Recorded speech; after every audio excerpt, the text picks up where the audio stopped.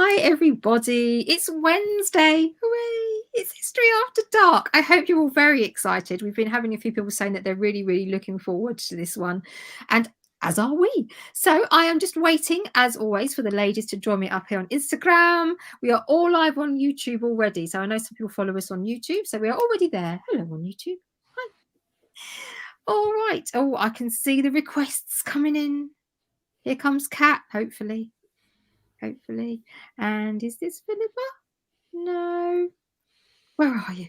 Come see me. Why are you not on the screen? Both of you. Why are you not there? So lots of people coming. Hello. Oh, there's one. Hello. Hello. Good day. You're not there. Good day. Good morrow. Day. Good morrow. Good people. Even. Good noon. Depending. Good yes, after. where you are. Good 11s. Good 11s. Oh dear, right. Philippa is coming. She's going to be here any second, and then we There can she is. There she is. There she is. It wouldn't show me. It wouldn't show me you were live for ages. I had to go out and come back in again. Refreshing. Yeah. Oh no! How annoying! That's my sound of refreshing. It's me and technology. You know, it's like I affect technology in bad and strange ways with my weird. It's your witch we teeth. need to cleanse you. It's your witch teeth, Catherine. If anybody knows how to cleanse people who have weird energy that does stuff to technology, please just let me know, because it's getting ridiculous now. I keep saying that before we get into it, I have a weird thing.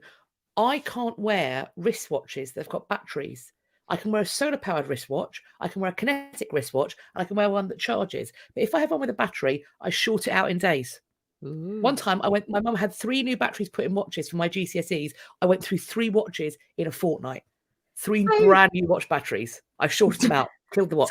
Someone on Insta, is this the British Charlie's Angels? Yes, we're that hot. So if you have a solar, thank you, David. If we have a solar powered watch, do you have to sort of sit like that all the time? No, any light does it, love. Any light. It's a bit of light on your head. Yeah, just like, oh, hang on, I've got to go out the window. What time is it? I don't even know why I bother to wear a watch, because I can't tell the time. So, I only started wearing one again because I got my Apple Watch, and then I just used my Apple Watch to find where I've lost my mobile phone. So I like one. I have one. Yes. I mean, I bought the watch that's for the Queen's Jubilee. It's got no numbers, so I am absolutely screwed. I can't tell time on that. What? Cannot do it. What is the point of this? Because I'm dyslexic, I can only tell time with a numerical and an analog clock. Oh, I see, an analog. Okay. I can't do it on a wristwatch. Anyway, shall I just do it? Shall I do the thing? Go. Do it. Good evening. It's Wednesday. Here it's evening. I've seen in the chat that people have got somewhat confused, because in the States you do your daylight savings time different. So you're all here an hour too early. Apologies about that. We probably should have mentioned that we don't do daylight saving time yet. We'll tell you when we do, because then it'll cause another kerfuffle. It's just gone 8:15 in the evening here. It is dark because it is winter. That's why we called it what we called it. It also fits, though, because we do like to share some historical facts. We like there to be a kernel of truth, nuggets of information, but while doing so, we'll have some fun. We'll be in the gutter, but looking at the stars of history. We will do some smut, some innuendo, and occasionally some 4-letter expletives. So with that being said, if you happen to be in an open plan office with a judgmental boss, put a headphone in. If you happen to be in a kitchen or a car or wherever else a small child hangs out, we call that child Timmy. Timmy's a problem. If you happen to be with Timmy, Timmy is a dobber, you see. Timmy is a sort of child that overhears, granted, something that is unspeakably depraved, and rather than ask you about it at the time, he stores it up in his little bank of corruption, and then he takes it to school with him and then tells it to his teacher, who probably herself doesn't know, and then makes the mistake, because she doesn't listen to Had, of Googling it. Because the first rule of Had is don't Google stuff you don't understand. Don't do it. Don't do it. Don't do it. You'll be on a list. Don't do it. So she's Googled it, and then she has called you up to school because Timmy has caused a problem, and she is corrupted now. So if you don't want that to happen, put a headphone in. As we say, don't Google it. Also, at no point tonight is any of this a drinking game. We do not approve that message. Thusly, welcome to the Deceased Gits.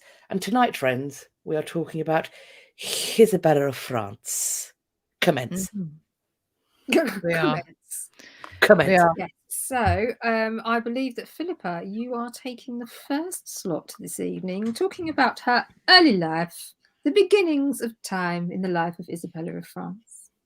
I am. I'm also enjoying the comments on YouTube, blaming, of course, Kaiser Wilhelm for the change in daylight saving in the hours that we're still enduring 100 years I after know. World War We One. should be like over this now, shouldn't we? We should drop it now. No one is.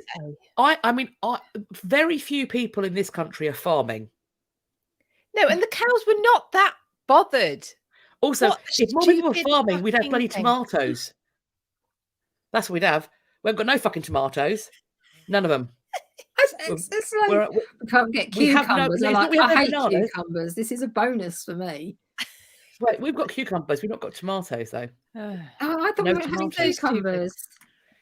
Anyway, I don't even care. It's like up to 100 years ago, was everyone having a real problem every winter? Like, I wish there was something we could do about this. Also, if 100 years ago, if like the regular person were having a problem, that would not change it. The reason why this stuff changed is rich people. Rich people. It has to serve rich people. But it's because people have ideas, and then they pretend they're clever, and everyone else wants to seem clever, and then they go, I know what we'll do. We'll adopt this new idea. We're moving forward. It's always progress. It's always progress. We're progressing. Always progress. You can only ever keep changing. That's the only way you get progress, is to just keep faffing and farting around with stuff, and then we'll change the clock. Just ridiculous. Let's not. Anyway, that's right. You could do one of those petitions that you can set up yourself and no one ever takes any notice of. We could do one of them. Maybe that could be our like everyone has a cause. That's our cause to fight for. The end of daylight savings. I feel like getting behind a cause. Something is really stupidly futile as changing the hour. It's not stupidly futile. It's very important. It's a pain in the ass. It's a pain in the ass if you've got kids. It's a pain in the ass if you haven't got kids. Especially if you've got any that are particularly sensitive. Anyway, to the hour. Right. Anyway, we're supposed to be talking about Isabella, so let's do it. Paige says somebody worked on a beef farm. The cows hate daylight savings. So the cows there you go then. So people were using cows as the excuse. The poor cows. They weren't even wanting it. Coos. Coos, moose. That's is that a townies version of what a cow? Say what the actual fuck was that? I'm gonna I might just flag up right now, friends. I am hanging. My husband. I'm not hungover. I'm just exhausted. My husband is away for work. My son decided last night that sleep was for the week. I've done a full day of teaching today. I am in a weird place. So we'll see what we end up with. That's another thing I should have mentioned. If you miss it, you can watch it on the playback, unless, of course, we say something that's insanely reprehensible, which has happened once before. It was borderline illegal, and in which case we will yeet it into the sun. And considering the state I'm in and the fact that I missed that part of the disclaimer, we're due. Yeah. So tonight might be the night. Tonight's the night where I say something horrific. Yeah. Buckle up. We had the after party last week, and just so that you know, if we ever have another one, that came up in the conversation. We actually had a discussion about the yeeted had. So if you didn't come, you've missed out. The had of the yeetage. The yeetage. Yeah. Right, let's hear about Isabella's childhood. As we were. Philippa, hit us up. Story. Okay, so Isabella of France. So this is, I need to give her a little bit of context. I know Catherine and Kat will go into this more, but she was the wife of Edward II. So let's just put her into our line of monarchs. She was born, they think, around 1295. Her actual birthday isn't recorded, but her brother was born a little bit before, and she was recorded as being 12 years old when she came to England to marry Edward II. So yeah, so we think we can date her birth date to about 1295. Probably born in France. Probably born in France. She's definitely born in France. Probably born in Paris, and certainly raised in and around Paris. So it's going well so far. DOA. She was one of 7. She was the 6th child of Philip IV and his wife Joan of Navarre. Philip the Fair. Oh. Her Got father very fair to his wife. Kept knocking her up, didn't he? Wow. Yeah. So apparently he was beautiful. She was plain. So, but Isabella apparently took after her father in the looks department. But yeah, so she's raised in Paris. Apparently gets really good education. She learns pretty much every language except for English. But actually, in England at the time, that's not much of a problem because the nobility and the royalty are speaking French anyway. Mm-hmm. So this isn't a problem. Don't think she ever learns English, apparently. But then I don't think anyone was really speaking English at that. It's either Latin or poor people. French. Well, poor people were. Poor people. Well, she didn't have to deal with them, so No. that's fine. She was incredibly rich. Her sort of pot of stuff that she came with when she came over to England was full of yards and yards of amazing, cloth, and she'd got jewels and coronets and all sorts of stuff. So she was not wanting for much. But saying that, so she left France when she was 12 years old. So her the intention of her marriage was to try and bring a political alliance between England and France. I mean, tried over and over again. It's like, yeah. His father, actually, so Edward II's father, Edward I, actually married Philip the Fair's sister, Margaret. And after that marriage, there was a peace treaty in 1299. And after that marriage, actually, Edward the first lost sort of the will for the marriage. He started thinking, oh, well, maybe I could marry my son off to a Castilian bride instead. So it wasn't actually until Edward I died that it was all finalized and Isabella was sent over to marry the newly ascended king, Edward II. And they were married. Where did I put the date? Somewhere else. They were married in, excuse me a second. In January 1308. So Edward I died in July 1307. Edward II marries Isabella in January 1308. And there's an immediate problem with the marriage, not just that she's 12, which isn't unusual. She actually has her first child when she's 16. So there's nothing to say that the marriage was consummated in the marriage bed in any way before she was sort of considered a woman, presumably when her period started. But she doesn't have her first child till she's 16 and she's married at 12.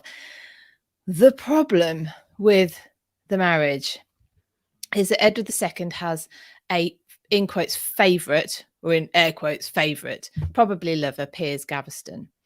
And he takes all of Edward's time, his affection, his attention.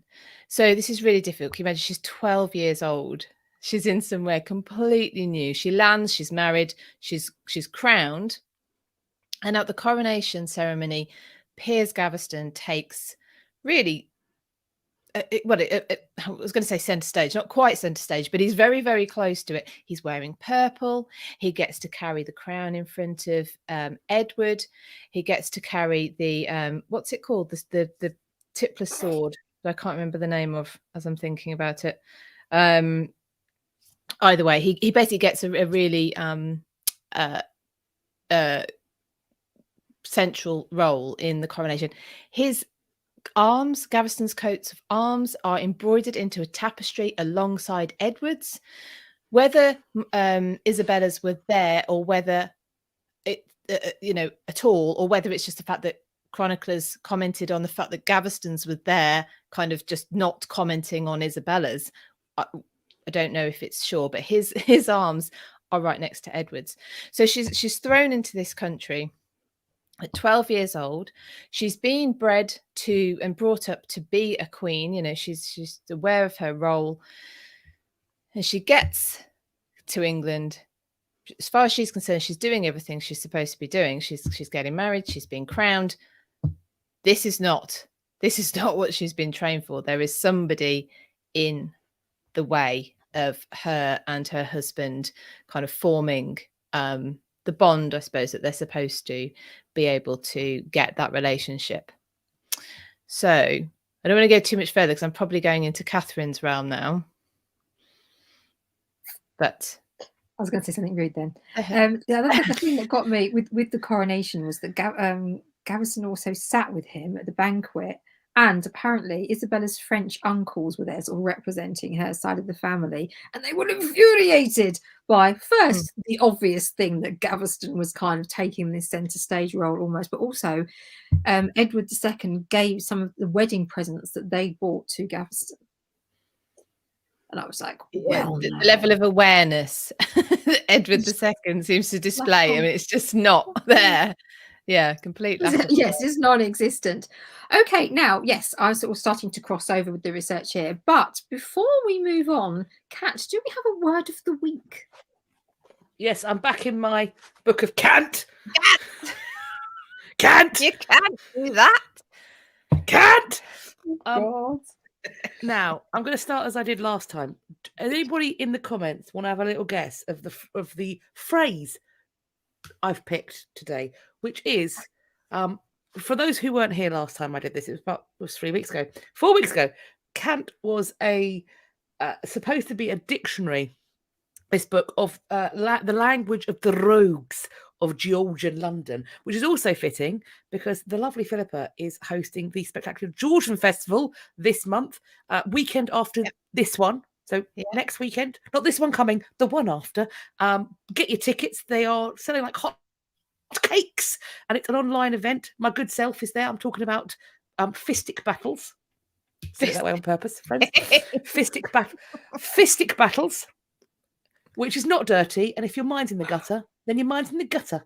And there are so many incredible speakers, and there's going to be a Q&A, and it's going to be a good fun time. And it's all online. And if you can't make a talk, it's going to be available. So, Georgian cant. Thank you.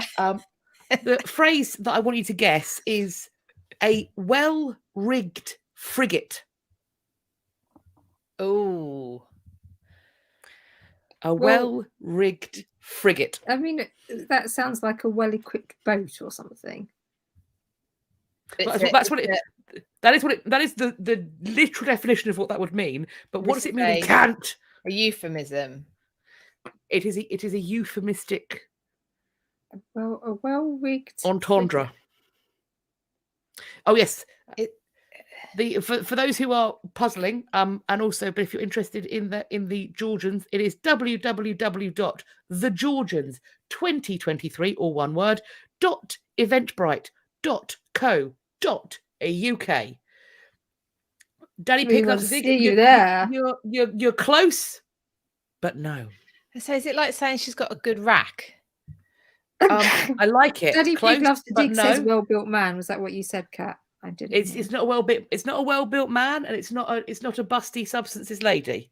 It's not a well-endowed man either. It's less phallic. It is a lady. It's a lady thing. Mouse Wonder says a skilled lady of the night. If only. It's, shall I tell you? It's much less exciting. An unskilled lady of the night. She's a trainee. Whatever that would be. She's a trainee. A well-rigged frigate is just a well-dressed woman. Oh, so everywhere. It sounds way filthier than it was. That's why I picked it. I'm not gonna lie. I thought it was gonna be cheap laughs, and it was. So I'm enjoying it. Debbie's put hung like a horse. Nay. Yeah. Well hung, dude. Hung like a horse. See, we all went to the same place, didn't we? Yeah, that's why I picked it.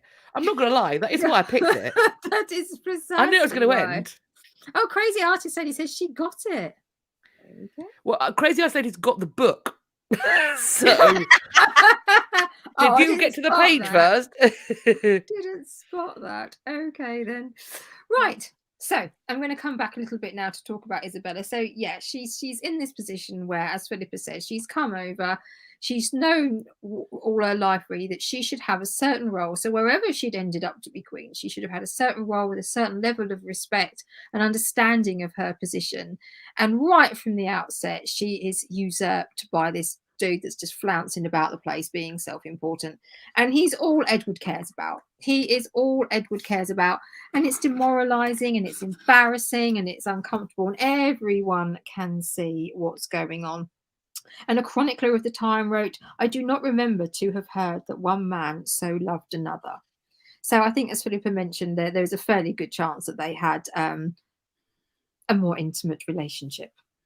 I'm going to try and sort of put that down. So the problem that you've got is that it's one thing for Isabella to hate him, but all the nobles gathered around court hate him as well. And the problem that you have with that is that you need these people to help secure your kingdom and your borders. So if you alienate them, they're going to have issues with doing that for you. So his father, Edward I, had defended the country against the hammer of the Scots, and he'd beaten the Scots down, and he'd created all this security in England. But because Edward II had basically really pissed off the nobles, they didn't want to stand for him. They didn't want to support him. So when it came to defending again against the Scots, he didn't have that protection. So he was starting to undo the good work that his father had done. And eventually a group of nobles were like, we are straight up done with this now. And they came armed to Parliament and demanding that Gaveston should be banished. That's it. You need to get rid. And they sort of forced Edward's hand on this. And there were 21 of them said that we are going to rule in your stead if we're not doing this. So off he trotted. Anyway, this lasted about, so obviously this is good for Isabella. As Philippa said, it's spring, it's 1312, she's 16 and she's pregnant. But after a couple of months, he can't stand it anymore, and Edward brings Gaveston back. Of course, everyone's incandescent at this point, as I'm sure you can realise. So Isabella, pregnant at this stage, this should have been a real sort of prime time for her. She's pregnant with what is hopefully going to be the heir to the throne. People should be surrounding her. They should be looking after her. But of course, this isn't happening because we've still got that idiot prancing around at the front and getting everything all his own way. Following sort of, you got to the point where they're moving around England because everybody is gunning for Piers Gaveston so much, and they're gunning for Edward, that they just kind of like stay on the move, really, trying to avoid all the people that are after them, which is a great plan, obviously. So she's pregnant, she's being dragged around the place everywhere, all in the name of keeping Gaveston safe. So the lords keep chasing them and they keep running away, and the lords, like, sort of staging this, are headed by the Earl of Lancaster. And he was determined to get Gaveston. The royal party gets separated and Gaveston ends up on his own in Scarborough, and everybody else is down in York. Now he is starved out of the fortress where he's gone to and becomes a prisoner of the lords, and Lancaster goes, no, and just basically takes him and drags him off, and he is beheaded. And Edward is absolutely beside himself at this, obviously.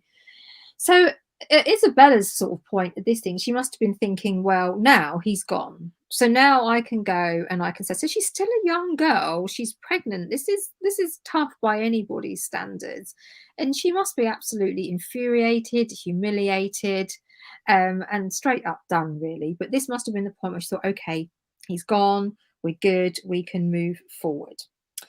But she gave birth to a son in November 1312. So she's had a son. So now, in theory, she's got a little bit more power again. Gaveston's gone. She's just had the heir to the throne. She's growing into sort of a woman. She's not just a little child anymore. So this should really have been her moment, I suppose. Now, there's still the issues with the nobles, and we quite often have the issue in this period where the queens can sort of have some power in the sense that they are able to throw themselves at their husband's feet and try to make the role of peacemaker. So we have these issues with the nobles, and that's what she decides she's going to do. So that's quite a big thing, again, for a woman, a young woman of this age, who's just had a child, to take on this role, but she goes for it.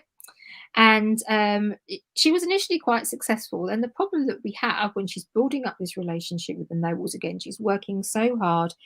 In 1314, the king's army suffered a massive defeat at Bannockburn with the Scots. And we talked about Bannockburn when we did our discussion on Robert the Bruce the other week. And they are annihilated by the Scots, basically. And then, ironically, he needs the Earl of Lancaster, who beheaded Gaviscon, to help him come back and protect the borders against the Scots again. So you've got this real divergence. And she's in the middle here, trying to support all the people needed supporting, and not let all these things to start to come to blows again. However, at this juncture, we have a new dickhead in charge. We have Hugh Despenser, who basically makes Piers Gaveston look like a warm-up act. This bloke is horrible.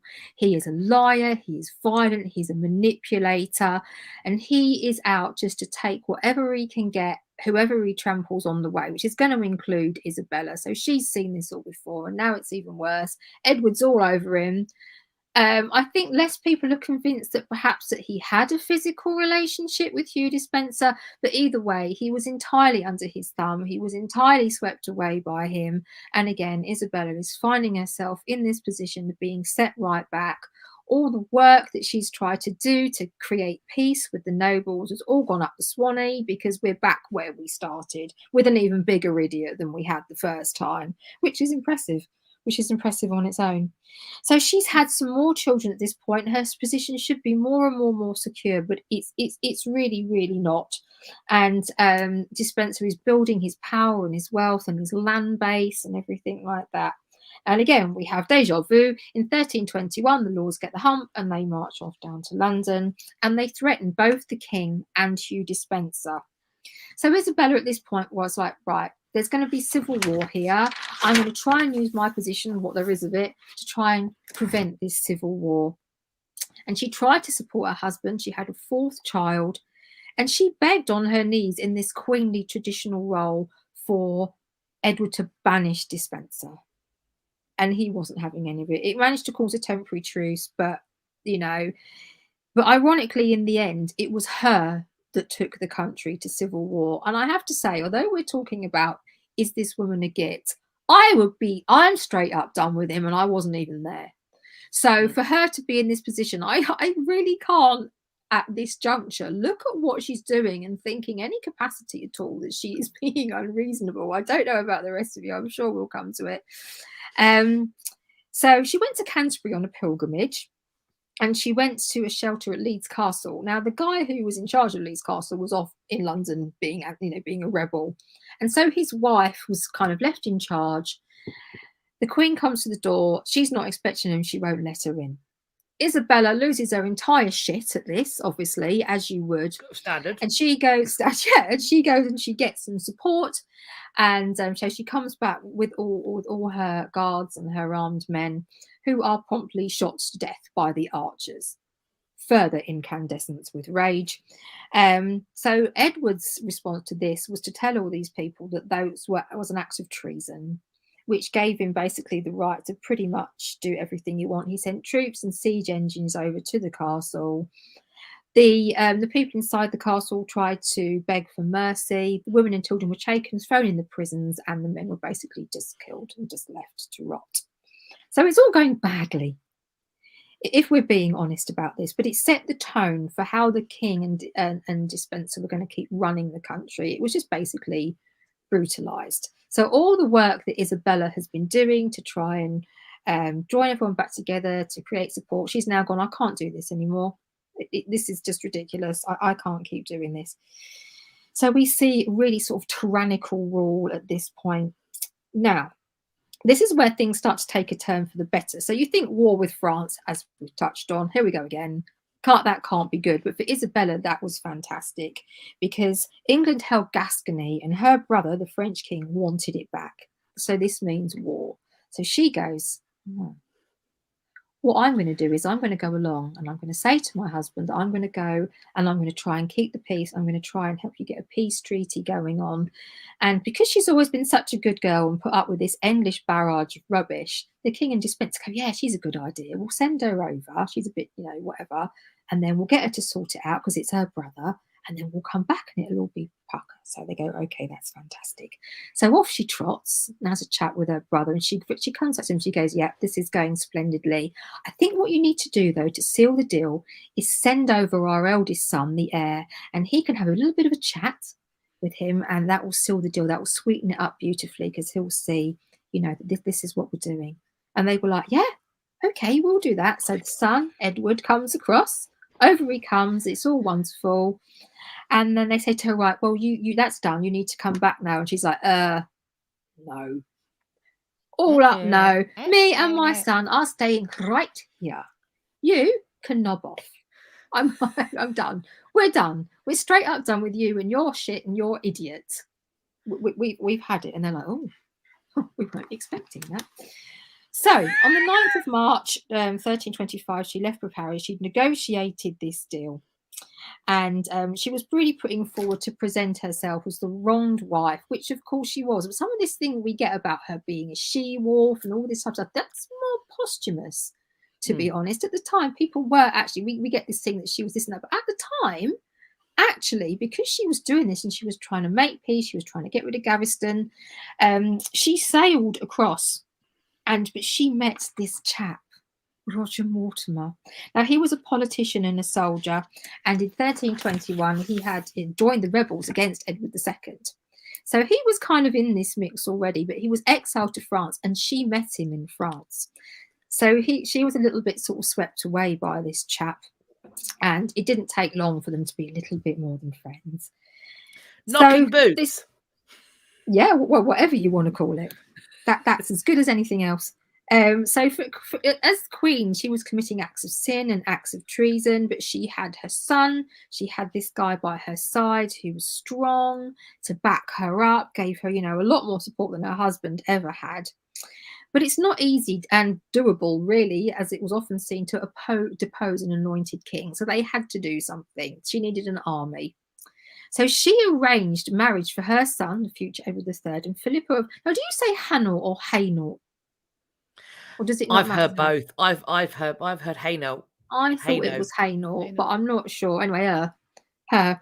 And she said, okay, we're going to arrange this marriage. It's all good. And the dowry was troops and ships, which was exactly what was required for Isabella and her new chap, Roger Mortimer. So they sailed across with all these ships, and she was actually welcomed like a hero because people were done with Edward and Despenser and their tyranny, but they didn't know what to do, and they didn't feel like they had an alternative. So here was an alternative. We have this 13-year-old boy that can basically become king. Okay, and his mother, who was very popular, Isabella, she can kind of rule in his stead, almost like a regent of sorts, really. So people were loving this. They thought it was a fantastic idea. They greeted her with open arms.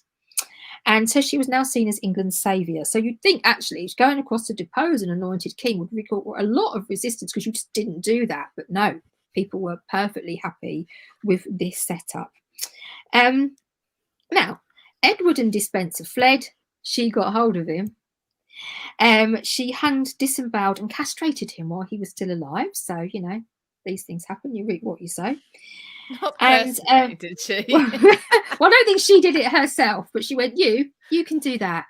I bet she would have. I bet she would have given us a chance. The one she's disemboweling is Despenser, not Edward.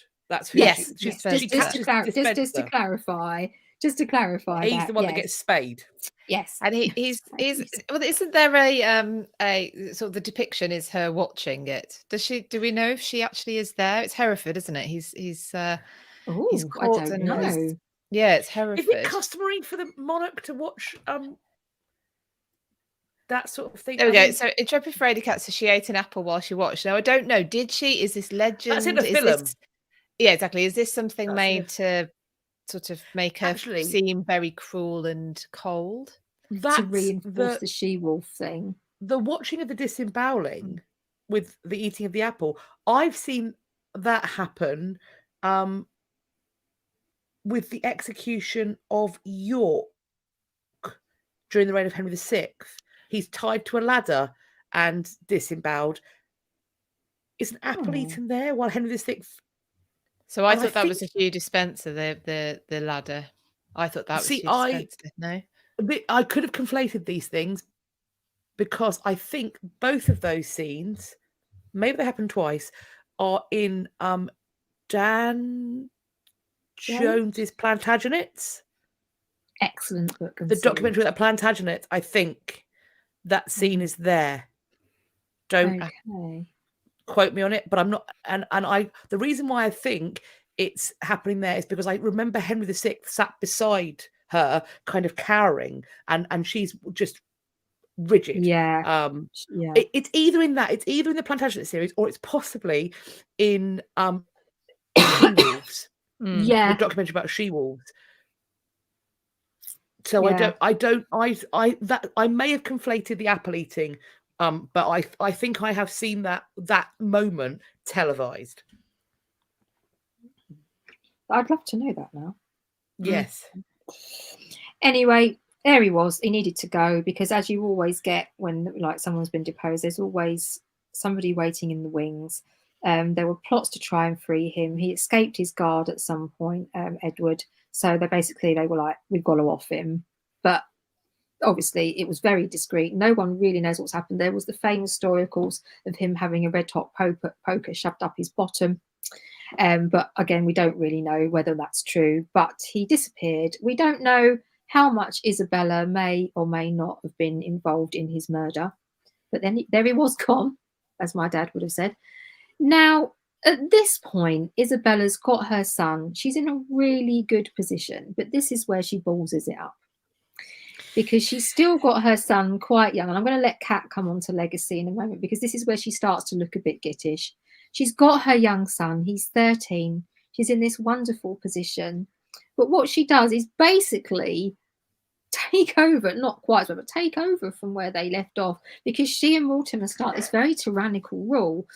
Where you do what we say, you do what we do. And she doesn't give her son any of this power he should have. But of course, he's not going to be little forever. So she's there out basically doing what they want, getting the money, getting the land, getting all the trappings of the royalty themselves. So when he hits 16, they start to, 17, they start to realise they could be in trouble here. And they're actually in Nottingham Castle and they double their guard, but he is well prepped. You know, this is his mother. He is well prepped for this. The guard come, they come under the tunnel in the castle and they capture them very, very easily. So she's pensioned off quite well, in fact, about £3,000 per year by her son, who of course is now going to be the legendary Edward III. What a man. Everyone's related to him. Did you know? Let's not get started on that's my 13 times great grandmother conversation. We've had some crackers of them this week. Amazing ones this week. Superb. You're First not. rate.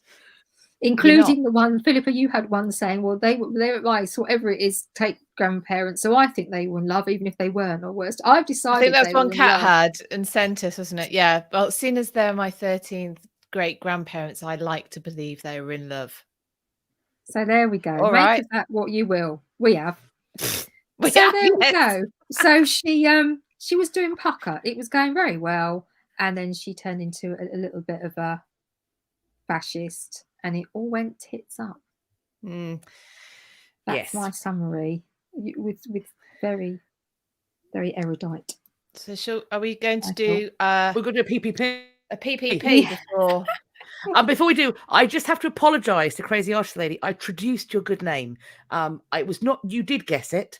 I saw that. Who said it? Someone said they had a copy of the book? It wasn't Crazy Artist Lady. It was just above you. It was Intrepid Frady Cat. I apologise for mischaracterising what has gone on there. Very sorry.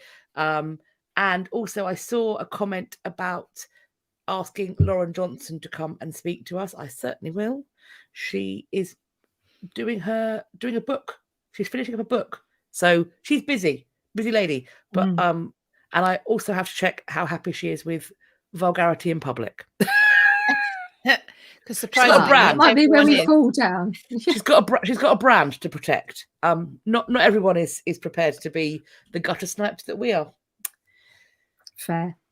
But yes, she is fabulous. And an excellent scholar. Mm-hmm. Right.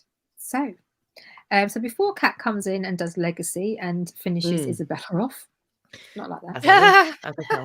Not like that. It is past problems post bag. P. PPP. We need a jingle for Personal this. protective. You need to do personal protective. Have you got a problem that could be solved in history? Is your neighbour evil, or is your cat potentially the devil? If they are, they come to us. We've got some spells and maybe some other stuff. I'm too tired. I'll do better next time. I still feel that. I've let I myself loved it. down. I loved it. I've let But myself especially down. about No. the cat. Yes. Yeah, the cat. Oh, people were talking about Philomena Kunk earlier the other day. Right. That's another one. Okay, are we ready for this?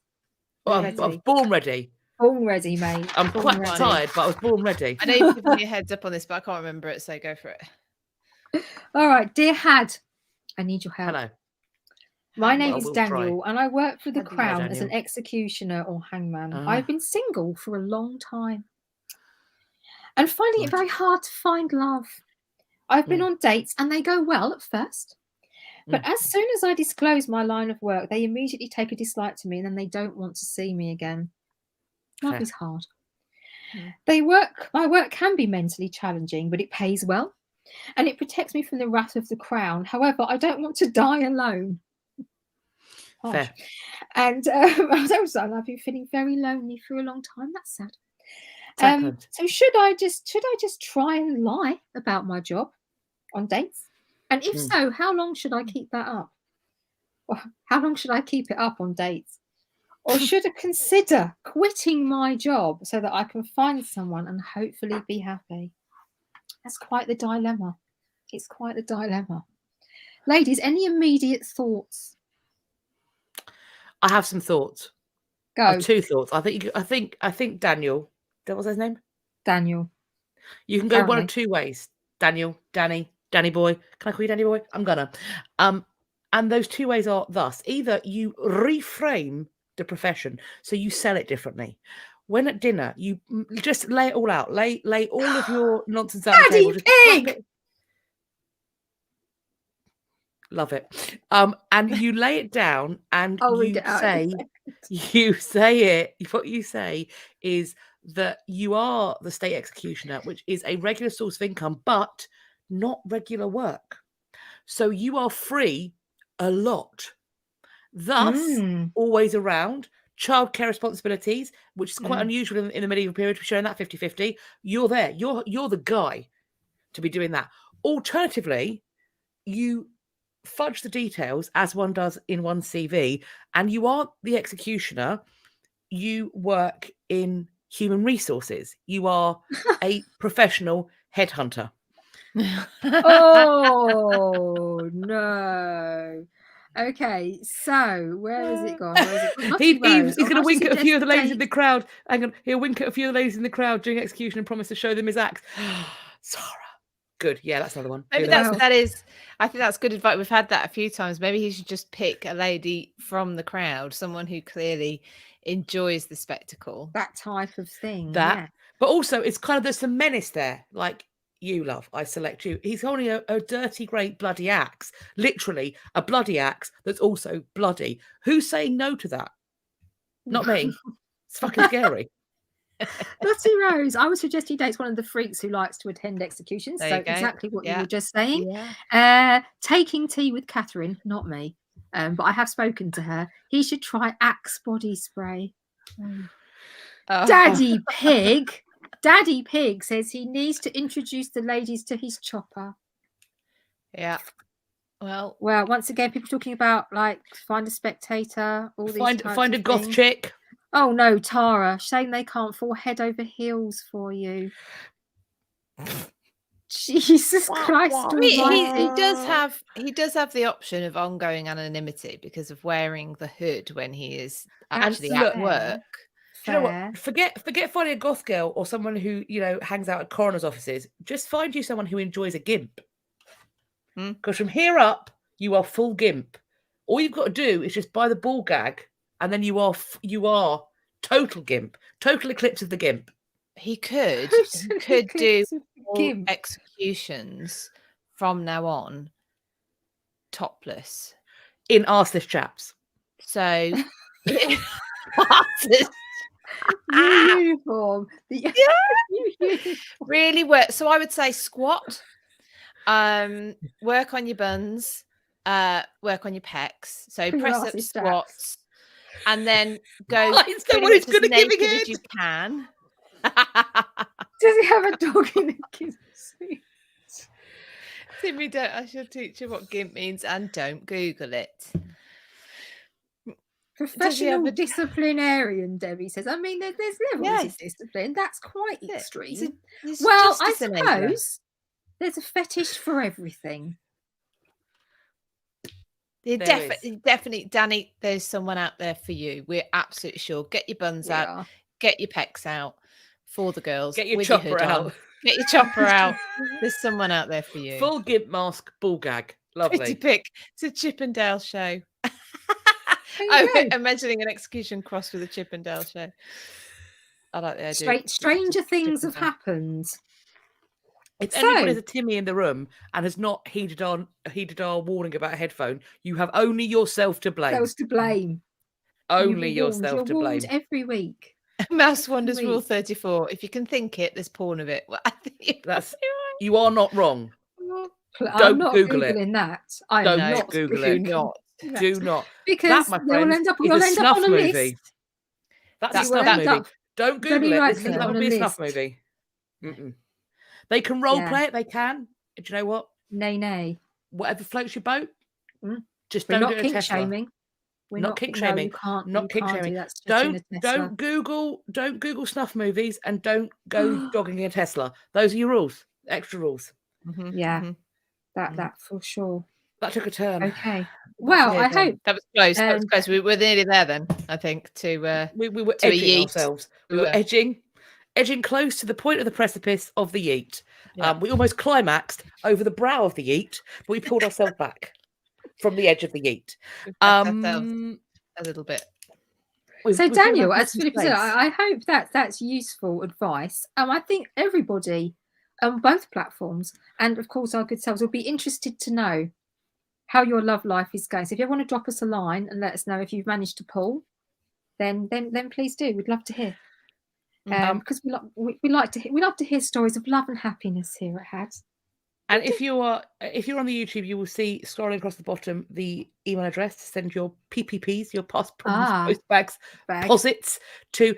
If you are on the Insta, it is History After Dark 2021, all one word with numbers at gmail.com. Yes, Pretty Pip. We've got to push them further, guys. No, don't be selfish. Because if we have to yeet this, there are other people that haven't seen it that won't get to see it. Yes. Intrepid Freddy Cat, premature yeet withdrawal. Right. Anyway, so that's that. Another section we've been talking about having is tea with Catherine. So forcing her to drink tea. That another time. Yes. While we pin her down and funnel tea into her gullet. This is becoming more and more BDSM as the weeks go on.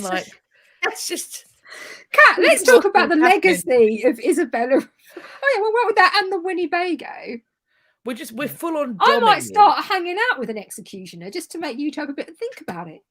We're just dominatrixing you. We're just shame doming you. And you love it, don't you? I'm not. Although I'm not keep sure coming back, don't you? I've ever been shamed with tea drinking before. Well, there should be. That's because we haven't met anyone who doesn't drink tea before. There hasn't been the requirement to shame. It's terrible. Because no one else has ever said it. Frankly, of all of the depraved shit we've said over the year or so, and we've said a lot of depraved shit, your disgraceful views about tea are an atrocity. Yeah. An atrocity. Basically, that you need to just open The Hague again and try me for war crimes. Is that what you're saying? You're British. Crimes and you against don't tea. drink tea. We're going to hang you up What? by your toes, and I'm going to Can come I in there. just say though, and you're I gonna be couldn't madam. tell you the exact date, but on that thing, Clubhouse, in March 2021 was when we started HAD. So we were on Clubhouse for like several months. So at some date this month, we started HAD, and we started with Rude Place Names of Great Britain, and that was the one with the Muff Diving Club. Oh my God. Muff Diving Club. That might still be on the pod. No, actually, I don't think that was. No, because it was on Clubhouse. It was so early. Yes, I know. Some of them. A mad journalist has asked if GIMP is one not to Google. Don't look at the images. I wouldn't bother. Don't look at the images. You probably got a fair idea, as I referred to it like executioner's marks.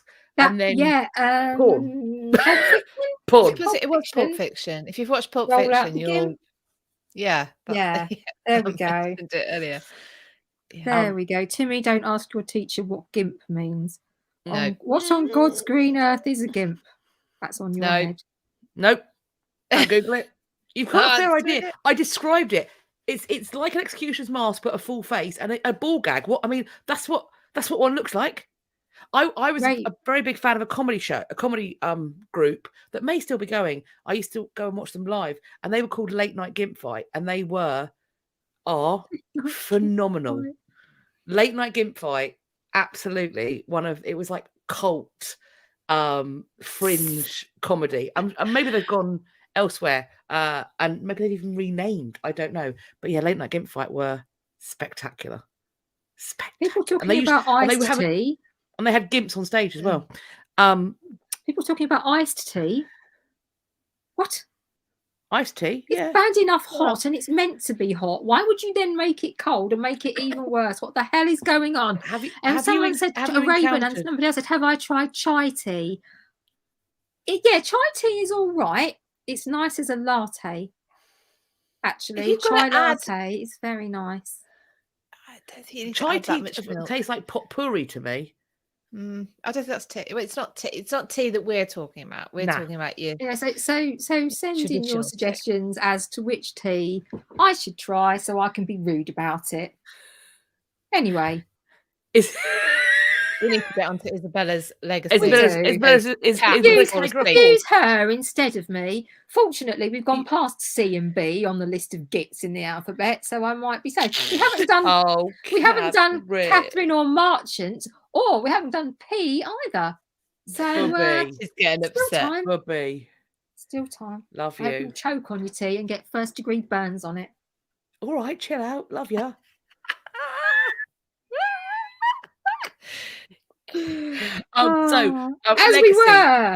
Legacy of Isabella. We got up to her starting to get a lot tyrannical. Essentially, people started to quickly realize that the grass was not greener on the other side, and that they had essentially exchanged one tyrant for another. But as you rightly pointed out, her son was clicking towards full ability to claim his place. He's 17, turning 18. I'm so sorry. Mouse Wonders on Instagram. I actually got secondary key burns on my tits from tea. I could have not read that out. I'm so sorry to interrupt. Wow. You see, that would happen to me because I don't drink tea, so my tits are safe.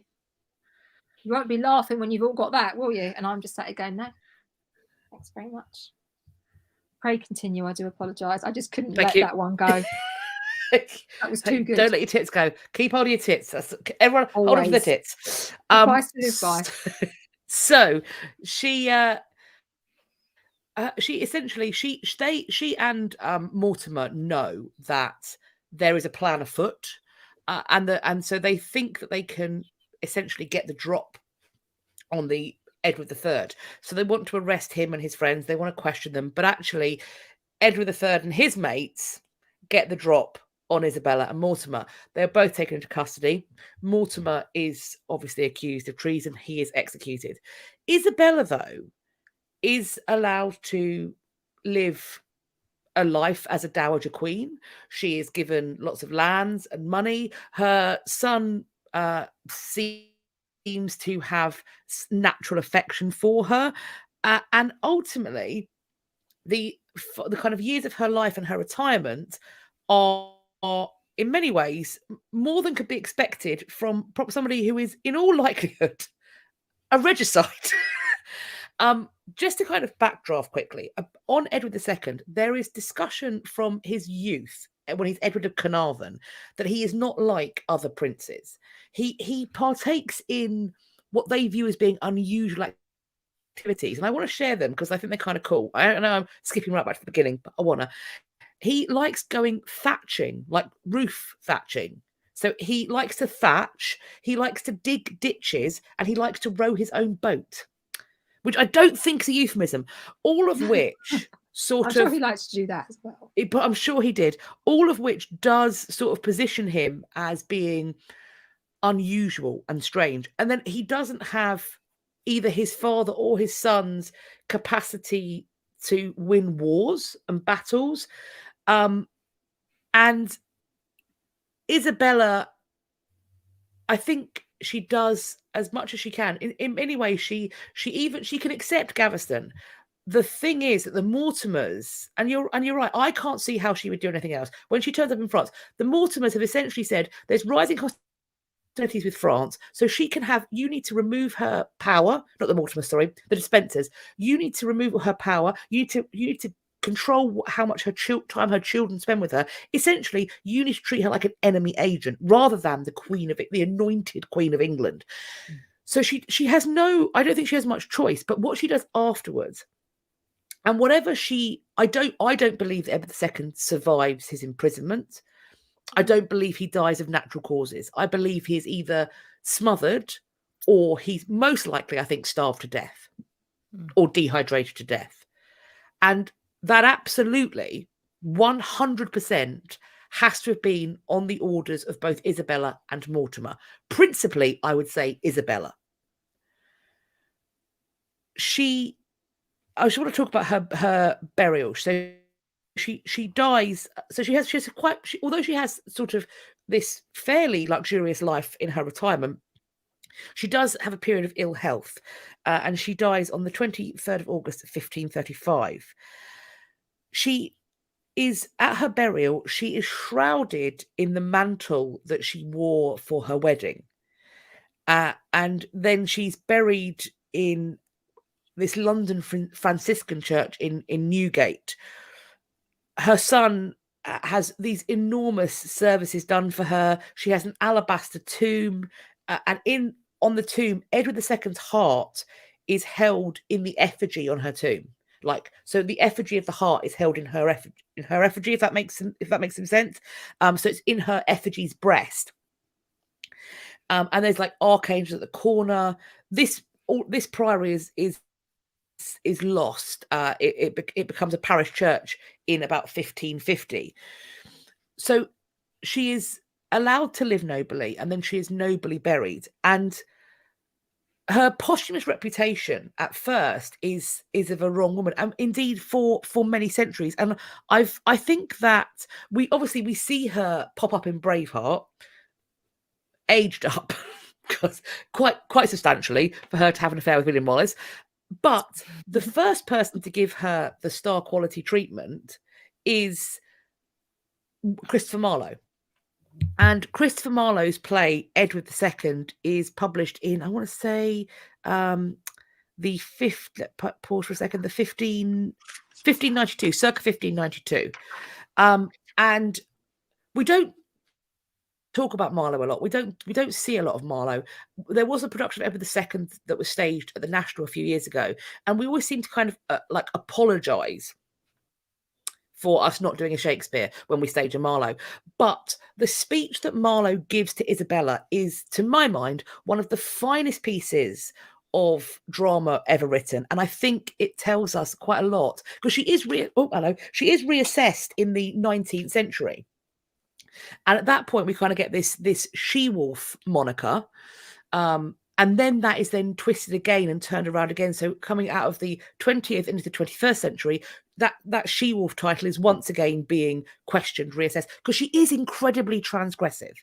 What she does is incredibly transgressive. And there's this brief window of time where the she-wolf name is attached and then it's lost. But that name doesn't pop in for a while. And so this is around 1592, so quite a while after the event. But this is the lines that Marlowe gives her. "O miserable and distressed queen, would when I left sweet France and was embarked, that charming Circe, walking on the waves, had changed my shape. Or at the marriage day, the cup of Hymen had been full of poison, or with those arms that twined about my neck, I had been stifled, and not lived to see the king my lord thus to abandon me. Like frantic Juno, will I fill the earth with ghastly murmur of my sighs and cries. For never doted Jove on Ganymede, so much as he on cursed Gaveston. But that will more exasperate his wrath. I must entreat him, I must speak him fair, and be a means to call home Gaveston. And yet he'll ever dote on Gaveston, and so I am forever miserable." And I just think he is summing up in that the unenviable, inescapable frailty of the position. He is essentially step by step showing us, and as it progresses, he is showing us why she does what she does, and he is excusing it. So at the end of the Elizabethan age, towards the end of the Elizabethan age, we have Isabella of France's actions being, she is painted as a victim at the start of the play, and then as essentially there's a righteousness to what she does. And I think that kind of inescapable, I want this man gone. It's breaking my heart. But if I do, it will exasperate his wrath. I've got to entreat him. I've got to bring back Gaveston, despite the fact that he will then dote on him and I will be forever miserable. It's just the anguish of that. And I think also to see a female character, and obviously I know that these characters are to be played by boys, but I think the way in which these female characters are written, in Marlowe's play, she is so three-dimensional. It's such a beautiful text. And I think that it really, for a number of centuries, shaped how she was viewed, up until people start going, hang on a second, lets her husband, the father of her children, be sodomized to death with red hot poker. I think that almost certainly doesn't happen.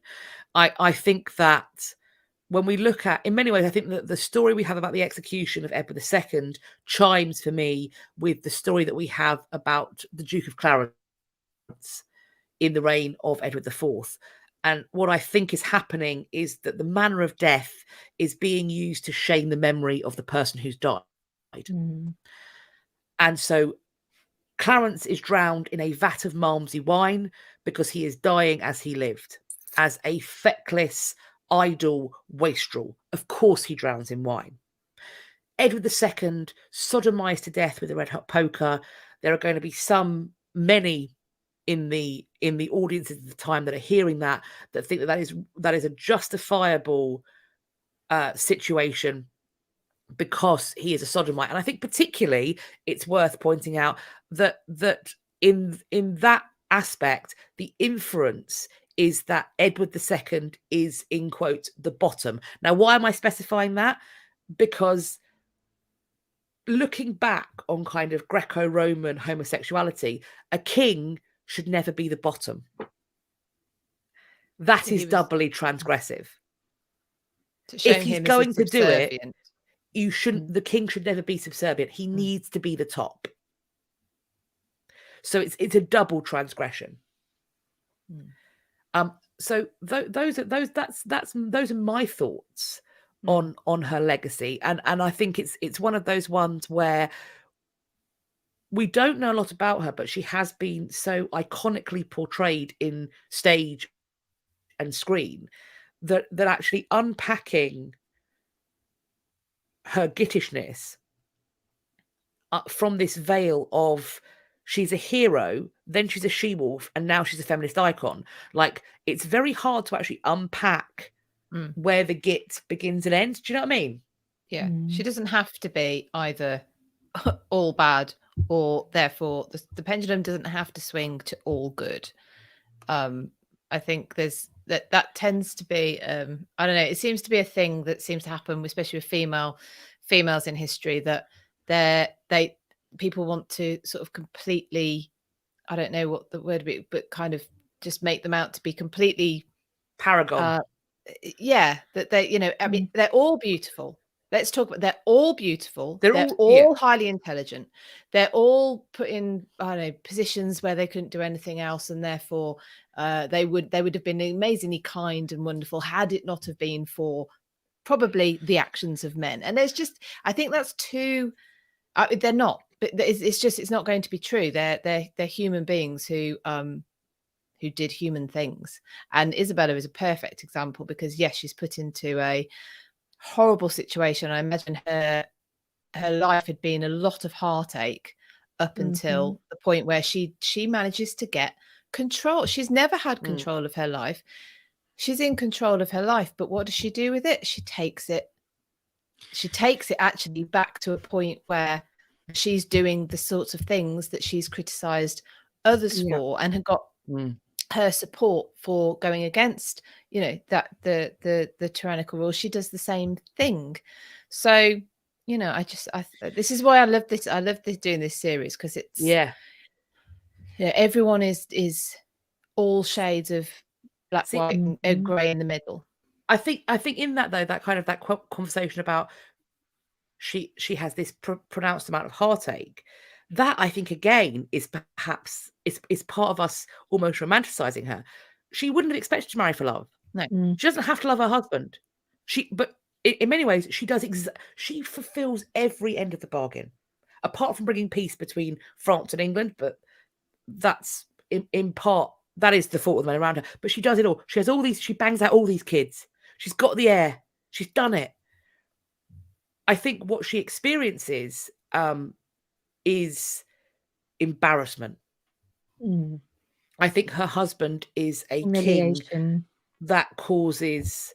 He embarrasses her at the wedding, so she starts with embarrassment, but also in his inability to control his nobles, in his inability to see the bigger picture.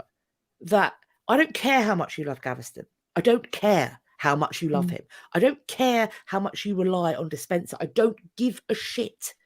What you are doing with your inability to acknowledge what your nobles are telling you to do at fucking sword point is not only jeopardizing your life, but my life and the inheritance of our son.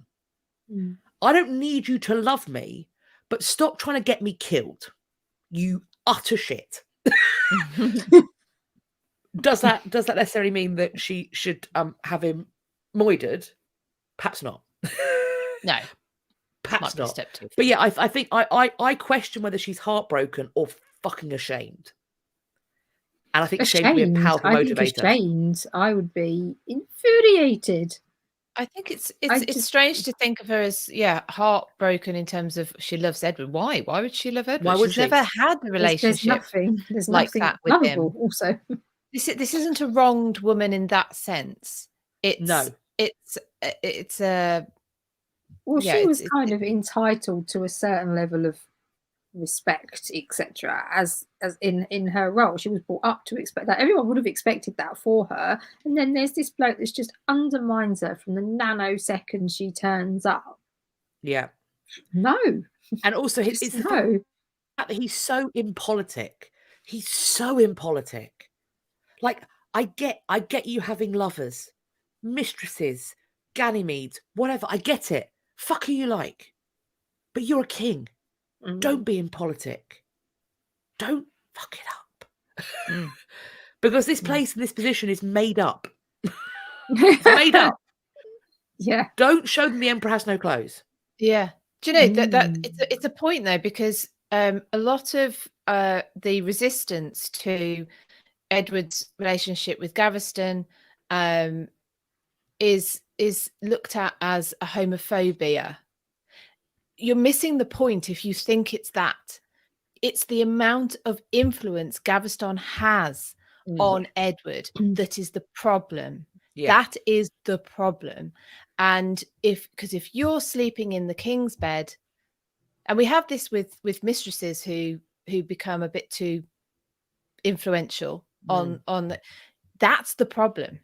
Yes. It's not pure homophobia, and you're missing the point if that's how you interpret it. One of the reasons for having foreign brides or foreign grooms for monarchs is that you are not elevating a member of your nobility. That way, civil war that was lies. Elizabeth's problem, wasn't it? That was going to be Elizabeth's problem. Yeah, Elizabeth if she had raised Dudley to be her husband, she would have had civil war. If she'd married Philip like he asked her to, she would have had civil war. So I mean, she was in a bad position because she wasn't a co-religionist with the majority of European princes, and to marry a domestic candidate, to marry a subject, particularly as a queen, is really problematic. But also, let's not forget that even a king, Edward IV's marriage to Elizabeth Woodville destabilizes his reign. It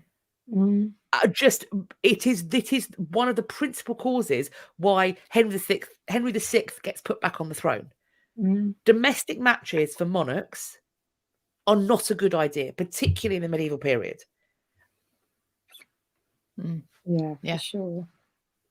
So I think what we're getting from the comments is that overall we're not going to get a very high Git score on Roundup Week for Isabella of France. We shall see. Well, we'll see.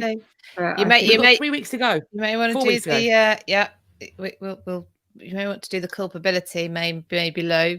I don't know, but culpability may be low. But there was some. Let us not forget. This is a person who deposed a regnant, anointed monarch, the father of her child, ruled tyrannically, almost certainly had that king killed, so was a regicide, and then attempted to wrest power away from her son. It's not like she handed it over when he was good and ready. She kept him infantilized.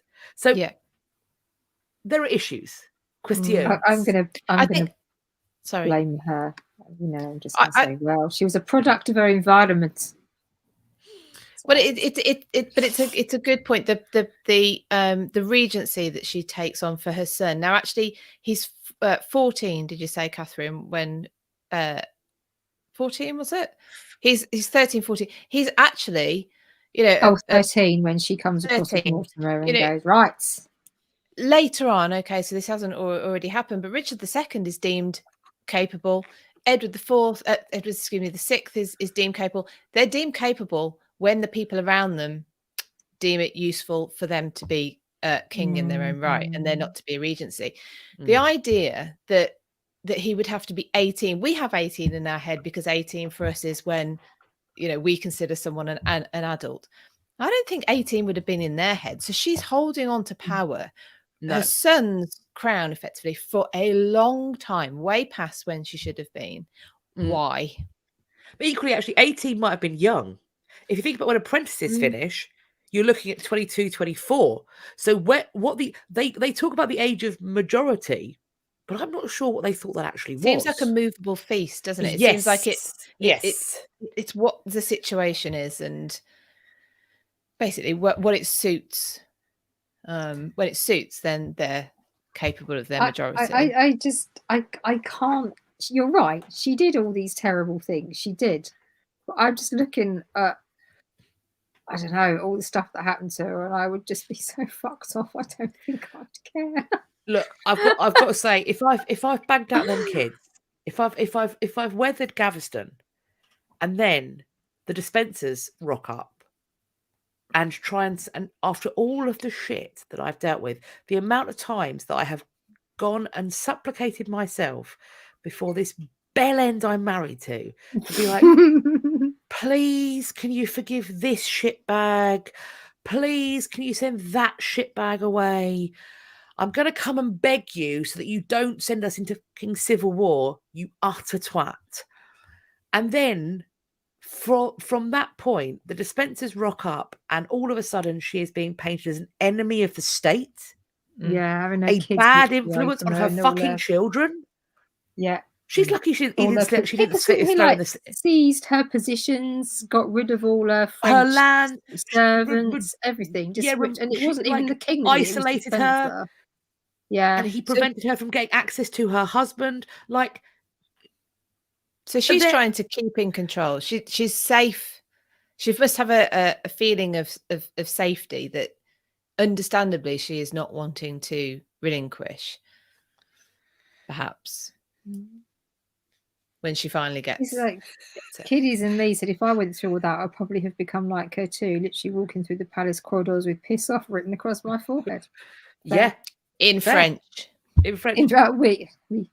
le peace, oof. I'm sure that's a direct I think translation. it's understandable. It's and if he had, it doesn't mean that she's not a git though. There's stuff We have to be- understandable. Yeah, we have to be careful. If she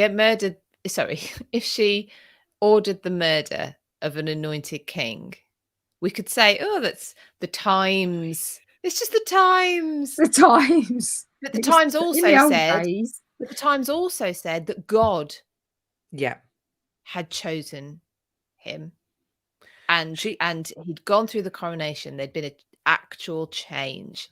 So the Times. she murdered an anointed king, her husband. So that's a wife killing the husband is already treason. An anointed king is also treason. And let's also remember that this is the father of her son. And when the thing about a regicide and the thing about a deposition is it does inextricably weaken the crown. The crown that she is taking for her son, the crown that she wants her son to inherit, her actions weaken that. That is undeniable. If you go around deposing and killing monarchs, the next monarch has more to fight for, and the monarch after them, because you show people it can be done. Interesting. Ladies, Even bigger treason than not liking tea. I Apparently. won't go that far. Chill out. I'm going to see what strange tea bags there are in the cupboard and see if I can bring something next week and give you a review of it. That sounds like you're going to bring drugs. Yeah, but the thing is, you have to. No. You have to know how to make tea. People can make incredibly bad tea. Apparently, I make a very good cup of tea for someone who doesn't drink tea. Really? We'll see. Well, I'll see about that. You can't. Anyway, just stick Philippa, what's happening in a cup, and you can't. You can't just stick it in, dunk it around a bit. Can't just stick pull it it out and hope for the best. No, you've got to get some wrist action in there. You're going to be disappointed. You've got to put your back into it. Someone. Yeah. And it's not how big your cup is. It's the motion in the ocean. What? Sorry. See, I would always go for a pot, actually, if I had the choice. Making it in a cup is... You've got to be so precise. Whereas in a pot... With a really big spout. What's the plan for next week? What's happening next week? The plan for next week is we are discussing King John. Yeah. Who is not written down as King John on our spreadsheet, and everyone who came to the after party knows what is actually written on our spreadsheet, but it is King John next week. So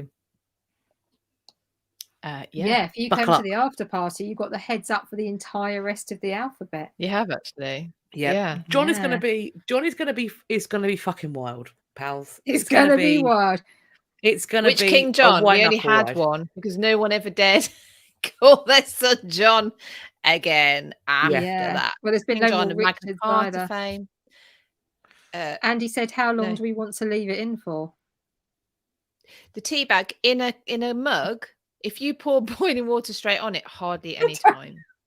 So how many Mississippis? How many Mississippis do you count?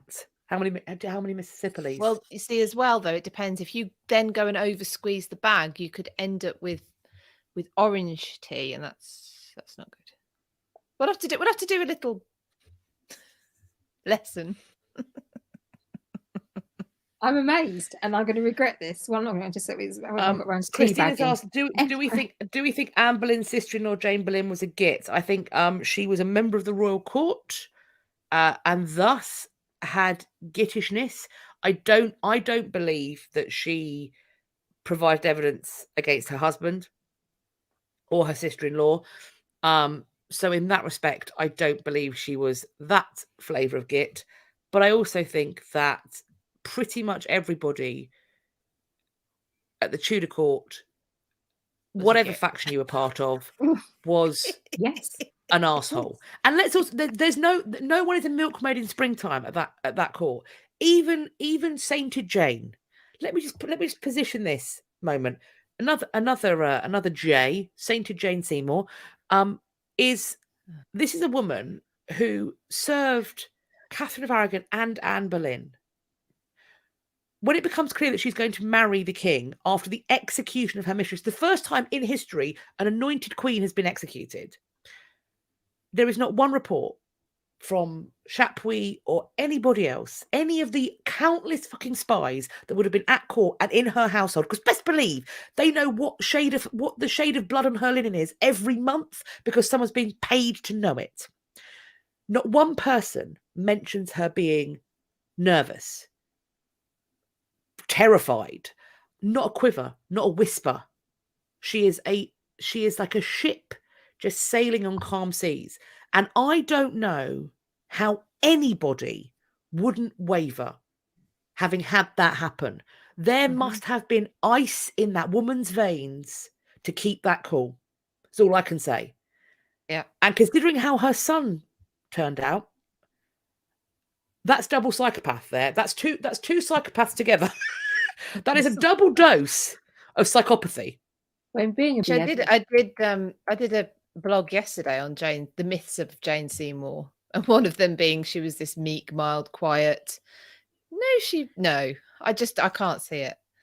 If you're marrying a man, a king of England who has just killed his wife, who you knew, the fact that no one is like, Jane seems sad, scared, she's off her food.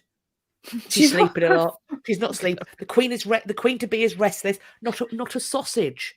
Not a whisper. None of it. No, she was all right. Hauled up in her house, waiting for the message that she was expecting that Anne had her head chopped off. She was told to expect it. She was told to expect the guilty verdict. And then he sails over to see her after the deed is done. It's a calm person that doesn't at least pause. I think. I think. There's some confusion on YouTube as to who we talk about. King John next week. King John, not John of Gaunt. Also a git. A different flavour of git. Oh, I love John of Gaunt. But he was a git.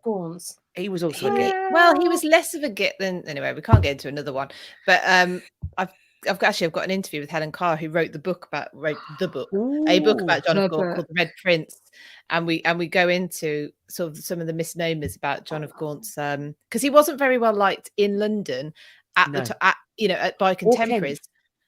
Well, no, yeah. So anyway, I'll actually get outside of London. So we also have to be, what are the sources we're looking at? If they're London centric, they didn't like John of Gaunt. Let's be being clear now, because there appear to be more Johns who were gits than I was thinking at the time.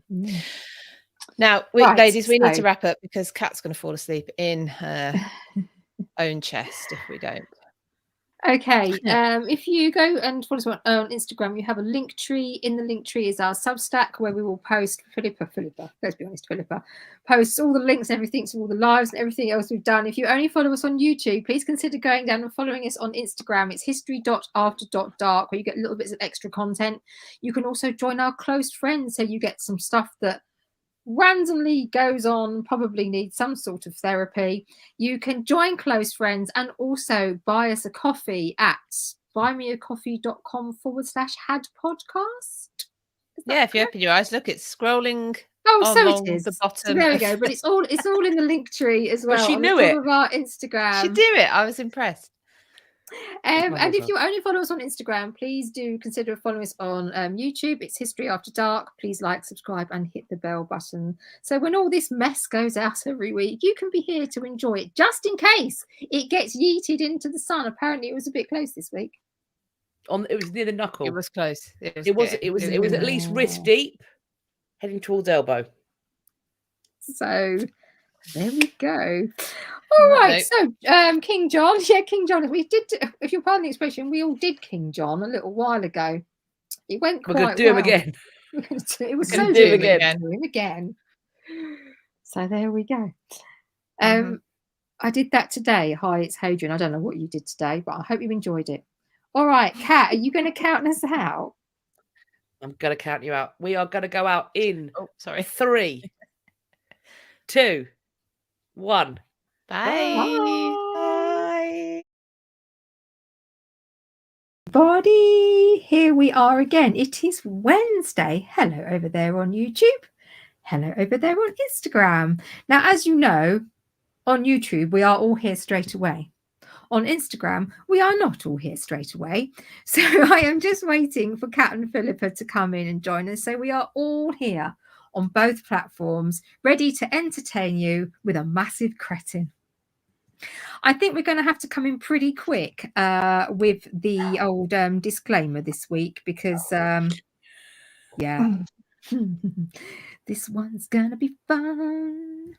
And I know some of you are really, really looking forward to this. So hopefully the ladies will be coming on at any given second. The comments will start. Here we go. Here's one. Here's the other one. Okay. Hey. So thank you so much for joining us both on both platforms here. I have got lots of comments coming in. We obviously don't get quite so many of you on Instagram anymore, but we will still be keeping an eye on that. So thank you very much in advance for all the participation. And hello, hello, hello. So without any further ado, because this one could get ugly, I think it's time. For the disclaimer. First of all, I just want to say I've realised out how to make my face bigger on Instagram. You can just zoom. You can zoom with your fingers. Now I'm not touching it. You all know what happens when I touch technology. See, there you go. There you go. I see the close up, Mr. DeMille. Right. I'm not. Good evening. Hello, friends. It is Wednesday. It's just gone 8:15 of the BST, GMT, etc. This is History After Dark. We called it that because it's as we made it in winter, like it is now, and so it was dark at 8:15. It's happening again. That's what it is to revolve around the sun. That's how it works. Anyway, continuing. The other reason we call it this is because we do like to impart historical knowledge as far as we have it, but while doing so, we are going to use 4-letter expletives, innuendo, and smut, because we don't get to do that on our other platforms, so it's going to be here. That does mean that if you are in an open plan workspace with a judgmental boss, put a headphone in. This is the way to get a disciplinary. If you are in a car, a kitchen, some other space with a small child who is a dobber, we call this small child Timmy. We have merch about Timmy because Timmy is a problem. Timmy's a problem. Timmy's the sort of child that hears one thing one time, the most depraved thing possible, and then locks it away in his mind palace, takes it into school with him, and then repeats it in front of his teacher. In my mind, the teacher looks like Miss Honey from Matilda, and she doesn't know what this phrase means. And because she doesn't watch Had, she doesn't know the first cardinal rule of Had, which is if you don't know what it means, it's not for you, don't Google it. So Miss Honey Googles it, obvs, and thus is traumatized. So you get called up at school. That's embarrassing. You've got to go and explain why Timmy knows the depraved amount of shite he knows. And on top of that, you're now paying for Miss Honey's therapy. So ain't nobody got time for that. That being said, you can, of course, if you haven't got a headphone, watch us on the playback, either on the Instagram or the YouTubes. However, it's always best to watch us live because it's a very real possibility that we might say something so unspeakably depraved. So I've already started today, so we'll do that in a minute. Philippa's come all over herself in a minute. We'll have a chat about it. So she's come all over all Haddy early. She got presumptuous. She prematurely had jaculated. Oh no! Had jaculated. Oh no! Where was I? So Sorry. it's always best to watch it live in case we say something so depraved we have to yeet the footage into the sun. It's happened once before, which means we've learned or we're due a second round. Probably Other rules are that we hope to the sweet baby Jesus or whichever gods or demons you pray to, that you are all adults. So while this is not a drinking game, we don't approve that message. None of this is medical or legal advice. We can't stop you, but we don't approve it. We are thinking of your renal function. And on top of that, if you do say something ridiculous in our comment section that's intended to get us to pin it and mock you publicly because that's your weird fetish or kink, you know who you are because you've been in the comments and we've just ignored you because we know what your game is, because kink is fine as long as their consent is there. If no one is consenting, that's just weird. Those are the rules I've had. Let us begin. We also reserve the first of all, right to Philippa- take the piss Philippa- out of someone if they are. Oh yeah, we can if we want. Win. But Philippa, what did you do today that got you when your premature hajaculation? Bobby says here, sorry, Bobby's put on Instagram, I had to rewind earlier to be sure I heard Philippa correctly. I must admit, when she sent it to us, I went, oh, like that cat. And I think you probably did. Every sphincter in my body David, contracted. and that's what he did as well. Hence my tagline. I clutched some pearls. I was on my fainting couch with my smelling salts. What happened today, Philippa? Tell us. I got an Karen actual, isn't listening. I got an actual Karen. I haven't. Yeah, she basically started slagging me off in the comments while I was live. So I told her to fuck off. Literally. But I don't normally do that. I don't swear. I actually said the word. I never swear on my lives. I was, but I did it, and I didn't hear from her again. I'm sorry, but if you're going to come into somebody else's comment section on Beyonce's internet and shit the bed that badly, getting told to fuck off is the bare minimum you deserve. The thing was, what it was, she was addressing your audience as well. Addressing my audience. She wasn't even saying to you, Philippa, I don't like what you're saying. She was like, oh, no. She shit. She's shit. She's not a good speaker. And I was a little bit aware that I was having a bit of, I was getting going. I was warming up. So I was already aware of that. And she sticks that in the comments. And I was like, hey, what? No. Karen, fuck off. And I bet Karen, I bet after that moment, your pipes were fully warmed up and you were like, I am now fluent. Because there have been studies done that people who do partake in your old 4-letter expletive, it does make them more fluent because it sort of turns off their self-selecting function and they just kind of say things. It also, so they're more fluent, their vocabularies tend to be better, and also it releases stress. They have tested it. Saying fuck reduces your cortisol levels. It's basically stopping you having a heart attack.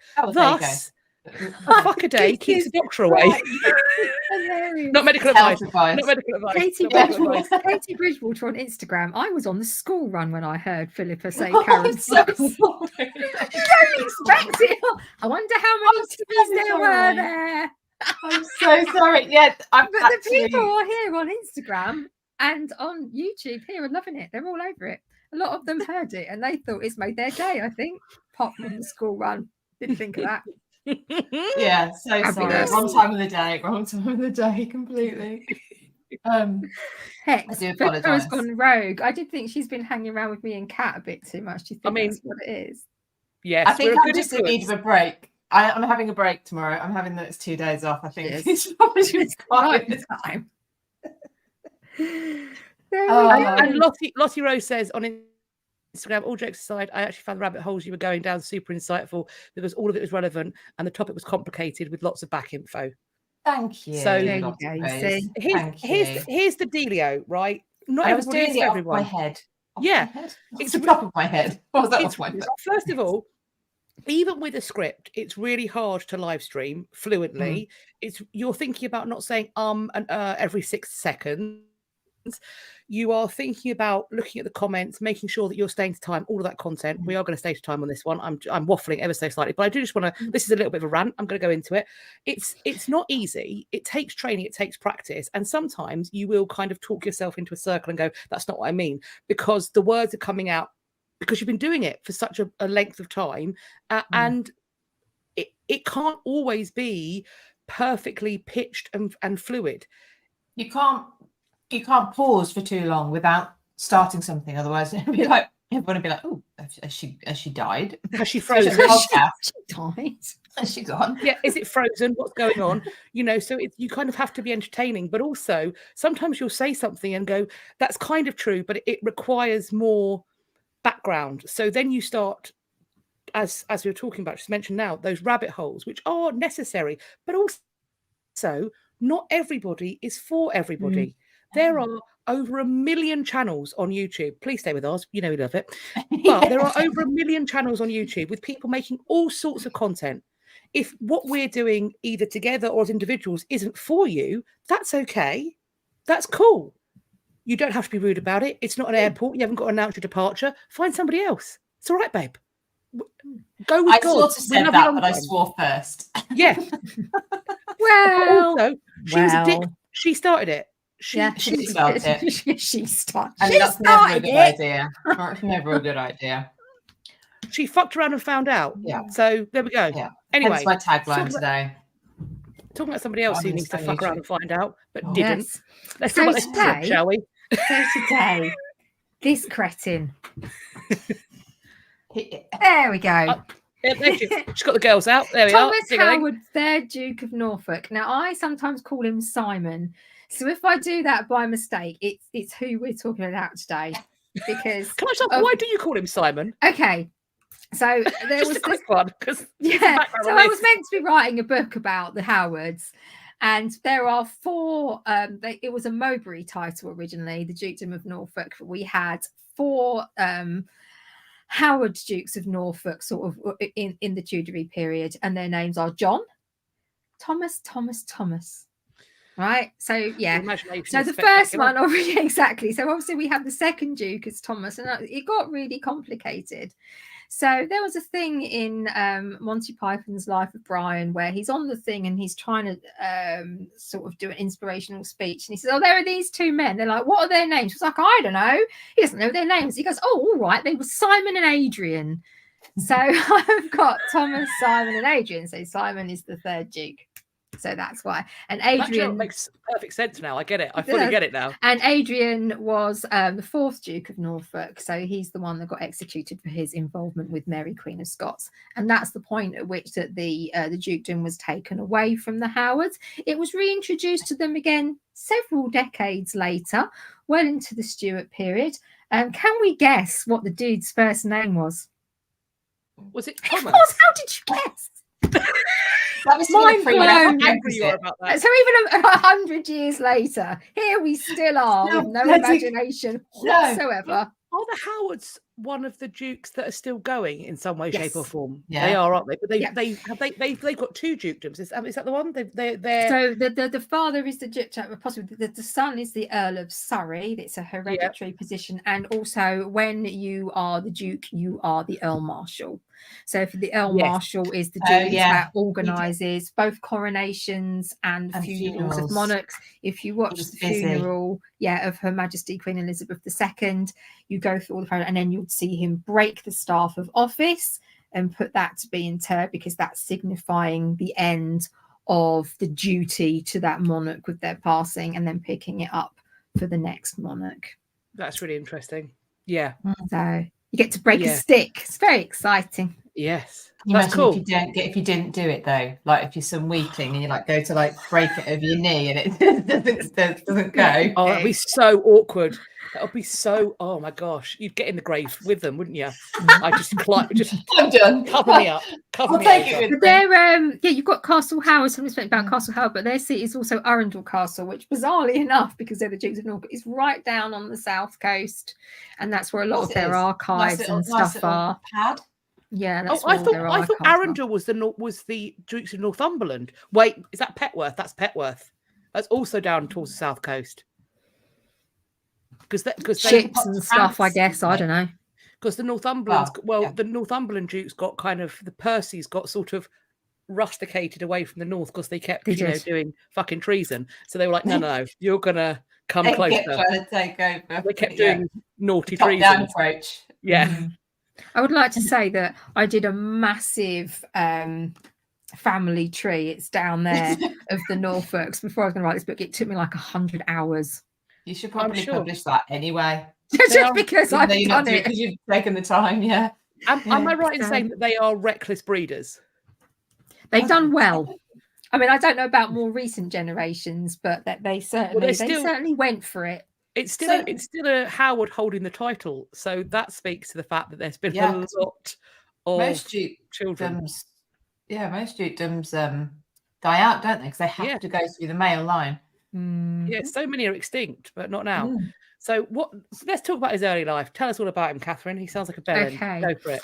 So this is a little bit difficult because obviously, because I've done all this research, I find it really, really hard to leave something out. So I'm going to try and go through this sort of as quickly as I can. The family tree, for fuck's sake. We'll be here all week. Oh yeah. So as when we were talking about this earlier, Philippa said, it's actually quite important to go back. You have to look at a little bit of the history of the previous generations to make it make sense.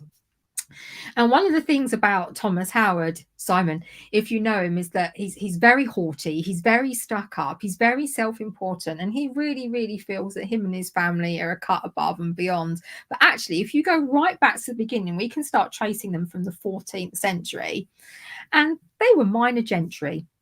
That's what they were. They weren't anything to write home about, if for want of a better expression. So the earliest one we have a prominent family. They were a prominent family, in fact, in the 13th century, not the 14th. And you see a guy called Sir William Howard of East Winch, and he lived there, and his father lived there, and his father lived there. But basically, I'm trying to abridge this. They made good with good marriages. So it wasn't necessarily that they were always fantastic in what they were doing, although sometimes they were. Some of them had good careers in law and became sheriffs of different places. So rather than dukedoms, just sheriffs of Norfolk and Suffolk, but they made good marriages, and those marriages would bring titles or like earldoms and things, and or they would bring land and property. So this was building up over time. We had a couple of centuries of all this going on. And there was some Plantagenet blood in the line. There was some working in the household of Edward I and things like that. There's lots of it mixes in together. So there was some good lineage there going on. Now, you get to the point where what happens is that this has been building up and building up and building up. And then we get to the point where the baronies are being given over and it's going really well, but then there's only a daughter. So what happens is that we get to the fourth John in the line of all these people, and John the fifth, John the fourth marries a lady called Joan Walton, and they only have a daughter called Elizabeth. So all this time they have spent building all plans and everything up is now going to get passed on to her husband. So John de Vere, 12th Earl of Oxford, and you might recognise the name de Vere. You see the Oxfords come up quite a lot, and his grandfather was actually fought at Bosworth with Henry Tudor because there was some beef between the Oxfords and Richard III. It's complicated, but it was unpleasant. It was unpleasant. So they kind of lost all these things. So they had to take a period where they had to try and recuperate what they've got. And because when John's father died, the fifth Sir John, he actually got pretty much nothing from his father, or all of that he'd been taken away. So you see the family's ebbs and flows of fortune, basically. However, he had two sons, Henry and Robert, and this is where it starts to get interesting. It does. It starts to get interesting because Robert did a good one. He married a posh bird. Well done, Robert. Well done, Robert. And this is what turned the family's fortune, because he married a lady called, I can't find her name now. Oh no, why is it just escaped me? Posh That's because bird. the family tree is the size of a double-decker bus. Margaret. Her name was Well, it's Margaret. either going to be Margaret, Mary, or Catherine, isn't it? Let's be True, honest. It's one of the above.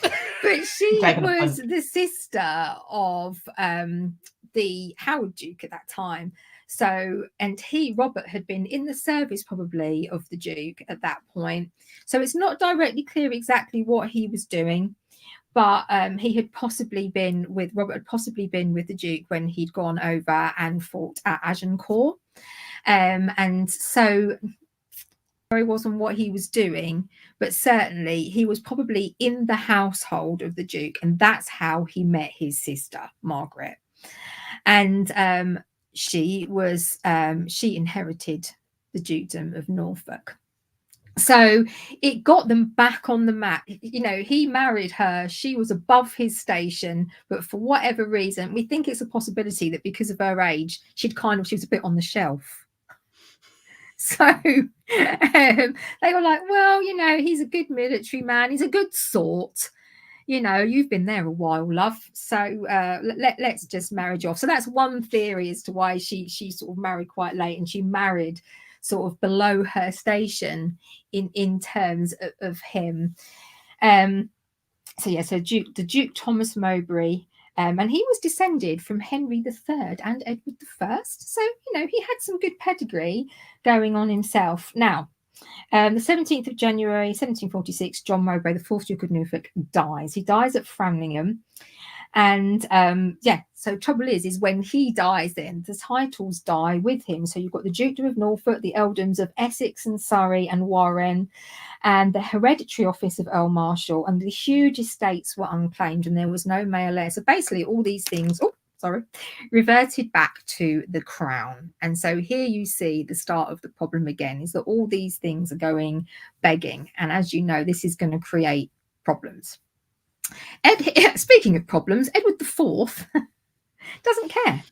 He sees these people as a minor gentry family. Now, they were absolutely staunch Yorkists from start to finish. And this is really important.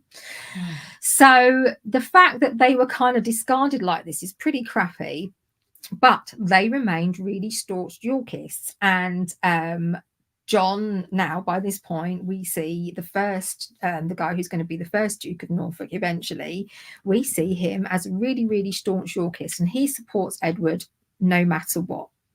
So when Edward dies, he continues to support Edward no matter what. However, what has happened here is that Edward's gone, oh, this stuff's gone begging. And he decides that what he's going to do is find a way to keep this for the crown. And he looks at his little son, the youngest, Richard of Shrewsbury, and he says, I'm going to marry her. I'm going to marry her to the heir of all these bits and pieces, little Anne. And then either he gets all that stuff and the crown gets it, or when she dies, he'll get it. So one way or another. So little Anne dies. She's aged only 8. And so it all reverts back to Richard of Shrewsbury. Now, we get an argument here of why were these things taken away and given to John Howard, who becomes the first Duke of Norfolk, if Edward might have been dead. So when he dies, this is another whole complicated thing. I shouldn't really go into that. But it's questionable over if people didn't believe the princes in the Tower were dead, why did all those titles of Richard of Shrewsbury's come up if he was still alive? People must have thought he was dead in order for them to be passed on to other people. So it's just a little bit of something else to be pissed off about and argue about. So there we go. So when she dies, there's John Howard, who becomes the first Duke, and another guy called William Lord Berkeley, who also descends from the sister of the second Norfolk Duke of Mowbray. So they are two people who have a claim to all of these things. And all they get, because Edward IV took all this stuff and gave it to his son via this marriage between little Anne, because she was the only heiress left that John had, was some minor lands, minor sort of buildings and lands, nothing major, no titles, no nothing. But still, John sticks with him until he's one of the people that rocks up outside of Sanctuary to demand that Elizabeth Woodville hands over little Richard. until he's one of the people that drags Hastings out of the famous meeting to his judicial murder. So at this point, why have we seen him move his allegiance away from Edward V over to Richard? Okay. And this is all important, I promise. I promise. So on the 25th of June, so not long after John Howard has pulled Hastings out and had him, taken part in his judicial murder, 25th of June, Richard installs himself in the chair of Westminster.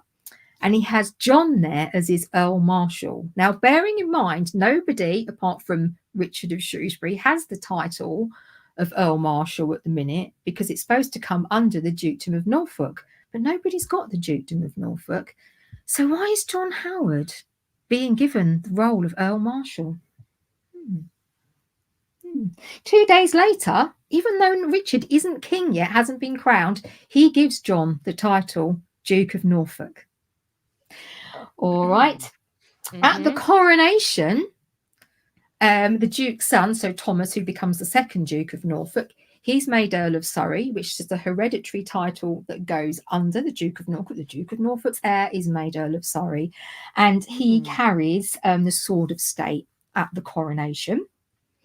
And then about a month after all this cracks off, John Howard, not the other dude, gets pretty much all of the lands and the other titles and the money and everything like that got given to Richard of Shrewsbury when he technically married Little Anne, when they had that bond. So, the sort of suspicious among us might think that maybe him moving from Edward over to Richard may have had something to do with promises of all the stuff that his brother Edward had taken away. But that's just any thoughts of anyone with a suspicious mind. So make of that what you will. Anyway, so now of course, it might end up being a running theme. Yes. So anyway, so at this point they're all over at Richard III. So when Henry Tudor goes, yeah, Bosworth, off they go. See ya.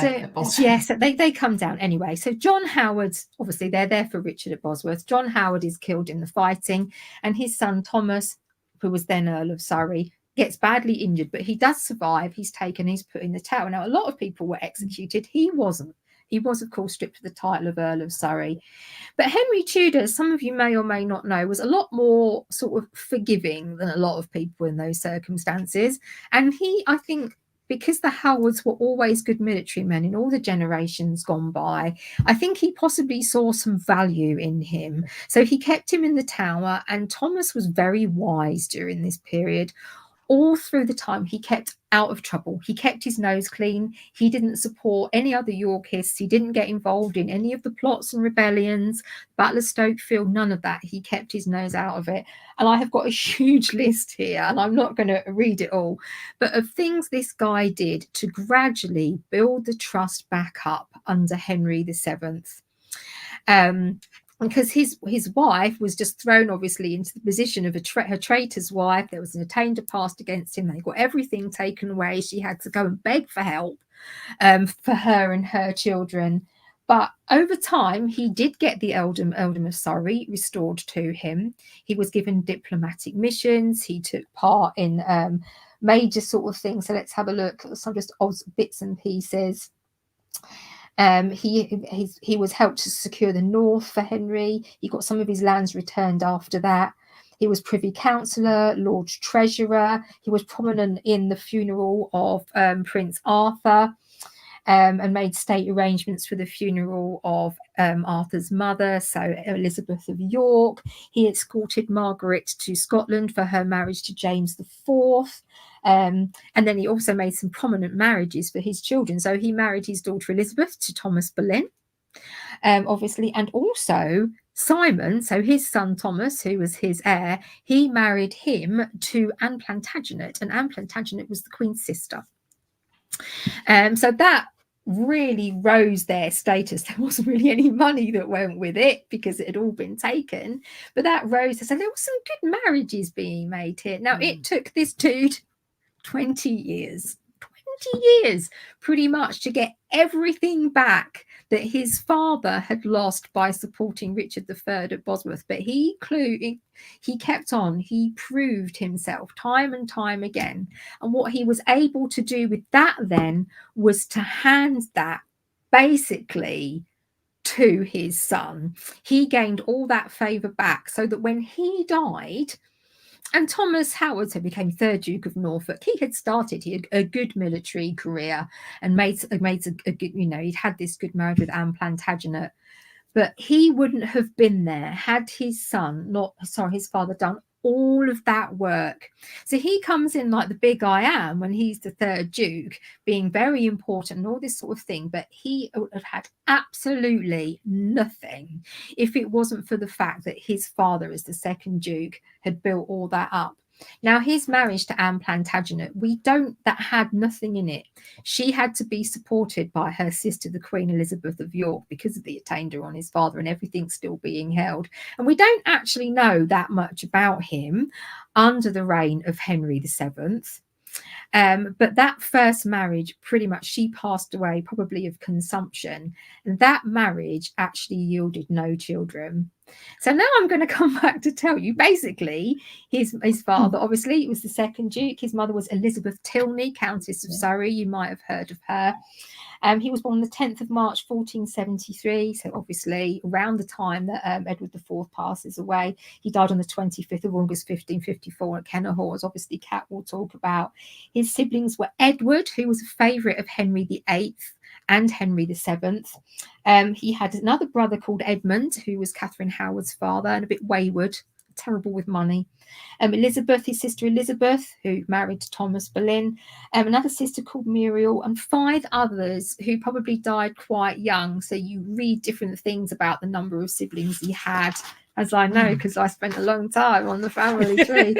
Depending on, there was up to 11, depending on where you read, but they're not all necessarily named and given dates for. So she died, as I said, and there had been some children in that marriage, but there was one son called Thomas who they had a couple of years married. He died at about the age of 8 or 9, and possibly a daughter called Elizabeth as well. But none of those children survived. So obviously he needed to get married again. We're going to talk about his wife, Elizabeth. She was 19, he was 40. We always like a little bit of that tastefulness going on. And they did have a number of children, including some notable children and children that made good marriages. And he married a lady called Agnes Tilney. You may recognise her name. She was a Dowager Duchess of Norfolk, and she ran badly the house in which Catherine Howard went to for her sort of deportment and education and how to become a young lady, and where, of course, she met Francis Derham and who was the other one? Henry Manox. Thank you very much. Yes, not Mark at all.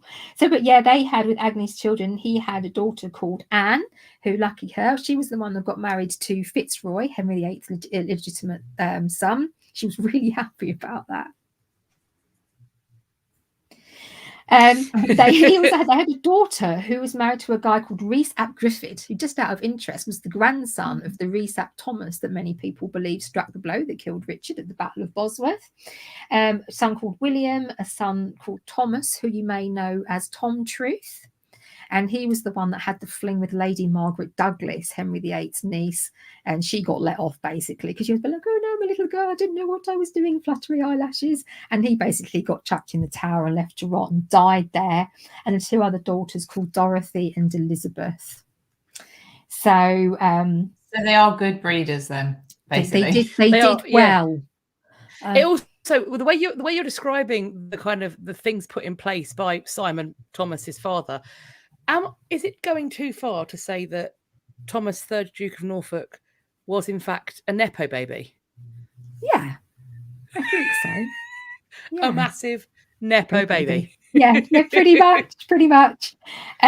Notably, the Earl of Surrey, someone else is going to turn up as well. His eldest son, Simon's eldest son, wasn't Adrian, the 4th Duke. It was actually a guy called Henry Howard. He inherited his father's enormous sense of self-entitlement. The only thing he did worth of note that probably kept him going as long as he did was he was very good friends with Henry Fitzroy. I believe it was his master of the horse. He was very upset when he died, and he was actually charged, along with Simon, the 3rd Duke, in arranging his funeral. But yeah, he ended up getting executed because, well, I think Philippa might touch that. If not, we can come back to it. So it was actually the third Duke's heir to the title, was the fourth Duke Thomas, was his grandson. And as we mentioned, he was executed for his role in plotting against Elizabeth with Mary, Queen of Scots. But yeah, he had a terrific military career, as all the Howards did, really. He was basically under his father's coattails a lot of time of that, but we know him as the Flodden Duke, and many of you will know Flodden was the very successful battle against James IV of Scotland that Catherine of Aragon was regent for, and she was supposed to have sent Henry his bloody coat to show that she'd killed him, and he was Henry's brother-in-law. And then that started, of course, all sorts of marital nightmares for Margaret, Henry VIII's sister. Henry VIII was not massively fond of Simon, even though he used him quite a lot, and probably we'll come back to that at the end. But I think there was always just that little bit of mistrust. Henry VIII never really trusted him. He never really got that little bit of power. Even when my opinion is, you see Wolsey's demise, you see Cromwell's demise, particularly Cromwell. Both of them, he had a hand in that, the third Duke. And then there was that top spot, which Henry never really filled. And I think a lot of people thought that after the fall of Cromwell, Thomas Howard, 3rd Duke of Norfolk, was the person that would get that top spot. He had the power, he had the influence, he was the wealthiest, most influential man with the biggest network of marriages and things like that at court. But I don't think Henry quite ever trusted him enough. Also, he was pretty Catholic. He tried not to be, but he was, yeah. So he kind of, and we see him towards the end in conflict as well, with Jane Seymour's family. You have that with sort of Somerset right at the end there, all those sort of factions really pulling against one another all of the time. So yeah, that was me talking an awful lot because I know a lot about him and I like him and I hate him. He's a wanker. Paige said earlier up in the chat about 10 minutes ago, Paige said to thank Catherine, thank you for explaining this complicated thing in such an easy to understand way. Yeah. I could talk about this prick for hours. Honestly. In fact, I can recommend a really good book on him. There's not many biographies of the Howards, but this one is fabulous, The Ebbs and Flows of Fortune. So that's a show it on the Instagram one as well. Show it on the Instagram book. There you go. Jen Brandon says that she was going to suggest doing a few Nepo babies for the weeks we have left over after the Gits. History's Nepo babies. We'll make a note of that. We'll make a note. Thank you. So that was a lot. Sorry, not sorry. And Pretty Pig says they're nobles, they're all Nepo babies, which is absolutely true. That's also a fair point, yeah. Absolutely but he did true. it with some gusto. Yes, but there are noble Nepo babies and then there are noble Nepo babies. And he's the latter. Nepo baby. So yeah, but that is an excellent book. It can be a bit tricky to get hold of. I don't think it was cheap, but if you can get it, it's well worth the read. Or maybe we could do a story time. It's very interesting. Chapter a week. Chapter a week. Bedtime with Catherine. All of these marriages is you sort of get the sense of somebody playing. It doesn't feel like any of it's a mistake. It feels like no. 3D chess. So calculating. He made no, apart from bringing his son up as a massive knob, he made no room for error. But the thing is they were so up here. They were so self-important that I just think they probably felt that they were untouchable. So I think he tried to rein his son in a little bit. It didn't work in the end. So I'd say Henry Howard, his eldest son, was the weak link. He should have.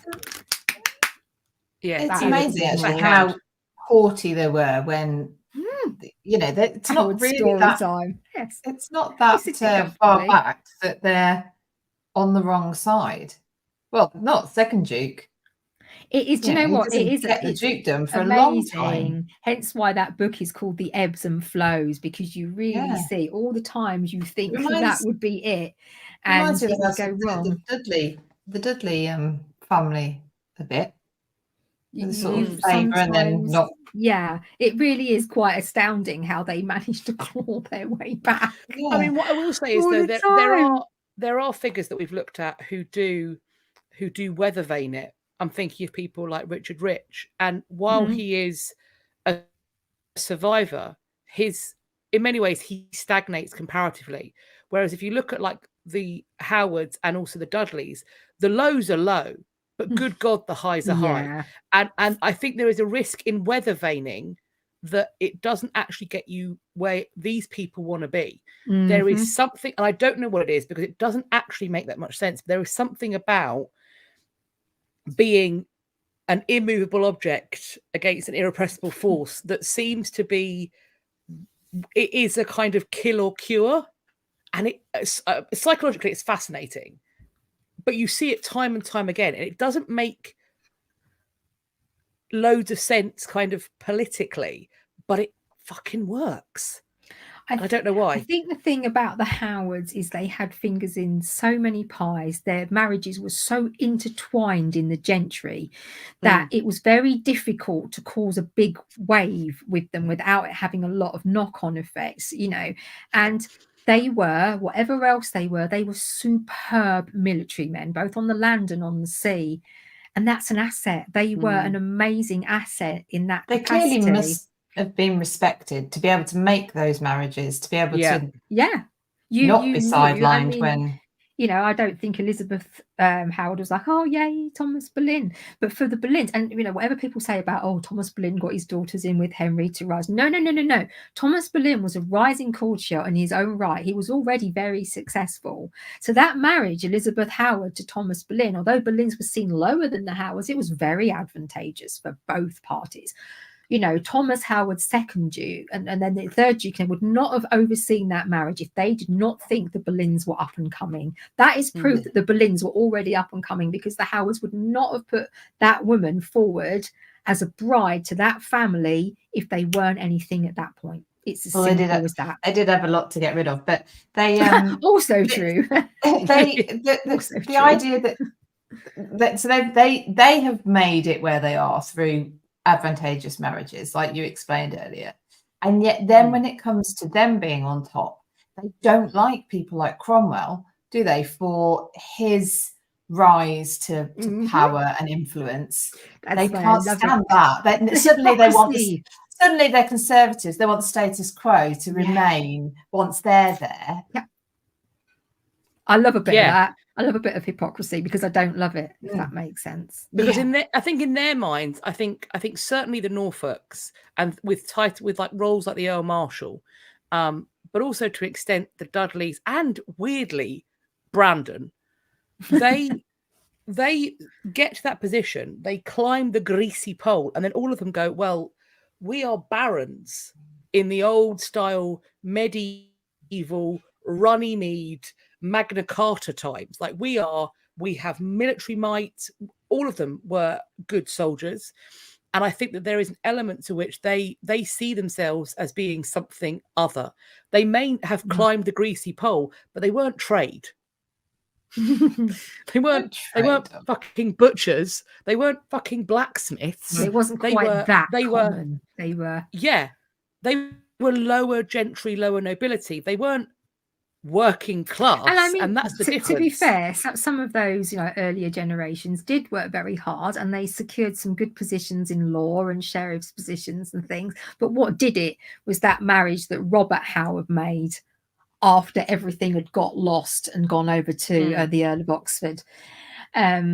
Some massive shit went down between Richard III and the Earl of Oxford. That's very complicated. You'll all be pleased to hear that was only approximately 2/3 of what I'd written, and I did edit it.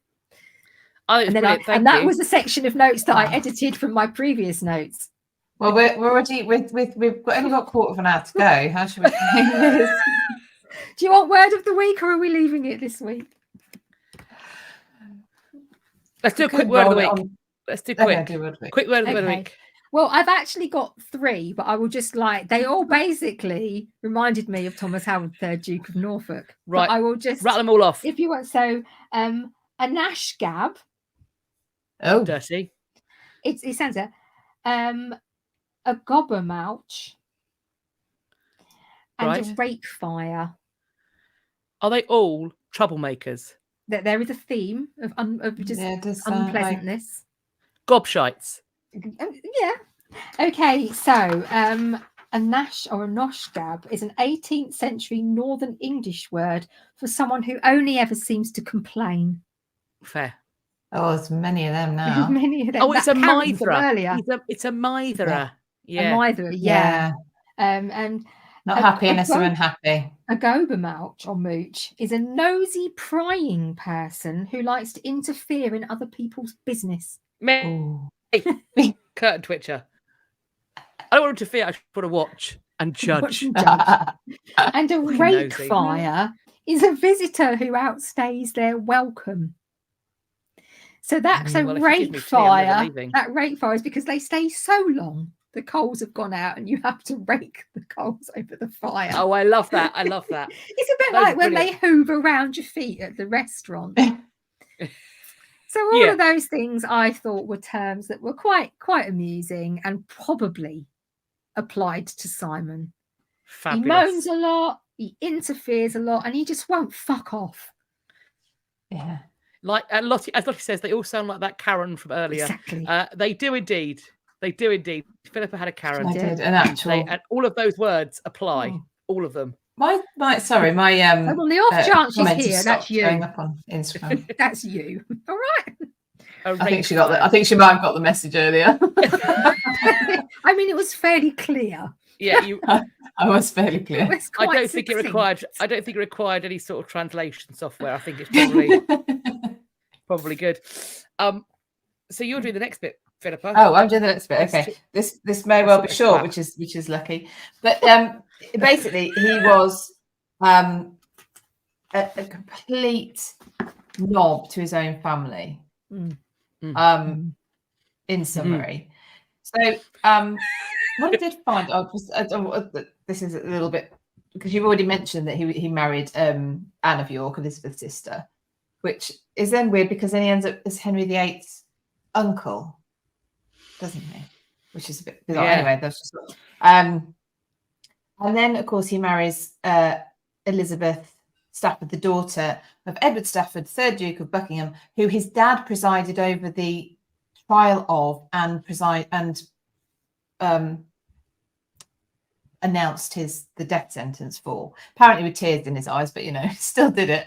Probably didn't have any choice. But how odd then that so he marries the daughter of the guy who was put to death by his father. And as you do. And although apparently, I don't know, is somewhat affectionate towards the beginning, he very quickly moved his mistress in to the house. Elizabeth Bess Holland. You can call her Bess all you like. She's still the mistress. Make her sound friendly. But he moved her into the house. Oh, she's lovely. Make her sound friendly. I love it. Rebranding. I've rebranded this wench you've brought in. Call her Bess all you like. God, it's just Bess. It's just Bess. Just you can call her. You can name her after a cow all you like. She ain't going to get milked, is she? Come on. Well, no, she Bess. did. Or he did.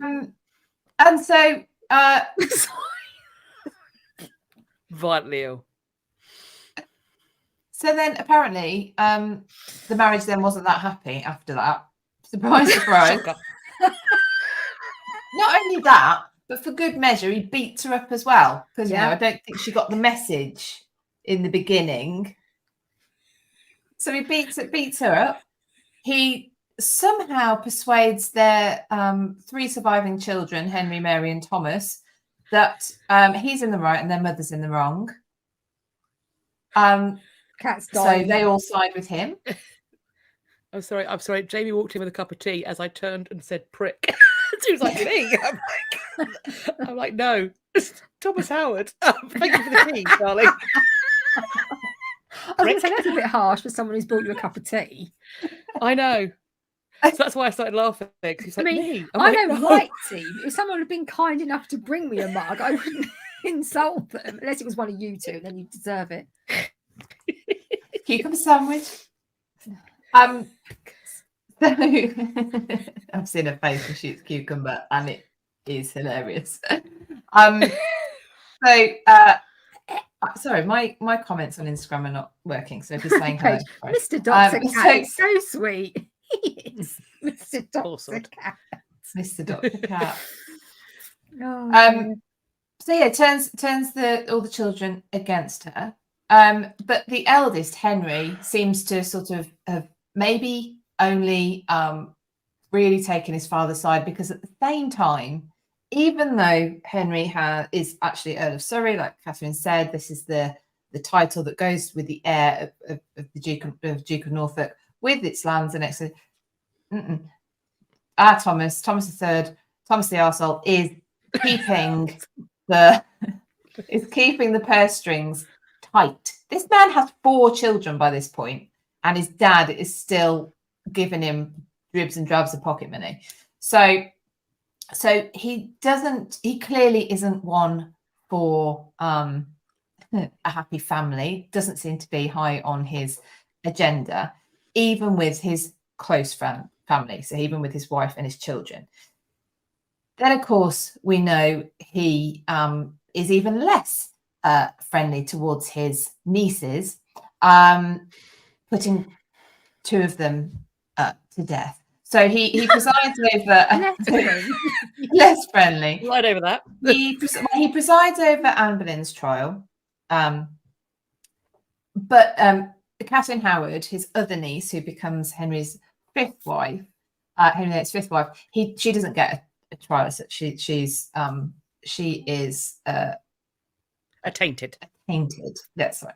So, but he is involved in the like interrogations of witnesses, and he is so incensed that his niece, whom he doesn't really have much affection for, doesn't really know. I mean, to be fair, he's already one of 20 kids or something, so God knows how many nieces and nephews he had. Christmas must be a nightmare. hang on, my thingy's down there. I can. No, we're not going through it. We're not going through it. There's a lot of them.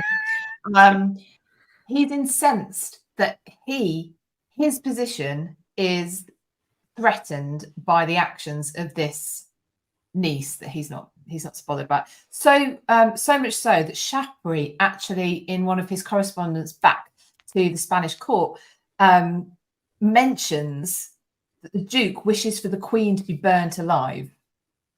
He's so incensed. It's measured. I love when people are like super chilled about things. They don't overreact. No, Yeah. they sit and At all. think about it and decide what the most reasonable course of action would be.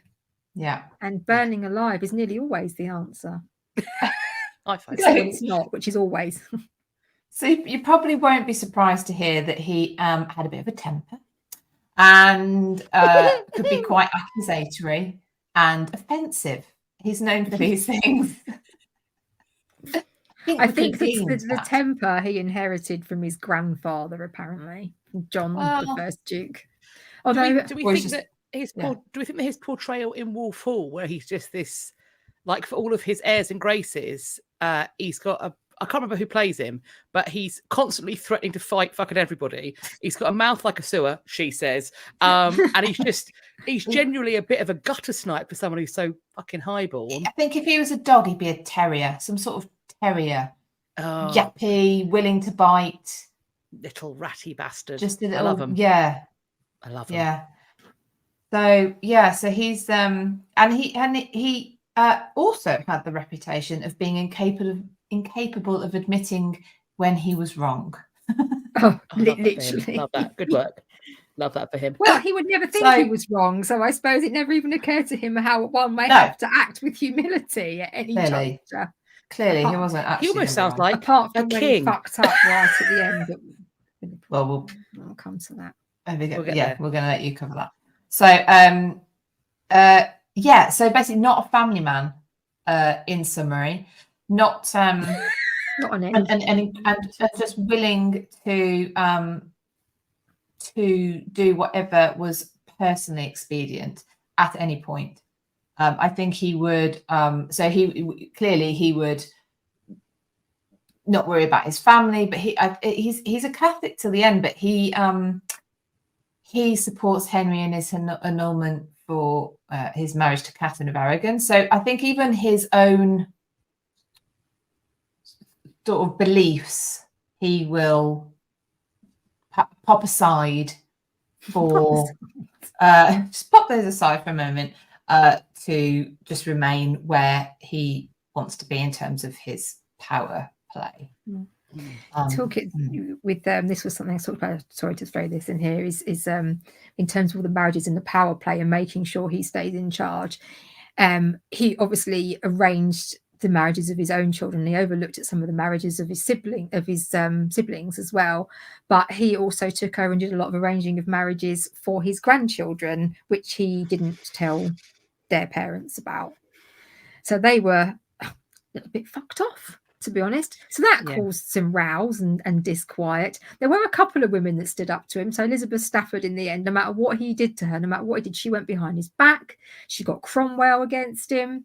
That woman, no matter what did to her, he was like, I'll give you your stuff back. I'll let you go. I'll do this and I'll do that. Anything if you give me a divorce. And she was like, no, fuck you. The one thing that I can do to pay you back is not give you that divorce. And she wouldn't divorce him. And also Anne, when Fitzroy died, they were trying to get some of the dowry back and stuff because the marriage hadn't been consummated. Then he tries to marry her off to Thomas Seymour, of all people. And she went, you can take that and you can stick it up your self-entitled arse. And Henry Howard, her brother, was going to, you can't talk to him. Then he was having a go at Thomas Seymour. And then they were going to have a duel. It must have been very entertaining. Anyway, she never got married again. And to be fair to her, Henry Howard, her brother obviously got executed by Henry VIII. She didn't have any children of her own. And she helped to bring his children up. So. He is just incredibly controlling, isn't he? He clearly, his son is married, 4 kids, still not letting him have his own money. People are talking about how the money is, broadly speaking, while Norfolk's alive, it's his money. I think it's worth pointing out that people don't have bank accounts at this period. Like, people might deal with bankers, but that's to loan money. People don't have like a NatWest checking account. That's not happening. You have movable wealth, you have clothing wealth, and also to survive at court and to flourish at court, there is an expectation, particularly for young people, that they will be ornaments to that court. Before they're in their grey hairs and in the position where they might be councillors, they are people that you're going to try your best to get them into positions in Henry's household. You want them to be at masques. You want them to be fabulously dressed, catching attention. All of that costs a fuckload of money. To deny your son and his children access to those family funds inhibits the way in which generationally your family can move up the ladder further.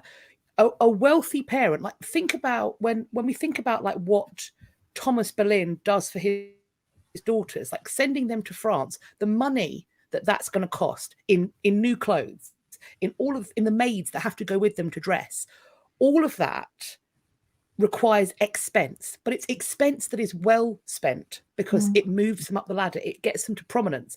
Denying them access to money isn't just being like tough love. He has no way of making his own money. They're not going to go out and get a job. The money has to be family money.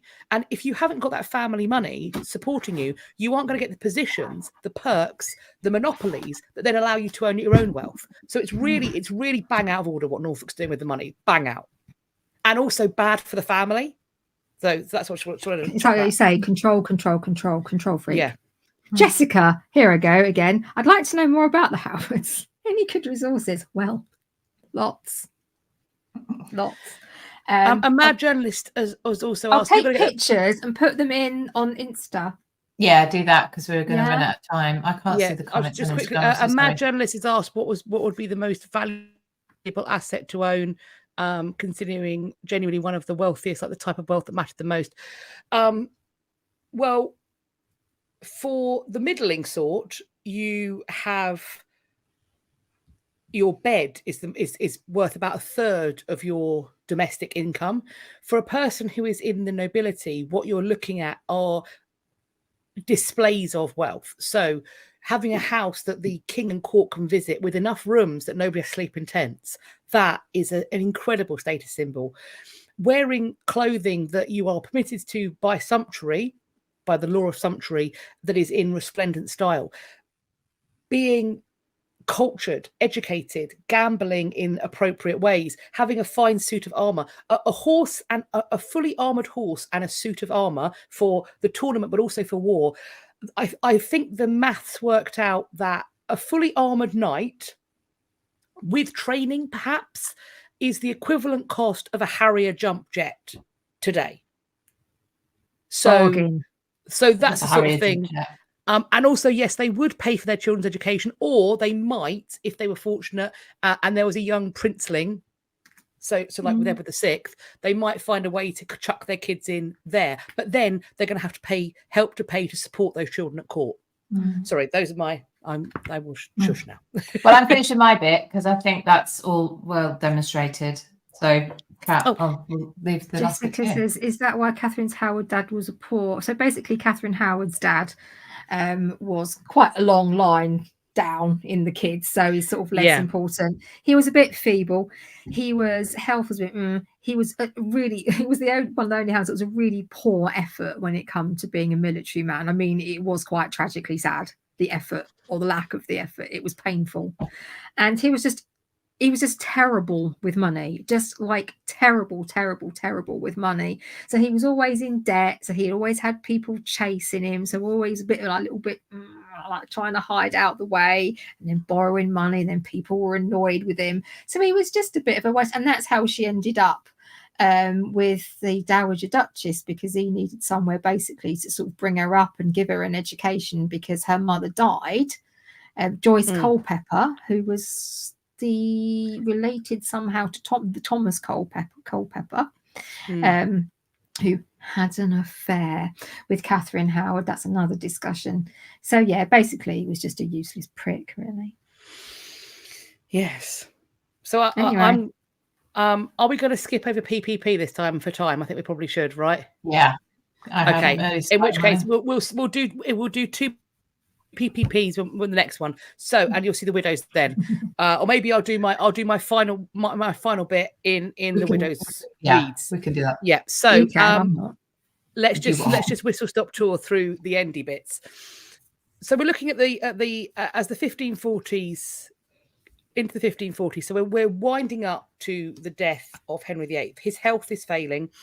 He, by this, certainly as we get to the mid to latter 1540s, even he has to be in some degree aware that he is probably going to leave behind a boy king.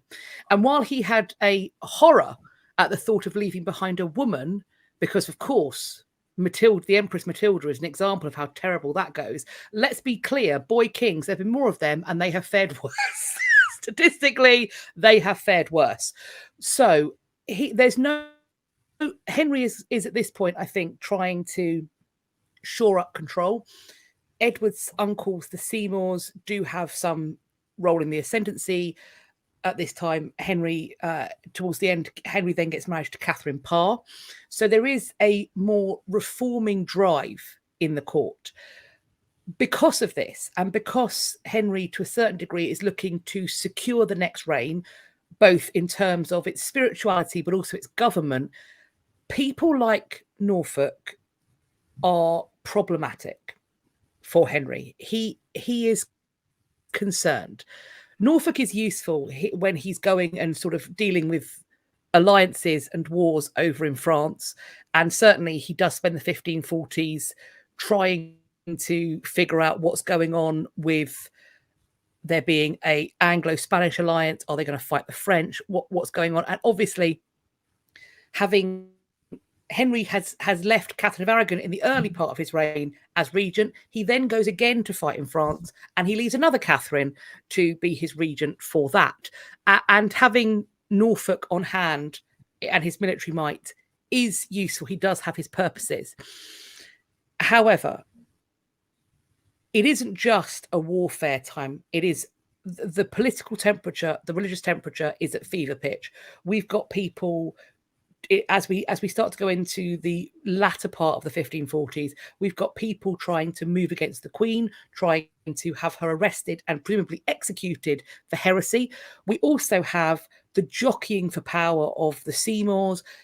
We have these aggressive and empowered court factions of reformers and conservatives, of old guard and new, and that's been happening throughout Henry's reign. He's been really fostering these factions, and now I think he realizes that while that benefited him, when it comes to his son Edward, that's a real problem. Having these very powerful factions, his child, and he is still very much a child, is not going to be able to have his hands on the reins of that in a way that's going to be effective.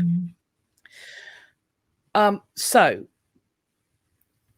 how this comes about and what's happening and why it all comes to light is that as Norfolk is trying to safeguard his interests, he talks about marrying, as you said, his daughter to Thomas Seymour. This all falls apart, not only because she says no, but also Henry Howard apparently starts fucking around and finding out. Henry Howard, who at this point is styled Earl of Surrey, we've talked about how he is arrogant and all the rest of it. He then, we are told, starts buggering about with his armorial style. So the achievement of arms that he has. And what he does is he quarters it with designs that are reserved for royal arms. So he essentially quarters his arms with arms of royalty, which very much looks like you have monarchical aspirations. And when you're leaving behind 2 bastard girls and a boy king, that is really dangerous when you have this young buck trained military leader who is quartering his arms with the royal arms. Now, technically, he has the right to it by bloodline. Doing it without express permission is audacious. So it's almost like he's seeing what he can get away with. He's the raptor testing the fence, but in this case, the fence is Henry VIII, and he is now a full tyrant. So he's not testing the electric fence, he's testing the full tyrant, and he's going to find out this is a problem. So this gets talked about, and Surrey and Norfolk are sent to the Tower on the 12th of December. Norfolk is writing to the king. He is pleading his innocence. He's saying, Henry, take my lands. He's, throwing everybody he possibly can under the bus, as is his style. But the king, I think, by this point is done. And really and truly, the king Henry is thinking, I've got it now, and it would be far easier. They've done sufficiently. Their houses have been searched. We have incriminating evidence. I can do them for treason. We can wipe the board clean. And so when it comes to my son ruling, he isn't going to have to deal with this. Norfolk starts going, please give all of my lands to Prince Edward.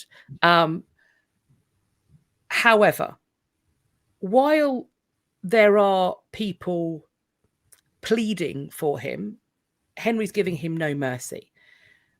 There is going to be evidence given against him. His members of his family to give evidence against him. Obviously, his estranged wife gives evidence against him. The Dowager Duchess of Richmond, Henry Fitzroy's widow, gives evidence. Also, his mistress, Bess Holland, Friendly Bess, evidence against him. Friendly Bess. Isn't it 27th of January, 1547. The karma train came. It ran him over and then it reversed. Yeah, he is attainted by statute, so he isn't given a trial. The king the clock is running out. He gives his assent. It's done by dry stamp, presumably because he's too unwell to actually sign it himself. His son is executed. Norfolk is supposed to be executed, but Henry dies just before the night before Norfolk is supposed to get the chopperoo, and so there's now a new reign. Thus, the people who are dealing with Edward VI coming to the throne don't want to start the reign with bloodshed. They think this is not the way to start a boy king's reign. We'll leave him alone. So Norfolk then spends the rest of Edward's reign in the Tower. Even though she gave evidence, the Dowager Duchess of Richmond is making petitions to get his release, presumably because with him in the Tower, there ain't no money coming down the track, and he has been attainted for treason. Bishops of Lincoln, Rochester, St. David's, all evangelicals are sent to him, and they are trying to, I presume, convert him. This does, of course, fail, and he holds out until the accession of Mary Tudor, who releases and pardons him in 1553. He becomes a Privy Councillor once again. He's Lord High Steward. He's there for the trial of the Duke of Northumberland, so he sees him out the door. He bears the crown at Mary's coronation, and he's assisted by the eldest son of Surrey at the coronation, another Thomas Howard. He supervises the coronation banquet, and then, following a petition later that year, his attainder is nullified, so he's no longer a traitor. He also goes and does battle against Thomas Wyatt's rebellion in 1554. For me, I think the most offensive thing, no, maybe not the most, the thing that I think causes me the most rage when it comes to I know what you're going to say. Simon, yeah, is the fact that this absolute swine fucking dies in his bed. The fact that this fucking swine dies in his bed at Kenning Hall in Norfolk, his lovely home, right? And the fact that he does it when he's about 80 or 81 years old, if nothing else, and he's a lot. The absolute cheek. The absolute audacity. But also, he is proof positive that only the good die young. Because this motherfucker is old like Ahab, and there he is for the time.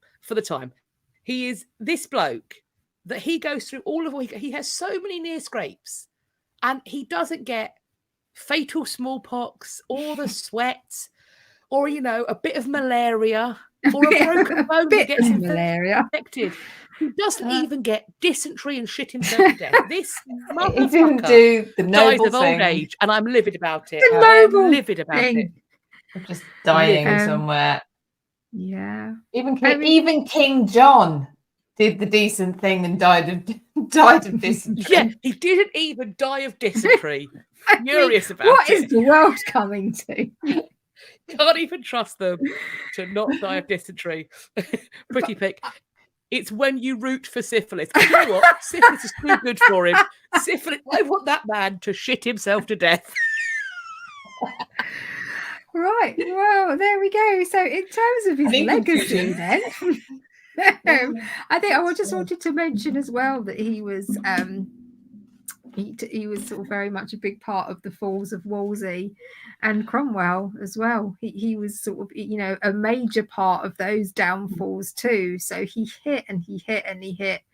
And then you think as well that, you know, when all the two nieces executed for treason, and it hardly touched him.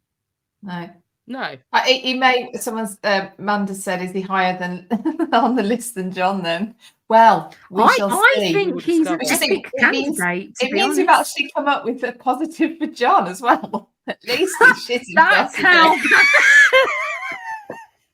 At least he had the decency to die horribly. Die in the most painful way possible. That's fine. At least an act of humility right at the end. The definite act of humility, shooting itself to death, is it? You can't be more humbled. Well, right, we will. I'm fascinated to know where he's going to rank. So, correct me if I'm wrong. We're going to do, for the last bits of our gits, we're doing 3 gits and then a roundup. Yes, is that correct? That's how the maths works. So we have 2 widows. Let's wrap this up. Why are you putting it on? Because there was no PPP, so we need a widow. We need a widow situation. Yeah, I don't care. I'm not putting it on. We should have put him on for Yeah, we should. I'm going to channel you, Philippa. Yeah. Who's next? And is it next week? Are you away? What's happening? No, I am actually around next week. I think as we're far all as I'm pretty aware. much back now. Yes. With our various summary. I think there is one day that anyway, but no, Well, I am around. We actually have a choice next week. Oh yeah, we were supposed to have a discussion about this. We were supposed to have a discussion. We might have to let you know. It's what letter is it? V. It's a V. Right. We watch this space. So we're going to have a V. So we're going to have. So we've had Uncle Howard. We're going to have a V, and then we're having a roundup. No. W. W. And then a roundup. WXZ. Yeah. I can't do my letters. I forget how the alphabet works. I am sorry. So we've got 2 more to go. Then a roundup. Then 3. Then a roundup. Then our gits are done. And we're going to go. Are we going to have a Christmas. grand finale where we go through all the scores? Yeah, we'll celebrate the winner. Yeah. We will let you know. People are popping in the comments who they think it is. Victoria. Please, Victoria. She was a total knob. See. There we go. Correct. Well, we shall see. She might. We she actually see. Isn't one of the options we've put down. Because I think we did her husband's. We did. I mean, not like that. What? All right. Right. What's the story? Where can they find us? What are the words? Dear. So okay then. If you have followed us on YouTube, thank you very much indeed. Please make sure you like, subscribe, hit the bell button. Please do comment and share the video with everyone that you can, because it really helps us with all the algorithms and all that palaver. And we do love to read your comments. We don't always reply to all of them, but we do love to read them. Thank you so much. We don't always read them. Full stop. we do sometimes. We don't always reply to them. If you, we're also on the Instagram as well, where it's history.after.dark, where you sometimes get little bits of extra content, including close friends. There's a number of books I've got here. I'll take photos of them and put them up on the Instagram if you want to go and look that. You can join Close Friends by going to buymeacoffee.com/had podcast, which is where you can buy us a tiny Winnie Bago. And yes, which is fault for me. Anyway, so if you want to support us that way, then that would be very much. I might do a cucumber one. the hate in her face, the hate. Fuck's sake.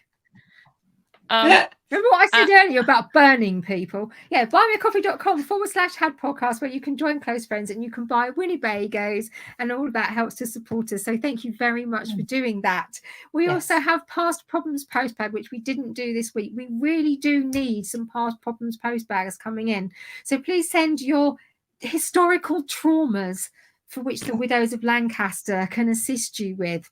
Not serious, and make them as silly as you can. Make nice. If you're serious, we won't be. But kind of like make them make sense, because sometimes they don't.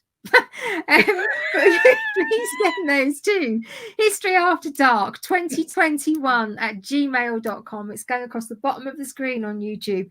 historyafterdark2021@gmail.com. The final thing you can do is sign up. What the hell is she laughing at? It's not a cucumbago. It's not a Winnebago. It's a cucumbago. I mean, anyway, you could join us. You could also sign up for our Substack. It is free. And at the moment is where you can get all the links to things, Philippa, as and when they go live. And eventually we will have lots of other stuff going onto our Substack as well. Philippa, what is it? History After Dark Hub. There it is. Substack.com. Because obviously you can't see this on Instagram because it's on YouTube. historyafterdarkhub.substack.com. It should all be in our link tree. We also have merch as well. Various different things. Now, this is where is anybody wearing their Had t-shirt? I found it. There you go. So Philippa's wearing, so you can see on your Had t-shirt. I've got Simon on mine today, obviously. It's got our names on it. If you have currently one that has Catherine Brooks on it, you want to keep hold of that, or if you want one of those, buy it quick, because as you can see, spot the difference. Changes. Okay, so but we will be adding some more merch to that very soon, and we will be buying our own merch very soon as well, coming up for the Time for winter. So hoodies, there will be indeedy. some more modelling Yes. going on.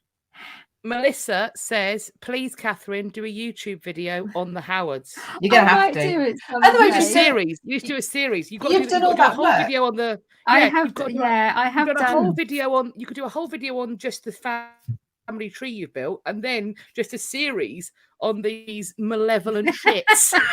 I have done. I mean, I had still a lot of research to do, but I had done quite a lot of research already. Not so much on the fourth Duke.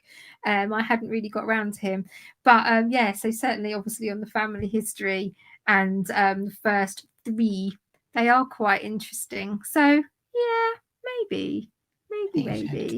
Do we have another T-shirt color for people who don't wear black? People like maybe like a dark brown or a navy blue. No. We can add them quite easily. We have a white. I think we have a white T-shirt. We could make a navy hoodie or something, possibly as a bit of a change. I think we can add colours. Yeah, we could do that. Yeah, that's fine. Just someone remind me at some point. When Navy's a good shout. Okay, thanks, C McG. Kat, where can we find you when you're not here? You can find me on Instagram, TikTok, Threads, and also elsewhere on YouTube, Reading the Past, or some version of my name, which is either Cat Marchant or Katrina.Marchant. I've got a link tree. Cat's follow everywhere. it, or you can come to my website. And sometimes you might even see me on the telly box. So Cat's everywhere. There you are. It's like on occasion, I might like pop up. I am. I'm like the plague in I am. You just sweat. pop up. Turns up. I make you all hot and bothered. Yeah. Yeah, that's it. Okay, Philippa, where can we find you? You can find me on Instagram, British History Tours. You can find me YouTube, just / British History. And what else have I said? Oh no, that's probably the main places. And you can also sign up to my Substack.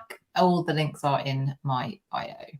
Okay, I am. And Catherine, what about you? I'm the historical collaborator on YouTube and just historical collaborator over on Instagram. I'm a bit useless. I don't really do very much at the minute, but apparently I've just been commissioned to do a full series on the Howards. So and also, you are doing something because YouTube is the place where people and YouTube and your Instagram is where people can find out about what's the bits and pieces that are going on with Catherine's first folio. There is going to be more. Okay, yeah. So it's going to be a fun time. It's fun times. So yeah. It's going to be some fun times. All right. So I think that is it. Thank you so much for joining us both on YouTube and on Instagram. We've had lots of fun. I hope you have too. I talked a lot about the Howards. I like them and I don't care. In fact, you could do that, babe. You did a beautiful job, mate. I like them and I don't care. So there we go. So Lottie Rose also if you wants didn't to do a enjoy full it, series I'm of not yours. interested. No, I Lottie am Rose as also bothered wants as Simon.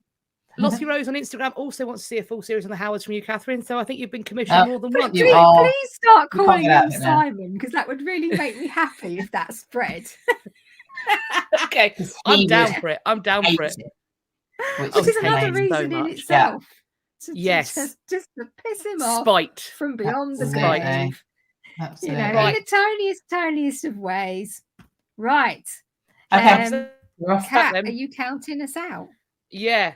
See you all next week. We're going to leave in 3, 2, 1. Bye. Bye. There you go. We are live. We are live. Hi. Thank the Lord. Eventually. Hang on. I hate it. I hate technology. I hate it all. There must be some planetary shenanigans going on. Right. It's always me. Hello, friends. I hope. Although one time it wasn't. And then if it wasn't the fact that it went wrong for Kat once, we wouldn't have the tiny mic. That is true. But yeah. How is everybody? Good. Well, I was all right. Until about 10 minutes ago. Despite the stress of the last 10 minutes. Yes. Oh, that was tense. Do you know what? As it's been so shenanigans, I am just going to do the thing because Do we're frayed at the edges, ladies. So I'm going to do the thing before we start saying things we regret, which is likely to happen. Welcome to History After Dark. It's nearly 8:30. We're almost 15 minutes late, but we're here, and that's what matters. And what also matters is that you're here, for which we are incredibly appreciative. It is delightful to have you all. It's time for the disclaimer. We called this History After Dark because when we made it, it was winter, it was after dark, but it also fits because we like to delve into the dark, dank side of history. We want to be as factually accurate as we possibly can, but while we're doing it, we are going to use 4-letter expletives, innuendo, and other random filth. This is not for the faint-hearted. It's also not something that you should listen to when you are in, say, an open plan office with a judgmental boss. This will get you a disciplinary, guaranteed. Put a headphone in. Also, if you happen to be in a space with a small child, that child is a dobber. That child is called Timmy. Timmy is a problem. Check out our merch store. Timmy is the sort of child that hears one thing once, commits it to memory. It's like a steel trap, that mind. And then he will then take that information into school. He will then share that unmitigated filth with his teacher, who in my mind looks like Miss Honey from Matilda. She, of course, won't understand it because she doesn't listen to Had. And she will also break the first cardinal rule of Had, which is if you don't understand, don't Google it. It's not for you. So Miss Honey's going to Google it. And then she's going to require therapy because she is innocent and we are corrupt. And so you're going to get called at the school because they're going to wonder why Timmy knows all this stuff. And then on top of that, they are also you're going to have to pay for Miss Honey's therapy. No one wants that. So put a headphone in. The other rules of Fight Club, in addition to don't Google it, is this is not a drinking game, pals.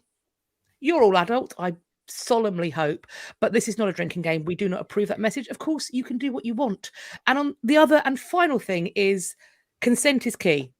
If you want to do kinky stuff, we aren't going to kink shame you, but don't involve people in your kink without their permission or consent. We have to know what's going on. So if you want to say something that you think is going to get a rise out of us so that we will publicly shame you on the internet, we know what you're doing. Stand down, soldier. Today, friends, we are talking about Thomas Seymour. Oh, yes. He's one of our deceased gits.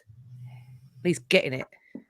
He's going to get it, I think. Not from me, because I've got the boring bit. Well, he was still I'm sure. business in the background before it kicked in. Yeah. With a vengeance. Yeah. Amanda says, can we swear in the chat or will YouTube flag it? Well, YouTube demonetizes at the moment anyway, so... Well, I think YouTube what normally happens is that it might not show up because sometimes if I go in and so wherever it is comes in a little while later and it will put in the live comments afterwards, sometimes it will say this comment is hidden for us to moderate. I normally just unhide them all. Yeah. And that's why although we are eligible for monetization, we are not safe for advertisers over here on History After Dark.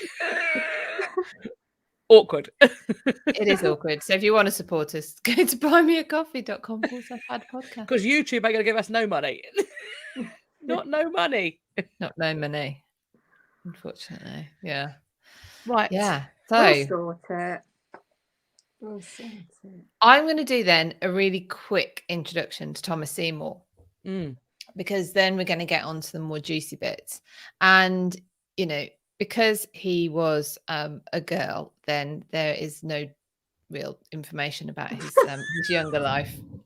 That was me being facetious because everyone always says, oh, no one ever knows the birth date of a girl because she was a girl. No, probably because she was, by the time you get to the second, third, fourth son, there's nothing written about them either. Anyway, so Thomas, no one cares.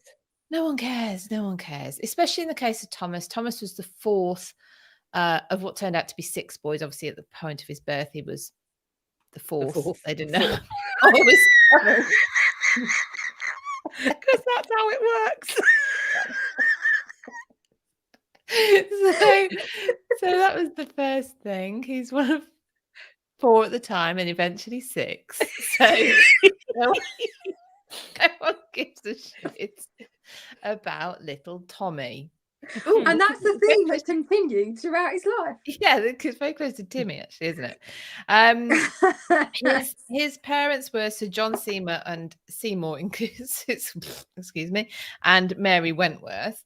And the Seymour family name probably goes back to the Norman invasion. Its root is in Saint Maur, Maur, of which there are 3 places called Saint Maur in France, all named after churches dedicated to the saint, clearly. So likely roots are as a Norman family came over in the conquest. So by the time you get to the Tudor period, they're landed gentry. They're not nobility. But anyway, yeah. So that's sort of that's where they are at that point. By the time, so we don't know what year he was born. He was born before. I wrote this down somewhere. Where did I write it down? He was born before 18. I haven't written it down somewhere actually. 1807 or something like that. We don't really know when he was born. He was born after the first 3, but After before the last 2. Before the last 2, yeah. So Whatever that was. whatever that was, yeah, around about. It's on or before 1509. That's 15. That's it, yeah. On or before. Yeah, so some places say 1507, 1508, but we don't really know. And there's very little about his childhood either. He doesn't actually come into the records until he's working in the entourage of his cousin Sir Francis Bryan, who is the English ambassador to France, and Sorry, it just came back on. it came back on. That would be Catherine's computer, not her dildo. Just so that's why you look so surprised. You think it was a vibrator, love, but it's just a computer. She got excited, bless her. That's already on. Sorry. No, that's fine. So yeah, so he turns up in the records as, like I say, as in the entourage of Francis Bryan, who's the English ambassador to the French court, and as a his role was as a messenger between the ambassador and Henry VIII. So he really isn't much until, of course, his sister Jane marries the king. Sister Jane, as we all know, was a lady in waiting to Anne. I don't think was. Oh, we've got Catherine twice.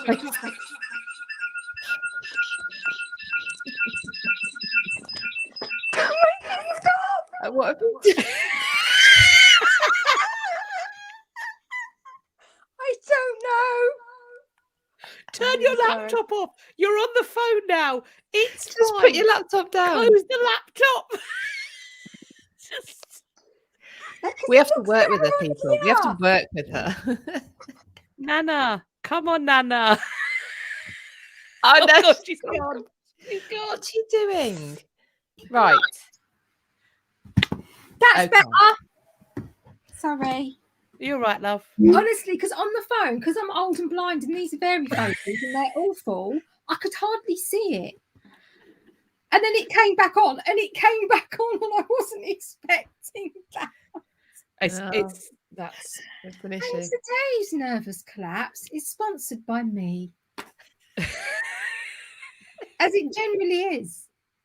Sarah saying Thomas Seymour is a curse. He's literally like a full moon. He is Mercury in retrograde. Yeah. Oh, I'm taking my glasses off now. Oh, Jesus Christ. Right. Don't ever get varifocals. Honestly, they're fucking awful. Anyway. As you were, I'm so sorry. Should we get on? I don't know what to say. It's great because this is like meeting out my bit that really is. Philippa. Yes, it was all planned, really. So basically, the Seymour brothers aren't really much. Edward Seymour's been on the battlefield with the Dudleys, actually, so he's sort of progressing that way.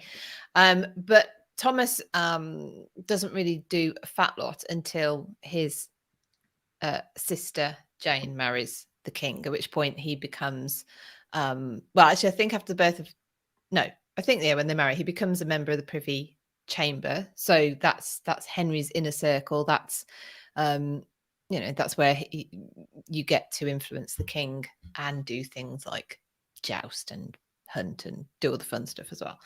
So so at that point he actually gets a little bit of taste of power, but of course his sister only lasts as queen. Her queenship is only lasts for about a year until she gives birth to Edward and then promptly dies. Then the Seymours remain important, but really because there's Edward, they are now uncles to the heir apparent. If Edward hadn't been born, if Edward hadn't survived, I wonder whether they would have, or maybe Thomas would have maybe slipped off into obscurity. Don't think Edward, because Edward was kind of proving himself as a bit of a useful courtier and on the battlefield as well by this point. But yeah, so really there's not a fat lot about Thomas before Jane, before his sister. So his sister made him, really. And that's really about it for his early life. Don't know where he's educated, don't know how he's educated. Yeah, we don't really know much about him, do we? I mean, I think there's in some ways it's a side story to go down is the fact that he has this. We first sort of hear of him in connection to Francis Bryan, whose nickname is the Vicar of Hell. Nice. So That's fun to know. That tells you perhaps something about the way that he behaves. Also, the other thing that's interesting, I should mention because people like it, that he's born at Wolf Hall, which is the Seymour seat. But so if he's born before 1509, so let's say 1508, by the time his sister marries the king in 1536, he is, what does that make him? 28? No, hang on, where am I? I can't do maths. 08, 18, 28. Yeah. No, yeah, it makes him 28. He's nearly 30. Why hasn't he married?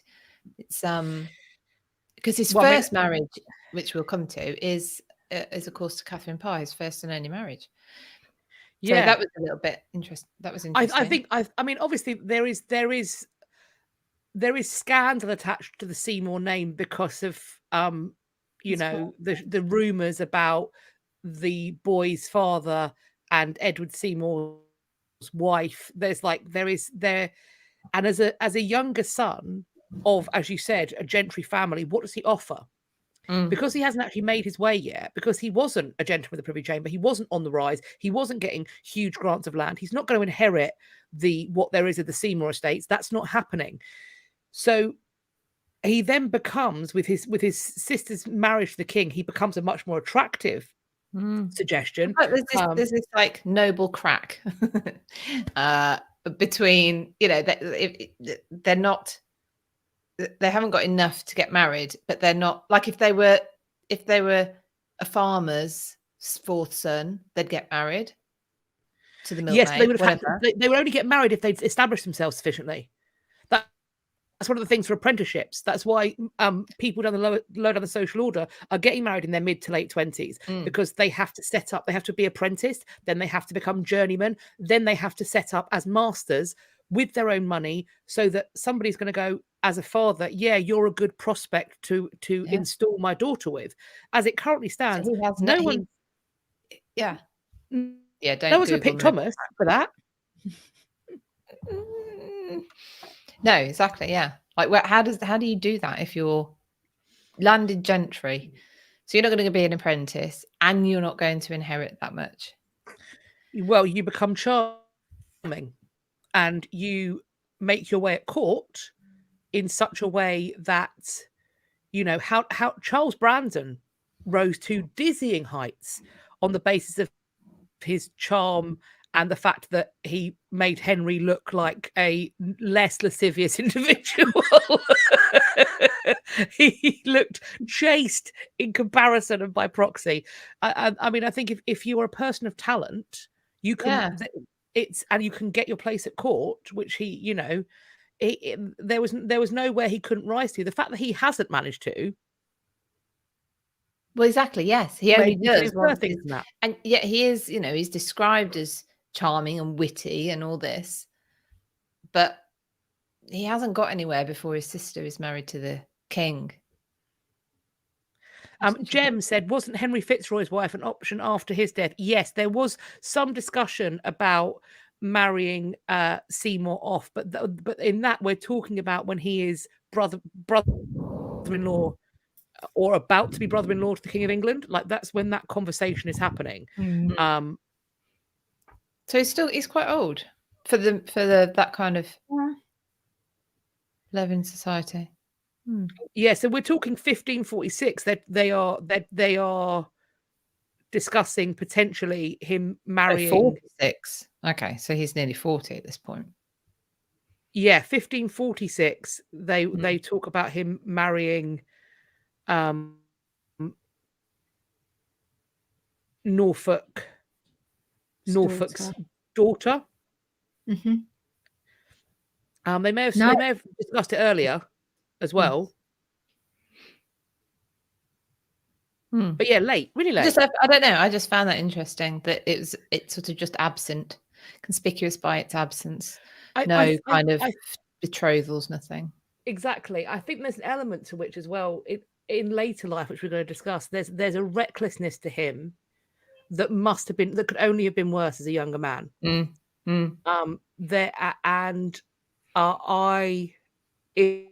If I was looking to arrange a marriage for multiple reasons, but in terms of his temperament, he is the last person I trust with my daughter. That may become plainly obvious in the rest of our discussion. He's got a hanging face. That's what he's got to me. A what? Hangman face. He's trouble. A hanging face. He's trouble. He's got a hanging face. Trouble. Yeah, right. Trouble now. I'm trouble.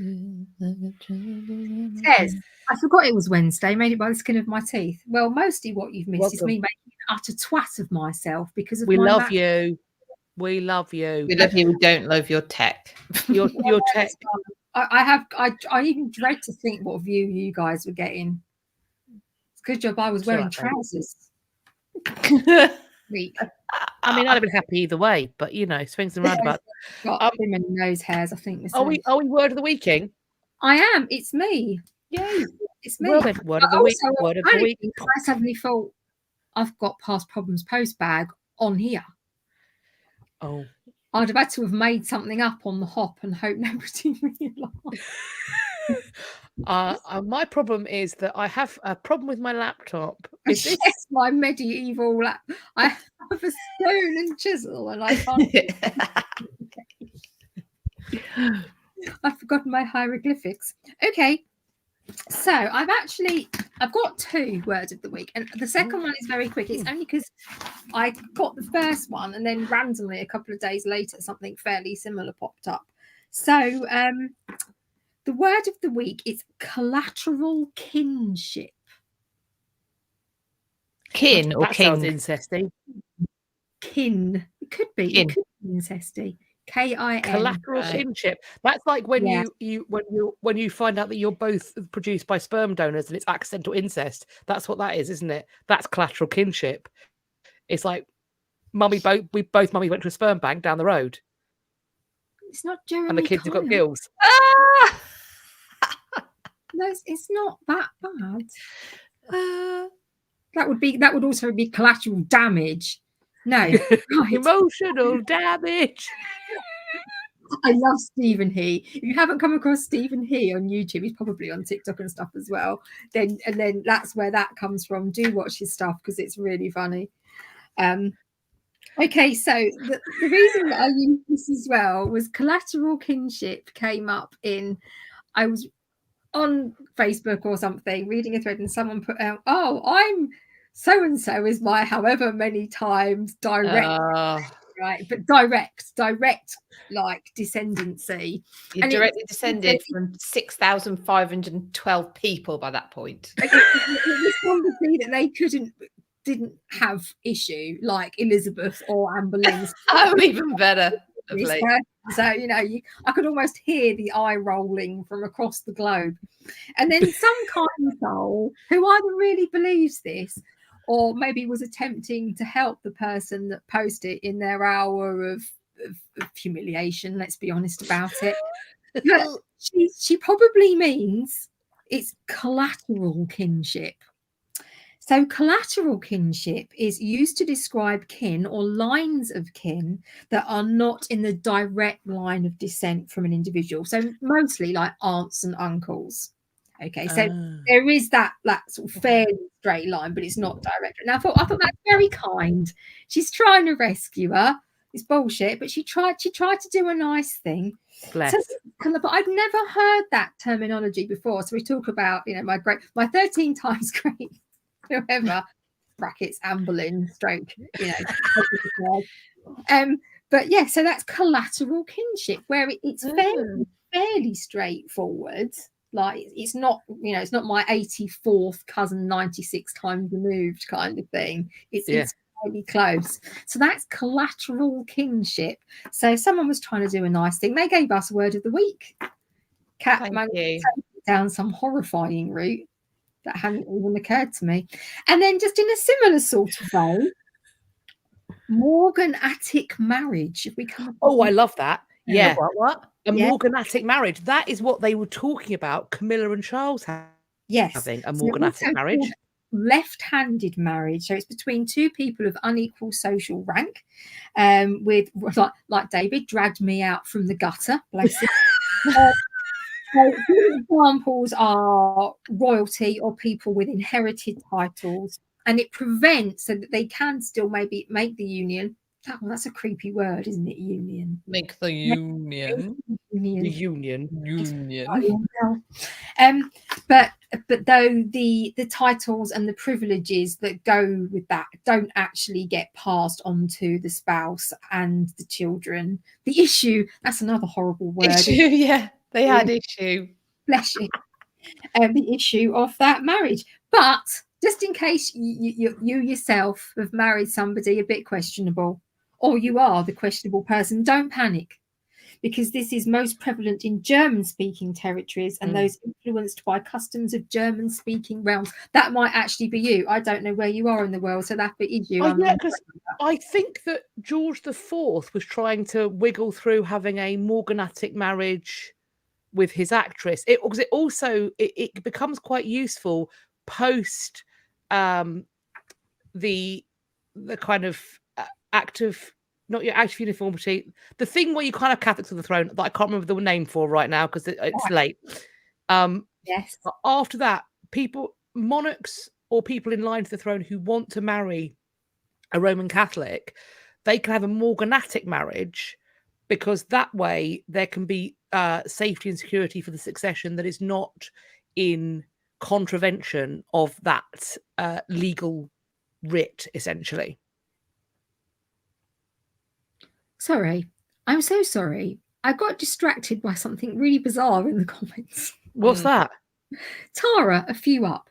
But I've just Googled Thomas, and there is a picture of him where his beard looks like male panty parts.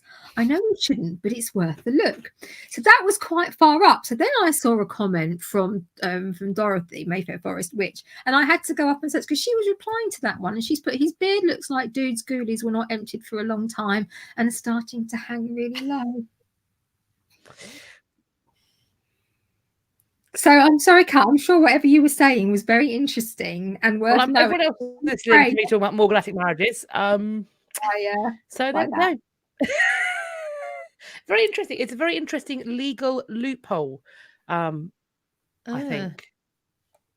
And it also points to the fact that in terms of who owns or takes charge of marriage, a lot of people have laid claim to it. And mostly that was about groups of individuals wanting control. So surely not. And also taking out of things like there was, of course, common law marriage that was recognized by communities, but then the church got involved and suddenly that was not a thing anymore. Ruined. Right. Ruined it. Right, shall we then talk about his middly bits? I'm not sure I can. I think I'm generally a liability, but I think I've excelled myself. You're all right, babe. You got it. You got it, babe. Okay. Middly bits. Well, we know a little bit. Well, I say we know a bit more. I'm sure a lot of you know this to be, or know a lot of it because, you know, we're coming to the stage now where the Jane passes away, and he's kind of still floating about. He is still a little bit in favour with Henry. So during Henry's reign, before his sister died, he had a number of sort of minor employments, diplomatic missions abroad, and things like that. And then, of course, as Philippa said, he loses his sister. At that point, you kind of wonder what's going to happen to you, don't you? I mean, I suppose it depends how your sister lost her life as queen as to what might happen to you once she's not here anymore. But he fared reasonably well. So he was appointed commander of the fleet stationed in the English Channel for operations against France. Everyone likes a good war with France. So, you know, he was part of the party that went to meet poor Anne of Cleves. Poor Anne. We love Anne of Cleves. He went to the Hungarian royal court to secure the support against the French and the Scottish. And when war broke out with England and France, he was made Marshal of the English Army in the Netherlands in June 1543. And he helped to capture and destroy several castles. So it's not necessarily an easy business to do that. He was a very skilled soldier, and he was made Master and General of the Ordnance, Lord Warden of the Cinque Ports.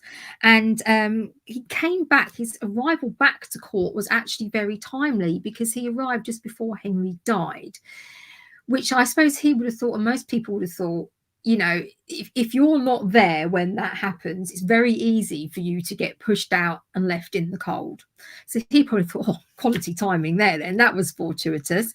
But actually, it didn't really make much difference to him. And I think that he, and possibly some other people, but there was obviously plotting afoot, were very surprised at how little he got. So he did become, he was made Baron Sudeley. So he kind of got that. But Kat's going to talk about the protectorship when little Edward becomes king. Little Edward, what a little shiny star. So, and Kat's going to talk more about protectorship, but you all, or a lot of you know, I'm sure, that little Edward, King Edward, was Thomas's nephew, and his other uncle, Edward, and Thomas's brother, became the protector. And this was a massive bone of contention, which I kind of get. But so one brother gets all the power. So he was, I think, quite shocked when he was pushed aside. He had also made a little bit of a bid previously he'd shown some interest in marrying the Lady Elizabeth, Princess Elizabeth, the future Elizabeth I. But everyone with the Regency Council were like, no. who on earth would have thought that was a good idea? Now, there's this romantic story, isn't there, about him and Catherine Parr, which I think is a cat's face, which I think has always traditionally been there. But in more recent years, people have gone, So the story was that before Henry VIII noticed Catherine Parr and decided that he wanted her, and I think we have all established fairly much that if Henry went, yeah, I want to marry you, you probably didn't have much choice. So I don't think, if we're being honest, Catherine would have chosen to marry Henry VIII. Because, you know, his reputation spoke for itself. And by this time, he stank by that point. Smelly old fart, exactly. So anyway, so there was this thing that she had a bit of a thing for Seymour, and maybe he did for her, and possibly that was the case. So now we have this supposed romantic reunion. Henry's dead. Catherine maybe thought that she would be part of a wider protectorate. Thomas Seymour definitely thought, there's too many Seymours. Can we give him a nickname or something? Well, he's one of 6, don't you know? Let's call him number 4. Let's call him number 4. So at this point, you know, there's this, what people like to have seen as a romantic reunion between number 4 and the Dowager Queen Catherine Parr. But now that's become a little bit questioned. Was this kind of like a power move on both their parts? Maybe there was a little bit of I quite fancy a bit of that. Right, so maybe a combination of all these things anyway, with some indecent, what is considered particularly indecent haste, bearing in mind she is a Dowager Queen. About 4 months after Henry dies, and I'm sure everyone was really sad, they get married. in the secret, obviously, on the QT, because there's no way that this would have been agreed to. So the council don't know, the Regent's Council don't know, the king doesn't know. It's all a bit hush-hush. Of course, when it comes out, it's a scandal. Everyone's very cross. They're in trouble. Edward's disgusted. Mary's disgusted. I mean, she's always disgusted. Yeah. Mary, she's quite easy, but yes, and in fact, and we know that Catherine was particularly close to the young Elizabeth. She was her stepmother figure. Mary even tries to say to Elizabeth, you need to stay away from Catherine. She's not a good role model for you. Now she's married this idiot. Now she's married.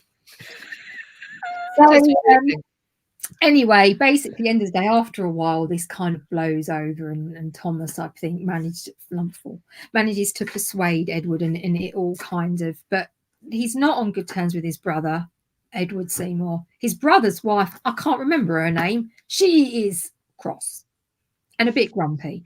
So Catherine Parr's not stolen all the jewels and wants to keep them. Exactly. So Catherine Parr's not getting on with her or her husband, and it's frankly all a little bit fraught. But Thomas wants this power, and again, I'm not going to go into this too much because Kat will talk about it, but the whole of the way through the Protectorate, he's digging at Edward. He's trying to undermine him because he wants at least a very decent sized share of the power that goes through this role of protecting an underage king. So Thomas moves initially into Catherine's house, which is Chelsea Manor in London, and they have the 14-year-old Princess Elizabeth with them.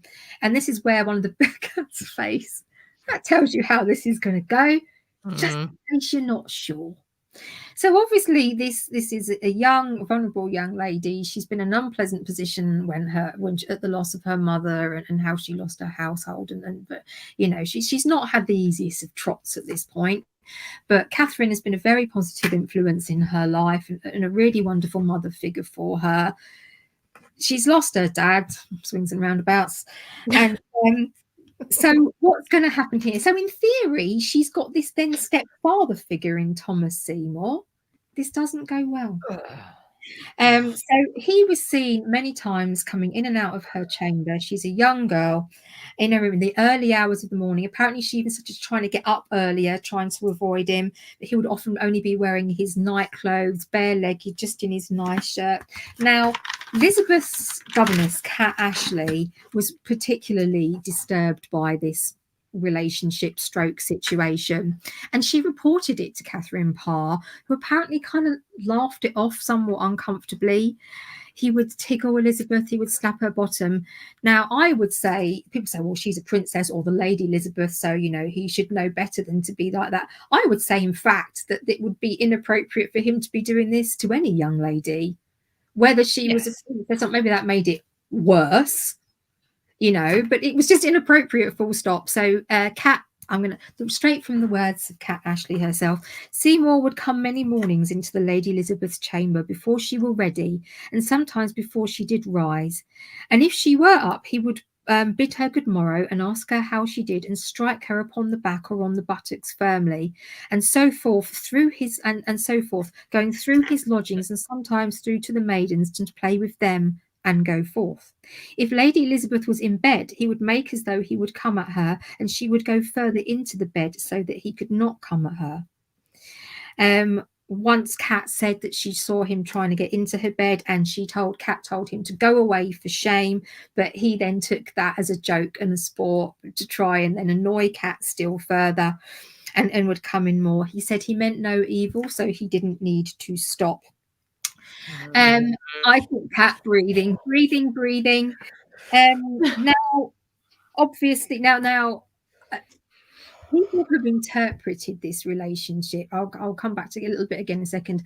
Over the years, so some people said that it was a mutual relationship, and it has been portrayed in some fiction, non-fiction, written, televised, as a kind of almost romanticized thing that stopped because Elizabeth was too young. She's 14. He's nigh on 40. It was what? Hang on, what was that word just now? That left-handed marriage. It was relationships. It was one of them because they were different. But obviously now we people generally see this, and I'm sorry if it's a little bit triggering for anybody, but it was he was grooming her. You know, he'd had designs on Elizabeth once before.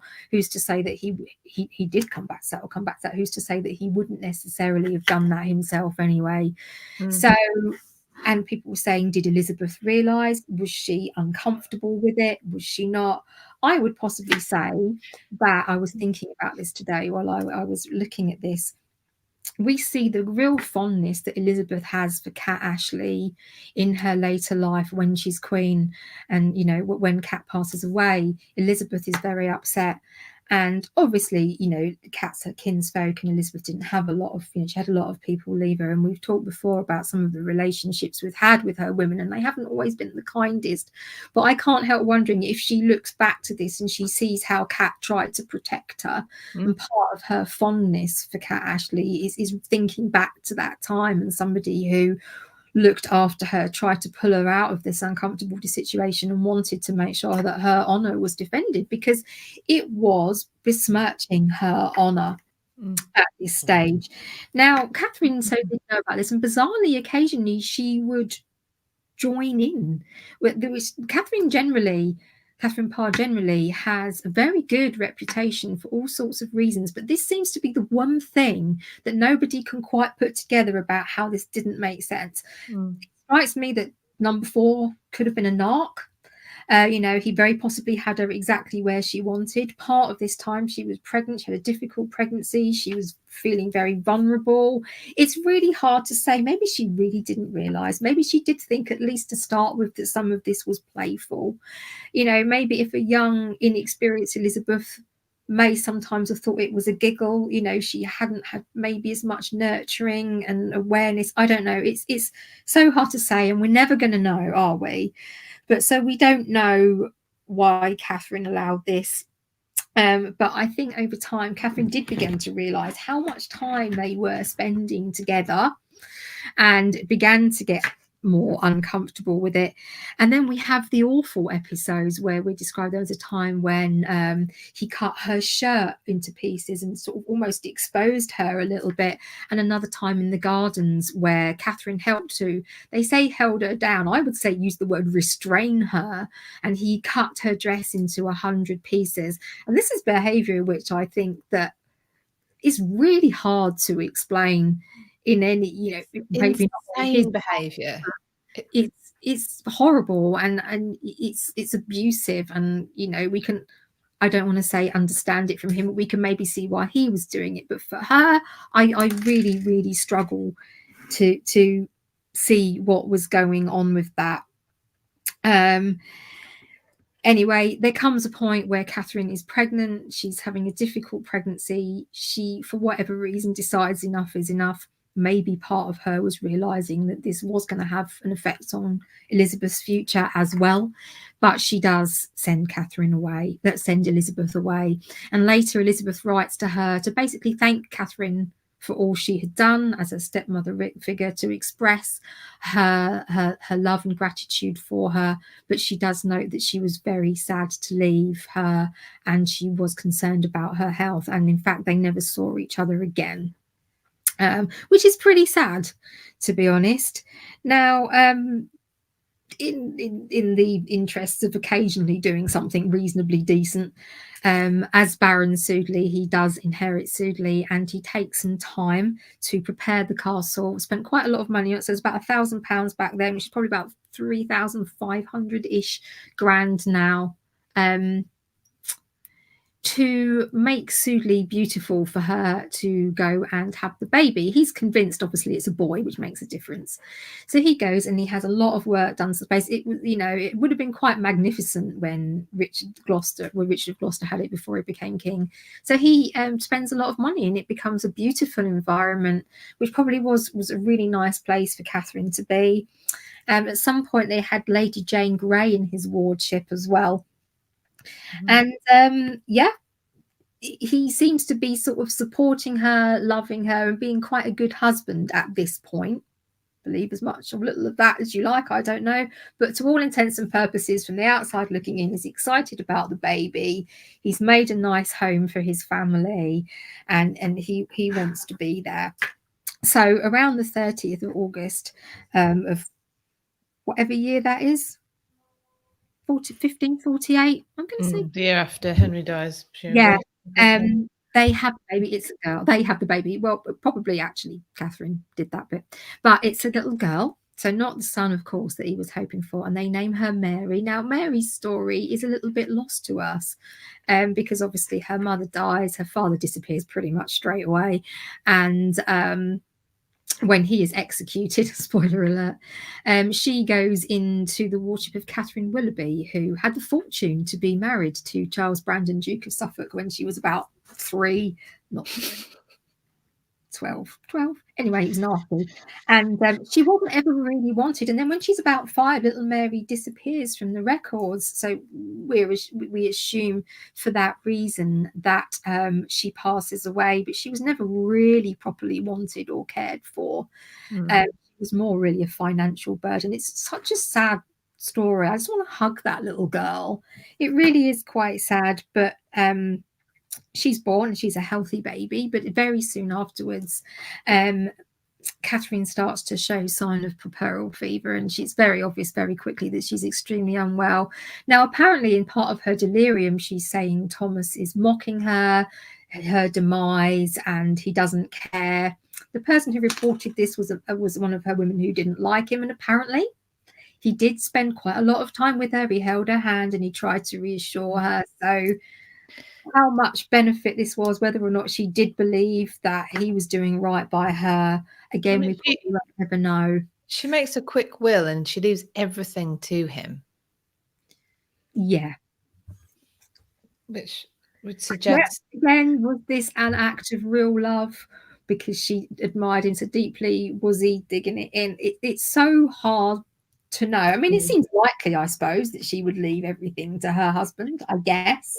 Everything to him, and also insinuate that he would continue the fight for getting her jewels back from Edward Seymour's wife, whose name I can't remember.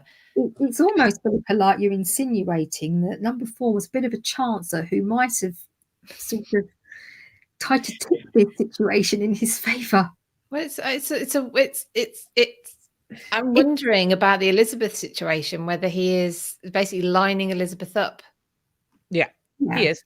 And he does make out like he's very upset, and he arranges quite a lavish funeral for Catherine. But it's best to make sure they're in the ground. Well, yeah, you want to make sure. Is she definitely dead? Can I just check? There's also an element to which, burying a dowager queen on your property that you have been married to, she's quite the ornament for his house. But he doesn't attend this funeral. He's off because he thinks, right, Elizabeth, I'm going to have another crack at that. So you can imagine Elizabeth's reaction to this. Fuck right off. From Kat Ashley's description, though, of her kind of cowering away from him in the bed and trying to get up earlier and earlier to prevent this, it does sound like she was completely uncomfortable with it, but aware that this was not a normal thing. All this kind of romanticizing it is and people kind of when people try to apologize it away, this behavior, they say, well, it's not uncommon in this period, particularly for people of this rank, for there to be that great of an age difference between husband and wife. But he's married. He's married and she is in the care of his wife. That is completely out of bounds. And then they give the example of Charles Brandon and Catherine Willoughby. That was also a scandal. They talked about how they thought that Brandon's marriage to Catherine Willoughby, the shock of it killed his son, who was supposed to marry her.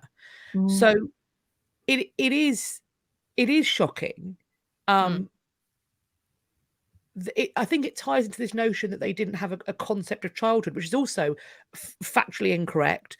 They wouldn't have allowed, for the most part, a person's majority in this time, when they're seen as being an adult, is 21.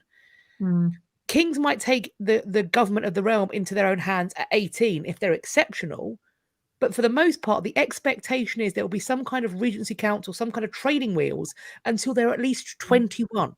The notion that a 14-year-old would be thought competent to contract a marriage in secret or be in any way leading it appropriately with a nearly 40-year-old is unfathomable.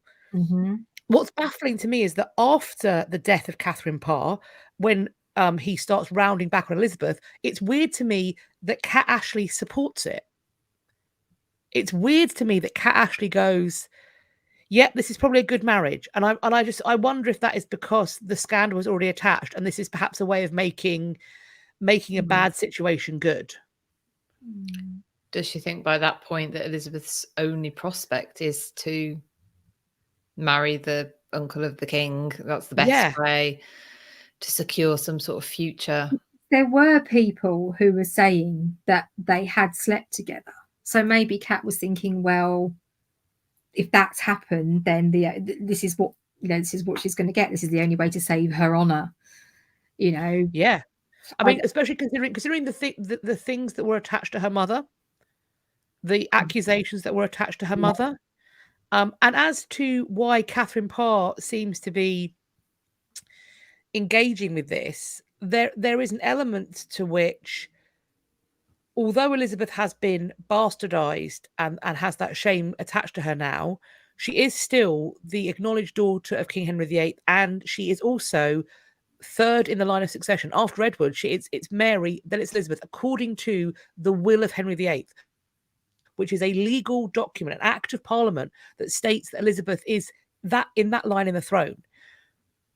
It's logical that Catherine Parr will do everything she can to ingratiate herself with Elizabeth. She doesn't foresee the fact that she's going to die within a year. She is going to be looking for whatever means to maintain control of her, because she isn't going to allow control to be lost like it was with Edward VI. She wants control, and I think there's an element to which there could be something orchestrated with the whole dress cutting. It's compliance testing. Well, it's humiliation. It's compliance testing. It's making her compliant to them because they're, the control, the just breaking down any kind of autonomy in the girl, any kind of teenage bravado, whatever it is, just breaking her down, breaking her will. And in that vein, I think it's perhaps also a mistake to see let's call him Soodley, number 4. It's also a mistake to see number 4's behavior as being purely driven by lust. Let's not forget who Elizabeth is. This is about naked ambition. Yeah. And he just wants to get naked with Elizabeth. Like that's the way to do it. If he can find a way to marry Elizabeth, the sister of the king, in line of succession, he's safe. He's set. Yeah. And he's a good challenge, isn't he, to anybody? Yeah. I was just going to finish with a little bit, just talking about how he managed to get himself executed, but in terms of his relationship with Edward and going after Elizabeth at this point. Did you want me to do that, Kat, or have you covered that? I'm going to cover that. Okay, so basically, I will just say that he's pursuing Elizabeth. She does leg it to Hatfield, and tries to say out of it, and when he is condemned for treason, as Kat will talk about in a little bit more detail, a lot of people are questioned along with that, and Elizabeth is one of them. So he really dragged her through the mill. But that really is a large part of why we believe number 4 was a gift. Yes. And by the odds and sods I've seen in the bits of the comments that I've seen, something from all of them, that seems to be the general consensus. Lottie Rose is a literal sex pest. Yes. Yeah. Also, apparently, he's a direct. Andrew Lloyd Webber is a direct descendant of him. No, of Catherine Willoughby. Oh, Catherine Willoughby. Oh, okay then. She was on Who Do You Think You Are? So it might actually be true. Yeah, that's the point of the marriage thing as well. Just because it's a point to clarify. Even if a marriage had been undertaken and the girl's 14, you still see, you know, them waiting for much longer. Yeah, Margaret Beaufort is very aware of this and doesn't want Margaret sent up to Scotland when she's a similar age. There's another example that I'm struggling to remember now, where they do marry, but there's no children till the wife is 16, 17, and yet they'd been married since the time she was about 14. It is looked down upon. It is a scandal for the husband to sleep with his wife, especially when there's an age gap. They do understand this stuff. They do. Yeah. I think it's someone more contemporary to Margaret Beaufort, but I can't remember. But yeah, so just as a point, because I think you're right that, you know, it can be explained away. It was a different time. No, they weren't that. No, they weren't okay with. They weren't okay with that. And it's also it's the disparity in rank as well. Tara asking, didn't Catherine want to marry Thomas? She does say that when after the death of Henry VIII, she does say something along the lines of, I'm paraphrasing, that her mind was basically set upon him. Her mind and heart were set upon him the last time she was at liberty. Bearing in mind, before she marries Henry, she has been widowed twice. She has been, in effect, married to men who either were or became sickly in the marriage. I'm not insinuating that she is some kind of inheritance powder user, but she does have, I think, the misfortune in some ways of taking on that role for much of her arguably best years. And I think we've talked about Thomas Seymour represents a potential to get some authority and power. I think I agree with you, Catherine, that she is scandalized that she's not been made regent like she was when Henry went to fight in France, or at least that she hasn't got some kind of place on the council. Or the thing that Somerset, so Edward Seymour does that's unusual is that he has both control of the council and control of the physical person of Edward. I think that by setting up home with Thomas Seymour, what Catherine is seeking to do is create, if in effect, a nest. She takes Elizabeth.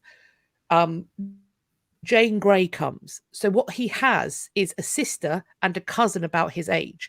I think that she thought that if she played it out, that they would get physical custody of Edward.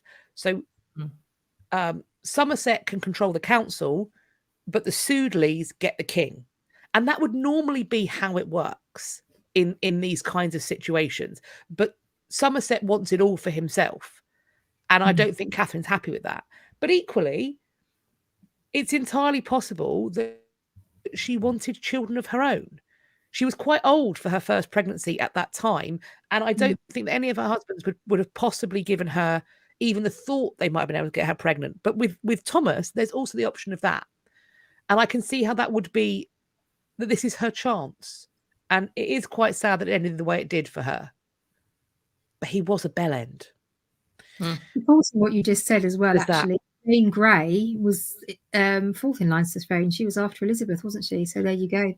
They are creating a household built around the nursery of England. There is no doubt. The notion that it's all driven by lust, for me, completely misunderstands who both of them were. Catherine is driven by a desire for the true faith, as she sees it, to be in the country. That's why she publishes what she publishes. She is very concerned about the path of reform. And Sudeley, Thomas Seymour, is very concerned about his place, prominence, and who's got more on their plate than him. Naked ambition, one way or another, is what is motivating the marriage, the household they build. And I think loads, if you look at all of the stuff that we hear happening, all of the kind of improprieties and questionable behaviors, if you think about it in a way, take lust off the table, take naked attraction off the table, and think about how this could play out in a way that gets them power And it all starts to make sense why she's involved in certain moments. To me, anyway. So there we go. There's a lot to unpick there. I think this more recent, like obviously what we were just talking about, but very much defies what the traditional view of Catherine and Thomas's relationship, especially probably on how people perceived her going into it as a very romantic thing. And as much as we all love, I say we all love Six the Musical. No, actually we don't. But as much as many people love Six the Musical, that's the Catherine Parr you see. So she's the one going on about the girl power and, you know, we're not just going to be seen as one of Henry's wives and nothing else. But in that role, she's very much, oh, Thomas, I love you. I want to be with you. So I don't know. I don't know. Anyway. Is it time? We go on to the leggy bits. No. It's time. I've made enough of a twat of myself this evening now that I've Put it on. Put it on. Put it on at on once. your face. I've got it stuck behind me here. There we go. Have you got any issues? So Fear many. not. So many. Fear not. Unless it's technology, the widows of Lancaster are here to solve your problems for you. I say that. Oh, good. Now the email doesn't want to load. Of course. Oh, of course it doesn't. Okay, this thing gets right on my tits. Dear ladies, I am at a bit of a professional crossroads right now, aren't we all? For the past decade, I have had a highly successful career procuring certain highly desired items, such as wine from France, that were extremely hard to obtain due to political tensions between England and that country. Unfortunately, now that the Bourbons have restored and Napoleon has been exiled again, I don't think I will be able to continue my current occupation. Greatly appreciate some advice on what I should do now. Smuggler is such an ugly word. Sincerely. Bootlegger. So, see, smuggling's cool. Smuggling gets you to go through like tunnels, Cornwall, that then the famous five go and find a few centuries later. It's something else to smuggle. There's got to be something else that's illegal. You can smuggle. Well, it's very nice.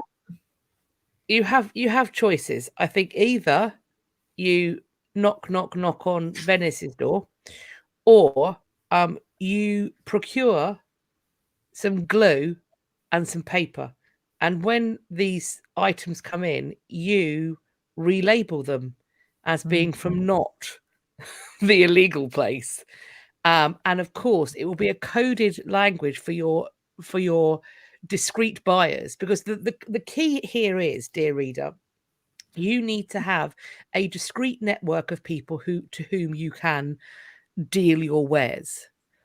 Oh, Catherine, put it back. Catherine, naughty. It's annoying me. Too bad. You need to find a buyer's network that will understand your code, so they will know what they're paying for and pay above the odds because of the danger involved. And also bribery. You are probably going to need to bribe somebody of the watch or kill them. Which is always an option. Poison. If in doubt. Poison. I think maybe you also need some sort of financial backup plan. What's that? Just in case that doesn't work out for you. I would perhaps suggest a high-class brothel. Oh, you're not far off coffee shops. Hang on. Yeah, no, you could do coffee shops. Soon you could do a coffee shop, a tea shop, and also, if we're doing Napoleon, no, let's not. But if we're in Napoleonic times, hot chocolate. This is what you need, right? What you need to do is you need to open up a chocolate shop with a dance floor.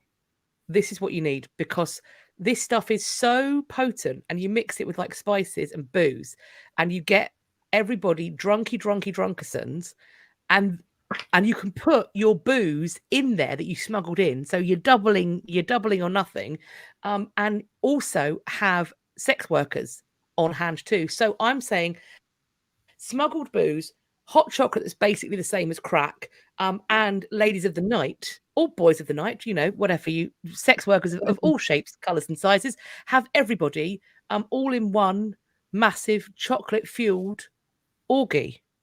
I'm up for that. If you need staff. And also, when you do that, make sure that you get all their names, and that you have witnesses who are prepared to testify against it, and then blackmail them. Yeah, it's like an old-fashioned. No, I won't go there. But anyway, blackmail is not an ugly word. It's a time-honoured tradition. Traditions there. We like that. Julianne said, Catherine, cut one layer off. It does actually help. My arms are so long. Shame. They're sticking. Catherine's cone of shame. Just another quick past problems postbag. Just another quick one while we're here. Dear History After Dark, every week 2 mean wenches pick on me and make me put some shitty thing on my face, and they won't leave me alone. Shall I poison them as well? Yeah. You can try, but what they're going to do is take you by the ankles, pin you upside down, and drive you around in a Winnebago while force feeding you tea through your nostril. Tea, sausage rolls. What was the other thing? History After Dark. How can I make better choices in my friends? You can't. You're stuck with us. Marmalade with bits in. Marmalade with bits. Yes. Tea, sausage rolls. Fish. Fish? Yeah, we were talking about fish the other day, weren't we? Jenny fish. Were we? Cucumber, I know you don't like, so that's definitely going in there. Who was I talking about? Why don't you like fish? Oh yeah, maybe and you're also going to be made to ride a horse as well. I am not riding a horse. I am not riding a horse. I think you'll find you are. Riding. Right. Yes. Someone's got a hen do coming up. Are we done? Oh, we're done. We're done. The winners will be back next time. Riding a horse. So is it time for some leggy bits? Let's leggy it. Let's do leggies.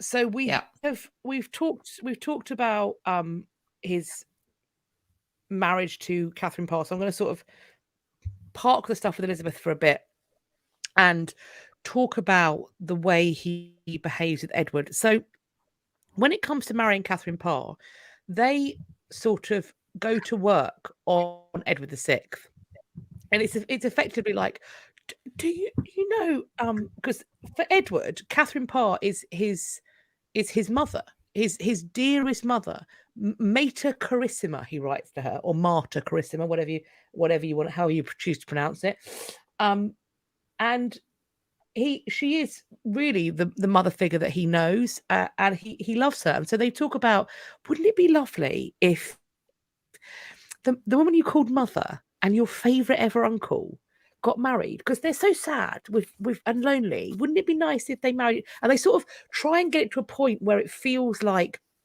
it's almost Edward's idea. When the marriage happens and Edward, I think, sees the fallout, he's like, hang on just a minute, and he feels really tricked. I think it's perhaps one of the first times where he sees through the politics of court, and he gets this quite rude awakening of what life will be like and what he has to deal with as King of England. So things go on, but he does sort of allow himself to, he lets down his barriers with his uncle. We'll call him Uncle Sudeley in Somerset. So Sudeley, is Thomas, Somerset is Edward Seymour. So we're going to go Sudeley in Somerset. Sudeley does start spending his time trying to win Edward VI over, and Somerset is aware of his brother's game, his hijinks. So he tries his best to essentially keep Edward cosseted away. He wants to be the sun, the stars, the moon of his life. He wants to be everything to his nephew. But Edward VI is a headstrong young man, and I think that Sudeley recognizes how to work on that. So he starts bribing the guards of Edward VI's chamber so that he can sneak up there. And when he's in his nephew's chambers, his brother's, running the country, and Uncle Tommy is lovely. He's great fun. And he talks, and he listens to his nephew's complaints about how he's being kept a beggarly king, how he has no money of his own, how he can't keep up with his friends, how he hasn't got any of the nice stuff that everybody's got. And then so Uncle Tommy's like, well, don't worry, darling nephew, let me give you pocket money. Of course I will. Lots of pocket money. And so essentially he is bribing his way into the good books of his nephew with the early modern equivalent of Sweeties and the Beano. Of course, he isn't doing this out of the goodness of his heart. No one expects that Edward VI is going to die young. What everyone expects is that at some point he will enter his full majority. He will become king in name and in deed. And who is he going to want by his side? Mean Uncle Somerset, who won't give him no pocket money, or lovely Uncle Tommy Tom, who brought him lovely nice things and was very kind to him and made him feel special? I think we know what the plan is. Paige, what is it with Thomas sneaking into kids' room? It gets worse.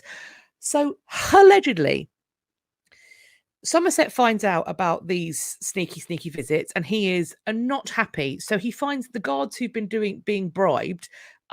They are gone, and they are replaced with unbribable guards, at least as far as Somerset thinks. Sudeley is not happy with this chain of events. So the story goes, one night he sneaks past the guards under cover of darkness, and he gets up to his nephew's chamber.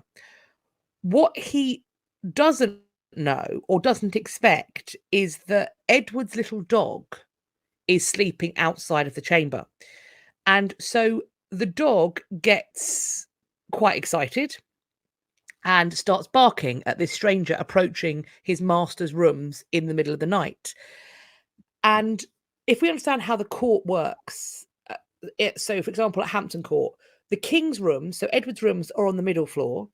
And during his reign, because the protector is there, normally the rooms above would be for the consort, so his wife, but Edward has no wife. So it's actually Somerset who's in those rooms. So when this dog starts barking, it's the floor below Somerset. And the story goes that seeing this, Uncle Tommy kills the dog and then flees. Now, what he's done there is he has presumably drawn a weapon within the prohibited distance from the king. That's treason. I don't think Edward's going to be best pleased that his doggie's dead. They then start to layer onto it. They say that actually the plan is that Uncle Tommy wanted to get into the bedchamber, kidnap the king, usurp his brother as head of the council and in control of the country and in control of the king's person. That then it goes a step further, that actually the plan really is that they're going to kill Edward VI and Uncle Tommy's going to marry Elizabeth, and together they are going to become the king and queen, having killed Edward. So it does sort of become quite over the top, and they're sort of layering accusation upon accusation. We've heard that before with other people who are judicially murdered in Tudor England. It does for Thomas. That's enough. He is arrested. He is taken to Tower. He is interrogated. He is determined to have been a traitor, and he meets a traitor's death on Tower Hill. Edward VI talks about it in very muted tones in his diary. He's encouraged to keep a diary by his tutors. He very much states the facts that, the Baron Sudley was executed this day on Tower Hill, and people have said that this is because he's lost affection for his uncle, and possibly, I think equally it's the case that he's writing this document as something that's intended to be read, and so he's not going to write it full of emotion. He's writing it almost as a chronicle, potentially apocryphally. Elizabeth said that today died a man of much wit but little reason. And after his death, after his accusation, things look really dicey for Elizabeth, because, as we said, he does, after the death of Catherine Parr, circle back to Elizabeth. And Cat Ashley supports it for whatever reason. He then tries to go forward. Elizabeth says, I will consider this, but of course, my brother's counsel must be the ones to confirm it, because she's very mindful of the succession. And as part of her father's laws, for her to be able to sit on the throne, she can only marry with the council's consent, even as queen. The same for Mary. Imagine telling a Tudor king that they could only marry with council's consent, but that is the provision he puts in place for his daughters. So for that reason, and also because marriage to somebody with that level of proximity and that amount of royal blood without royal permission, particularly when you yourself have proximity to the throne, looks quite a lot like you're trying to create rival heirs. And that does not tend to go down well with any monarch, especially not with Tudor monarchs who don't have heirs of their own body yet. So Elizabeth is dragged in and questioned. Cat Ashley and much of the household are dragged in and questioned. It doesn't look good for any of them. There's real sort of danger and jeopardy. Elizabeth is, they want Elizabeth to confess to something. Elizabeth is, she braves it out. She starts counter complaining, saying, I've heard about all of these rumors that I am pregnant with Baron Sudley's child. This is a great shame and disgrace for me. How dare you allow these rumors to persist? You must allow me to go to court and show myself as I am, to scotch these rumors. My honor is at stake. She is just desperate. She is separated from Cat Ashley, her mother figure. It's going to be a while before they're back together. Cat Ashley is terrified. She's in fear of her life. So the aftermath of Thomas Seymour being in your life, whether you're Catherine Parr, Elizabeth, Cat Ashley, whomsoever, he is, it's a swathe of destruction that's just running through. And in terms of the legacy of the man, we have this daughter who he thinks little for her when he goes about his frankly dubious behavior. He doesn't think about protecting her because she's really, I think, mostly because she's too young to be useful. He's very concerned with having control of valuable young princelings and princesslings. That's what he is concerned about. He's concerned about having his hand on the tiller of the future of the throne of England. And what motivates that, we could talk about for years. And maybe it all starts from a rivalry with his brother. Maybe it's because his brother shuts him out when he could have made this a family affair. And let's be clear, things don't end much better for Edward. His imperious nature, his belief that he should have everything in his control and everything should be at his command, ultimately leads to his destruction. And so I think there are some character flaws in the family in general, and we do see that playing out. I think that's what I have for you in terms of his legacy, his endy and leggy bits. It is interesting what you said there about, like, we could discuss forever what would his motivations be. Because I'm like, what? Yeah, but why? You know, it's like the ambition gene is given as if that's full stop. Yeah, but why? Like, why is the control over the throne the important bit, not, you know, being an admiral in the navy? Like, why? And, you know, being an important courtier. Why is that not enough It doesn't make sense to me anyway. Like, I've never heard a good explanation as to, for someone who's not born to expect a position either, why does it become so important? And 'cause Yeah. it's so dangerous, and it's, you know, it, by this point it's clearly a dangerous thing to do. If they knew any of their, you know, recent past history. Well, I think we've said this before, haven't we, about the House of York. A lot of people say, well, Henry Tudor shouldn't have ended up being king. He was, he didn't have the right. I mean, he was a usurper. His claim was very tenuous. The Beauforts were bastards, even though they were legitimised. But if the Yorkists hadn't basically all killed each other, I know that's a bit broad, then Henry wouldn't have had a chance anyway. Well, yeah, they self-destructed, didn't they? Yeah, but then they, you want to be king because you spend all that time trying to be king, and as soon, which includes possibly trying to kill the king, and then of course, as soon as you're king, everyone wants to kill you. Like, what's the attraction? I think why would you desire this when it shouldn't really be? You should know that that's not. You could be rich, comfortable, influential, yeah, and live without courting scandal. I mean, if you look at Thomas Howard, 3rd Duke of Norfolk, the bloke was an absolute bellend, and he was very power hungry, and he always tried to set up all these amazing marriages for his family, but they were just kind of things you were meant to do. But he never, I suppose, he didn't like Anne Boleyn, and when she became queen, he sort of backed that up a little bit, and Catherine Howard, he backed that up. But he himself was wise enough to never individually overstep the mark on his own. Yeah. I think, though,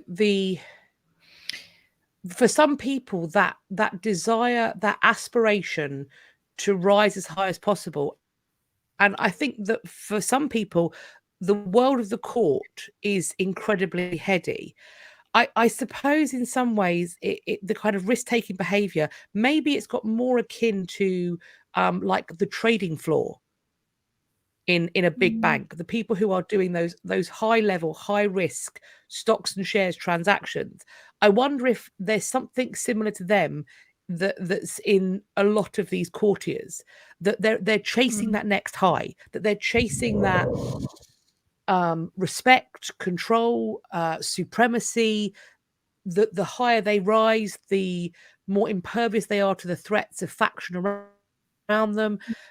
Because I think if you exist or have existed in medieval or Tudor England in that rarefied rank that you could be at court and welcomed into the king's chambers, you have two choices. You have obscurity, or you have intense proximity and service to the king. That is where your safety lies. Because there is no coasting. If you're sort of trying things out, but if you make enemies, George R.R. Martin has it right where he says, in the Game of Thrones, you win or you die. And having the wrong blood, namely royal blood, coursing through your veins, for some people is sufficient to raise them up to the absolute highest ranks and even highest seats in the land.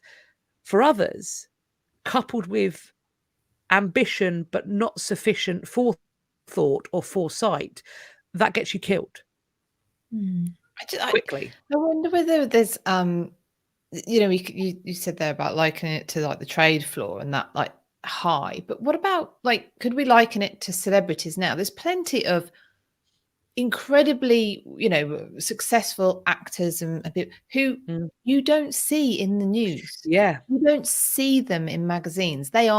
It is perfectly possible to live a quiet life. But then there's others who want to be in magazines all the time, and so is there an element of that, just like celebrity wanting to be seen, and what drives that? They're going to get forgotten.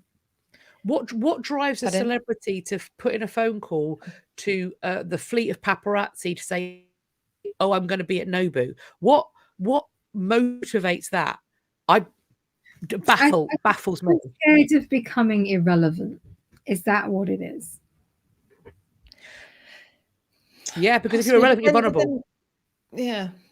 So maybe it is because think- he's really not an achiever until it's via his sister. And he is number 4. So it's a bit like he's never expected. There was always people like his brother Edward were always going to be the ones who got everything, who got the opportunities, who got noticed, who had the good marriages made for them, etc. Maybe he'd spent so much of his life kind of like being number 4 that it was like this, I was doing all right under Henry VIII. Actually, I was starting to get, some responsibilities and some good jobs. He was taking advantage of the piracy, that he shouldn't have been doing when he was working in the Channel and stuff like that, and getting a bit of a good name for himself and everything like that. So maybe it pushed to that point. Henry died, and he thought the sort of what he'd been getting and building on should have continued, and then it didn't, and he got a bit pissed off. How 5 and 6 must have felt, God knows. No. What happened to them anyway? I don't know what happened to 5 and 6 or 3. Was Edward 1? I don't know whether it was 1 or 2 actually. So hang on. Well, didn't live because that didn't happen, did it? There was a brother that was around but didn't come to court. Yeah, so there's Edward. He's born around 1500. Edward Seymour. Then there's Sir Henry Seymour, born on or before 1503. Then we've got him. Bit of a gap then. Born on or before 1509. So where's 3? Where's 3? So well, it's 3 disappeared into could have died young. Could have died young. Yeah. So yeah, I don't know. There's something in his personality. I think we would see it if we could pick out someone living now and see it in them. That might be a little bit easier to understand. But I don't know. Just I mean, in the same way, there's so many of these where I go, what were you thinking? What was Wolsey thinking when he went, I will get you I will annul your marriage, and then he went and asked permission from the Pope? What was he was papal legate. He could have just held the trial, annulled the marriage, and then sought forgiveness. And he might have to do penance for it. Never ask permission. It's easier to ask permission. What was Cromwell thinking when he made the marriage with Anne of Cleves airtight? What was he thinking? Yeah. What was Anne Boleyn thinking when she was made Marquess of Pembroke in her own right?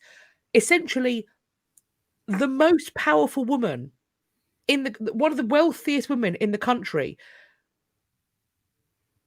In many ways, in terms of autonomy, becoming the Queen was a step down. What was she thinking? That's the fascinating thing. Margaret Beaufort's the only one who sort of got it right, didn't she? Her son comes to the throne, and she is made what's the term? Where she's basically a woman. Everything is in her own right. Everything she owns, and even though she was still married, she is a femme. It's called a femme sole. Soul. Oh, okay. Yeah, I said a femme covert. I made it sound better. I don't know. But yeah, Margaret Beaufort. We think of her as a success story, but if you think about how the stuff she does and the risks she takes, and the dances with outright, overt, clear treason,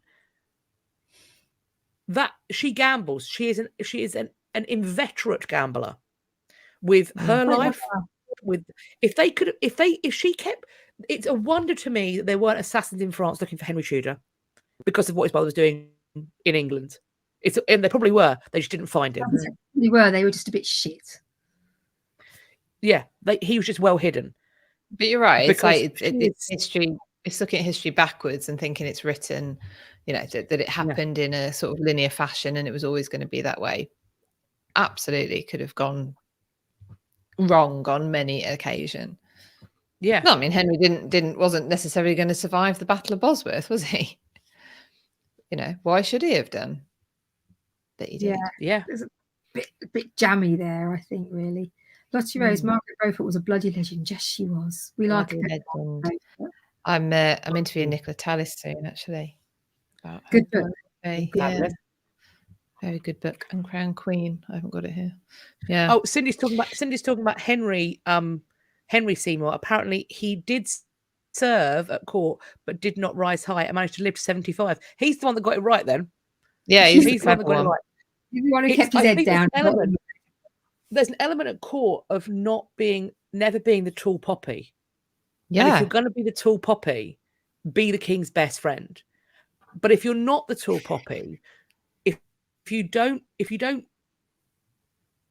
you can serve at court, but if you don't make it into the Privy Council, the Privy Chamber, then you're just serving at court. And I think that may feel like quite a vapid life of feasting and hunting and maybe some jousting and kind of luxury obscurity, but also you're not being funded necessarily. You're not being funded well enough to maintain your lands at home, to maintain a wife. If you are in obscurity in that way at court, it's an incredibly expensive place to be without, perks or monopolies, the stuff you get from being a tall poppy that wins favour. So all it is just spend, or you have a pretty kind of dull life, I think. Sorry. Tara's just... Plot twist. How do we know Henry VII was him? Imagine, after all those years of Margaret not seeing him, imagine if he was a pretender himself after all. I think Jasper knew who he was, since Jasper had been with him for most of the time. But Jasper had a terrible accident. What if little Jasper was getting snoopy? Yeah. Horrible accident. Because Jasper sort of had to teach him warfare. They were in the forest quite a lot, weren't they, practicing? Nasty accident. Jasper has to go and find somebody else. Find another. I can't tell Margaret I've killed him. The assassins did get him, so they just similarly bad. Lauren's book is going to be fabulous. In fact, Lauren has been directing the current scenario at the Tower, which is on trailblazing women, and so it's lots of women's history. So if you have a chance to go to the Tower of London, then you will see Lauren Johnson's work in action. She is a wonder. That woman. She's good. Lauren Johnson is another good woman. Raven says, "How reliable was Jasper? Don't care." Have you've got a bit of a crush on Jasper, haven't you? And he's my history crush. Yes. Not bothered. Not bothered. Not bothered. Ladies, it's time. 5 to 10. I'm tired. You're tired. You're getting silly. What's it your parents used to say? Silly. Sorry, mummy. You're getting tired. You're not wrong. You're all tired. Yeah. You're overtired. You're showing off. Showing off. That's what you'd always get. Correct. Why do you show off when you're tired? I never understood that link. I think that's just your parents' way of saying, "Oh, it's not my fault. My child's a little bugger." Yeah. Absolutely.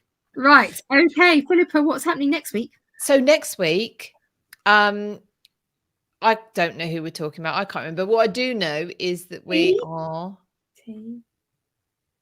What? I'm just excited. This is my excited fingers. Oh, I was going to say, am I supposed to know who this is? We are having an after show party next week. If you want to be at the after show party, there's just 5 places. You need to go to buymeacoffee.com/had podcast.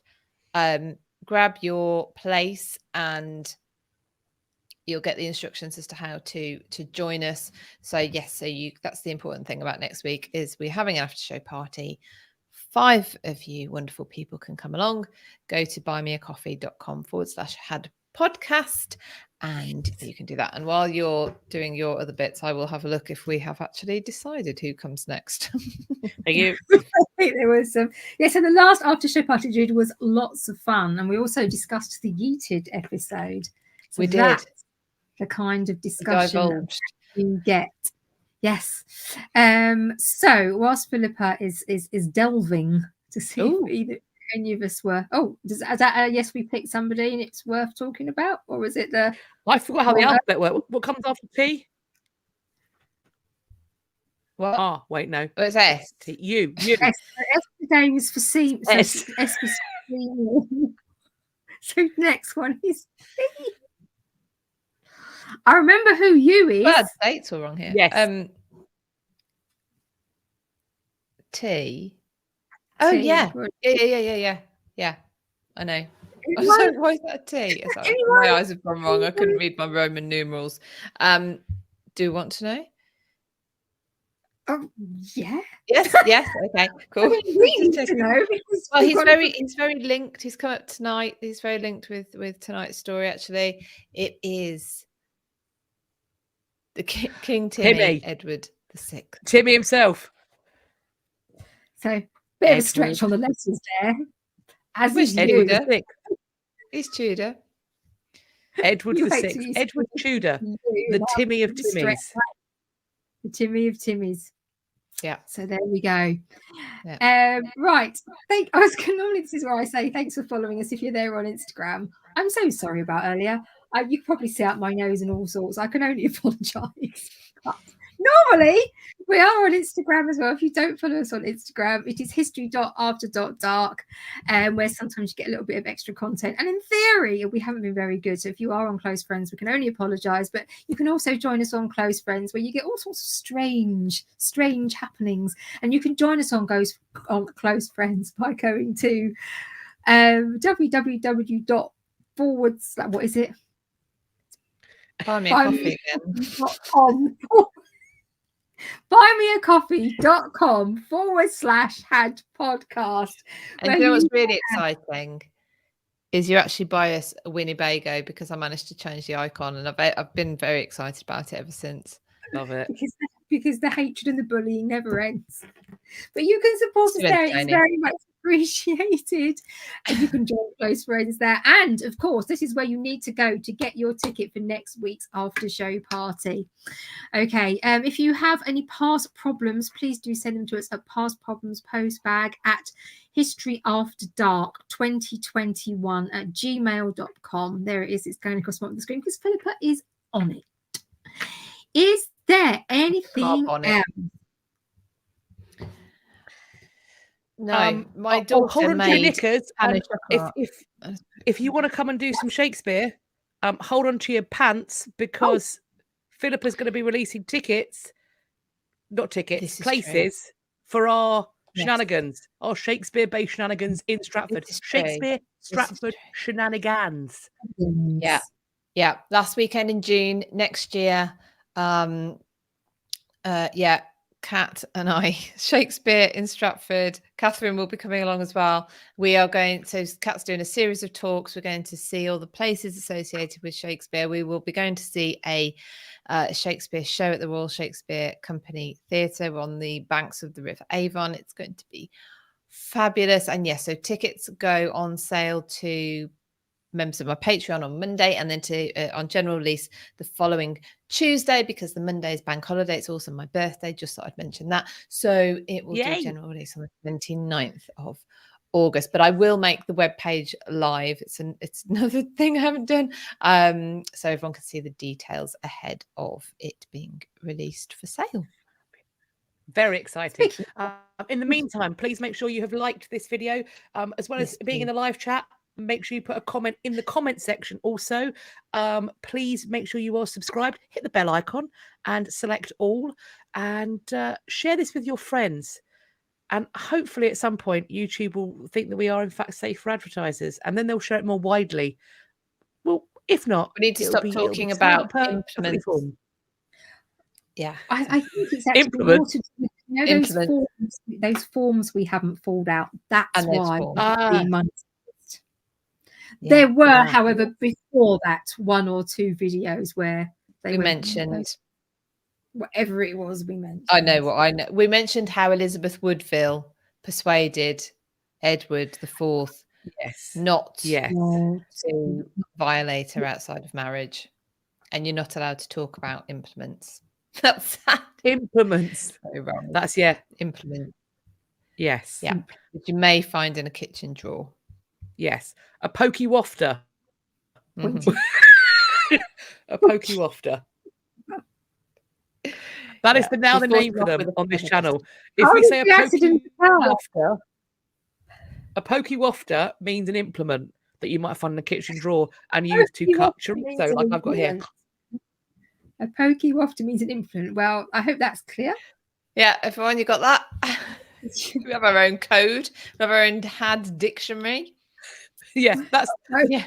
Not look out for it Urban in bookshops. Dictionary, Cutlery. Dictionary. An item of cutlery. An item of cutlery. That's Indeed. what it is. Thank They you, never Hadrian. do Yes. now, they don't deserve to. Right, shall I count us out then? Yes, do it. Right. See you all next time, friends. It's 3, 2, 1. Bye.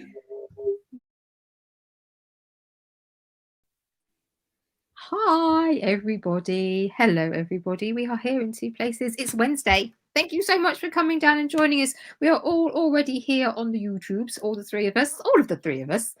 But I'm just me on the Instagram at the moment, and that will never do. So I am waiting for the others to come down and join me and to request to come in. But there are people coming in on both platforms. It is so lovely to see you. Thank you so much.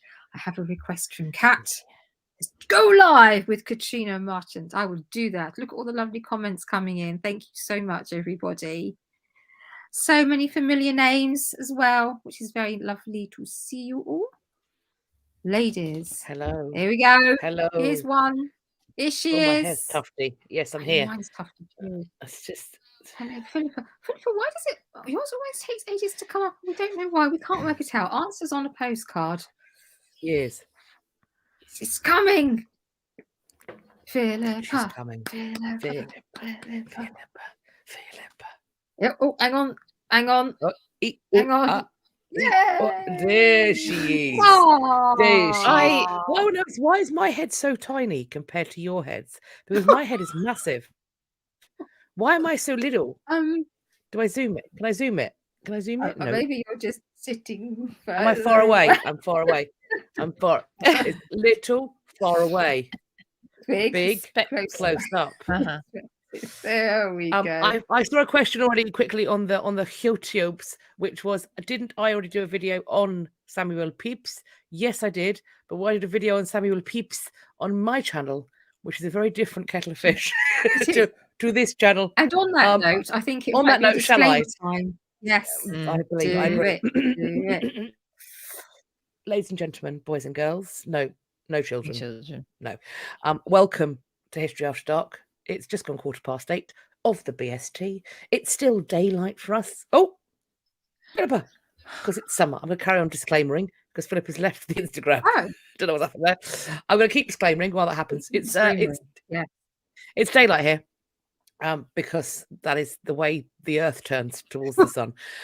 But we still call this History After Dark, and it has a purpose because it will be the darker side of history occasionally. We will attempt our very mostest. We'll be the hostesses with the mostesses to try and bring you some historical facts. But whilst doing so, we will be engaging in some depravity. We will be laying in the gutter of the filth, but looking at the stars of history in this currently our deceased git season. With that being said, though, as there will be profanity, blasphemy, bigamy, infamy, Bigamy. Deborah's, if all that's going to happen, then I recommend that if you happen to be in an open plan office and you have a judgmental boss, put a headphone in. If you are in your kitchen, car, living room, child's bedroom, and you have at home with you in your presence a Timmy is a problem. Timmy is a dobber. Timmy is one of those small children that hears one thing one time and then commits it to memory. Timmy's got a mind like a steel trap. Timmy will hear something utterly depraved, know in some intrinsic level it's depraved, take that information into school with him and then repeat it to the teacher. The teacher, of course, will be a primary school teacher and thus will not know what the thing means. So she will break the cardinal rule of History After Dark because she doesn't watch it, because she's purist driven. She will Google the thing that she doesn't understand. First rule of HAD is don't Google it. If you don't know what it means on this channel, probably don't need to.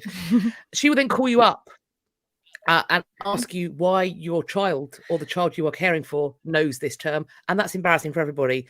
It will drive you to drink. Another cardinal rule of History After Dark is none of this is a drinking game, pals. It's not a drinking game. Don't Google it. This is not a drinking game. This will never be a drinking game. At no point will we ever make this a drinking game. However, if you cannot put a headphone in and you cannot sell your child, then what I suggest you do is you wait and watch us on the playback. You can either watch us on the playback on the YouTube or on the Instagram. I say that. We are, frankly, past due for us to do an episode where we say something so unspeakably, borderline illegally depraved that for our own freedom, we have to yeet the footage into the sun. It's one English time before, but we are very much due another time. So always best to watch this live if you can, but, you know, at the same time, don't call up the school and don't get fired. The end. The end. Intrepid Frady Cats. It's a drinking game if we want it to be. You're bad. I don't approve that message, but I'm assuming, God, I hope you're a grown up. Sweet Christ, I hope you're a Kat, I grown up. love how your thing says jingle machine. Could you not today? I'm just a But jingle you could machine. do Maybe. you jingle disclaimer. Oof. Oh, that's hard. That's Yeah, hard. you have to have a little bit of time to find a way to I'll think about it. I'll have a think about it. Hang on, I'm crossing my legs. Carry on. Okay, thank you so much for coming, everybody. So we are already. This is Git number 16, I think. This is incredible. We've got Roundup Week next week. P. It's Git letter P. So this week's superb Git of choice is everyone's favourite cheese burying, diary writing sex pest. This guy, I tell you that what. Is the tagline. That is the tagline. This guy's fascinating. What a life, honestly, this man has led. He was a bit of a last-minute choice, as some of you know, but we've had some discussions about him over the course of the last day or two. A bit fractious in places, can't lie. Mostly me starting it, but we are here with Samuel Pepys. We also have Word of the Week, and we also have Past Problems Post Bag. Oh, me Widows of Lancaster is over there. Not brought it over. Says cheesy sex best. Immediately no. Immediately no. Immediately no. Immediately no. No. Christ. No. Also this week, perhaps I should attempt to not just lose it completely randomly over something that's not that funny compared to the most of the things. So anyway, oh look, David's come in to get me my Widows of Lancaster. Bless him. Oh, isn't he a good egg? He is. Isn't he a good egg? No, he's run away. He's run away. Keep him in a basement. Fromage fromage. Nice. Another tagline. Another that one. Fromage fromage. I did try. Someone was saying about having "Don't Google It" merch. We tried. I think because it has the word Google in it, we just can't get it to approve. Yeah, there's nothing. Computer says no. Computer says no. So we tried. Someone put. Where can the merch be found? Lisa, where can the merch be found? You can find it on our. It's in the link tree. On Linktree. Yeah. Yes. We'll go through all of those sort of bits of housekeeping and stuff at the end as well. Someone said, who else was a possible choice this week? We looked at the Pankhursts, but then we decided they weren't dead enough. Yeah, they've not been dead long enough. If we do them, there are other bastards we have to look at. We broke our own rule, didn't we? Thank you. Yeah, cardinal rule number 3. Everyone's got to be super dead. Yeah. Mega dead. Ultra dead. Lucas to school this morning. He said, Mummy, you see that big truck over there? If you hit that, if that ran you over, you'd be very dead. I was like, what happens if it was just that car? Well, you'd be quite dead. But not as dead as if that truck ran you over. I was like, good. Let's not have these conversations at school. This is also why family vlogging is a problem, because kids will say this stuff on camera and that will stay with them for life. That is going to put you on a fucking watch list. Chrissy over on YouTube, thank you ever so much for the super sticker. We are very grateful. We're very grateful. Hadrian, kids are really intense. I mean, mine's only 2 and he has regularly asked for knives. Don't even ask what my And scissors. 18-year-old is up to. Kids are weirdly intense. Yeah. I was leading a school group the other day. We were doing things about pirates, and I did mention execution, and the Q&A essentially became how they were questioning me as to how I was going to murder my fictional husband, the merchant, who had brought all their ships in, because that way I'd be richer. This is what the children were asking me, how I'd kill my husband and get away with it. Yeah. So yeah, kids are weird. People just don't take marriage seriously these days, do they? We've got Chelsea, I really love Coca-Cola, and my child said out loud at a grocery store, "Mum, you're such a cokehead. I about died." Well, freak. Melissa, thank you very much for your comment, suggesting Richard II for the R word git. Tis. Who do we have for R? We have an R. We've got an arse. I'm going to put it in the private chat if you can't remember. Yeah, can't remember. You can't remember this one? Yeah, I spelled it wrong, but you'll know who it is. Oh yes. Oh yeah. Oh, you sorry, wait. I'm sorry. We've got to keep him in because he is. But oh yeah. Yep. Do you know what? I think everybody, or a lot of people, think they know who R is going to be. It's better than you've ever expected. There's going to be wickety wow. So Wild West. We've already had one person slightly upset about the R that they think it's going to be because they don't think that person is a git. Anyway. It's all subjective, ladies and gentlemen. They're all gits. They're all gits. Yeah. We'd worked this out already. Should we talk about our cheese pest? Talk about our cheese pest, yes. Yeah. So our very own cheese pest. Our friend and yours, Samuel Pepys, the Parmesan fancier. Okay, so I've got starty bits this week. Yes. I think yeah. Do go and read up some Pepys because he's fantastic. So he was born on the 23rd of February 1633 during the reign of Charles I. He was known as we said, as a diarist, but he was also a naval administrator and also an MP. He was a busy man. And I'll talk in a second about how he did very well to get into these roles, basically, because he had no naval experience initially, but he rose to be Chief Secretary to the Admiralty under Charles II and James II. So he was in that position for quite a long time. He did very well in this period under royalty, particularly bearing in mind that he oversaw or sort of supported the execution almost really of Charles I, and then just kind of wrote in his diary that he hoped that everyone had forgotten about that. And he was going to pop along for the restoration and give it the thumbs up and it'd all be fine. But he was a very talented administrator for certain and a huge lover of books and cheese. He was baptised at St Bride's Church on the 3rd of March 1633 and he was born above his father's tailor shop. So his father was a tailor and the tailor shop was in Salisbury Court in Fleet Street in London. Now, his mother's name was Margaret.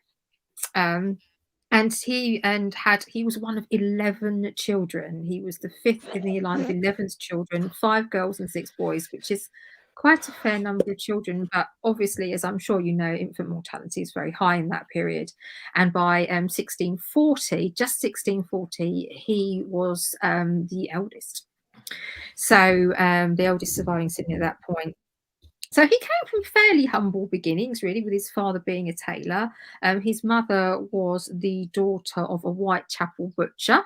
We've known some other famous Whitechapel butchers, haven't we, going down through history. So he didn't come from a very illustrious line, but he had some good extended family that brought him into this situation. So, for example, his great uncle was a guy called Talbot Pepys, which is a great name. And he was a recorder, which is a judicial officer, not the instrument.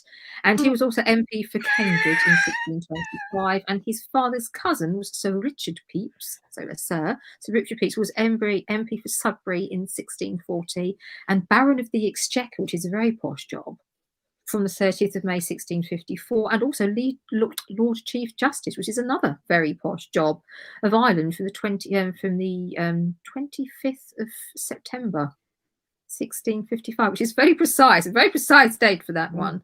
So there was a lot of, although his family was sort of considered fairly humble, around him and his extended family and circle, there were a lot of quite notable people, and he was obviously able to really use this to his advantage as he went through time, as you would, and as he did. But as I said, he was very adept and very able at what he did. Now, he lived obviously in a very turbulent and therefore very interesting period of British history during sort of the Restoration and the Commonwealth and everything. And the others obviously will be touching a little bit more on this, so I'm not going to go into that too much at the moment. But he did attend the execution of Charles I, and that must have really been, that's something that's going to stay with you, whether you support it or not. That was a monumentous occasion in British history, and certainly one that many people saw. So, they rose and they fell underneath this, and he did, rightly or wrongly, quite well out of it in the end. So in terms of his education, he was quite well educated. Around 1644 he went to Huntingdon Grammar School, and then from 1646 to 50s at St Paul's School in London. The execution was in 1649, so he was still in education at this time. And in 1650, he went to the University of Cambridge, and he was admitted as a sizer. So that is somebody who, as an undergraduate, received some form of assistance, such as a scholarship or something like that, to put them through their university education. And he went to Magdalen College, moving there in March 1651, and he got a Bachelor of Arts in 1654. So well-educated young man. Educated young man.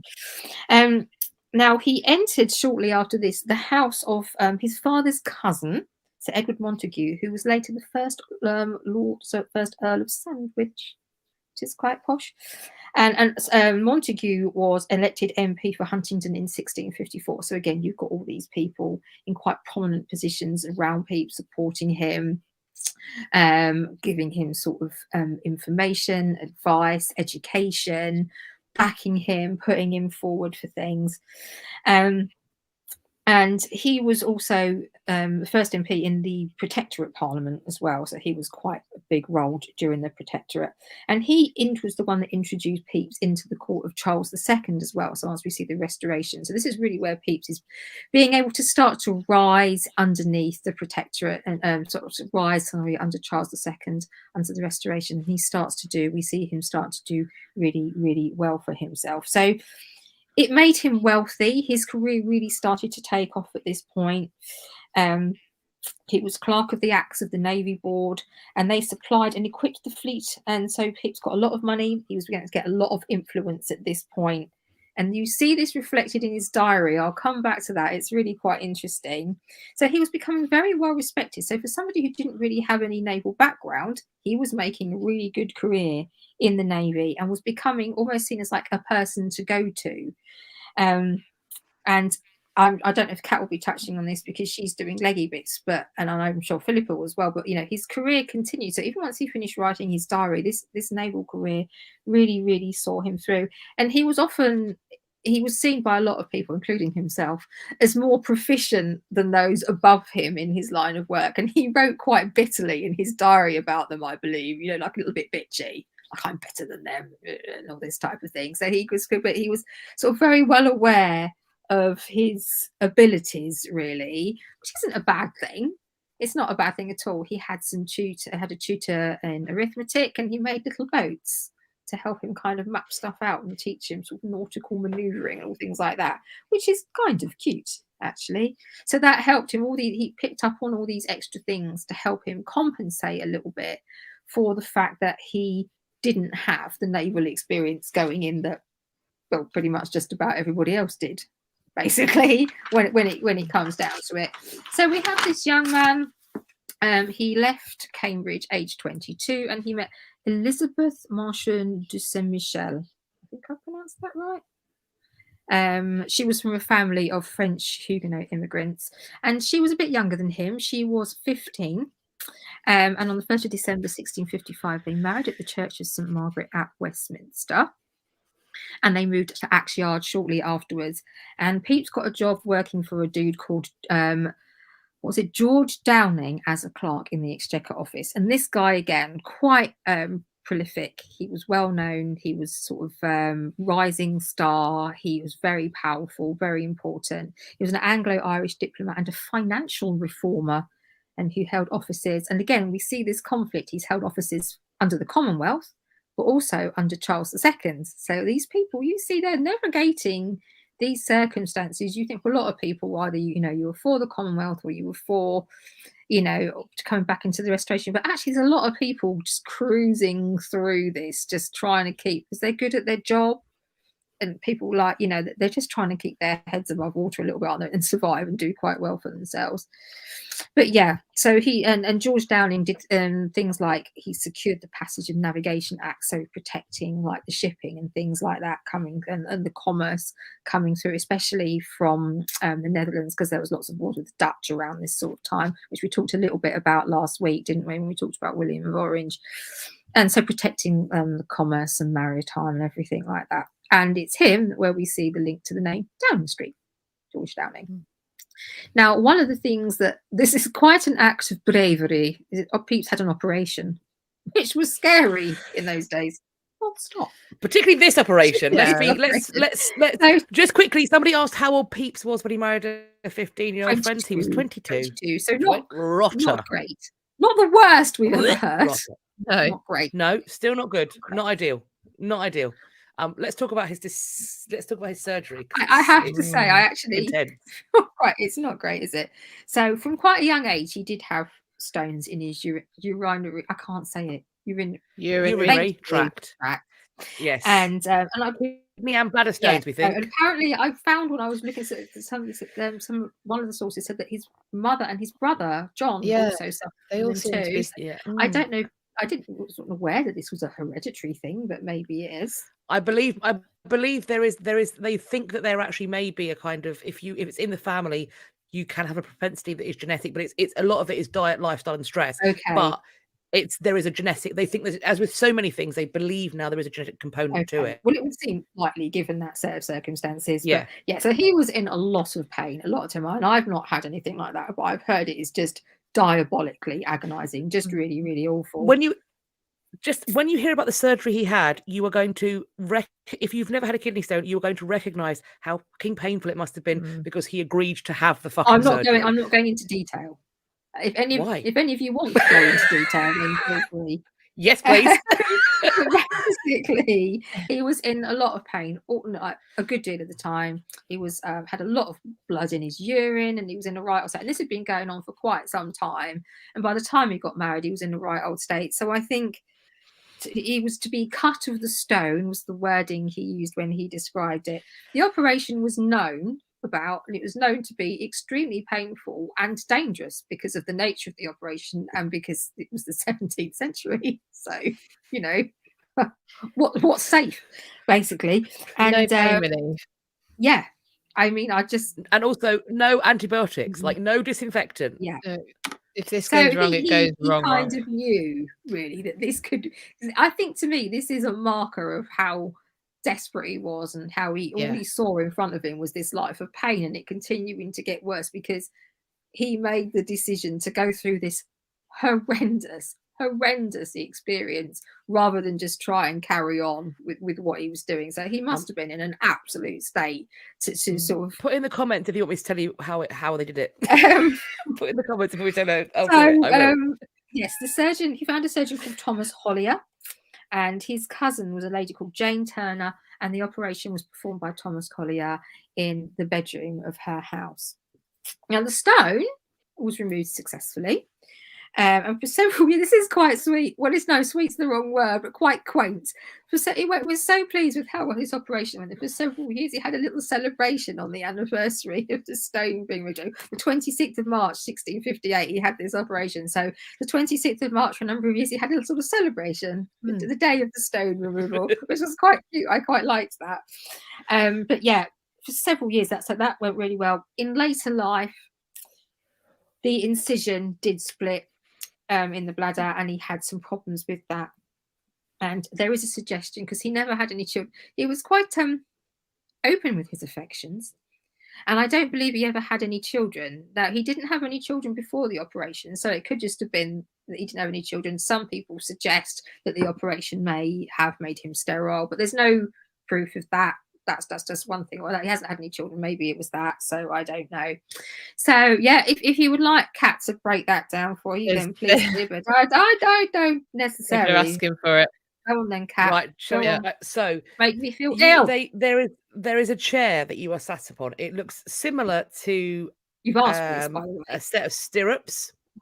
The surgeon will position you so you're on this chair and it sort of it's got no bottom, and your feet are put up and strapped in. You are then strapped down, and your fundament is exposed.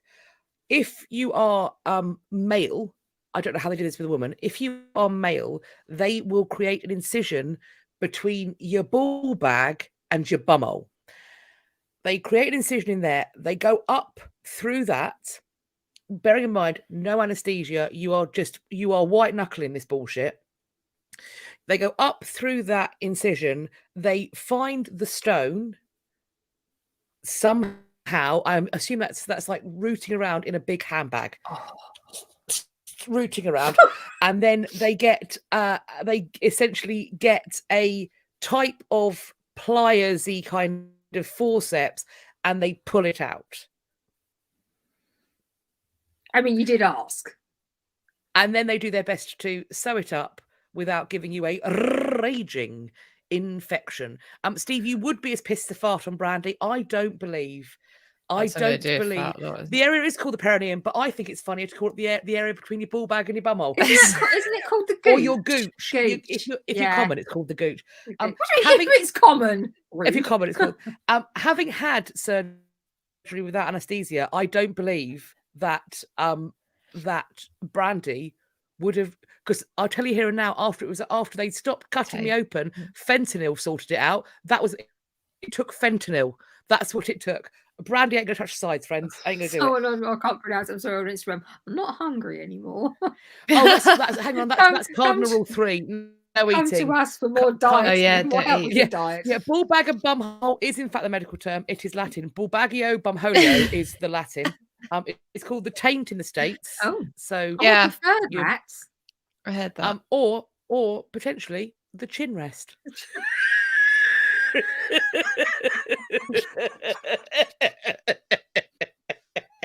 It depends what else you're doing. Cardinal rule number 3 is no eating during this. That's a new one, right? No eating. This is a no eating podcast. Yeah, it is right now. Well, although we've just done the bit for that. Sorry, late. Late warning. Because it's a new rule. It's a new rule. Yeah. So what? That in. So there we go. That's how they did it. A what? A new rule. No eating. I thought you said blue roll. Obviously not. No. Anyway. 2020 vibes, babe. Chill. Yeah. Having flashbacks. Blue roll. No, paracetamol. Blue roll. Pasta. Yes. Anyway. What a time to be alive. Wow. Anyway, so you're welcome. There you go. You're welcome. There we go. So what did you do with it? Merry Wednesday. I don't know what happened with the stone. Did he keep it? I would have thought he's the kind of person to keep it. He sounds like the kind of person. He seems like the kind of creepy would, to be honest, keep it. This is my stone. And he probably brings it out as his stone feast and makes people touch it every stone. Oh yeah, feast. on the 26th of March. It's National Stone Day. Your birthday's 26th of March, then. Do you know what I think we as HAD should do? We should put in our diaries for every year. We should celebrate the stone feast. It should be an excuse for us to get together and eat loads of food. He used to drink quite like. You'd have thought having something like, well, yeah, you'd have thought drinking and that would have been something he maybe would want to avoid to try and avoid getting the stone again. But nah. That's exactly. They've already made the hole now. Now now he looks like sooty. They can just go back in quite quickly. Clearly, it was ready and waiting to open up again at some point. Yeah. So, I just Daddy pig. Horrifying. Says, do you think It people takes a washed lot. it before we got them to smell it? I think it should be like, what do they do with what do they Polished. call it? Polished, but you know, Tumbled. Put in a rock they do with tumbler. Tumbled, that's it, yeah.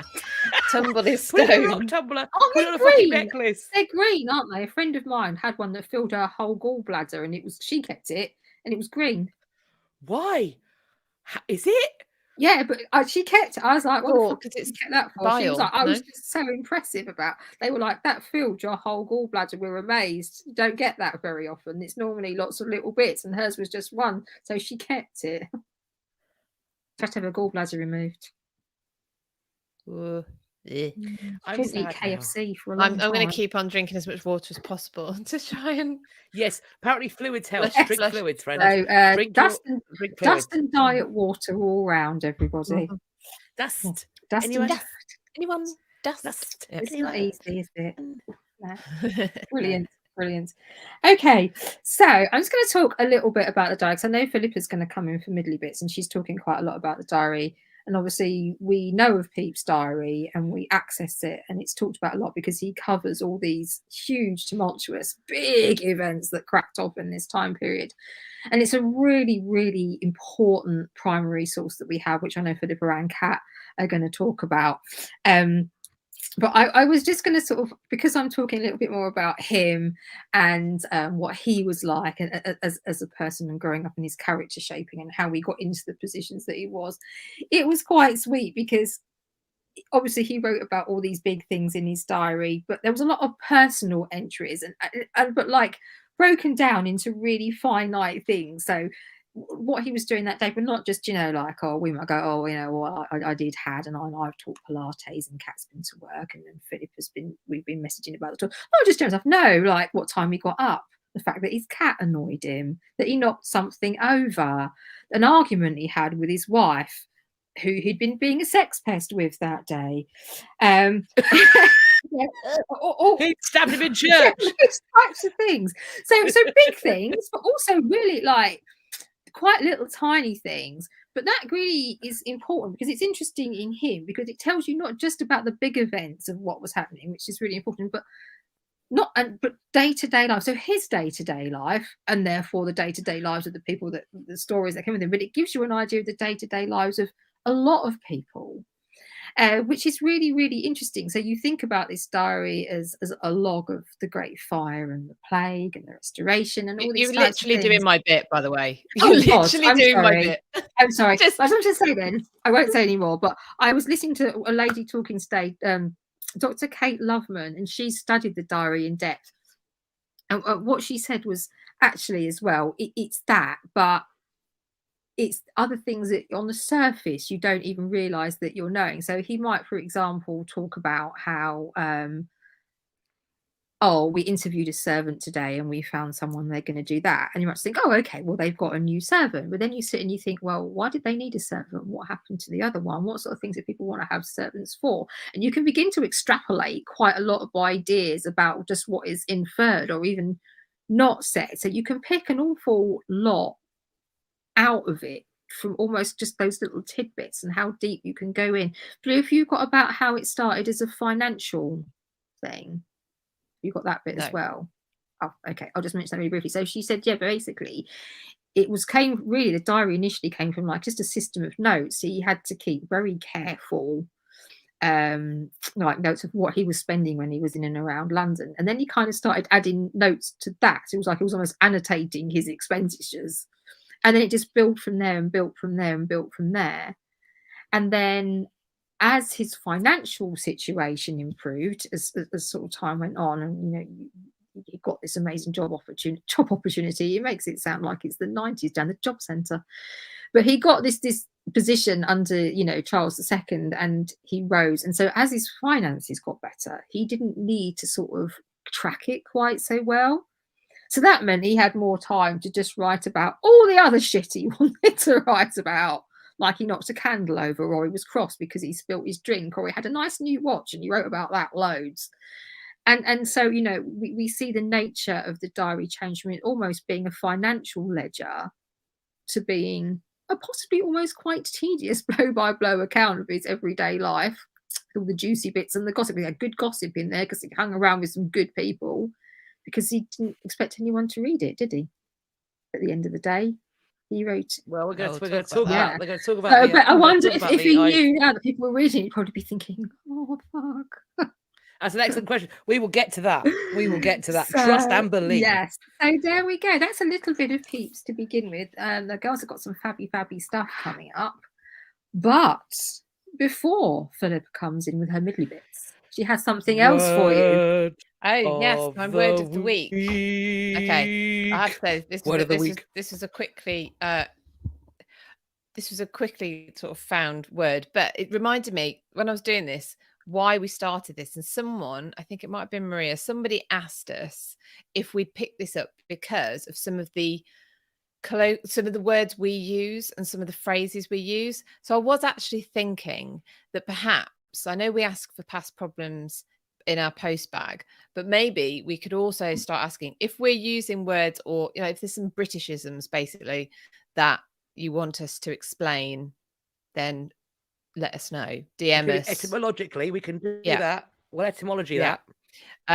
Because otherwise we're just coming up with things like this. So today, I want something to do. so this one just amused me. Okay, so the word is cattywampus. That's great ever already. heard I've heard that word before. I don't know I've what it heard is, but I love it. Cattywampus. I- I've heard that word. I read it and I was like, we need to get this into a sentence. And actually you can get this into a sentence. Would the sentence go along the lines of, I would have gone, but I was distracted by a cattywampus? I suppose you could. Although if it was a cattywampus, you probably wouldn't be that distracted by it. Does that mean I've heard the word, something? but I can't remember its definition.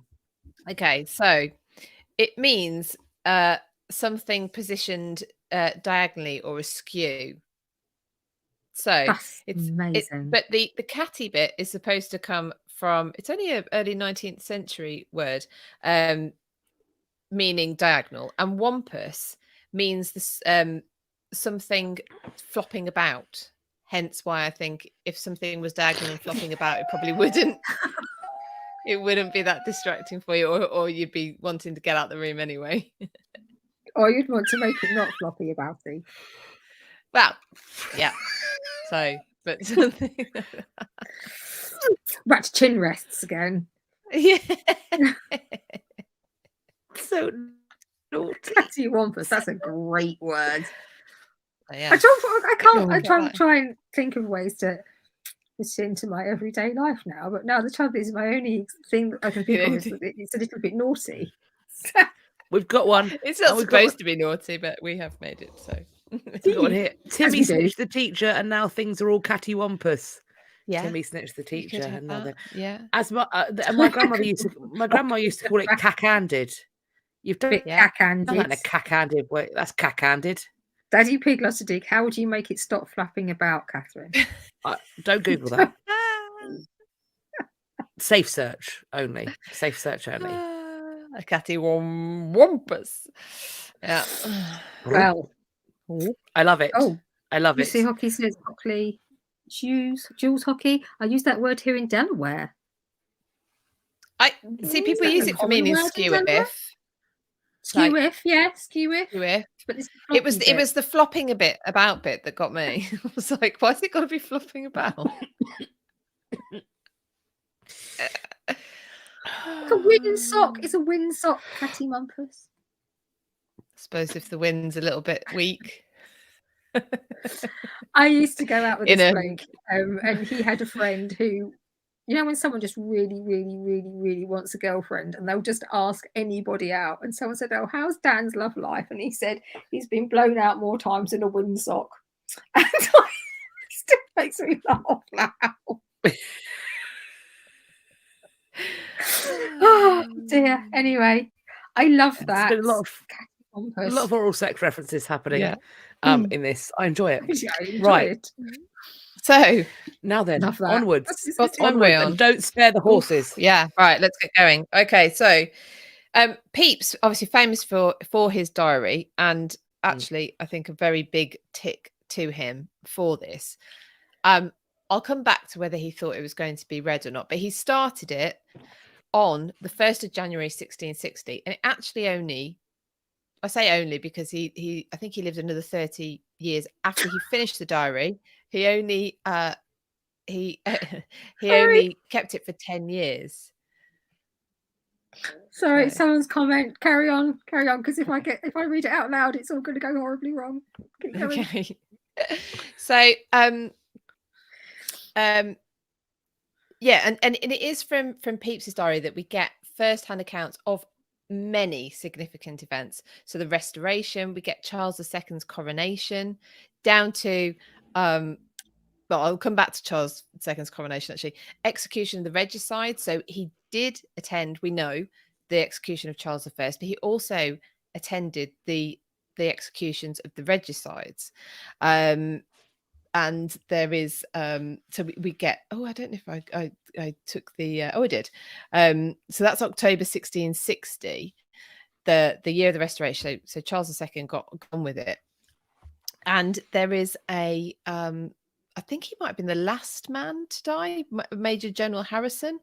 There were a number of them hung, drawn and quartered at Charing Cross, which is where Charles I's statue actually sits now. They've since decided to call it the Charles I Island or something. They hadn't named it for bloody ages, and they didn't do anything about what this statue was. But anyway, he is sitting on the point at which the regicides were hung, drawn and quartered, excuse me. Anyway, so we have descriptions of a public execution due to Pepys. Thanks to Pepys. It's a bit bizarre because he's saying Major General Harrison looked as cheerful as any man could do in that condition. But you also get feedback about the crowd. So when they lifted his head up, the crowds were cheering, great shouts of joy. And you're just like, oh my God. So it's quite vivid. He's keeping this diary, and it's really it gives us such insight. But yeah, you've got the execution of regicides, the Great Plague of 1665. Because he's living in London, he lives on Seething Lane, which isn't that far from the Tower of London. There is a street called Pepys Street now, actually. Obviously, that wasn't there at the time. And because I think there was, I think the area took some hits during the Blitz, so the street layout is slightly different. But the church that he went to and is buried in, St. Olave's, is still there, so you can still visit that. But yeah, so he's living right in the city. So his account of the Great Plague of 1665 is obviously firsthand, and the Great Fire of 1666, which I've used lots because I did a walking tour, audible walking tour of Great Fire of London, and relied heavily actually on his diary. And I must give a shout out before I forget to pepysdiary.com, which has the entirety of Pepys' diary along with annotations and notes from people, and you can comment on it and you can search. Anyway, I always must mention them because I do use that site a lot.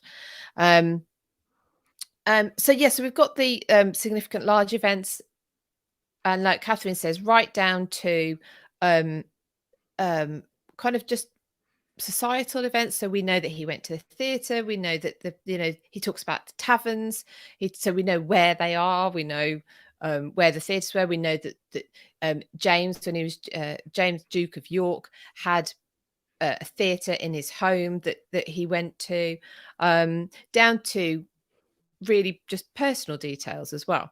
But it's from him we get things like the fact we know that, and I know, Kat, you've covered this before, that Catherine de Valois was what's the word? Was disinterred. Was disinterred and accessible if you went over to Westminster Abbey, because Pepys accessed Catherine de Valois and kissed her. Yeah, on his 36th birthday, he tells us that he kissed a queen. Happy birthday, you pervert. He kissed a queen. His wife's there. I'm wondering what she makes of him, because it just seems like she's just like, oh, whatever. She's probably like, I was 14 when I met you, and look what I'm fucking stuck with now. Yeah. So he talks about that, but it gives quite a detailed account. So, blah blah blah, see the tombs, da da da da. And here we did see, by particular favour, the body of Queen Catherine of Valois, and I had the upper part of her body in my hands, and I did kiss her mouth, reflecting upon it that I did kiss a queen, and that it was my birthday, 36 years old, that I did first kiss a queen. Oh, like, okay. First and last, Peepsy baby, you aren't still going to live in Queens, babe. Yeah. I have to be well dead by the time Peeps gets to kiss them. Yeah. She was fairly dead. Fairly dead.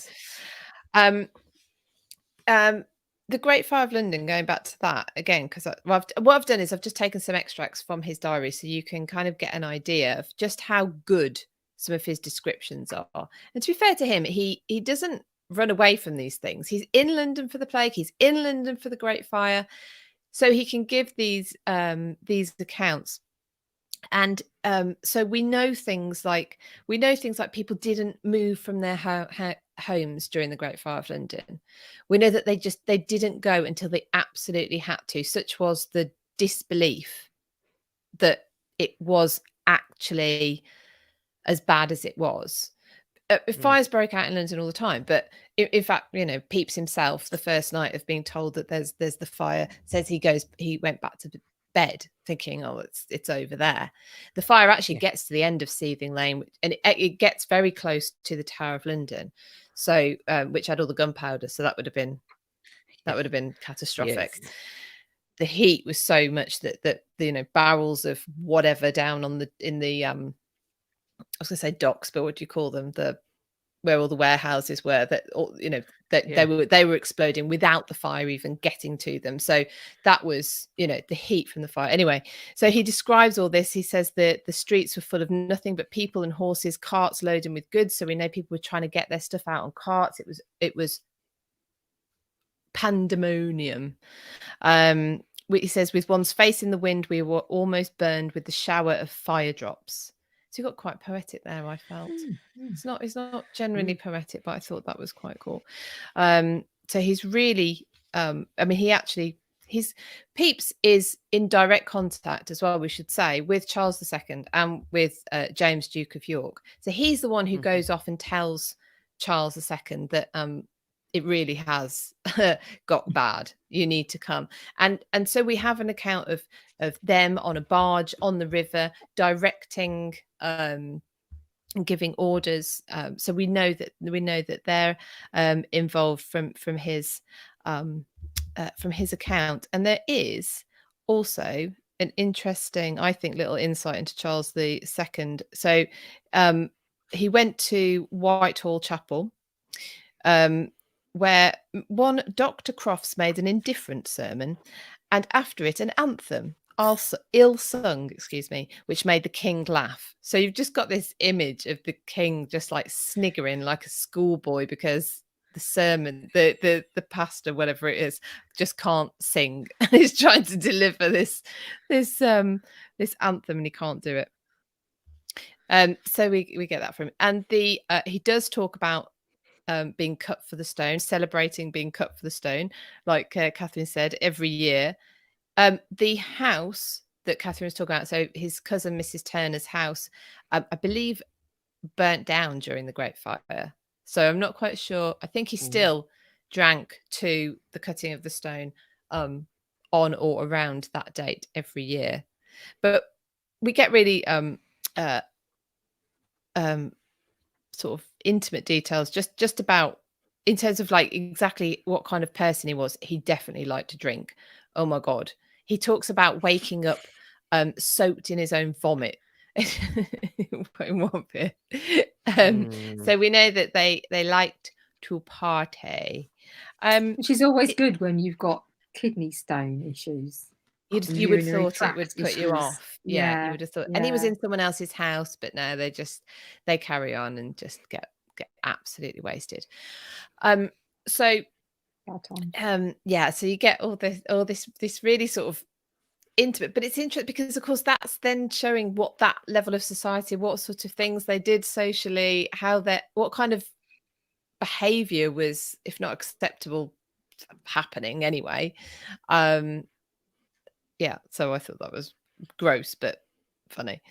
And there's another also we have a entire recipe for a Disaster. concoction, I'd say concoction for kidney or bladder ulcers. So he still did have some issues. And I'm not going to read the whole thing because it's actually quite long. But he so in his diary he kept the slip that the doctor had given him of this entire recipe, which included marshmallows, which I've never seen a real marshmallow. Any of you, anyone, do you know what one Hang is on, like? what- It's a plant, isn't What? it? It's like a plant. Hang on. Yeah. Hang on. Yes, it's the. I just thought a the- marshmallow was a piece of foamy confectionery. No, they're I talking didn't about think the, it he's was talking an about the actual plant. thing. He's talking about the Yeah. plant. I'm not quite sure what it looks like, but he is talking about the plant marshmallow. I didn't know there was such a thing. Roots of marshmallow. I can't tell you what it looks like. But Comfrey. it's like it's a root. I don't know what that means though. Yeah. I think it Licorice. now. St. John's wort, and it goes on. It has a lot of stuff in it, including red roses, nutmeg. But it's like you can see what kind of things they were using as medicines, which I think is rather fascinating. So he keeps the diary for 10 years. The reason he decides to stop is that he feels like his eyesight is failing him, and that he thinks writing his diary every evening in candlelight is probably putting too much of a strain on his eyes. So he stops, and he does, I think, dictate little bits of things. But I think that whole process of having to say it out loud to somebody else to write down, I think probably self-censored quite significantly. However, he must have recognized that his accounts of, I mean, we've gone through some of the events, so clearly he's going to know that they're significant events, but he must have realized that his accounts of these were going to be useful or interesting to people in the future. So no, he's not that keen on people reading it or knowing his business in and of the time. However, he gets his diaries bound. He includes them because it is a bibliophile, so I think Kat will probably talk about this. So he has a massive collection of books that he leaves. It's all catalogued very clearly, and it includes his diaries. So he clearly had an idea that they would get read, that they must be useful to someone in the future, and for that he is actually sort of considered a historian as well as just is referred to as a diarist, but actually why not a historian? I mean, he's I suppose because he's taken the notes in the time, but he recognized that their significance. So although the diary only took up 10 years of his life, and I think he lives for another 30 after or so, and his eyesight never does go, but clearly it worried him enough to. He's a drama queen, so he thought he was going to. He possibly. Well, he was probably just pissed every night and thought, "Oh, my eyes, my eyesight's going. My vision's blurred." No, mate, you're shit faced. Yeah, have a nap. That was all it was. In the morning, dickhead. We could have had more. But it's really worth having a read. What did I say? It was called peepsdiary.com. Is really worth a visit. What I couldn't find though, and maybe I just haven't looked hard enough, is he's supposed to be quite detailed in his accounts of his amorous liaisons, of which he has many, and yet I actually haven't found the actual words. Okay, here's the reason why that is. Here's the reason why it's because peepsdiary.com, what you are seeing as the text is a later edition that was censored. Yes, for later eyes. Okay, so we need to go elsewhere. But if you check the footnote of peepsdiary.com, they've got the original text. Right, that's where I need to look then. Yeah, to find the nasty. The nasty. We're all just like, just going to make a note of that for later. Yeah. And I think if it's sort of, if there's a kind of the little number thing, sometimes if you click on that, it will take you straight to the dirty. Right, I'll have a look. I'll have a look. Fill you all in. But yeah, they did clean, the person who produced the edition, one of the first Wasn't editions that in of the it. Victorian? Was that Victorian? And they went, or the one of them wasn't it? And they cleaned it up. Oh, Yeah, it's they did. always the Victorians with their Yeah, faux sensibilities. Their faux prudishness. Yeah. Yeah. Don't The believe good a word stuff of pretty it. thick. Yeah, absolutely. Don't believe a word of it. So there you go. I'm going to leave it there so that we're going to try. We're trying to keep to time. It's going well, depending on how you define well.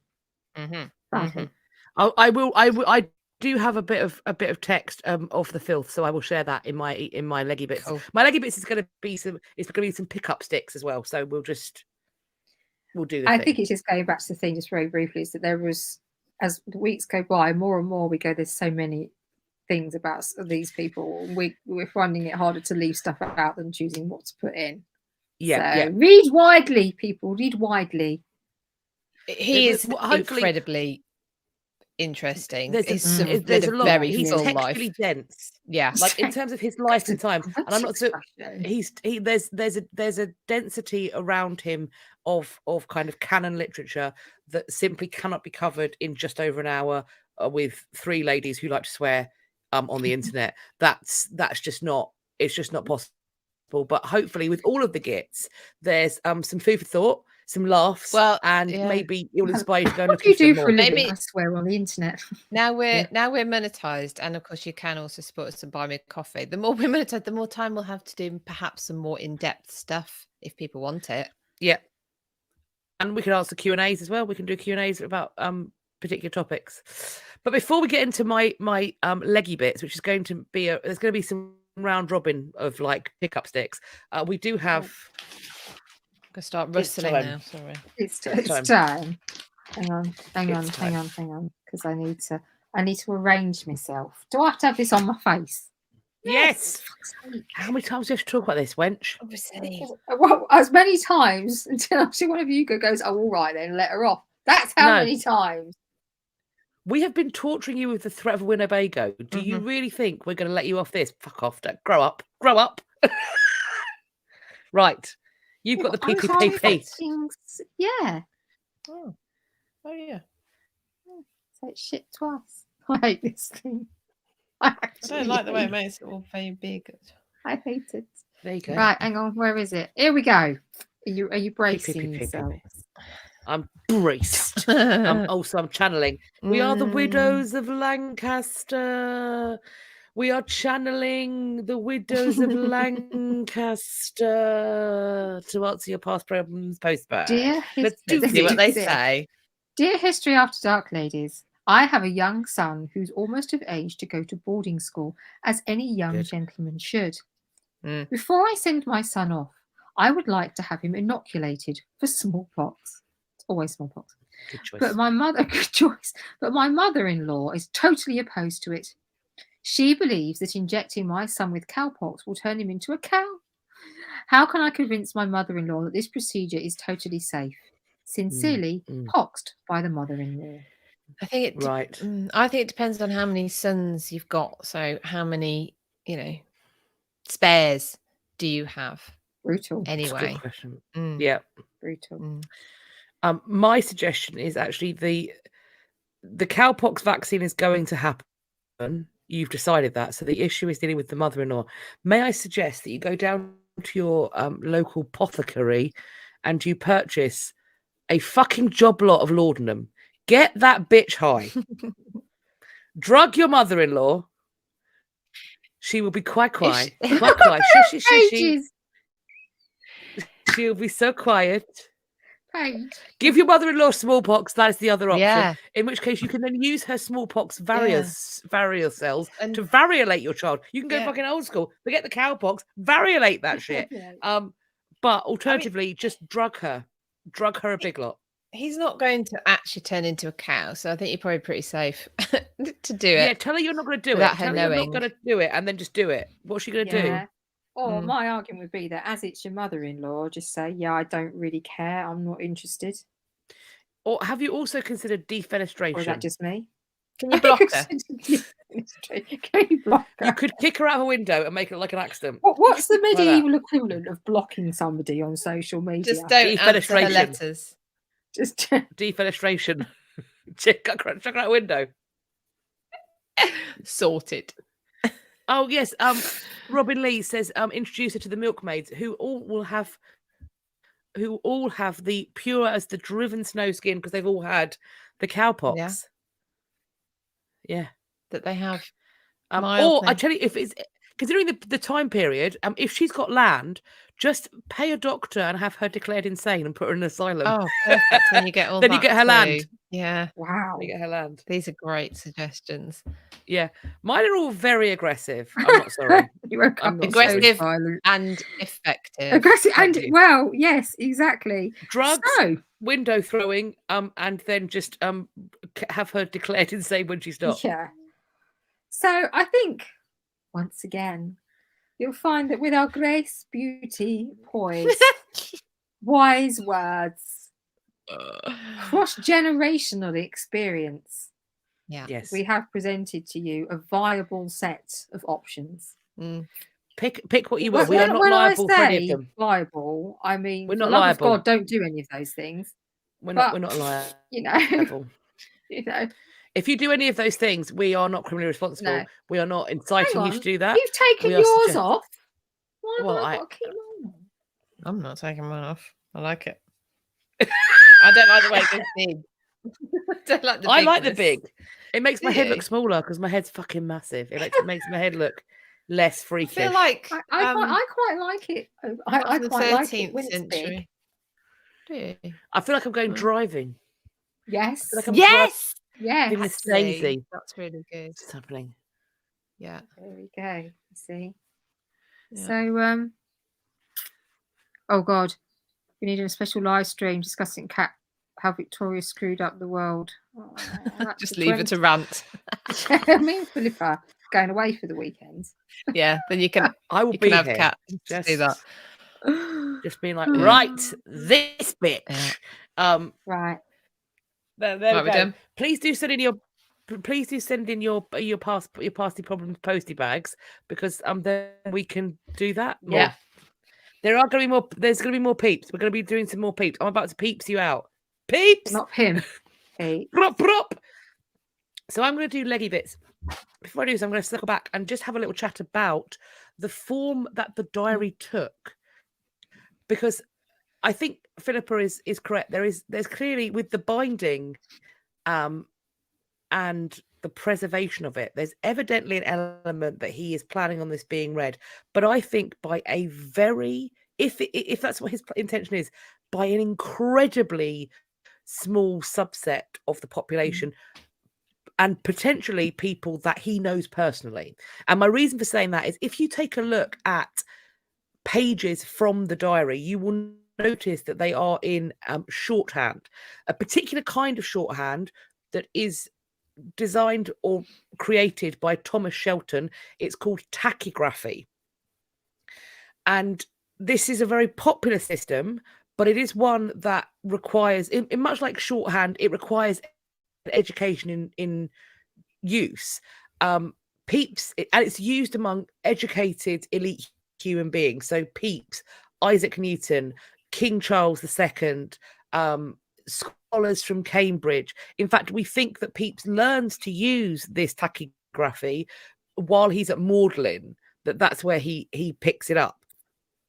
So there's clearly an element to which if there is intended to be an audience, it's a very select audience. And it's an audience that comes from a very similar world to him and potentially knows him. When we talk about Pepys' legacy, I think it's almost impossible to ignore the diary because, as we've spoken about, it really is just this incredibly evocative view into the past. It's a really rare glimpse into this interior life, these thought processes, the frankly, on occasion, craven, feckless, depraved moments that I think are present within all human beings. And there are moments that make us go, oh God, the past is a scary place, like the being cut of the stone, like, you know, going and kissing the corpse of the Queen. We have a visceral response to that. But I think on the flip side of it, there are moments equally when I'm going to get to some peep sex pesting where we're going to go, mate, can you fucking not? But I also think that there is some profoundly recognizably human things. And when you look at Pepys's diary, I think it's similarly with other corpi of texts, like the Paston letters, things that are intended to be private. This is what it's not, is it's not a chronicle. It's somewhere in between a financial document, what we would call a private diary, and also a chronicle for public consumption. And of course, the private diary thing is going to be really hard for Pepys to do, because that's not what people are doing. They aren't, to our knowledge, there's not, if it's happened before, they are no longer extant. But what we are seeing in Pepys is he's writing to himself. And maybe that's it. In writing in this shorthand, he's writing to himself. He's writing something that he values. And I can't think of a diary in that way that predates it. I mean, John Evelyn is writing, he's a diarist. His is a chronicle. His is meant to be read. His is meant to be read by a general public. So Pepys is doing something different, and he's kind of reinventing the wheel, so to speak. It almost, sorry, just to jump in, but I was just thinking about what you just said there. It almost reads like how you're encouraged to journal now, so that you don't leave the end of the day feeling like everything was shit. Because sometimes, sometimes something will have gone, you know, something bad will have happened, but he ends with it. But, you know, had a good tea, or had a good dinner, and, you know, gone to bed quite happy. So it almost reads like a, journaling, like you're it certainly does. Now. It certainly does. It's confessional in almost, you know, in a kind of Protestant world. Is this in a Protestant England? Is this his confession? His remembrances, his desire to vent all of this, and he is somebody. I don't think he's a saint. I think we're going to talk about things in a moment that make it very clear that he's not a saint. I think he is also a man who is in pronounced amounts of pain. I think he has prolonged ill health. I think he has professional success and personal disappointments. I think it makes him bitter and mercurial and overly dramatic on occasion. But there are these moments where you look at Pepys' diary and you go, the past, when they say the past is another country, they do things differently. They're not here. Not here. This is humanity that vibrates with a recognition that I can see and understand. And the moment for me is when we've talked about the fact that Pepys was at the execution of Charles I, that he seems to have celebrated it. And we know that even though it happens before the diary begins, because on the 1st of November 1660, Pepys references this moment. He talks about how he, in sort of preparation potentially for the return of the king, he is spending time with old school friends. And the quote from the diary said, he did remember that I was a great roundhead, so parliamentarian, when I was a boy. And I was much afraid that he would have remembered the words that I said the day the king was beheaded, that were I to preach upon him, my text should be, quote, the memory of the wicked shall rot. But I found afterwards that he did go away from the school before that time.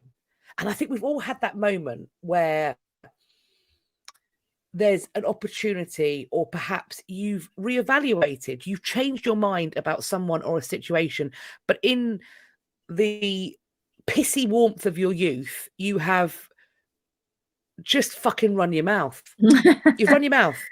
And you've run your mouth in front of witnesses. We've all had that moment where we've gone, what if that gets reported back? Maybe I shouldn't have said that. Maybe I shouldn't have disclosed that. And of course, in Pepys' case, there is potentially a very high penalty. But this man who, in his youth, witnesses the execution, who celebrates the execution, is also a man that goes to collect Charles II to bring him back to be King of England, who remains in Charles II's circle. In terms of perhaps where he is most sinning, I think he's most sinning in his personal domestic life. He is, on the one hand, desperately appears to care for his wife. When his wife becomes very ill and she starts vomiting, there's this occasion, he recalls in his diary about his terror that she was sick, that she is just desperate. He's desperate for her to become well again. So there's evident care, but not sufficient care to not cause her the emotional pain and shame of fucking her mates, of wherever he can possibly get his willy wet, just like a rat up a drain pipe doing it. There are also accounts of him being violent towards serving staff, of beating servants. Now, do you know what? I'm never going to be a person that goes, but it's of the time. What do I think that other people aren't beating their servants? No. Do I think that other people aren't cheating on their wives? No. But we're talking about this guy, and he was doing those things, and both of those are dick things to do. What's also the prime example of modernity smacking us in the face is Pepys, despite the fact that he is a notorious shagger, cheating on his wife left, right, and centre, this prick is inveterately jealous of her. Inveterately jealous. He says she has this dancing master. Poor cow, she wants a bit of joy. She has this dancing master to come to the house to teach her in the kind of new fashionable dances. Pepys decides they are knocking each other off, and this one thing that she loves, and even if he was knocking her off, you're knocking off everybody. Just let her have this one thing. No, Pepys can't do that. So he basically makes it so uncomfortable that she has to stop seeing him. Beforehand, he's been really unkind about her attempts to dance. He's talked about how she is conceited about how well she does it. The hypocrisy of this man calling anyone fucking arrogant is wild to me. But he says she thinks she's brilliant, but I don't think she's very good. But also, it makes it so that these dancing lessons that she clearly enjoyed and they clearly gave her joy came to an end. In terms of, I just want to skip to a little bit about the quotation with the dirty bits. Let me see if I can find it. You're looking at that pretty, or was it page? He really thought with his downstairs brain a lot. He did. He certainly did. I like that. So on the 25th of October 1668, Elizabeth walks in to find her husband embracing her maid, Deborah Willett. And as we talked about, if you look at Pepys' diary, there's an ellipsis there. So when you see an ellipsis, that lets you know that they've taken something out. And that is because they are using the 1893 Wheatley edition, because that's a copyright-free version of the text. But in doing so, Wheatley cuts out some bits that are vulgar. But if we go into the notes, we can see that what he has said, the full text reads as follows. So home and to dinner, and after dinner, all the afternoon, got my wife and boy to read to me. And at night, W. Batelier comes and sups with us.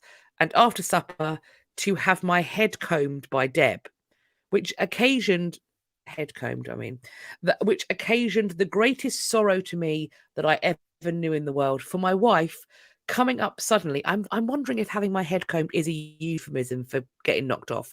For my wife coming up suddenly did find me embracing the girl, and then he has this kind of Latinate thing, con as in with my hand, sub su underneath her coats. So with my hand under her coats.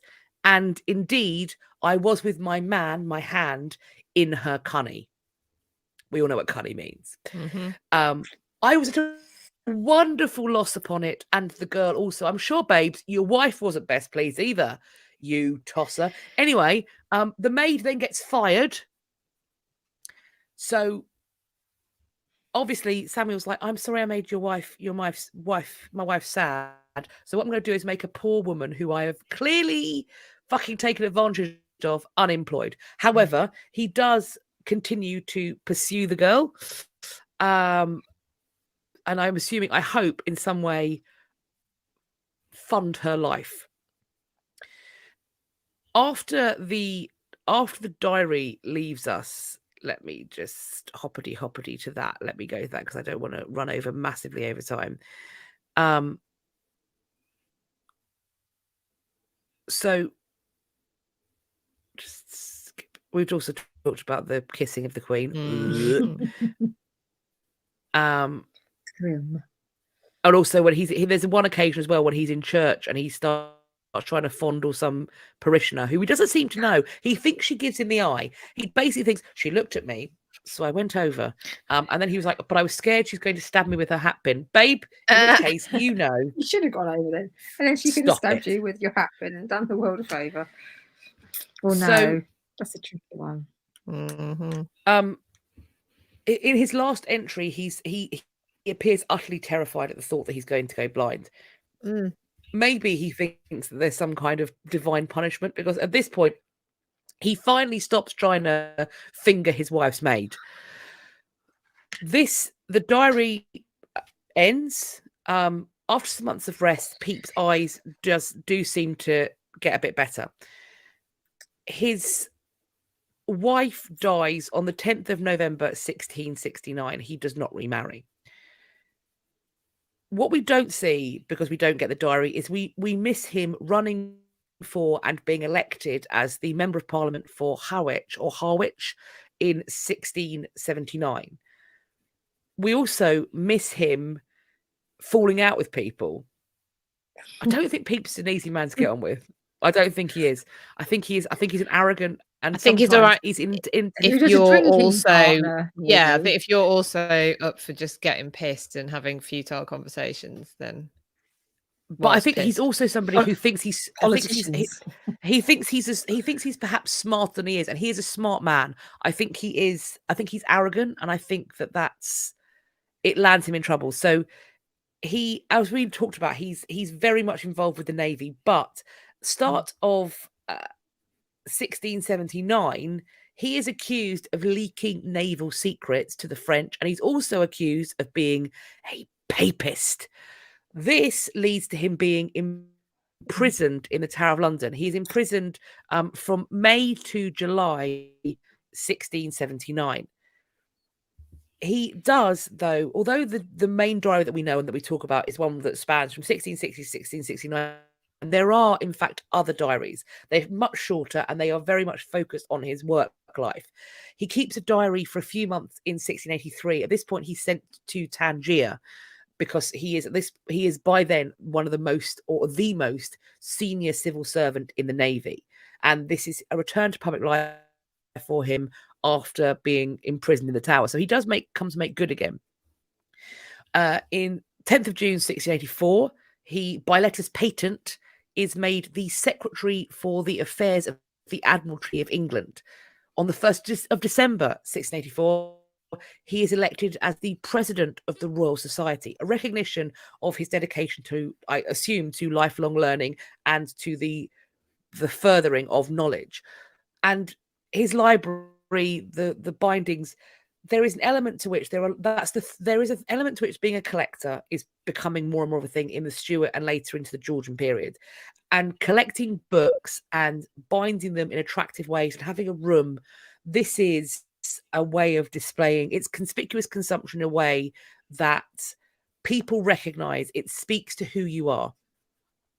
I think Pepys enjoys learning, but let's be very clear that there are plenty of people of his generation and older who buy a shitload of books, have them all bound in their kind of personal branding, and never crack open one of them.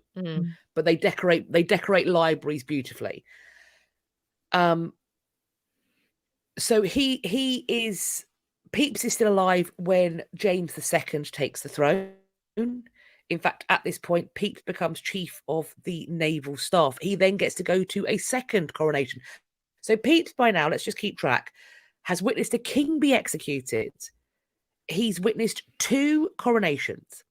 He has seen plague, and he's also seen London burn. And the Great Fire is... The thing for me that's so striking is that they talk about how the roof of St. Paul's, which is lead, the fire gets so hot that the roof of St. Paul's starts running through the street. There is just molten lead running through the streets of London.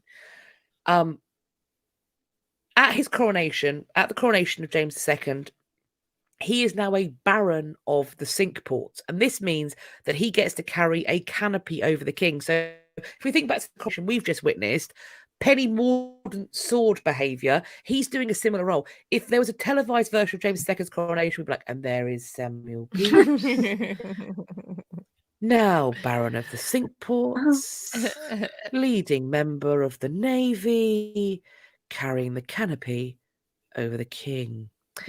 In that exact voice. That is how I'm talking to you from the BBC. So that is what's happening. Anyway, so as I'm sure we all know, James II is deposed. We talked about this last week. Warming pan baby, etc. Pepys is still alive. So Pepys has seen an execution of king, 2 coronations, and a deposition, a foreign invasion, an entire in the name of experiment. Of course, he saw republicanism. Also, he saw the Cromwellian interregnum, and then he also sees the Glorious Revolution. He is still knocking around in Parliament. However, when James II's daughter Mary and her cousin husband William accede to the throne following the Glorious Revolution, he is removed from his naval duties because he is suspected, or he is detained as a suspect of treason. He is then imprisoned in Westminster Gatehouse in 1690, allegedly because a French fleet turns up in the Channel and they think somehow Pepys is back to passing messages, maybe.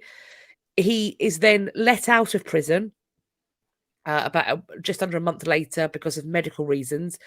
He's got gallstones again, and he's also his vision is really failing. So that is 1690. Seeps. Seepy Seeps, that cheese fancier, passes away on the 26th of May, 1703. He is 70 years old.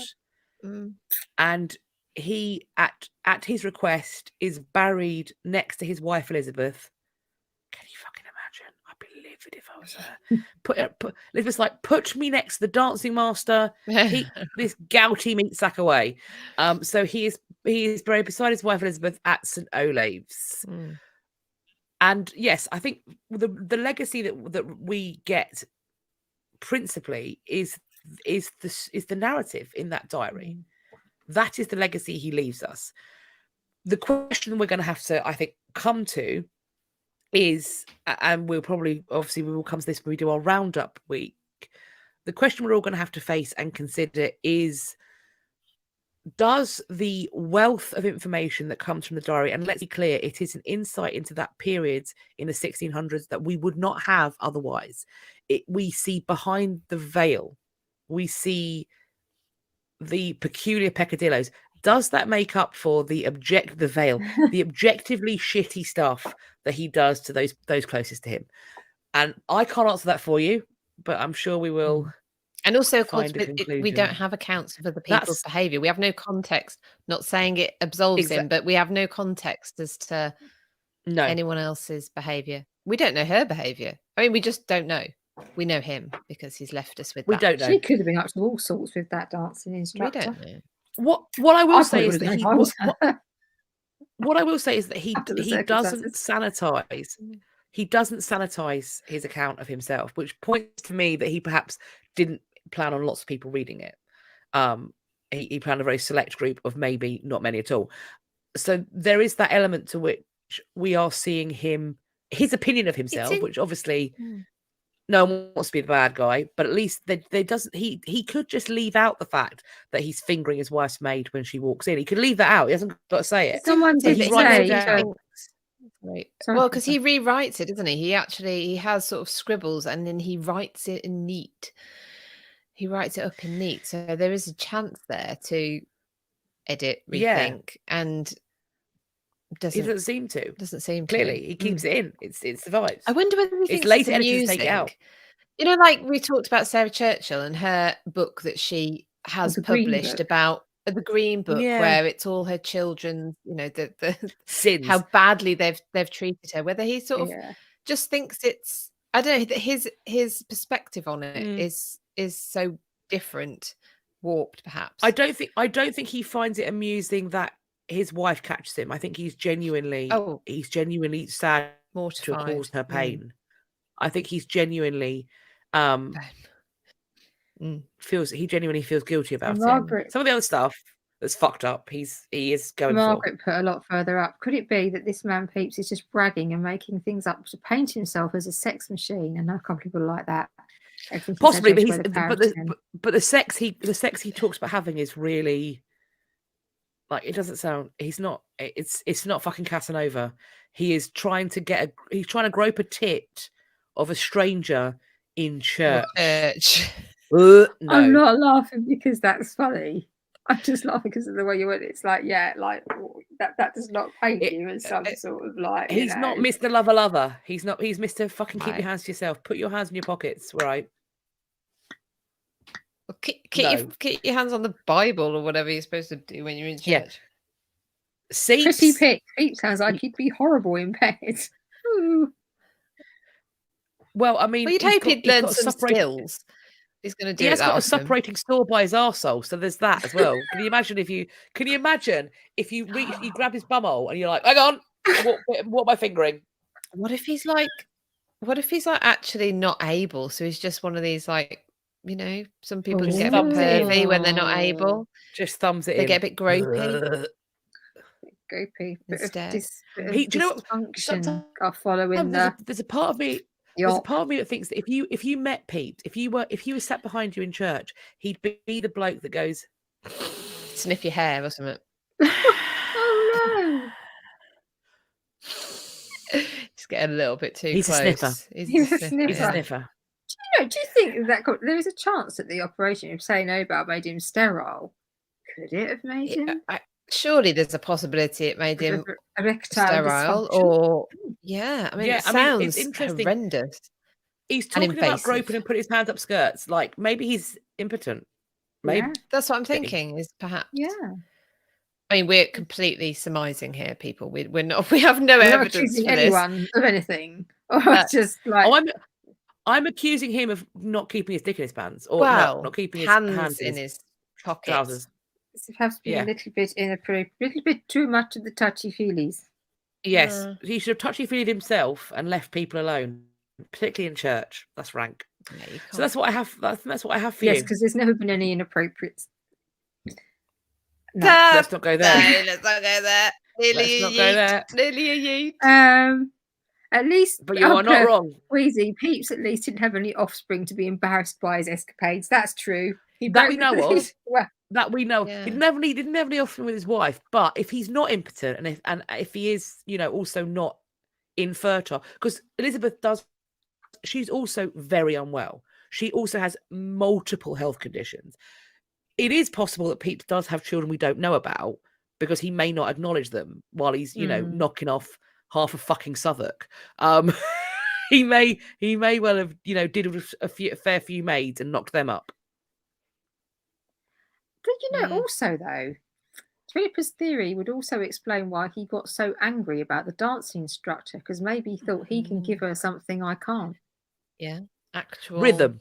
Who could ask for anything more? He was concerned that there is a man who actually knows what rhythm is, so it won't just be like somebody coming in collywomple and slapping at me. If he actually can't, if he's only got a collywomple, nicely shoehorned cattywomple, even if he's only ever cattywomple, cattywomple sex, where it's like that kind of, it's just there's just no rhythm. There's just no Well, rhythm. there's no anything. It's No, it's it's a sadness. it's No, it's there but calm, not there. Calm. But yeah, I In mean, terms of Freddie Cozen, maybe imagine if he was on social Fine. media. We don't have to imagine if he was on No, social that's the media. equivalent of because social media in the 17th he's century. literally every man with a microphone on social media. She says, holding a tiny microphone. We know what he's like. He is every 22-year-old guy who's telling you about how you can get yourself a sports car and how, if you want to be taken seriously, buy yourself a £10,000 watch. Babe, if you want to be taken seriously by people who've got Patek Philippe's, that ain't gonna cut it. he'd have a podcast. Yeah, he would definitely have a podcast. He would definitely He'd have a podcast, and he would get the king on to have a little chat over a whiskey or something. That'd be hilarious. And he'd be like just insufferably smoking jackety. Do you think on I his wonder how he podcast spoke. he'd- Oh, yeah. If he today, he'd speak with a Mockney accent. Mm. Like you'd think he was in Layer Cake. Shades of Guy Ritchie. In my head, he would be directed by Guy Ritchie. Yeah, I That'd see be- what you mean. that'd be cool. Maybe we should contact He's him. and also say, exactly the sort of person who, if he would after university, he would have gone and found himself in India. Oh my God. go Trustafarian. Zoe on Instagram said he'd be in everyone's DMs. He would be a Being dick blocked. pic He king, would. but he He wouldn't would. realize. The king of unsolicited dick pics. But he wouldn't realize that you're supposed to have a boner, so it'd just be his like sad little slug, sad, flaccid, Just sleeps. Cassie Wampus sleeps. just lying there. Cassie just Wampus looking at you askance, just bereft. Yeah. He's a man with a bereft penis. No, must not so lose the plot. sad. Must not lose the So plot. sad. Must not. bereft. Must not lose the plot. The bereft penis.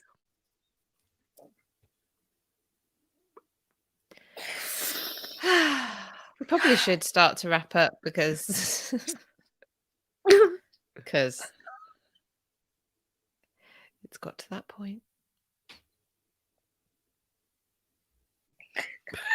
We've broken Catherine. Have we broken Yeah. her? Right, Philippa. Yeah, What's happening next week? I don't know. Is it is You're the only grown up here. We can't be trusted. We're not backstage. let me just Catherine's dead. I'm I in. want to double check what's happening next week. Give me time. I have a spreadsheet. Of course I do. I thought it was Roundup week next week. It is That's what I Roundup thought week. too, Yeah. but- Oh, yeah. I just wanted to check. It is Roundup week next week. Yeah. So we'll be covering. We will be covering. Oh, let me just go back. So we have Sarah Churchill. Peeps. Well, Peeps, Sarah clearly. Churchill. Sarah Churchill, Warwick the Kingmaker, and William of Orange. So 3 Stuarts and a bell and a pear tree. There's no pear tree involved. I've made that up. But 3 Stuarts and Warwick the Kingmaker. Yeah. Yeah. I think I know who's going to come So out it's on cool. top of them 4.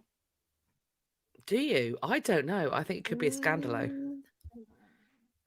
I think Scandalo. I think I might know actually. We'll Yeah. see. Depends what riles people at the most. Truth. But yeah, Truth and so facts. Philippa, tell us about all the things you normally tell us about. so I can't remember, what do I normally tell you about? So you Things that you go can- across the bottom. things that go across the bottom. So if you haven't already, please sign up to our Substack. It's historyafterdarkhub.substack.com. So that's historyafterdarkhub.substack.com, because that's where we will eventually start emailing you from. So please do. And also We're going to get there. We are. We are going to get You there. can't do And of everything all course- at once. We're saving some of the good stuff for another time.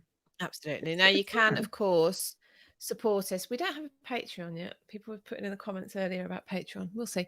But at the moment, you can support us at Buy Me a Coffee at buymeacoffee.com/had podcast. Bit of a teaser. We haven't got a podcast. There you go. Help you Maybe remember it. one Buy day. Me- This is it. This is what you got. This is the podcast. Oh, but you It's got can our now. face on Philippa it. has Actually- arranged it. Yes. Yes, you're right. She's done I have. something I've fabulous. actually, you can now get the podcast on YouTube as a podcast. So that is yeah. actually possible. So it's now a podcast. It is now a podcast. So that will help. So buymeacoffee.com/had podcast. That is helping us buy the Winnebago, the sausage rolls, the tea, everything that The marmalade contributes with to bits Catherine. in. Marmalade with bits in. Because Because Oh, it should never that be hanging without. upside downy thing that stretches your spine, the thing that we're going to strap Catherine into upside down by her ankles Yeah. and swing her around. That those kind of spine extenders they have. Oh, that you, This is you actually float. You know the one. getting I worse think that by the sounds quite moment. good, actually. I'll go in there for fun and put Catherine in those. No! I don't. No! I And nearly then we'll told you drive so something that it else I didn't swings like. around. Nah, I nearly told you something else I didn't like then, but now I'm not because you'll do it. Of course we will. You'll We'll tell get us it. Yeah, we'll eventually. get it out. Yeah, You will fold like laundry. We'll get it You out, will yeah. tell us. no problem. We'll get it out of you. Yeah.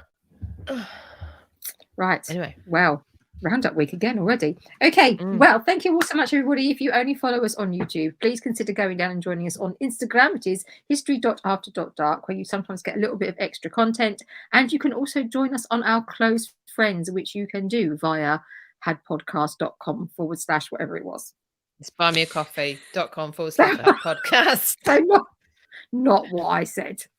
No. It's in the link. It's tree. in the link It's in tree, link which tree. is on our Instagram. So if you are on Instagram, thank you so much for coming down. Please do consider following us down at the YouTubes, History After Dark.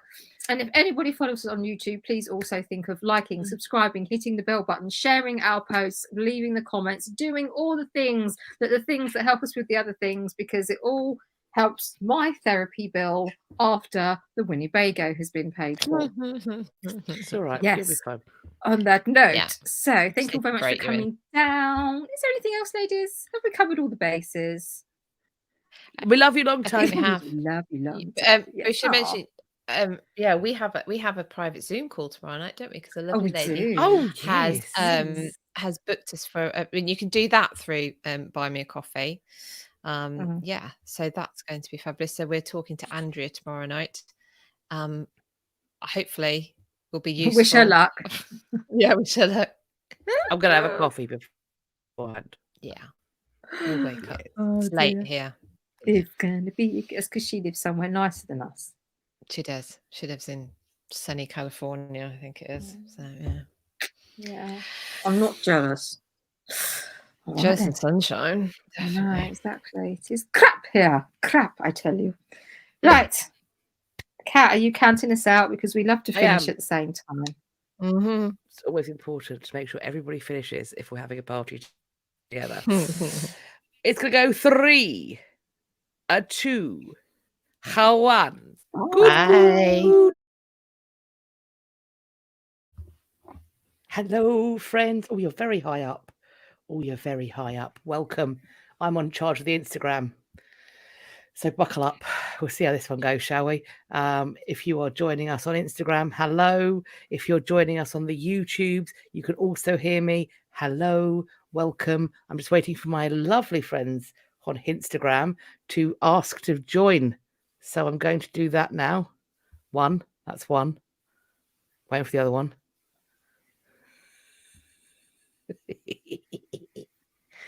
Time to get ridiculous. Oh, There she is. Hello. Look at her. Look at her. look at her. Look at her. There Look she at is. her. There's Philippa. She's just arrived. No, you're beautiful, darling. You're beautiful. I'm coming to you straight from Forehead Land. Population. Hello. Friends. Hi. Hello. Welcome. Hi. Welcome to History After Dark. Shall I jump right in with the disclaimer before we get silly? Mm-hmm. Right. It's just gone 8:15 BST over here for me, London, for them, other places where there are dragons. And this is History After Dark. We called it that because when we started doing it, it was winter. Now I can see a sliver. It's still daylight. But don't worry, for the topics will still be shady, dark. We will be attempting to impart some historical facts as far as we know them. But we will also be doing it with the option of saying some swear words and smut and innuendo, and occasionally some incredibly depraved and vulgar things. So much so that if you are in an open plan office with a judgmental boss, put a headphone in. If you're in a car, at a kitchen table, in a living room with a small child, we call that child Timmy. Timmy is a problem. Timmy is a dobber. What we mean by that is that Timmy is the kind of child that will hear a thing that is depraved and will lock it away in their mind palace for later. They will then take that information into school with them, and they will then share it with their teacher, who won't know what it means. So that teacher will then Google it. Word of warning, friend, if you don't know what something means tonight, don't Google it. That's not for you. It's a joke for somebody else. It's not for you. That teacher will then Google it and then call you up to school and go, why does Timmy know about insert depraved thing that we've just said? And that's embarrassing for all concerned. And they may, in fact, because some of the things we might say, get social services called. So just put a headphone in, or you can watch us on the playback, either on the Insta or the YouTube. I say that it's always best to watch us live because there's a very real possibility, I'm feeling spicy tonight, that we might say something so unspeakably horrendous. Now, bearing in mind, that was the disclaimer, that there might be something that is so vile that we feel there is no other option but for us to yeet the footage into the sun. It's happened once before. It has not happened since. We've come dangerously close. We have actually. We have. It was close last week. It was Yeah, a squeaky bum time last week. We were. Yeah, there could be somewhere we should have done. Actually, there might be a few that are still up there, that shouldn't we? We were tiptoeing along the tightrope of vulgarity, and we just about kept it so that we were happy with it. So hopefully we've learned our lesson. I wouldn't bank on it. Today we are back on our deceased git hunt. Also, another thing, none of this is a drinking game. At 0 points will we ever encourage you to drink. We won't be. I have tea and water. We're never going to tell you to drink alcohol. Not along with us anyway. Timmy's mother.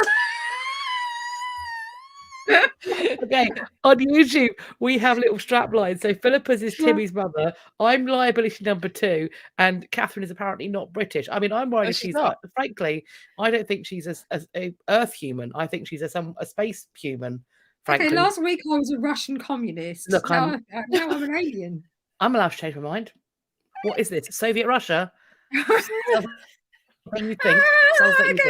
Let's move on from there quickly. Right. Of course we have to, don't we? In case I activate you with your code word. Anywho, we are on the deceased git hunt. Today's git is whom? Can I just say 2 things before we start? The first is, can we show 1.5 things? Oh, the first thing I'll do for you. Should we show everybody what we're wearing? Oh, yeah. You can't quite see, can you? Da, da, da, da, da, da. Merch. So that means we're officially a thing now. Yeah. We're a throuple, babes. We're a throuple. We are. The second was the shirts. You can buy these. Yeah. I've got a long sleeve. Yeah. I've got a V-neck. And I've got a round neck. Philip's got a nice décolletage. See, that's what she is. So you can buy these. Is there a link somewhere? Is it? No, I didn't get that before. You will be able to buy them. Well, you can. It's on our link tree, which is both on the YouTubes and Instagram, actually. So yes, and you can get the Timmy things and some Godspell End stuff, which somebody has mentioned. The second thing is I want you to go back. So when we did Roundup week last week, so I'm sorry to kind of go back in time, but it occurred to me afterwards, I was thinking about it, and I watched back again where we had done our scoring of King John, and we'd got distracted by sausage rolls and cartoon foxes. And when we were assessing and an obvious combination, when we went and we gave John his legacy score, not one of us mentioned Magna Carta. No, because we don't want to get into that, because he's not responsible for Magna Carta anyway, so he can't. The only way he's responsible for Magna Carta is the fact that he mumped it within a few months. Hang on. Didn't we talk about him crying to the Pope about it? We might have done, but none of us. I felt like I should have factored it into my legacy score, Nah, personally. nah. It only survived because Nah. he died. And William He'd the already had Marshal. it We talked about annulled. William the Marshal. I'm not adding it to my Oh. score. Nah, I don't mate. know. I'm undecided. Because I feel like we wouldn't have had it if it wasn't Look. in the first place, if it wasn't for him. If we get to the final countdown, and John is somehow level pegging with some other git, then Well, you he can is. factor it in there, babe. Well, He is he Factor is. it in there. He But, is. but He's by the Henry. end of it, at the end of it, he might True. be outgitted. They might both be outgitted. True. You never can tell. We've got R coming, haven't we? We haven't done R yet. So Scandalous, libelous, rhinoceros. So, well, those are your points, Yeah. darling. Thank you. Very good. Thank Very you. good. Thank you for making now to the agenda for this. Now then, the agenda. then. What are we doing? Who are we? What's our point? What's our purpose? We are today discussing Sarah Churchill, the first Duchess of Marlborough, number uno. I think we're on number 18 now. Antonia says so. We're looking at number uno. Yeah. So we've carved her story up slightly differently. It's not quite exactly beginning, middle, and end, or whatever we decided it was going to be. But so I'm going to pick up sort of the beginning. I'm going to pick up her childhood and her marriage, and then I think, Kat, you've got kids and stuff. Hang on, I thought I was doing her children. No, I've got her relationship with Anne. That's it. Sorry. And then Catherine's children, building. I panicked then. I'd done the wrong thing. That's the sort of thing I do. I literally just saw 14-year-old Catherine who thought she'd done the wrong homework, and it was my favourite thing. I just saw what Catherine was like. That literally was what happened there. With a fat school tie, with her top button undone and her skirt rolled up, be like, the wrong homework. Just saw it. Loved it. Sorry, Panic Catherine, over. I was thinking, I really genuinely thought, oh no, I've fucked this. So I knew we weren't doing it. We weren't weren't doing it chronologically. So yes. Yeah. Anyway, yes. so then Catherine's got kids, buildings, and film. I think so. Leggy bits. Leggy bits. Yeah. Leggy biggies. Mm. Giddy biggities. So shall I begin? Are you sitting comfortably? Shall I begin? So, So she was born Sarah Jennings, and unusually for children in the 17th century, her parents actually divorced when she was 8 years old. Now her mother was already at court, as was her elder sister, and her mother was quite ambitious for them, sort of on their behalf, wanting to get them positions at court, and so she was actually at the royal court from the age of 12. As a maid of honor. Now, I hadn't realized this until the wonderfully brilliant Antonia Keeney did a talk on Sarah at the Stuart Summit, and she also did an interview with me, that maids of honor at this period anyway were, well, in Pepys' words, where is it? Provided a steady supply of virgins to the court. They were basically paid mistresses. They were available, and it was actually quite a status symbol to have illegitimate children by I don't know, some powerful courtier. Now, right from the beginning, so right from the age 12, Sarah, I'm not saying they were at 12 by the way when they were doing this, but Sarah had got to court by the age of 12. She's bored already. She doesn't like the monotony. She can't be asked with the card games. She just thinks it's all a pile of shite. She also observes all this sort of behaviour and these older girl behaviour. It's like St. Trinian's on acid, like a knocking shop. Yeah. I mean, yeah, it's a good job there was no camera phones at the time. And anyway, she decides from an early age this is not for her, as in she's not going to do any of this, malarkey. And so anyway, that comes back in a bit later when I'm talking about her marriage. But gittish thing number one for Sarah, at the age of 15, on a second try, she gets her own mother banished from court.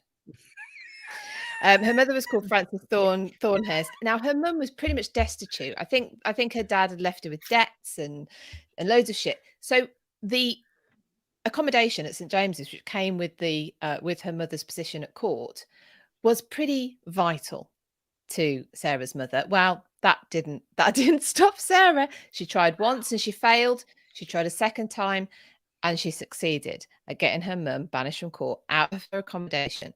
And so she tried twice. I think that's fairly, that's fairly crap.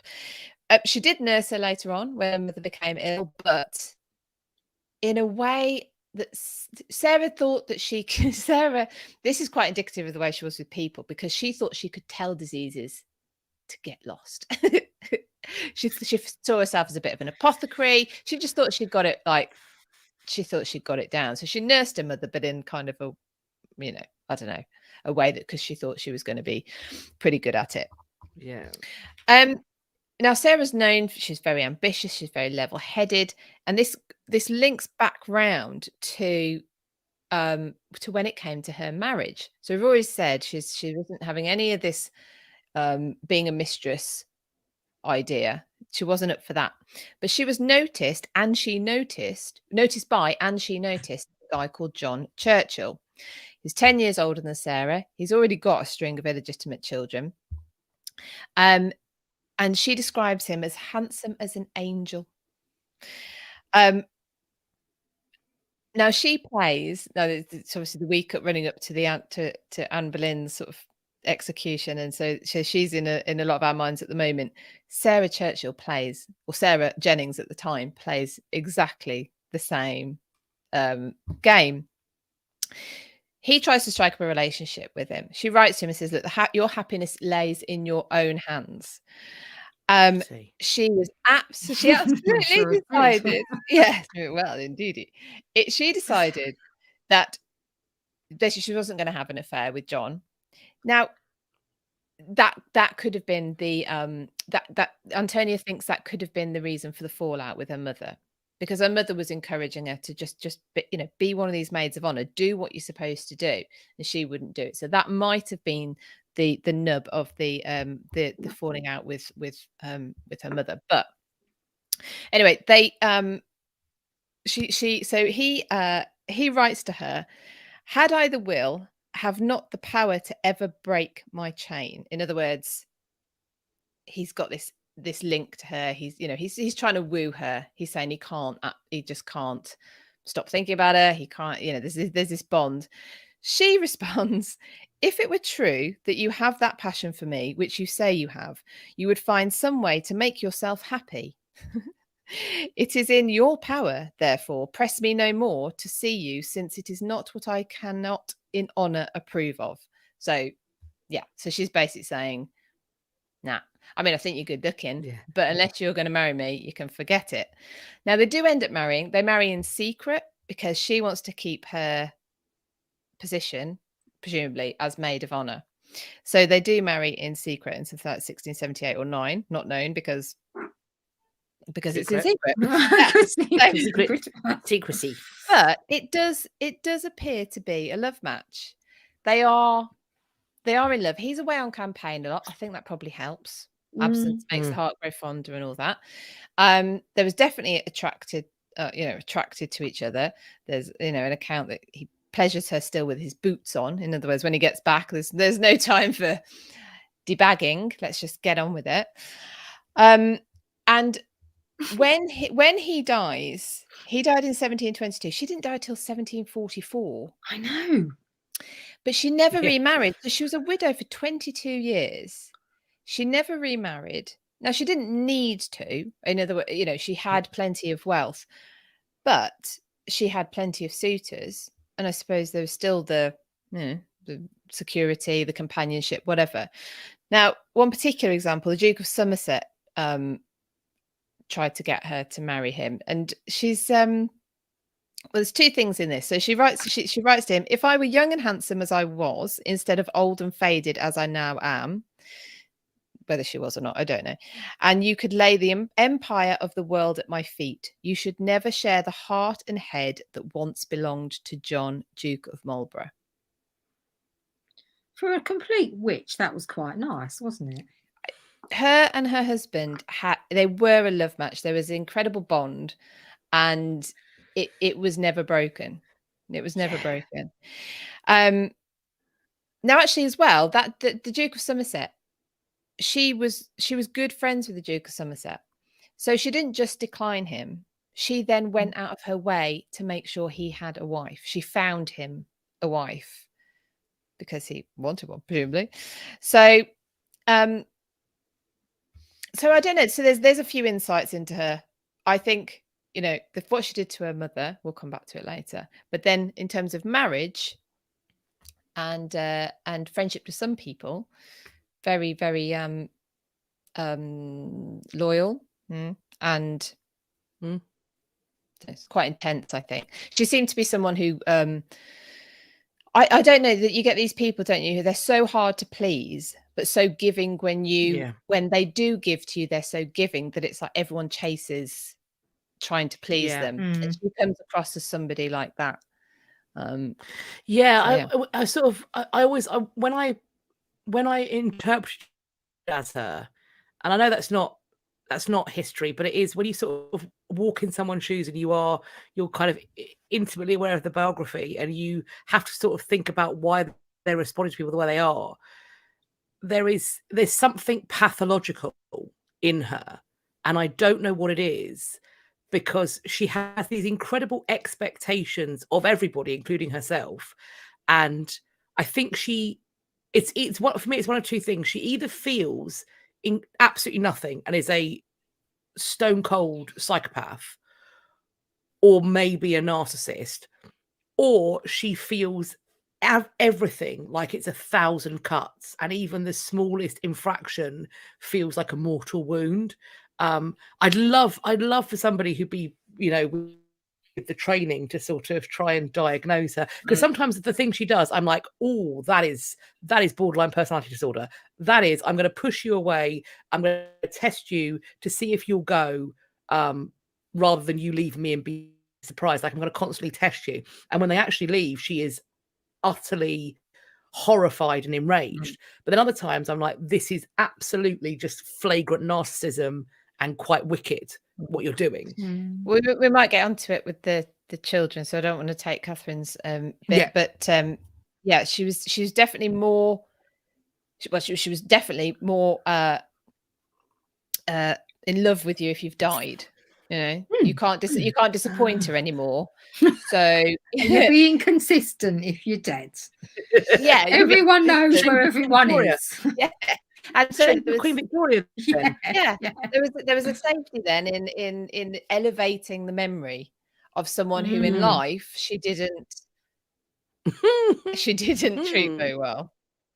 Right. So, but that was some of her children. So I won't go on because Catherine, I'll probably overlap with Catherine. So yeah, it's interesting so far. Interessante. Indeed. So is it which of our intermission moments is it? Oh yeah. Word of the week. Word of the week. So word of the week. I don't know what that was. Wow.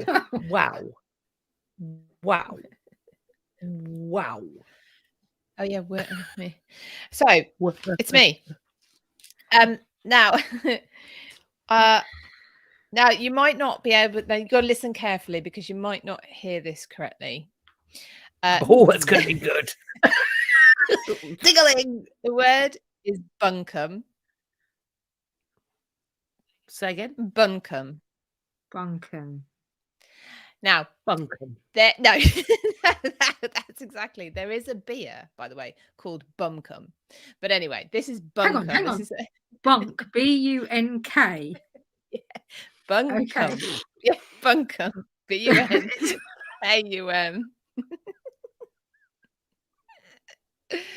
Oh, I thought you'd like this one. See, because I said to my daughter, "Oh, that's a load of bunkum," and she was like, "What did you just say?"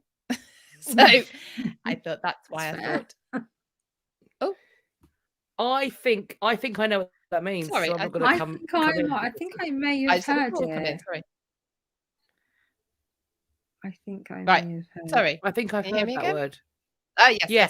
yes. So people use it as saying, "Well, that's a load of old, codswallop," basically. Or there's another English word. Oh my god, why is someone trying to ring? Oh, the Sorry, sound's gone someone's again. trying to Instagram call me while we're on Oh. Instagram. Yeah, someone's trying to Oh, yeah. Instagram call me, which is very rude. Because I It's don't know them. rude. It is rude. So yes, If you're on so here, stop it. yeah, Stop. so yes, pretty pick. Use in a sentence that Alex Jones is full of bunkum. So it actually comes from. It's an American. It has an American origin, so I thought you'd all like this one if you're over there, because it comes from Buncombe County, North Carolina, which is not spelled Bunkum. It is Buncombe, as in Combe, like we have Coombs here, which means like woodland forest, and it came from so it goes all the way back to 1820. Felix Walker, who represented Buncombe County, North Carolina, in the U.S. House of Representatives, was determined that his voice be heard on his constituents' behalf, even though the matter of debate was completely irrelevant to his own district. But he had little to contribute. So, to the exasperation of all his colleagues, he insisted on delivering a long speech about nothing. Something he had no idea about and had no impact on his own constituency whatsoever. And he delivered this long, wearisome speech called his Speech for Buncombe. And so basically, he's persistent, he's insignificant, and that became synonymous with meaningless political claptrap. Excuse me, I'm not getting my words out today. And later, just sort of like general nonsense. So that's actually where it comes from. So House of Commons, like and someone says congressional tradition. So yeah. The US House of Representatives, 1820. So is it the first? Is that a filibuster? Is that the first filibuster? I don't know if it's the first, but it's I mean, that's basically what filibustering is, isn't it? Filling your time. It's a load of old bunkum. Yeah, it's a load of old bunkum. Yeah. So there you go. Not to be confused with the very nice beer called Bumcum. So there you go.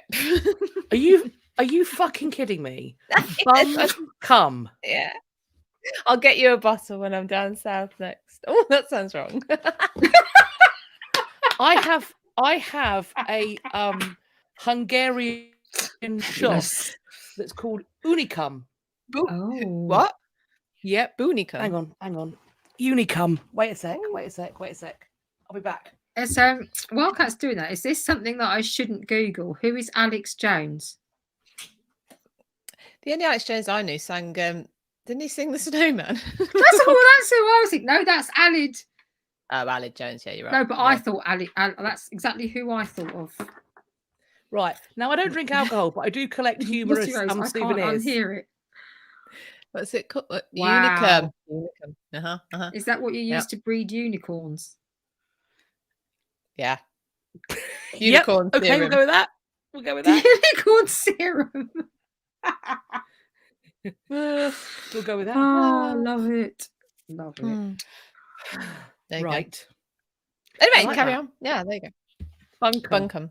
Alex Jones is a right wing nut, apparently. Yeah. I didn't know he was. I was too scared to Google him because the advice, of course, is not to Google. So I wouldn't. Yes. I was turning. Apparently, he's turning the frogs gay. Huh? I don't really know what to say to that. I don't think we shall. I think we'll move might on. have time to move on. Let's get political. He sounds like a living git. Let's go for a deceased one, shall we? Indeed. Shall I commence? I'm going to be discussing. I've got quite a lot, so I'm going to try and whistle stop through this. I am talking about Sarah Churchill's arguably most famous relationship. I mean, her relationship with her husband is possibly the most happy, but the one she's perhaps most famous for, I would say, arguably, is the relationship she has with Anne, later Queen Anne. So, Philippa, you talked about when she went to court. It's at court that she first meets and is introduced to Queen Anne, because she is, of course, serving James's wife, and Anne is James's daughter. And Anne is a little bit in love with Sarah from the get-go. It's, you know, she thinks she's so cool because she's 5 years older and she's beautiful and she's incredibly intellectual and she's just that cool older girl. And Anne is not those things, but she's potentially and she will of course become the Queen of England. So Anne develops this dependence on Sarah that's both emotional but also intellectual and political. After the Glorious Revolution, both Anne and her sister Mary are quite excited and they kind of enjoy this narrative about the warming pan and the fact that their father is unfit to rule. So they kind of involve themselves in that. They enjoy it. However, it does, of course, make things quite dangerous for Anne because her sister is fairly safe with her husband over in Orange, and they're planning to get things sorted out and come over and invade. So William of Orange and Mary are safely on the continent they're planning to invade. When James gets the news that William has landed and that Sarah's husband has defected to William, he orders that Anne be imprisoned at Whitehall and Sarah with her. Sarah, God knows what she says, manages to basically go, nah, it's not happening. She talks her way out and Anne's way out of being guarded and basically imprisoned at Whitehall. Because of this, her husband is rewarded by William and Mary. He gets the earldom of Marlborough, and that makes Sarah a countess. Now, the problem is that the Churchills had previously been fairly close to James, so there's always going to be an element of suspicion. And on top of that, because of Sarah's friendship with Anne, she feels like she is being pushed to one side. She is pushing her loyalty towards Anne. She thinks that Anne is not being wonderfully treated by her sister and brother-in-law. There are arguments about what happens if, as is the case, Anne doesn't get to be queen straight after her sister. Because William and Mary are co-ruling, there is a settlement put in place that's being debated as to what would happen if Mary died first, which is in fact what happens. And ultimately, there is a lot of back and forth, and eventually Sarah convinces Anne, agree to this act of settlement, agree to it. They haven't got children. Early doors, you've still got your son. Whatever's going to happen, it's going to potentially be your descendants that rule. Let's just get this peace. Let's try and get you as good a settlement as possible. That doesn't mean that Sarah Churchill doesn't spend the rest of her time sniping where she can at the royal couple, and also, in essence, creating negative feeling between the sisters and also between Anne and William. She, around Anne, increasingly, I think, creates a climate of distrust and fear, particularly with members of her family, with politicians. She wants to be the person that Anne turns to. When it becomes clear that Anne is definitely going to be queen, she is so concerned that Sarah will no longer address her with her customary candor. I'm like, you have known this woman since you were little more than a child. What bitch do you think she is? Because she has never been one to give a singular solitary fuck about not being candid. But regardless, Anne says we shall use aliases. We shall be Mrs. Morley and Mrs. Freeman, and we can write to each other and speak to each other in that way. And that way, I'm not the Queen and you're not Sarah Churchill. We are these two individuals. People who surrounded Sarah really enjoyed the influence that she had over Anne because she furthered their political ends. But there were also people who, and perhaps Sarah allowed them to believe this, who thought that she was the reason that Anne was going to stay a Protestant, that because of Sarah Churchill's influence, she is going to remain devoutly Protestant and she won't be converted to the Roman Catholic faith. I think Sarah enjoys this closeness. It makes her feel very special, and particularly when Anne becomes queen. But soon, this childish, I think as she saw it, affection that Anne has for Sarah, this almost deference. Sarah strikes me as a woman who, if you do not demand her respect, she will only give you her saltiest, bitchiest side. And it's not just a case, you can't just expect her to respect you. You have to walk in there and basically every time she tries to get one over on you, you have to keep that woman on an incredibly tight leash. I don't think her husband managed it. One of my favorite stories about Sarah Churchill, I'm just going to circle back to her husband, is the time when in a tantrum with him, Oh yeah. she cut off all of her hair, threw it on the floor and fucked off. Like, that is unhinged behavior.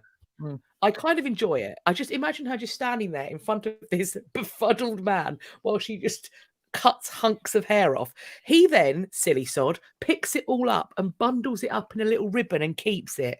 What a bellend. Anyway, so she is prone to explosive moments of aggression.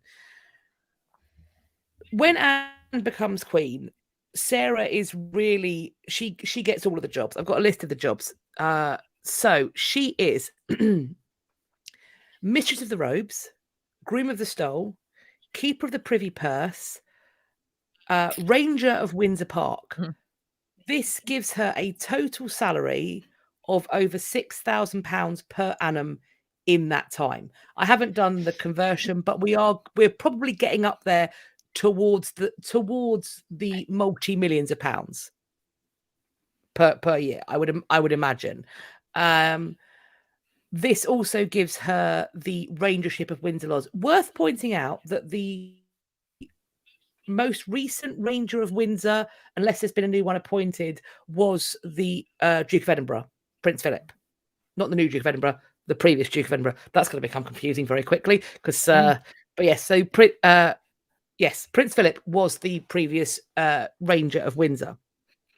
She gets fabulous appointments for her daughters. They're made ladies of the bedchamber. She's going to make sure they're going to get lovely husbands. This is a woman on the make. Anne is also going to lean towards supporting her husband's campaigns and funding her husband's military endeavours. Marlborough, as a military man and military success, allows him to rise up through the ranks. He has this very successful campaign in the Netherlands, which Anne wants to reward by making him a duke. Most people would chew their right arm off to be made a duke, but Sarah's like, I mean, it's good, but it's expensive being a duchess. Don't know if I can afford it. I don't know if I can. So Anne was like, don't worry. I'm terribly sorry that I've offered to make you a duchess without thinking that obviously needs a fucking pay rise. So extra pension of £5,000 a year for life, and also £2,000 a year from the privy purse. Sarah's like, well, actually, now we're nickel and diming it. I would rather have £10,000 as a dowry for my daughter. Okay, so I can imagine that Anne would have felt that this was somewhat ungrateful, but nevertheless, she persisted. There is one of Sarah's big things is the division in the House of Parliament of Whigs and Tories. Anne is inherently suspicious of political party or party political faction. Anne is a believer that it shouldn't really matter who is Whig and who is Tory, that it should be the best person for the job. Why should she have to form a cabinet based upon who's been elected, when in essence, that's just going to mean that people are going to put party before country? Oh, isn't that ever the case? Queen Anne was the best of us, if only we fucking listened. Sarah has got it into her head that Tories were all secret Jacobites who just wanted to remove Anne from the throne, whatever happened. She was like, nope, only Whigs, only ever Whigs. Tories, dangerous, traitors, terrible. this is obviously nothing's ever that simple. So she is therefore creating faction and division, but through that, she is rising up the ranks and having essentially this nest of power and nest of politicians who are dependent on her, because she's the one telling Anne that they're the only ones who aren't traitors. I'm going to skip forward. So the thing about the other thing is that Anne, as an individual, doesn't have the attributes, the things that come naturally to Sarah, I don't think come naturally to Anne. There's an often a saying or a kind of ideology that the Tudors educate their daughters and the Stuarts utterly fail theirs. And I think there's an element of truth to that. Neither Anne nor her sister were as well educated as the Tudor queens or their aunts or anything like that. On top of that, it's worth remembering that before she becomes queen, that last surviving boy dies. We aren't sure how many children she was pregnant with. It's possible that she had 19 potential children out of 17 pregnancies. There were multiple births that should have happened, and there were just countless miscarriages and stillbirths and deaths in early infancy that must have been just unspeakably emotionally painful. On top of that, she had, we think, maybe gout, maybe arthritis, so she's in physical pain. The pregnancies have had the effect of she's gained quite a lot of weight, so she finds it quite difficult to walk, so she can't get fit. It must have been a lonely and agonizing time. What she wanted was a relationship between Mrs. Morley and Mrs. Freeman where she would get, I think, some comfort, some sympathy, some empathy. Sarah Churchill is not that person. Sarah Churchill is not a mop your brow with a cold compress, let me hug you in your fifis. Sarah Churchill is a person who will, in public, scream at the Queen because she's wearing the wrong necklace. Sarah Churchill is a person who will call the Queen an idiot in public. I mean, this is, Anne is saying we should be Mrs. Morley and Mrs. Freeman in private. Sarah Churchill's like, fuck that. I'm going to bring it to the President's chamber and I'm going to make you feel like a fool in front of everybody. What Sarah doesn't spot is her poor relation, Abigail Hill, who she's brought to court, has kept a keen eye. And maybe she is naturally more sensitive. But she is compassionate and caring, and she slowly takes over from Sarah. And also, Anne has learnt, because she elevates Abigail through the ranks on the proviso that she continues to perform acts of physical service for her. She is not going to let another one of this family get too big for her britches. Eventually, the relationship between Sarah and Anne deteriorates to the point where it cannot continue any longer. I think Anne gets fed up of just being constantly harangued, and so she cuts her off. She demands that the key that symbolises Sarah's office is given back. Sarah throws a tantrum, throws it on the floor, and tells her husband that he can kneel for it if he should so wish, which he does because the Queen's ordered it, and he takes it back. I mean, maybe she's run out of hair to cut off. I don't know. So she has an enormous screaming tantrum, and Anne demands that Sarah send back her letters. Anne doesn't do this. There's some back and forth, but ultimately the two women part company. And I think that when Anne dies and when the Marlboroughs learn that Anne has died, one of the first things they do is they make this kind of semi-triumphal progress back into London, which I just think is really incredibly sad. There are parts of Sarah Churchill that I really enjoy, but the way she treats Queen Anne makes me very, very cross, and it's just so completely fucking unnecessary. She's a bully. She's a really unpleasant bully. Can I add So- into this as well? Because this links into to her relationship with Anne. Sarah, we talk about men being warmongers, but she had such an influence on Anne to keep the wars on the continent going, which England were paying for, and just kept on going with it because it gave her husband basically his power, his position, and his money, and therefore, you know, theirs. And it took a long time for Anne to sort of go, hang on, why am I paying for this war again? You know, you've promised me this, that, and the other, and it's not happening. But that's the level of influence. It's not just money. Wars like that go on, and they cost the lives of frequently the most vulnerable people, the most vulnerable boys and men. Yeah, I don't think she ever gave a thought. She doesn't, No, you know, no. people are dispensable. Yes, particularly people who are beneath her. She never saw Abigail coming because she saw her as the poor relation. She forgot that once upon a time she was kind of the poor relation. She cannot, I don't think she can see the humanity in people who she views as being beneath her. And ultimately, I think that she sees Anne as being her intellectual inferior, and thus she sees her as being beneath her. And I think she forgets her humanity because of it. I think she doesn't see her as being fully a person. I mean, she's always the same. It's bizarre, not bizarre, but Anne is one of these people who are so captured by Sarah because she must have shown her something at some point, and then she's always trying to get that compassionate friend, whatever was struck up in the beginning. Anne always seems to be trying to get that back off Sarah, and Sarah's just cold to it. Yeah, Anne loved her. Maybe it was sexual, maybe it was some kind of, I think it was an intense romantic love. I think she loved her.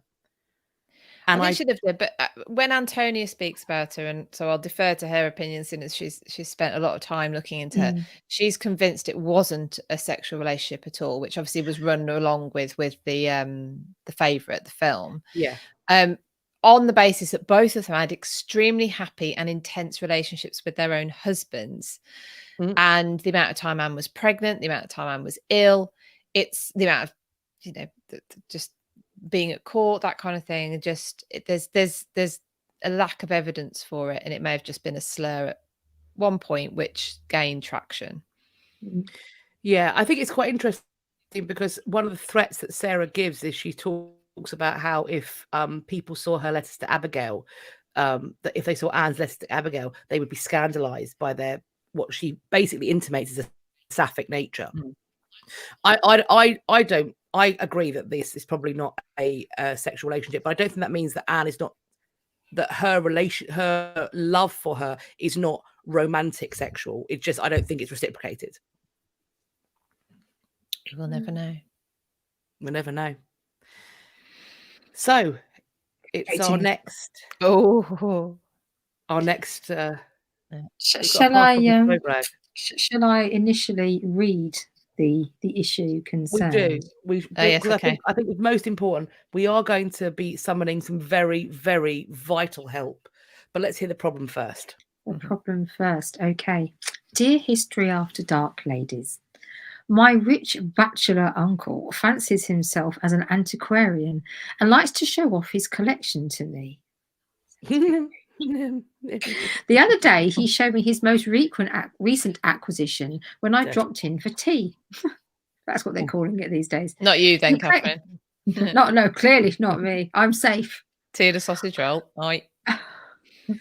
He claims it is a genuine golden torque owned by Caractacus.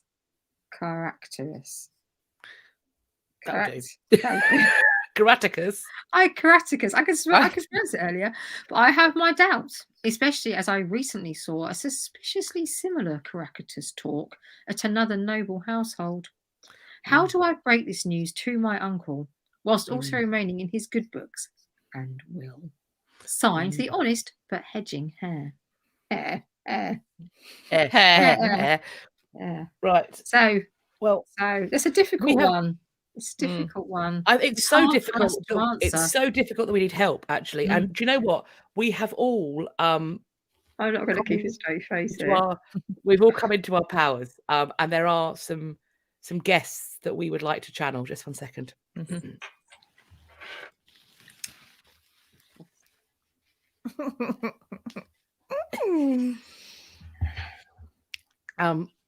Welcome. We are the Widows of Lancaster, and we are here to answer your past problems, post bags.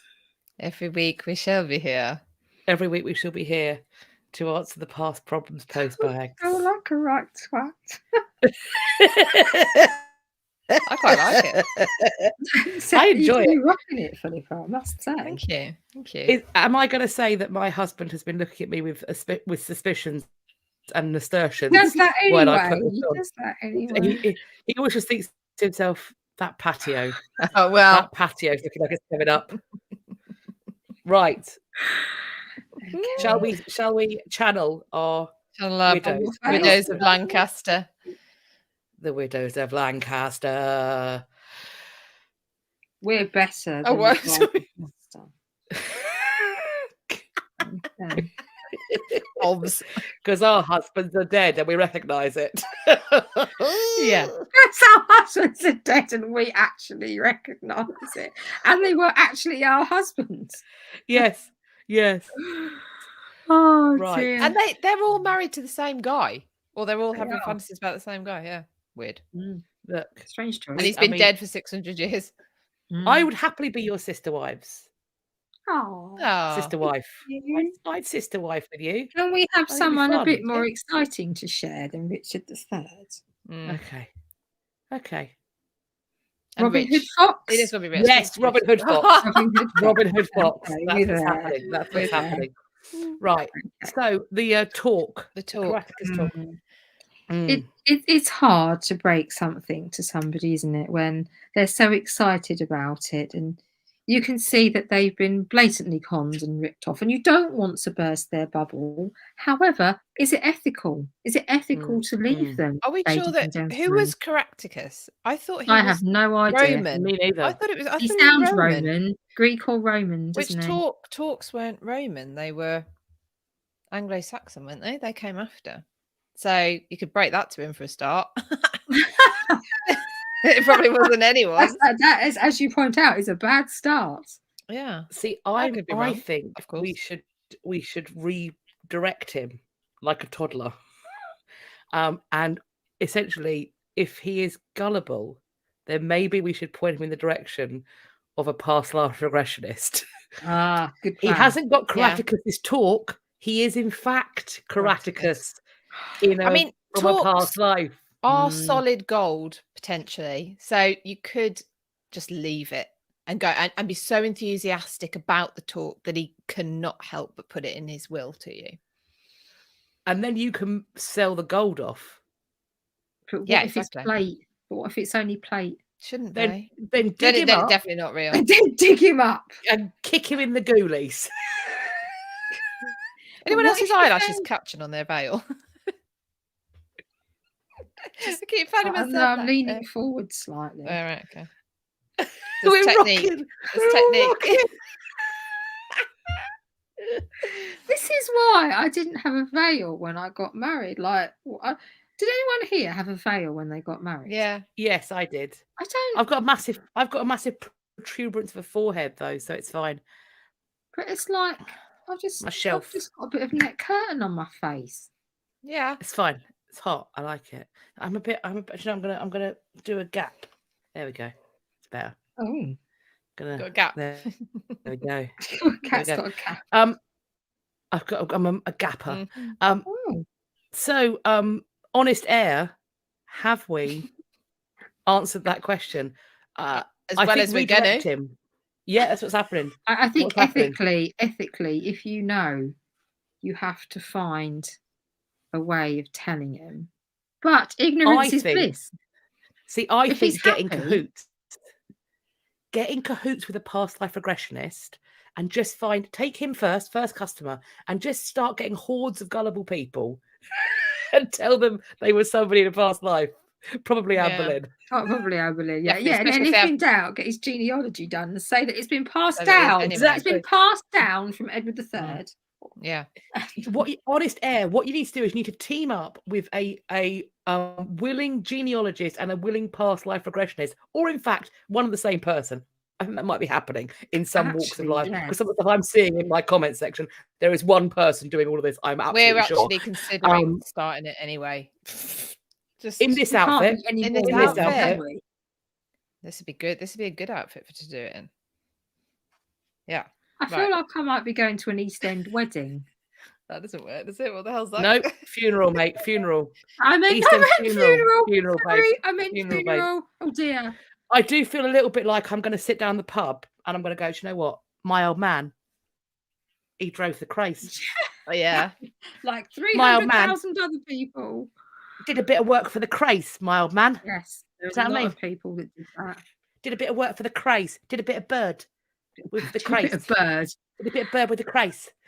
And there's somebody on Instagram, Johnson's Historia, John of Gaunt. Everyone can just. I quite like a bit of John of Gaunt. Actually, that's not too inaccurate though, because everyone of English descent, I think, is a descendant of Edward the First. Is that right? Yeah. So If you look at Adam Rutherford, if you look at Adam Rutherford's book, A History of Everyone Who's Ever Lived, it's very interesting because basically, like, if you're of certain descent, you are all going to be related to so and so, and like, so then European descent, all from Charlemagne. All have descent from Charlemagne, because it just doesn't work otherwise. You've got too much. There aren't two people all the way back. Otherwise, there'd have been way too many people alive before. So you've got a web, and there haven't been. Yeah, there's a lot of inbreeding in everybody's family tree. I mean, far enough back that it's like, inbred. You know, you've got 30,000 whatever's at that point. Anyway. We haven't got gills. It's fine. No, we're doing it right. It's fine. We're not that. Yeah. So anyway, wedding, Oh. funeral, same thing. Well, for my first marriage, the outcome was pretty much the same amount of misery on both counts. There you go. Right then, should we put the Widows of Lancaster to bed? I quite like it like this. We'll see you next week. No, week after they will return. Now, do you know what it looks like? An episode of The Crown. Now it looks like you're mourning the king. There you go. It looks like you're about to curtsy to the young Queen Elizabeth II. That's what it looks like. Pillbox hats. Well, like where they're supposed to be. But yeah, it's supposed to be at the back. It's not as fun. Nah. Well, yeah, it's not fun. It's not. You still look very gorgeous in it, Philippa. I have to say. Thank you very much. Anyway, it's gonna make your head itch after a while. They do. They make my face itch. Right then, we've got 5 minutes. Go, Catherine. Go. Okay, I'm going to have to do this from my notes. So I'm sorry if there's lots of looking down, because I normally try and read them 2 or 3 times. I didn't get the chance today. So yes, we're looking at Sarah's children, and as sort of has been touched upon, this woman was very much, I like you or I hate you. And there's not really anything much in the middle, and that did apply to her own children and her grandchildren as well. And we really do see again this narcissistic trait of some of them really wanting to gain her approval and everything like that, and she's having none of it. And Philippa mentioned Antonia just now, and Antonia said, as Philippa was saying, if you look at her children and her grandchildren, really the ones that she loved and cared for the most were the ones that died young, because she had less time to get irritated by them. I think that's quite a good philosophy as a way of life goes. Anyway, Sarah and John had 5 children. They had a son, Lord Blandford, who died quite young and predeceased both of them. And then they had 4 daughters. So the first and the third daughter were Henrietta and Mary. She hated them. The second daughter and the fourth daughter, Anne and Elizabeth, respectively, were their favourites, were the favourite 2 daughters. And obviously, if you're following the train of thought, they predeceased their parents. So, so we're left with Henrietta and, we're left with Anne and Elizabeth, Henrietta, and she just hated them, really. She was just not keen whatsoever. She did, however, have a very high opinion of herself, including how she thought she treated some of her family. And indeed, she said of herself, no woman has ever been so useful to her family. So that's more. We like modesty. That's Mm. fabulous. I mean, if from my husband's point of view, in terms of what the money she got him, she is not wrong. Yes, She To is be not true. wrong. Yeah, to be fair. She made him into a duke. She did a lot. I suppose it depends who you're talking to, doesn't That's it? true. That's true. Opinion is somewhat divided. Now, Philippa talked earlier about affairs and things like that, and how they had become a lot more sort of common and acceptable. But Sarah, again, as Philippa touched on, she absolutely hated this. She did not agree with it. And Henrietta, her eldest daughter, had an affair with a chap called William Congreve. Now, even though you might have an affair, you should still be a little bit, you should still sort of mind your behaviour. You should still mark what you're doing. Henrietta was like, no. She went to Fatty Bath. out. I'm not quite sure. Legs akimbo. Bury me in a white shaped coffin. No, it was only this one particular chap that we're aware of, William Congreve, and she was extremely indiscreet about this affair, to the point at which they were often seen swanning around Bath together, and they had a child. Well, she had a child called Mary, daughter of Wadlock, and it was like the world's worst kept secret that this child was actually not her husband's. It was William Congreve's, and Sarah was just, she couldn't live with the shame. The shame of the whole thing was terrible. And because her and John were this love match, so I guess perhaps that she was projecting that onto other people. She loved her husband so much that she didn't see why, or it was a stick to beat Henrietta with. Yeah. I mean, also, she got to have that relationship because she made a secret marriage. She didn't give her daughters that opportunity. She married them off to the highest king bidder. So I think it was a lot. Part of it was a stick to beat her with, quite frankly. Henrietta was married to a chap called Francis the Dolphin. Actually, the Dolphin. Yeah. Not the dolphins. Good No, dolphin. it's the Dolphin. It's not. It's Godolphin. You said this last time. It's Godolphin. Okay, so where I've seen it written somewhere as the Dolphin. It's not the dolphin. Well, you made him. It's not. Someone might have written it. It's But not. they've written it wrong. Well, It's good anyway, dolphin. Sorry then. Sorry. I'd seen it written somewhere, and that's where I copied it down. So sorry. I like him being the Although dolphin. I'm quite And, He's got very smooth skin. Makes a funny noise when he's happy. I can't do it now. That's his coming sound. Oh God. Got radar on the front of his head. Only when he's very excited to see you. No, not Dauphin. Godolphin. Not Dolphin. Okay. No, that's yeah. And he was the son of a good friend of theirs, Sydney. And he was, Francis, whatever his name is, was supposed to be a very nice chap, but exceptionally dull, which I suppose was perhaps Henrietta's reasoning for want to go off and have a little bit of extra curricular activity, and was in fact described as the most boring man in England.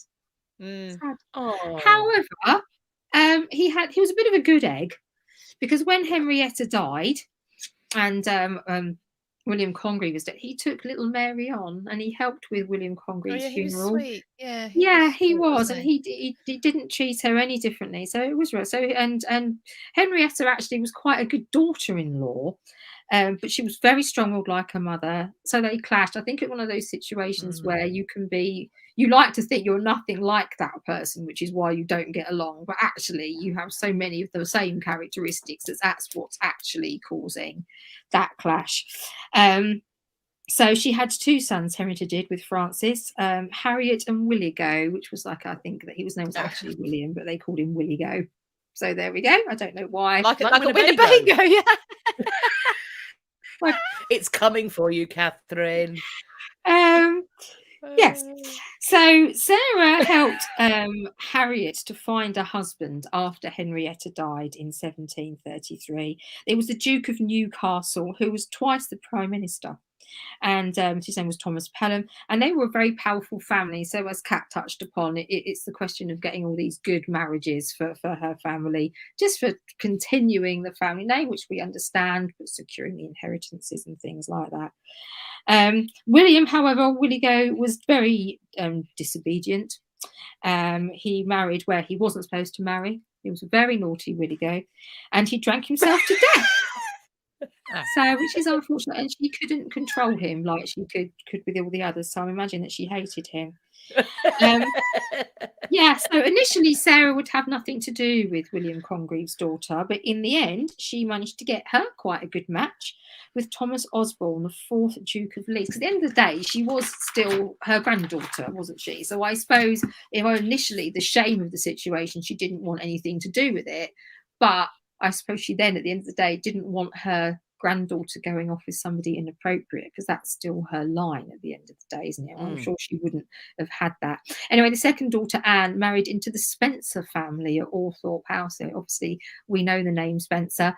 And she was the second wife of the 3rd Earl of Sunderland. Now, she was the one that had a premonition of her early death.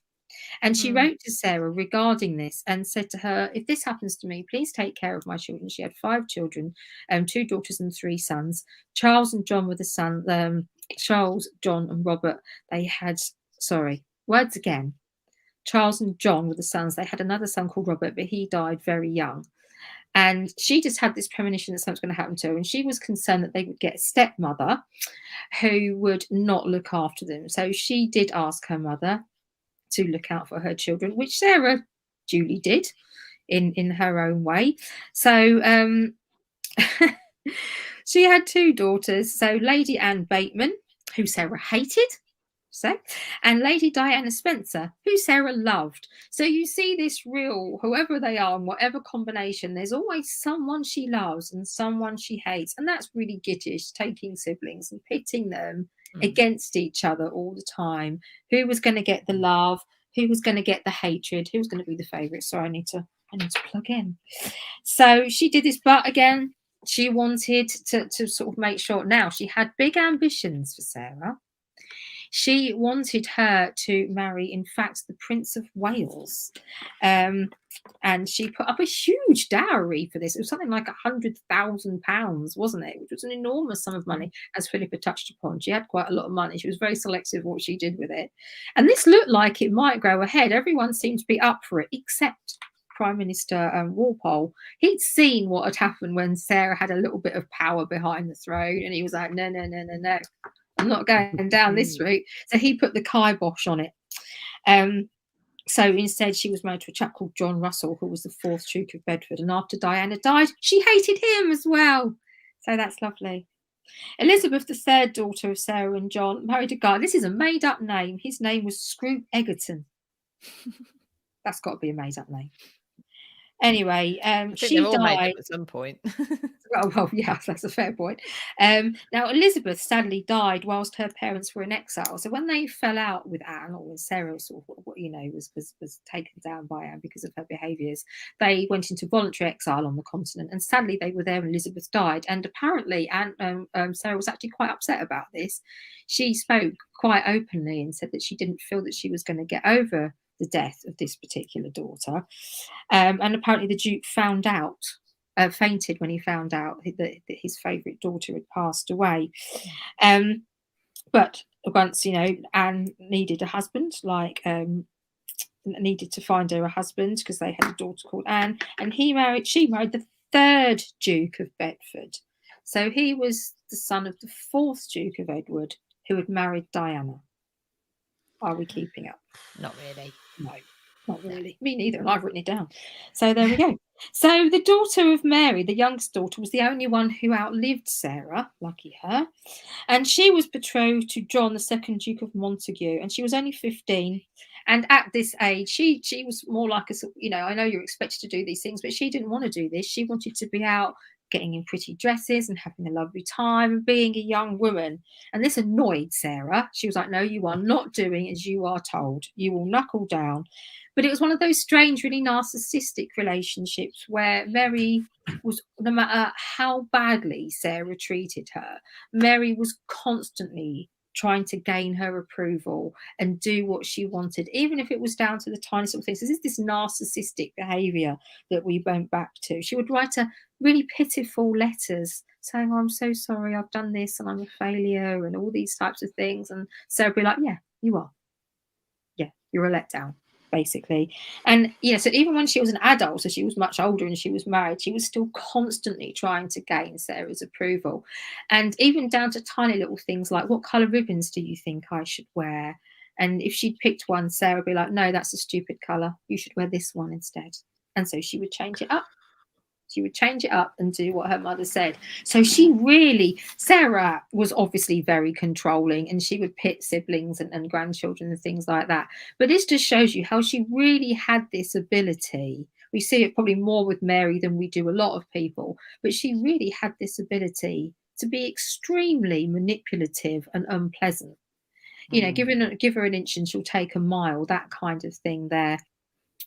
Anyway, so Mary had some children, and Mary didn't get along with her own daughter. It's a pattern developing. What a shock. What about, that generational trauma that you were saying? Yes. Tell me more about this. It's like that song, isn't it? Just another little bit of history repeating itself. Yeah. Anyway, she had this daughter was called Isabella, and she was married off to the Duke of Manchester.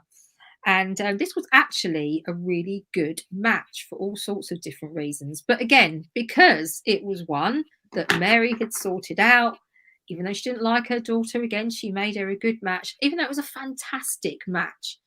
Because it was her daughter that had done it, Sarah sat back and slagged it off left, right and centre. Because it just nothing was good enough.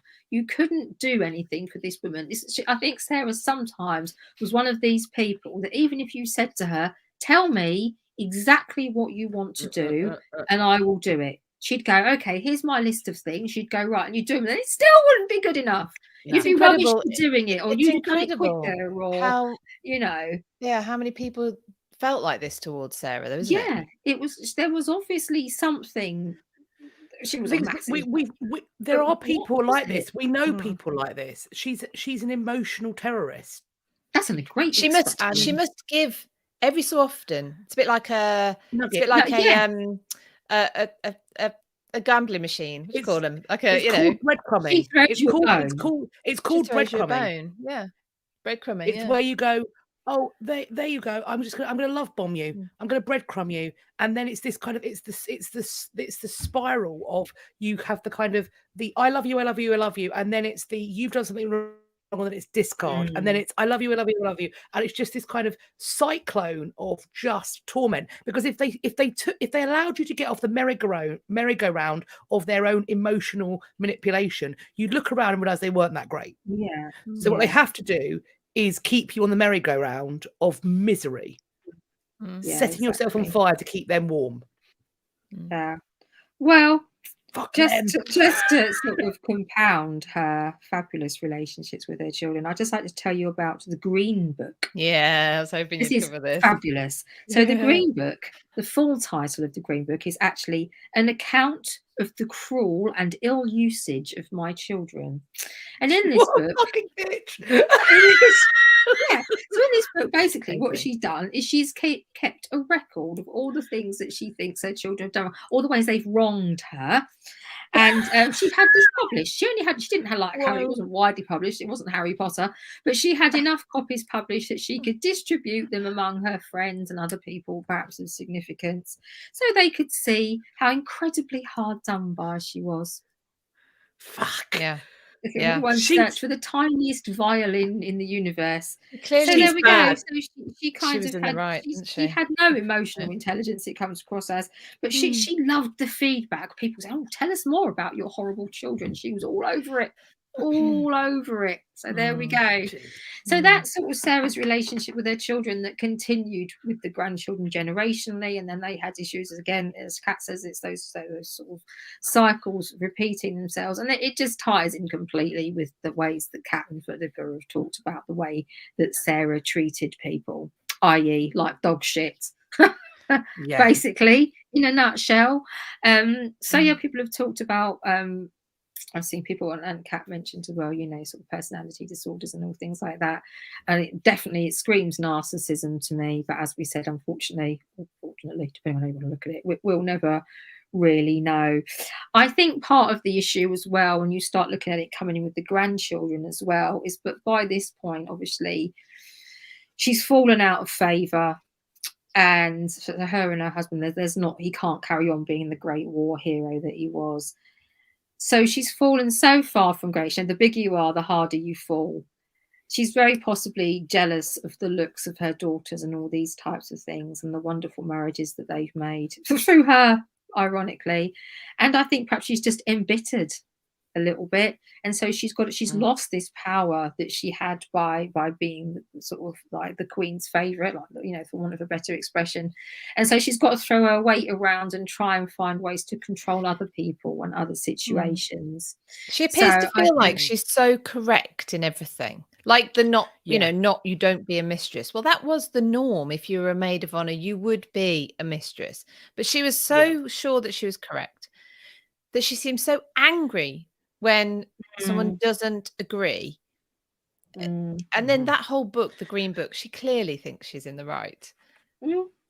It's really quite astounding. I genuinely think that one of the reasons why Sarah was so horrible to Anne is because she genuinely thought that she would be a better queen because she was prettier and cleverer and knew more Shakespeare and Dryden, and thus she should be if Sarah Churchill was Queen of England, sorry, Queen of Great Britain, we would have been a republic in a fucking fortnight, because no bugger would have stood for it.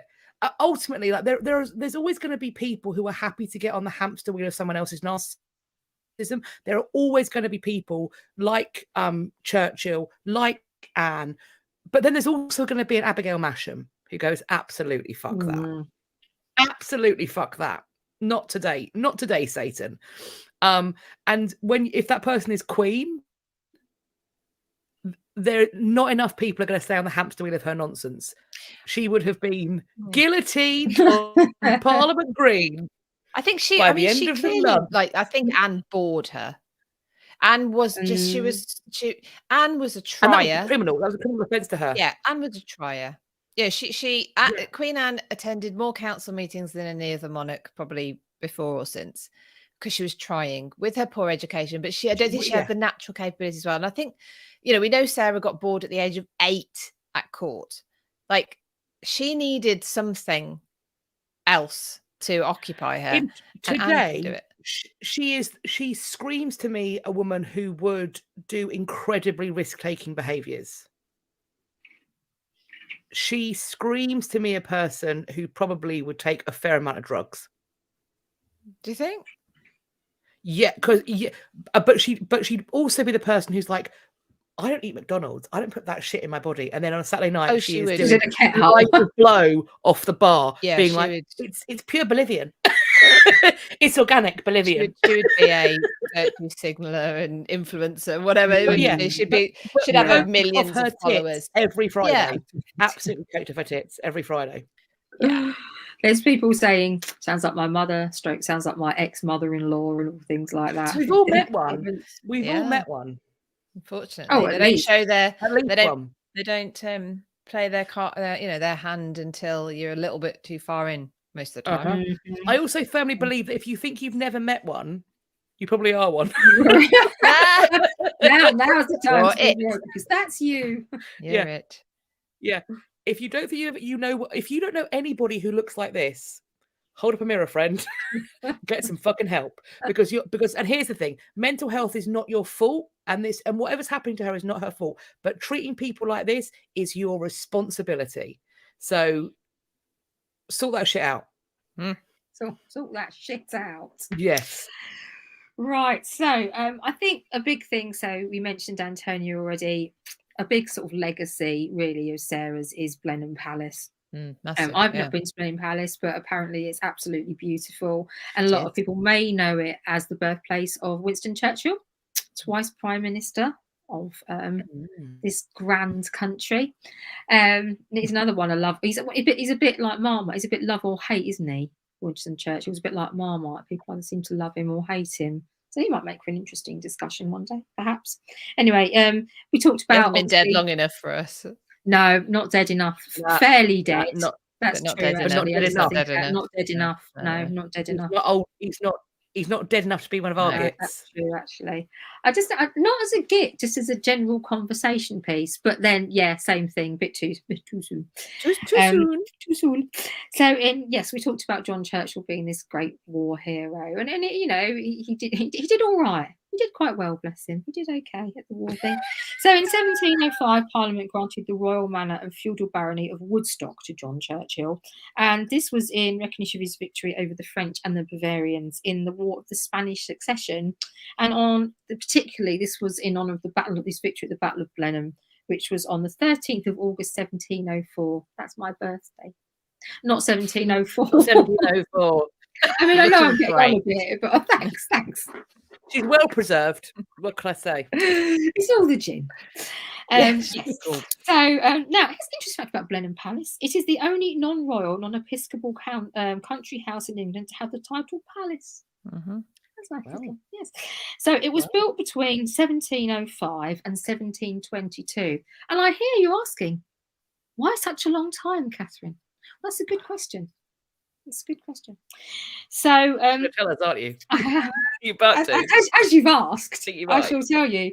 So initially the land was a gift, and when the building started, Anne was making a financial contribution from the crown, and this was probably quite sizable. I couldn't give you figures, but with the situation with Anne, with Sarah basically bleeding her for every penny she could get, it was quite a sizable amount of money. Now, of course, they had the fall from grace, at which point Anne went, "No, I'm not doing that anymore. You're on your own. Finance it, you sort it out yourself, love." So in 1712, and with the fall from favour, and then of course, as I mentioned, they had this 3-year sort of voluntary exile to the continent. So nothing was happening really with it at that point. Now, John escaped Sarah by dying in 1722. So, you know, a bit sad. It was a long widowhood for her, as Philippa mentioned. She was 88 when she died, and that was a very, very impressive age. Because evil is immortal, mate. That's what. Fucking hell. Only the good die young. Sarah Churchill is fucking proof of that, because she is eternal, like Satan. Dorothy says now we know how Catherine's actually using that time turner. Yeah. So anyway, I nearly read that as Tina Turner, but there you go. She's using Tina Turner. I was channeling Tina Turner. Sarah hated, in true Sarah tradition, hated Blenheim. Something else she hated. Run out of people to hate, so now she'd moved on to building. Because, you know, there's never enough hatred in the world if you're Sarah Churchill. Anyway, she described it as the great heap of stones. That's what buildings are, mate. Love, that's how they work. Fucking stones.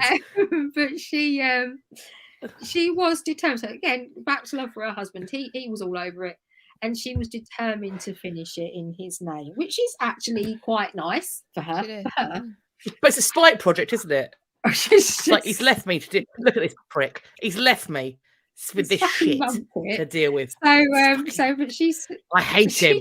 And actually, despite the fact she became quite enthusiastic about it as a project, and she wrote to the aforementioned Duke of Somerset, read the new waterworks. I'm not sure you should be writing it about somebody who you proposal you turned down about your waterworks, but there we go. I believe it will be beautiful. The canal and the basin, which is already done, look very fine. There is to be a lake and a cascade, which I think will be a great addition to the place. So she actually got quite invested with the way it was being built and how the aesthetics of the place and the thing. Now, apparently she was not one for extravagance. We've already touched on the fact that she was all over it if it was somebody else's money. So, in fact, she was frugal is the wrong word, because we're looking at obviously a magnificent residence. But she was very, you know, again, how unlike her. If people didn't design things the way she wanted, although there's an extent to which this is understandable if it's not your money that's being spent. If anyone didn't do everything exactly to the letter, she basically shouted at them and binned them off. There is a level if you're paying somebody to do something, that's fair. But can you imagine working for her? I mean, this is not someone who maintains relationships, and this is a very, very long building project. So the likelihood that she was going to be able to, sort of person that you'd go, do you know what? I don't need the money that much. No. Oh, totally. Also, do you know who else? Like, conspiracy theory. Do you know who else falls out with contractors a lot? Famously, there's another individual in history who falls out with contractors a lot during the building of a really impressive hotel that only he had the plans for. That, my friends, is H.H. Holmes, That is the behaviour of a fucking serial killer who wants to make a murder room in the centre of their murder hotel. Well, that's taken a turn. That's what she was doing. That's what she was doing. Alleged, Serial killer. allegedly. Well, Alleged. she did. What's She she gonna, did. She was going to fucking sue me. Did She's dead. murder something. Our Didn't she, descendants Catherine? might take. I don't think you can. I don't think me saying that Sarah Churchill may have built Blenheim Palace to be a serial killer's mansion. I don't think that She's not gonna be the able to sue current you. Spencer bunch are going to sue me. I don't think that Diana's brother is going to come knocking, going tickety tock. I will be having all of your money, please. Mostly because I was going to fucking say got you any. have after But- mine because that won't take long. Anyway, there was a But- couple of bits of extravagance. The first of which I think is fair enough, and that was the Marlborough tomb in the chapel, and there's also the Doric column of Victory in the park.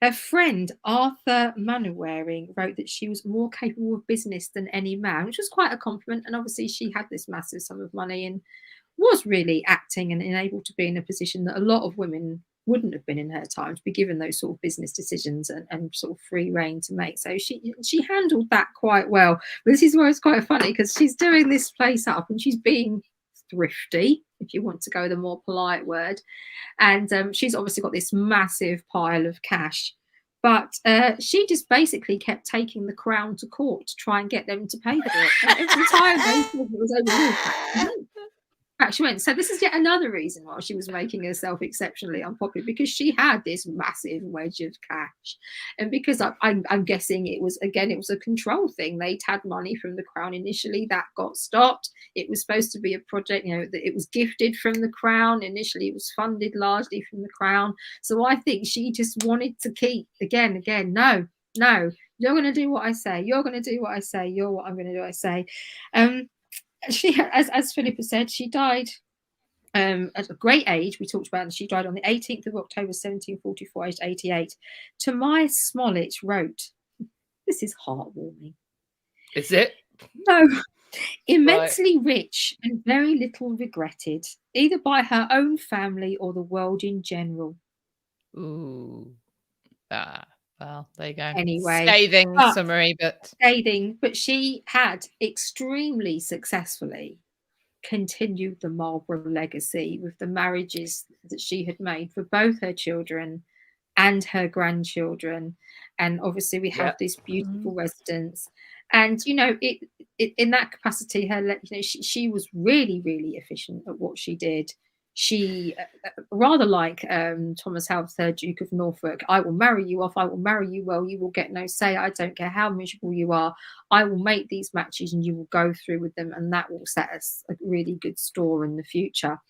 And and I think, we've mentioned the film The Favourite. There have been a few depictions of her over time, and I can't say that I've read lots about her or I've watched lots about her, so I can't comment in depth.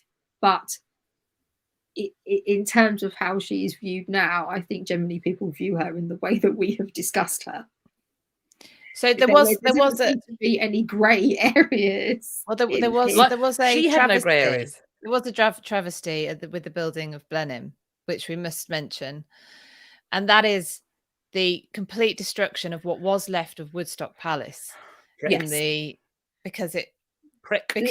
architect because she used some of the stones. So the architect at the time she had said to her, what you could do with this is make it into a folly. That'll be nice. And it wasn't her idea, so she said no. In the meantime, he thought, what I'll do is I'll do it up so I can live in it while I'm still building Blenheim. She got wind of it and went over, and the housekeeper showed her around, apparently not knowing who she was. I'm not completely sure that would be the case. Anyway, she was so annoyed that he'd gone ahead without her say-so that she had it razed to the ground. That doesn't sound like her. So we don't have anything of Woodstock Palace, or what we do have is in the bridge. Nice. Over there. Yeah. So yeah. Maybe if she'd cared a bit more about it, she might not have done it. Maybe that was the excuse that she needed. She doesn't appear to me like it's someone who had any kind of like nostalgia for things, or nod to history, or she doesn't come across as somebody like that. She's in the moment and that's it. She didn't care about people, so I don't think she's going to care That is about true. building. No. She has. There's not a lot of feeling or emotion, or I can't imagine her being nostalgic about anything. I think people unless have mentioned her a few times comparing her to Victoria, and I think we can see that it was all about the husband and not great relationships with the children. So I think there's some comparisons there, maybe. She definitely was in, she was taken with John, and it, like I say, it could have been earlier. It could have been because he's away all the time, which does help, and because he dies early, and we already know she elevates anyone who's died. So she continues Blenheim in his name, whilst hating every moment of it. What a hero! Yeah. Well, yeah, maybe that's we have a birthday. Doing, yeah. We have a birthday in the chat. Whose birthday is it? Intrepid Frady Cat. Oh, happy birthday! Happy birthday! Oh, happy birthday! And you spent it with us. Thank you. Thank you. Why? No, thank you. Yeah. Thank you for spending your birthday with us. I hope you had fun. Do we have any evidence that she exhibited some of this narcissistic type of behaviours with John? Do we know if there was anything like the that? hair cutting off is fucking back. Okay, no, but I mean, did he like that sort of constant putting down and very sort of constant public humiliation and all of those types of things? Well, no, consistently, because she didn't. A lot of people that she did the other stuff to, she showed them no love. She made it very obvious that there was no love there for them. Whereas obviously for him, I think quite tight. Really, they seemed they had the same agenda. That's how it came across to me reading about. I think there's an element to which in public it would not serve her turn to discredit him or embarrass him, because if she is married to a man that she views as being beneath her, then she's made a bad choice. If she is marrying someone who is worthy of ridicule, then she has made a bad choice, and that would be unfathomable to her. Does that mean that she's not emotionally abusing him in private? Absolutely not. The hair cutting off thing is emotionally abusive. The constant just unpredictability and chaos that she creates is so it cannot possibly have been easy to live with that. No, and let's remember that because he's away a lot. Falling out with Anne, yeah, but her falling out with Anne and her not being able to hold her fucking tongue damaged his career. Like, she helped to build it, absolutely, but if she had just managed to zip her lip and be kind to Anne, they could have had a wonderful retirement, potentially with even better spoils. But she is a landmine, and you never know when you're going to set her off. Yeah. Hannah is asking any good books. So Anne Somerset wrote a book on Queen Anne, and of course it's got a lot on Sarah Churchill in it, because I'm pretty sure in that book as well it talks about Sarah. She could never the balance for the Privy Purse just didn't balance. She had her hands in the Privy Purse, of which she had the job of supposedly keeping. So yeah, but anyway, that's a good book. Anne Somerset's book on Queen Anne. Yeah, I would say it's a nice big thick one. A tome. Yeah. Okay, so that was Sarah Churchill. We hope you enjoyed hating her as much as we did. Yes. Good times. Good times all round. Had a long career. You were one of her kids. She did. Long career of being a git. She was consistent. She did. She was consistent. She was one of our more long-lived gits. I don't think she gets extra points for that, but it gave her more time to be a knob. For more time. She was. It gave her more opportunity to be an absolutely vile wench. Anyway, so there we go. Normal business. Philippa, what's happening next week? Well, next week we won't be here for History After Dark because I'm on tour. It's the Anne Boleyn tour next week. So that actually means, and a lot of you have followed us for a long time, so you'll remember we did this last year as well.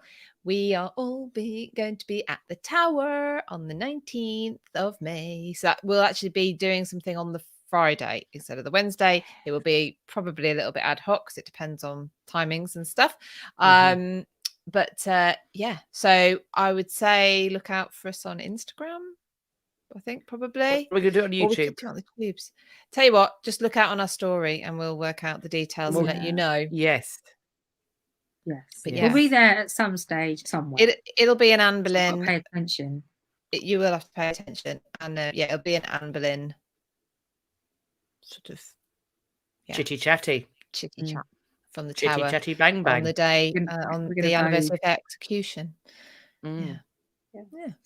And Philippa, please tell us about all the other things that you normally tell us about. So you can help us in the torture of Catherine with donating to our Winnebago fund at buymeacoffee.com/had podcast.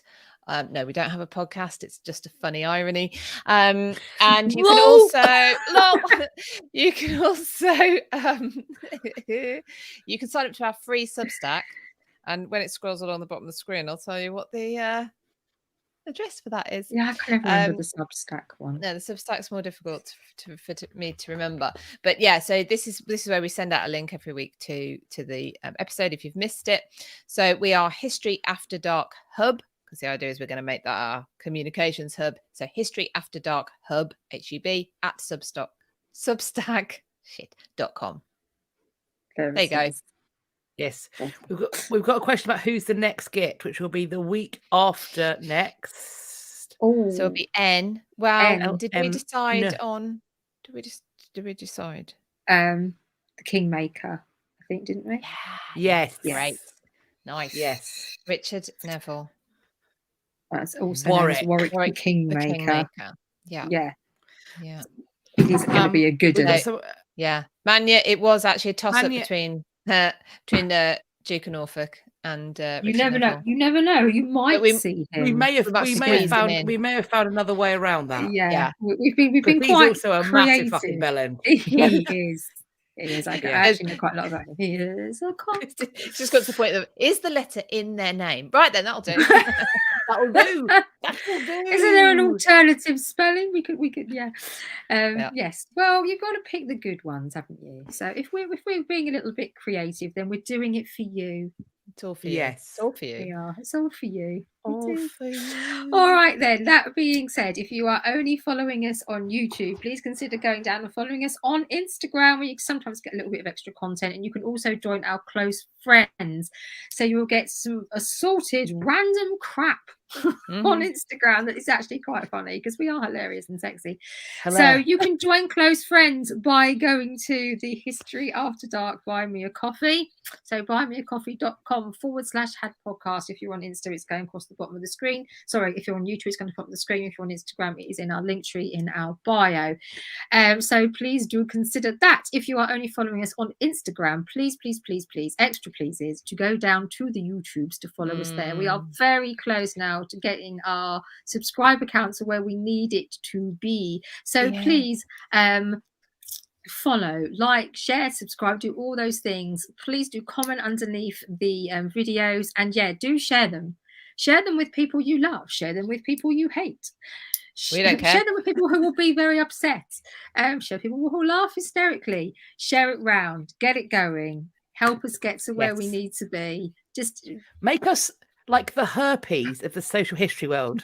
Very difficult to get rid of and very contagious. Share us around. Okay. Today's analogy sponsored by Cat. The merch actually as well is in Linktree and is on our someone tried it earlier. You can go onto our YouTube and get the link to our shop with the merch. Okay. You've also got buy them coffee, tea, and is that what you're going to have on the Winnebago? The only things to eat and drink will be tea and sausage rolls. Oh my god, that would be fantastic. Gonna ram a sausage roll right in your orifice. Everyone's going to sit round now and think about things that are typically British and test me as to whether or not I like them, aren't they? Victoria Sponge. I like Victoria Sponge. Good. Yummy. Only with proper cream. What the hell is that buttermilk crap all about? I'll eat either. Buttermilk, but no. Cake. Yeah, okay. But it's better with cream. Okay. Yeah. Pie and mash. Yes, we like pie and mash. Liquor. Pie mash and liquor. I like And certain gravy. things, like, you know, in the pie, you know, like steak and ale pie. No, and the stuff green like gravy. The green gravy, the liquor. Oh. that. I don't know. I've not tried that. Well then, Well, that's So coming then. I cannot So- comment I'll either way. see you in the East End, babe. All right then. We'll go sit in the pie mash shop. We'll talk about how we used to drive the craze. Let's take our veils in case we Yeah. see any Yeah. funerals going by. Maybe we should So that say we can- bye with our Talk about our So old that we can man. fit in. My old man did a bit of work for the craze. say bye with our My old veils man. on. Someone says shortbread. I like yeah. shortbreads. Cornish pasty. I like Isn't Cornish. shortbread Scottish? I think it is, to be fair. Yeah, so that's Cornish British, pasty is right? like a Cornish pasty. I love a Cornish pasty. Who doesn't love a Cornish pasty? Even me, even I Perverts. like Cornish perverts. How can you not like a sausage roll, but you like a Cornish pasty? Because Weird. I can It's like a similar identify. family. I can identify Potato and the mince. contents.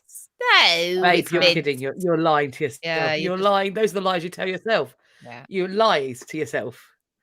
I hope See, you're all people- see, people- witnessing. People want an But, official. my advice today, right, would be, because normally we give out some life advice, don't we? And We're my good at that. advice to everybody out there is choose your friends very carefully.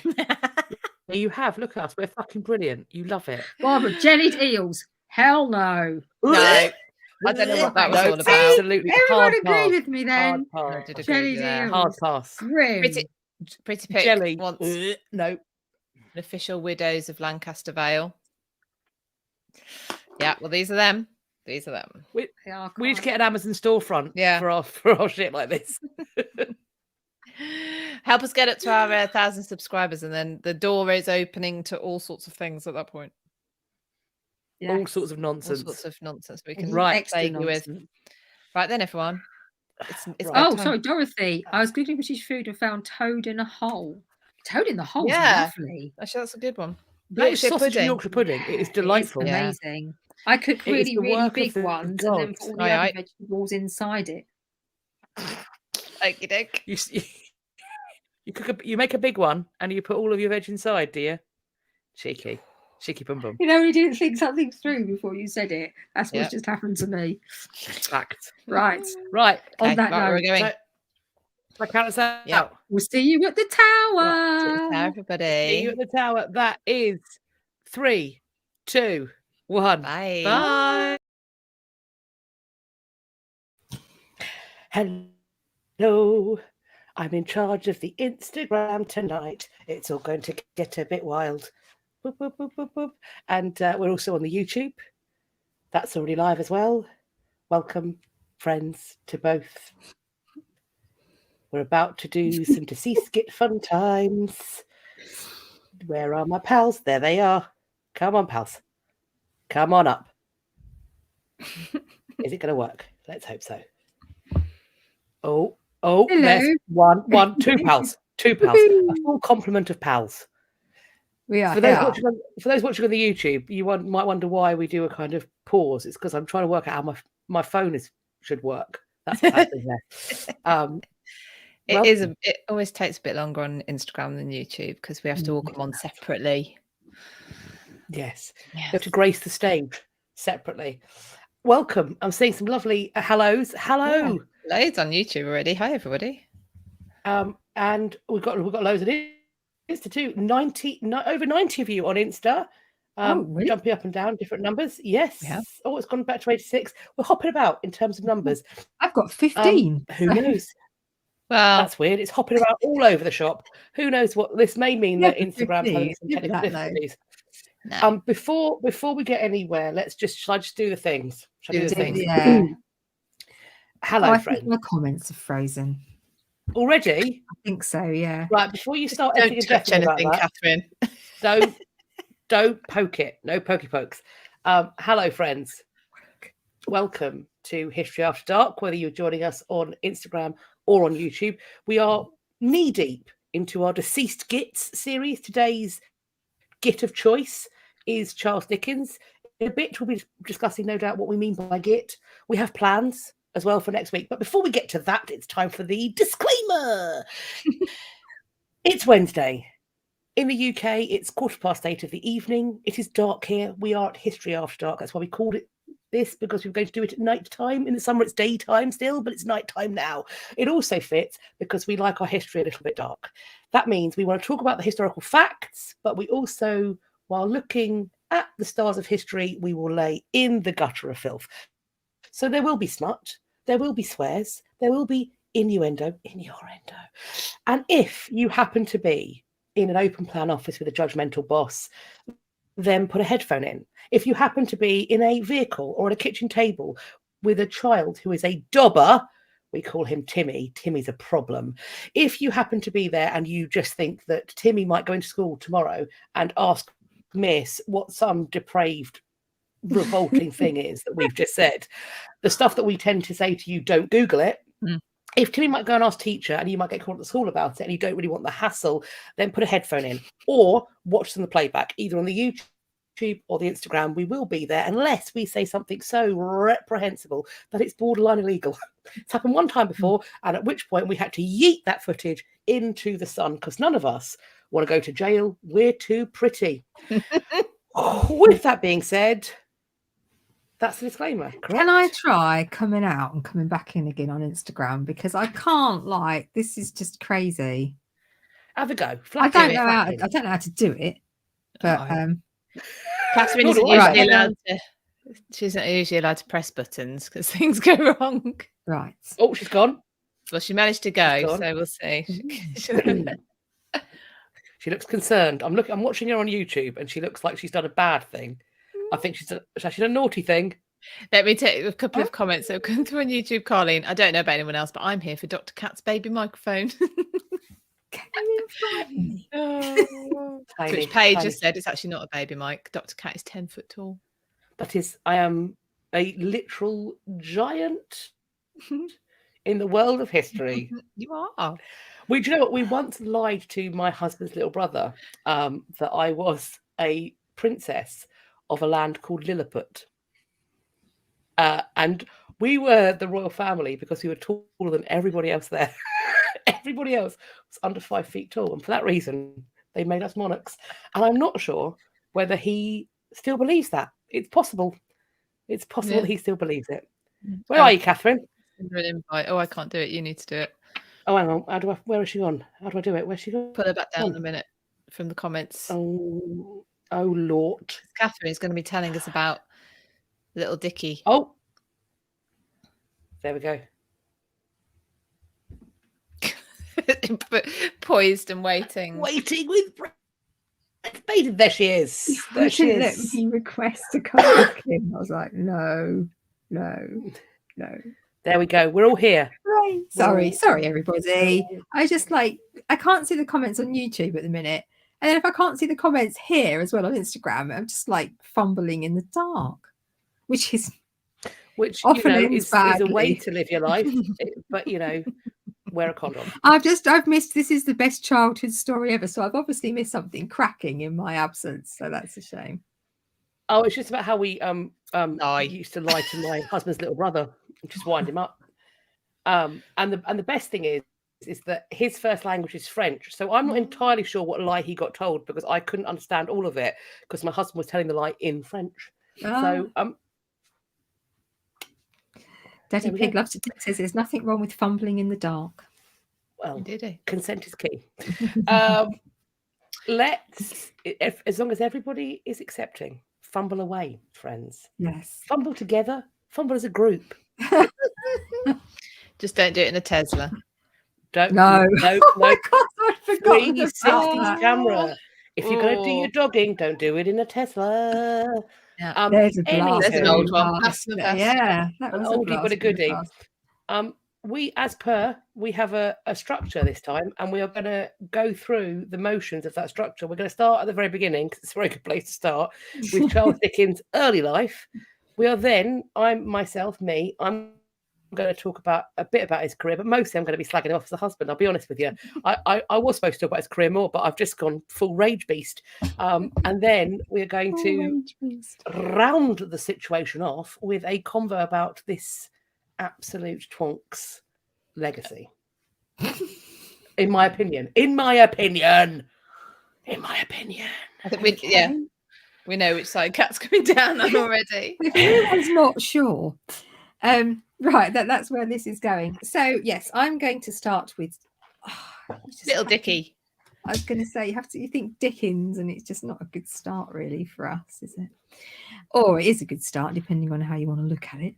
Correct. Right. So yes, now I have to. No, I will reserve my my thoughts on levels of gittishness for the end, because I didn't quite find exactly what I thought I might find. Overall, it was better than I had anticipated, but I also see, yeah. So, Charles John Huffman Dickens. Huffman. Arrogant level of names. Arrogant number of names, isn't it? Right. Number To be of fair, names. both my kids' names are longer than that. I have told them they can change it when they're older, and I was really sorry. So anyway, he was born in the naval town of Portsmouth on the 7th of February, 1812. Now, obviously, we all know him as sort of possibly the greatest author of the Dickens of the Victorian era. And something that I thought actually is we use the word Dickensian, and I kind of like to use this really as like an illustration of how we do see him as this really important figure, because the only other, so you might say Victorian or Edwardian, but they are monarchs. So this is a period in history marked out by a monarch. So it is a little bit different. But when we say Dickensian, we know what we mean, don't we? I mean, I know not everybody's into Dickens, so apologies if you're not, but it creates this illusion of a dark time in society where there was a lot of industrial change, but there was also a lot of poverty. Things were kind of a bit dirty and skanky because of the Industrial Revolution, all the factories and stuff like that. So you get the pea soup of fogs, and you get this real image, I think, if we say Dickensian. So I kind of feel like that's sort of a mark of his success in a way, that he's had this phraseology named after him, if you like. So he was born to John and Elizabeth Dickens. He was second son. They had 8 children, and 2 of them died quite young. And as a little boy, he loved reading, which of course he always loved, and playing outside like children do. So maybe a little bit more reading than a lot of children, but certainly there was lots of things that he loved as a child. So his dad was a clerk for the Navy Pay Office. So he was in charge of money, and he would pay the sailors, and this job actually took them around the country. So as a child, Dickens, and his whole family didn't just live in Portsmouth. They travelled around, and he got to live in different parts of England, which possibly helped him with his writing career, but I think it helped him to establish an all-round love for England. It wasn't necessarily just the bit that he grew up in and that he was familiar with, but his dad was quite ambitious, and he worked his way up. And so when Charles was 9, they moved to London, settled down, and he got him a place at a private school. So he was getting like a really good education, especially from a family where they weren't massively impoverished, but they didn't have a lot of money. So Charles Dickens' dad, so his name was John, and he was very encouraging with his children. He said, you've seen me work and you've seen me rise, and he would take them round, and he took them to a house called Gad's Hill, which I meant to look up about, because I can't remember where it was, because I grew up partially in Rochester. Loads of Dickens stuff around there. All the shops along the high street are called things like Little Dorrit, A Taste of Two Cities, all things like that. You've got like the Dickens Museum and things like that.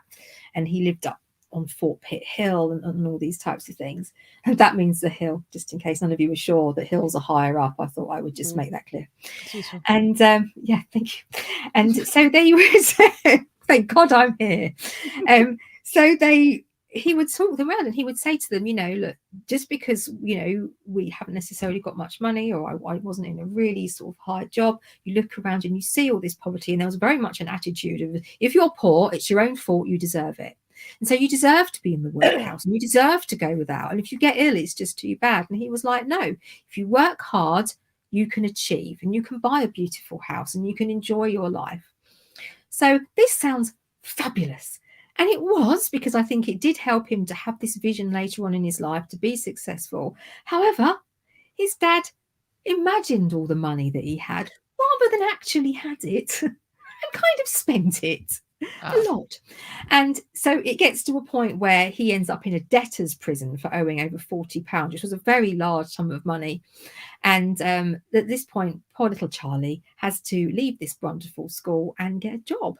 And he gets a really shit job in what was the name of the place? A blacking polish factory. So he spends 11 hours a day, 6 days a week, sticking labels on bottles, which is going to be soul destroying for pretty much anybody. But for somebody who had enjoyed being around London, who wanted to be an actor because he was enjoying going to the theatres and watching the plays and putting on performances in like in pubs and with his brothers, that must have been, and a step away from your education when you love to read, must have been soul destroying. So his dad had to go to debtor's prison, and you can't leave debtor's prison until you've paid your debt. The main flaw of this plan is that there's no way you can clear your debt because you're in the prison. So you can't work. So you can't, no one thought that through, did they? And so his family had nowhere to go. So they had to move into the debtor's prison. Now, fortunately for Charles, he went and visited him every Sunday, but he had just about enough money. It was only enough, like, oh God, how was it? 6? How much was it? He was earning a few shillings a week. I mean, 6 shillings a week. He was able to afford for himself to have rent a really small room somewhere so that he wasn't in the prison and he could still go out to work. However, he couldn't. How is a lad at that age doing that job? He couldn't earn the money to buy his family out the prison. Fortunately, but also unfortunately, just depending on their mother-son relationship, John's mum died and she left him some money. I believe that. So he came into this inheritance. I think that's correct. So Charles's grandmother, she got an inheritance. She gave his son an inheritance anyway. So I think she must have died rather than just giving him the money. And that enabled them to buy the family out of the prison. And so at the age of 12, he was actually able to go back into education again, which must have been just wonderful from him to be able to get back in that environment and going from that awful job. But obviously this made him realize, and this was one of the things he'd realized, that anybody can fall from great. You know, you can be building your way up, you can be doing okay, but it opened his eyes and made him just think, wow, this could happen to anybody. And then once people are in this situation, they're really stuck in this situation. So you saw this attitude coming into his writing. So like Oliver, like Little Dorrit, things like that, where trying to look at people who were in these sorts of situations. So in 1827, he was 15 and he became a junior law clerk for an attorney. And he was really interested in the legal aspects of things, but he would also find a lot of humor in people's really shitty situations. And he would take notes and he would like write about them, make up stories about them, and watch people, like people watch, basically. He was trying to learn a lot about people all the time. And when, he developed this sort of slightly dark sense of humor, there's 2 ways you could look at that. One is that it's just like, it was just a git. We're just laughing at other people's misfortunes. But then other ways, I've worked in mental health nursing, and sometimes you see a lot of dark stuff happen, and the people you work with, you get a little bit light sense of humor about it. It's like a coping mechanism, because I'm sure you must have seen some pretty crappy stuff happening to people. So make of that what you will. Now, when he was 20, because he wanted to be an actor for a while, he had an audition for a play at Covent Garden, but he couldn't attend the audition because he wasn't well.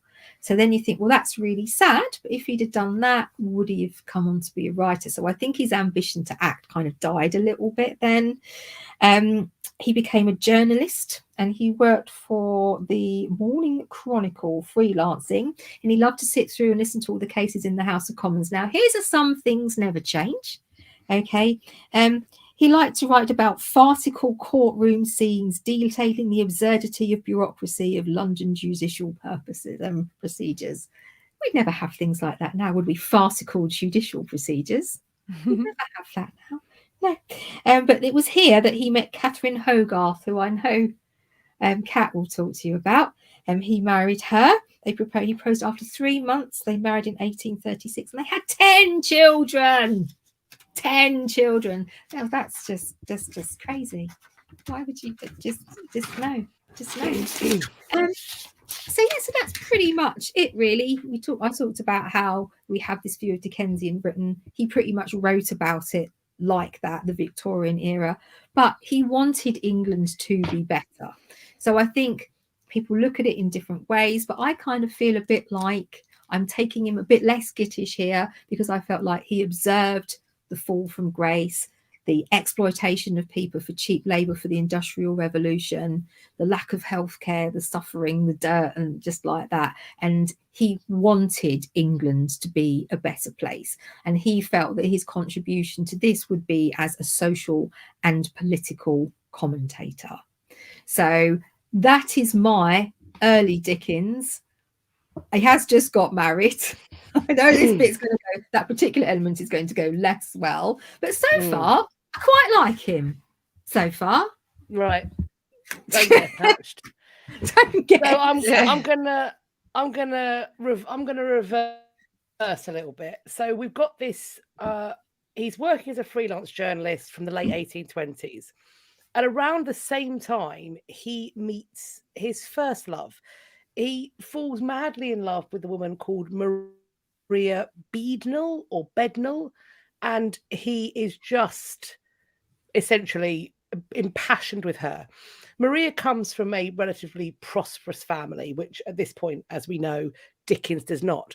But this, in addition to perhaps his better aspirations, he thinks that by improving himself and getting himself back up the rungs of the ladder, he's going to get his end away with some top quality tale. So he does things like he goes to the British Museum and goes to the reading room. So the sort of the British library rooms of the day.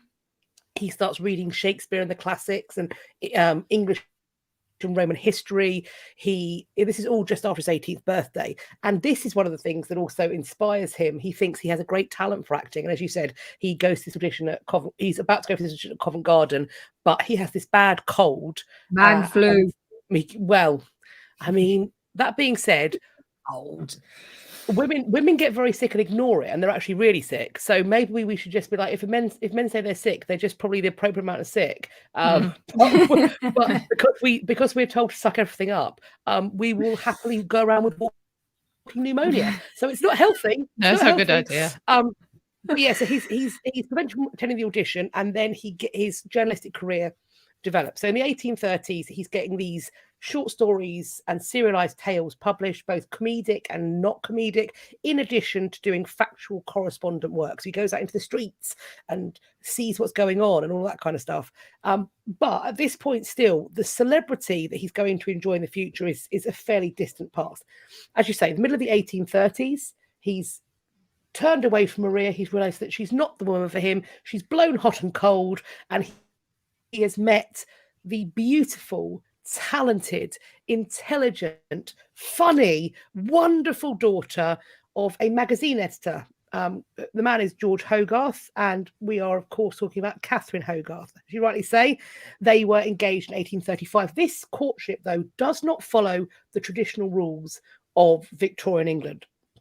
At the time, like it or lump it, it's not emotionally healthy, but a lot of Victorian England wasn't emotionally healthy. There is a kind of gameplay among affianced couples, whereby a woman will essentially teach her man how to treat her by withdrawing affection, by pretending to not respond to his letters, by keeping him dangling. It's super emotionally unhealthy. Don't get me wrong, but it is the traditional gameplay of the time, because let's be clear, when she gets married, she's going to have bugger all power. So this is a chance for her to get it. Charles Dickens is having absolutely none of this. And when he thinks that because he is working all the hours that God sends, it's making her annoyed, and she is therefore essentially kind of withdrawing a little bit because she's a bit pissed off, he basically goes off on one. It's like, I thought you were better than this. I thought you were, essentially, I thought you were a grown up. How dare you? How dare you have a problem with me working all the hours that God sends? How very dare you? He also thinks that she needs training in how to be a good wife and appropriate timekeeping. So he gives her the wonderful opportunity, lucky her, to come and cook him breakfast.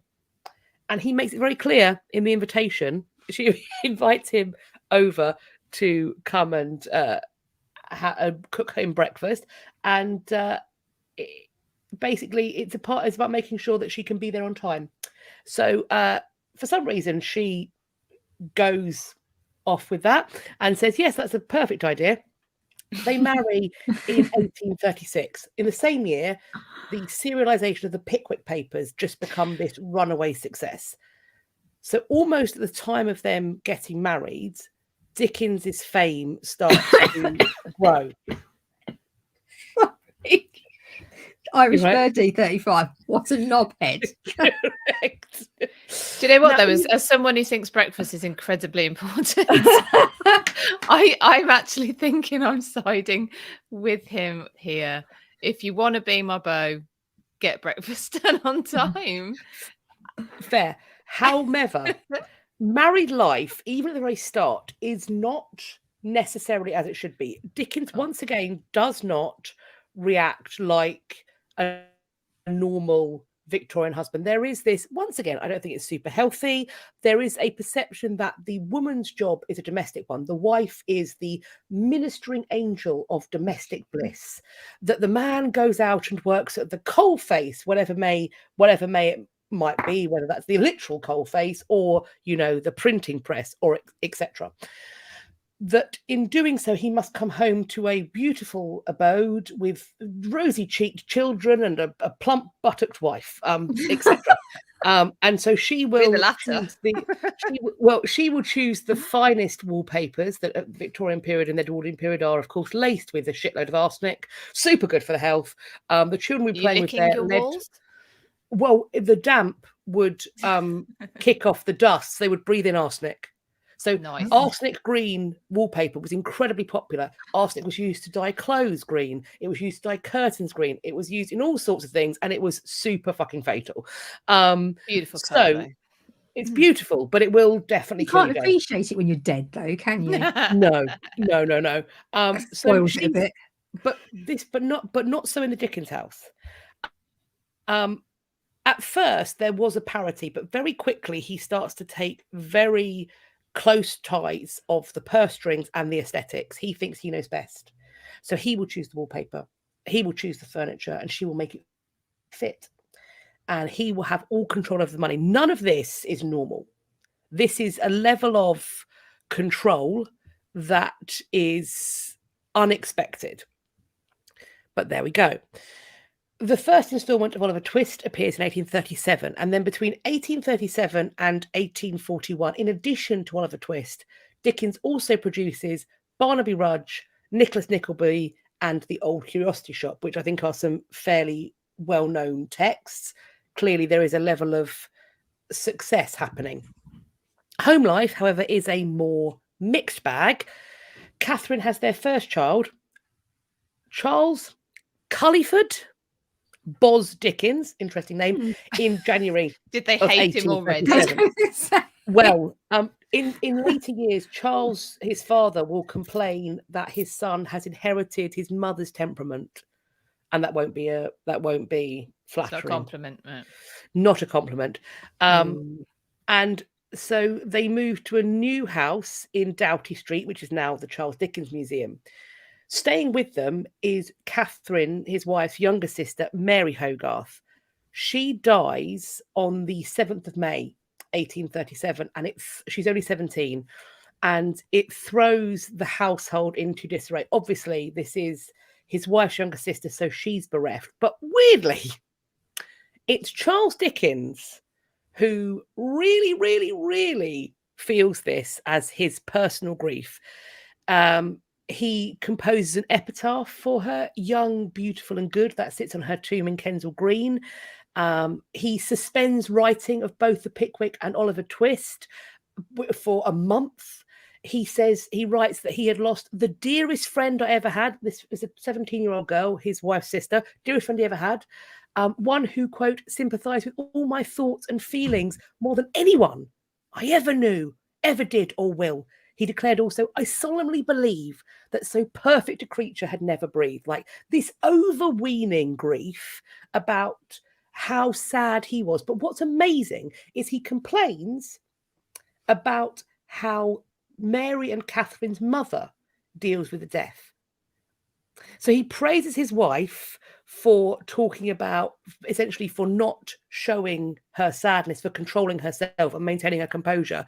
But he definitely thinks that his mother-in-law is going too far, because the only person who can show overweening grief over the death of this girl is clearly him.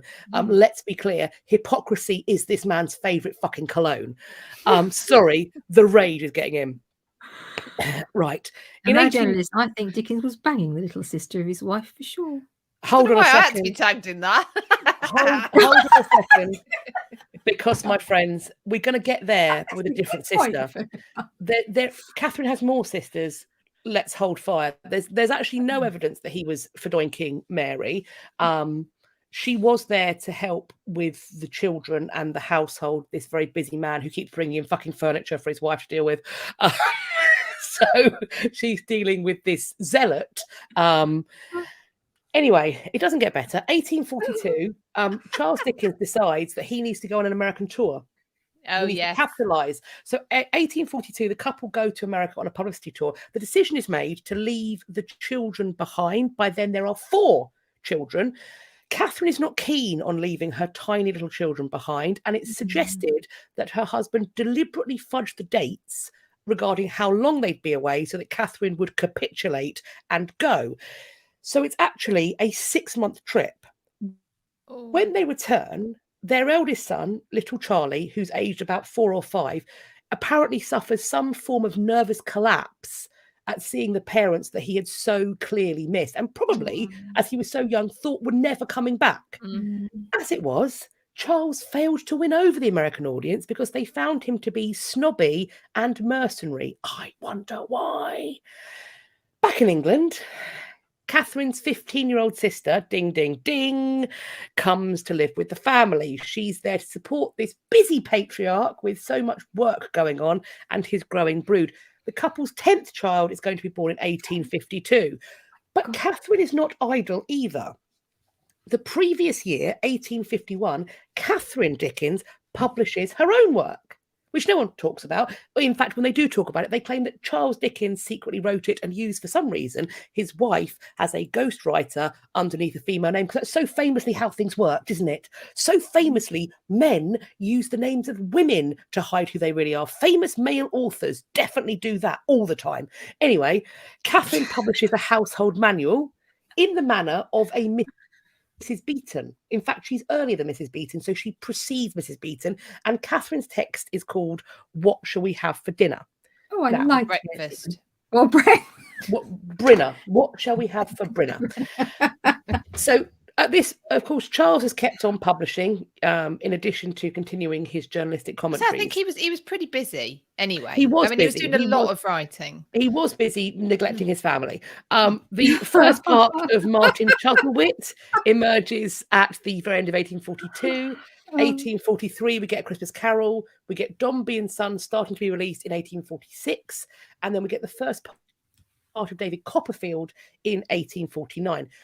And then if we looked at 1851, the year of What Should We Have for Dinner, even with this work and this publication, she does seem to have struggled somewhat, perhaps mentally, which may be a part of having all these bloody kids and a husband who keeps leaving and trying to trick her into going to America. I mean, I would be best pleased. So he deposits her in Malvern, where there are some, I think, healing springs. Malvern. Malvern. Malvern. Just chew on. That's a chewy word, isn't it? That's near me. Malvern. I call it Malvern Spring. Is it not? Is it Malvern? No, it's Malvern Springs. Yeah. Oh, right. So they have bottled there you water. go. Woo, I've taught Kat something. Thank you. Malvern Spring, which to me tastes of pennies, but I think it's probably delicious. So she's deposited there with her sister Georgina. This sister was living with them, so that she could try the water cure. And at this point, Dickens is visiting her. 51 is a bad year. Dickens's father John dies, and also his Catherine and Dickens's 8-month-old daughter also dies. So Catherine has to be brought back from the water cures, and at this point Charles does show some compassion. The person who sent to fetch her home, he did essentially say, can you be kind about it? Just tell her that little Dora is seriously ill and was not expected to survive, rather than saying your kid's dead. So in this letter that he sends to Catherine, there's this sort of concern for her, but also we're seeing a repeat of the commandment not to give over into grief, the things he praised her for after her sister's death, that he doesn't want her to give way into this sort of grieving for her baby. The 1850s are a decade where Dickens is increasingly anxious and angry about the social and political condition of England, the things he's witnessing as a journalist, and he's really starting to give it full voice in his writings. What I will say is that, unlike the suffragettes that will come later, he is very much a words not deeds kind of a person. Like, he'll do all of the complaining. He will make interventions into politics. He will join things like the Administrative Reform Association, but he was invited to stand for Parliament more than once. So he was invited to occupy a position where he could actually have affected real change in the lives of people who he recognised and he saw through his journalistic endeavours actually suffering. But rather than do that, why not just write about them and profit from their misery? Anyway, so he is very much anti-government. He talks about how they are allowing the poor to suffer. It certainly inspires the novels of the decade. We have Bleak House, published monthly. We have Hard Times, which is, I studied that at GCSE, very famous scathing account of education systems and poverty. And then we have Little Dorrit as well. It's clear that he is depicting and showing outrage and deep concern about how those at the very outsides of society, those very risked people, are being woefully let down by their government. But what I will say is he could have potentially have got himself into a position where he could have changed that. Additionally, he is concerned about his home life. He seems to start to resent the family that he's built. He seems to resent his wife, Catherine, for it as well. He starts to complain about her capacity as a wife and mother. He starts to resent her for giving him so many children. He starts thinking about, his own childhood and how all of these kids is a way that poverty comes, as if somehow that's her fault, like he didn't lay down and make those babies with her. He starts to intimate that she's maybe a drunk, maybe mad. There's some indication that he might have seen whether he could get her committed or not. All the while, ding-a-ding-a-ding-ding-ding, he is reveling in the attentions of a pretty young actress called Nellie Ternan. Nellie was the same age as the couple's youngest surviving daughter. So she was some 27 years Charles's junior. Rumours of this relationship make the press, possibly put out there by his mother-in-law and older sister-in-law. Dickens is mortified. He in fact enjoins his mother-in-law and sister-in-law to write a message that can go out in the press, essentially taking back the fact that he's definitely doinking this actress.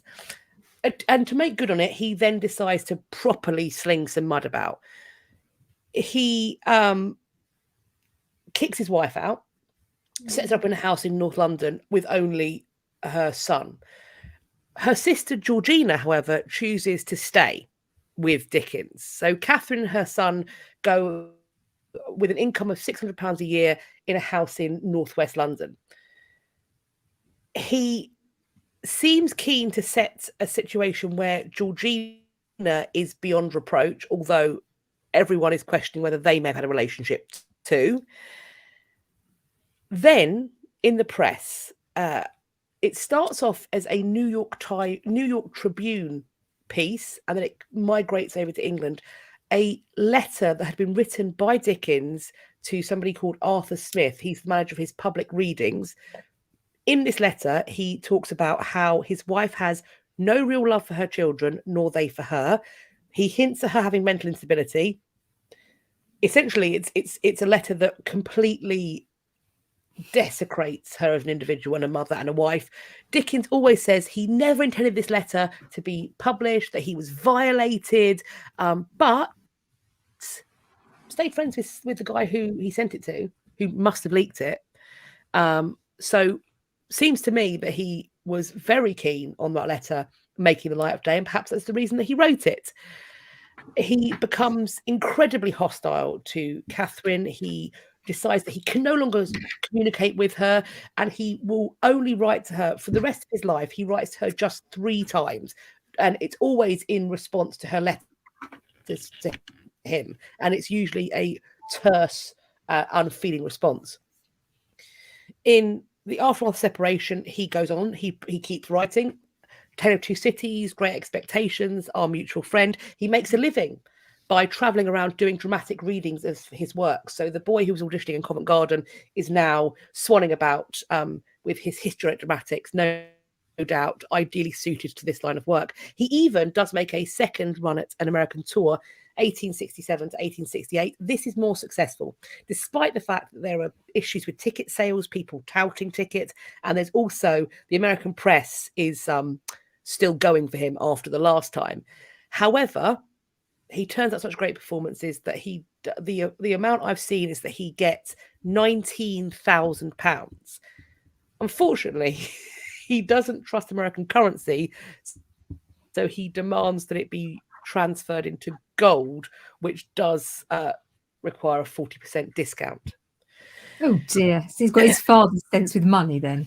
Well, yes, he wants shiny gold, but not American dollars. Dickens begins his final novel soon after his return. This is The Mystery of Edwin Drood. The first instalment of that is released in April of 1869. Dickens passes away the following June, 9th of June, 1870, and the final novel, as it's being serialized, is left unfinished. Dickens is survived by Catherine, and she would live for 9 years after his death. And this is it. This is it for me. This is the bit for me that makes me want to reach back through time and grab him by his self-satisfied face and poke him in the eye. As she lays on her deathbed, she says to her daughter, "Send my letters from your father to the British Museum, so, quote, that the world may know he loved me once." The man is the devil. I rest my case. Thank you for coming to my TED Talk. Yeah. Okay. I mean, I don't. There's a lot in there, and it's I mean, like for instance, his trip to America. The reason he's at odds with the press is that they have been publishing his works without any compensation to him whatsoever. That's how he starts getting into arguments with them. So yeah, they're going to be gunning for him because he was gunning for them, and they refused. They said that he should be grateful for his fame. And he doesn't need any like monetary compensation for them publishing his works in America. He finds this out the first time he goes. He's but your point about being an MP, when he goes to America, he's appalled by the slavery there, but like you say, he doesn't come back and he's not an MP in our parliament. However, does he need to have been to affect change? His work reached more people of more social classes than anyone else by the serialization of his work. That was genius. Absolutely genius. It made it affordable because each week an installment, or each month an installment would come out, and it's affordable. It's and they would be read out loud in pubs. So actually the reach would become even further, go down to people who may not even have been able to afford that. He's raising social issues that people may not have been aware of, and in a way that they're going to care, because there's an emotional draw, because you've got characters in there who he's basing on people he knows half the time. I think his mother is the basis for somebody, isn't she? In one of the novels, she doesn't recognize it, thankfully for him. So actually I would argue he did more by doing that than he would have been able to do as a sitting MP, because he can influence. You know, you've got plenty of people today who are just trying to influence people. You know, they can do more than having to sit, because once you're in somewhere like the House of Parliament, you have actual politics involved in what you're actually able to do. Whereas if you're outside of that, you've got more of a freedom, especially if you're a fiction writer and you can serialize and, you know, create these characters that are going to be able to tell the real stories. And Catherine, you said about him sort of having a comedic view of a situation, but again, aren't some of the best sort of social commentators those who can deliver it with a sense of humor that means it's accessible and it doesn't scare the shit out of you, so you can actually listen to it for a bit longer? Yep. So, you know, I think there's actually quite a lot going for him. I mean, the amount of work he puts out as well. He's a prolific writer, clearly, and enjoys it. How he kept track of everything, I don't know. But and the way he could, so apparently he would take feedback. So he would be listening. It's a bit like well, no, actually, I suppose episodes of series that come out now are already filmed and scripted. Although I suppose that things like EastEnders and your soap operas are adapting all the time, but he would adapt his story. So he would be listening to feedback and, you know, are characters believable or are they not, or blah, blah, blah. And he might adapt it so that he could take that feedback, which I think is really clever. But yeah, so I think there's lots actually going for Dickens, and he did have to cope with I mean, we think of him sort of, or I was thinking that he rose you know, up sort of from the pits, you know, up to kind of levels of stardom and richness, but because he didn't, he was fairly okay, and then finds that overnight, which is a theme of a lot of his work, isn't it? Through no fault of his own, yeah, his dad might have been a bit silly, but debtor's prison, really, like Catherine says, what the hell is that supposed to actually do? It's not an alternative to you being able to pay your debts. It's a punishment. It's just a prison. It's for owing people money. And he suddenly finds himself in there, sees his dad in prison. He's there for like 3 months, and yet however many years later it comes up as the prison in Little Dorrit. It's clearly stuck with him. So that's had an impact, and he becomes, in his own lifetime, compared second only to Shakespeare.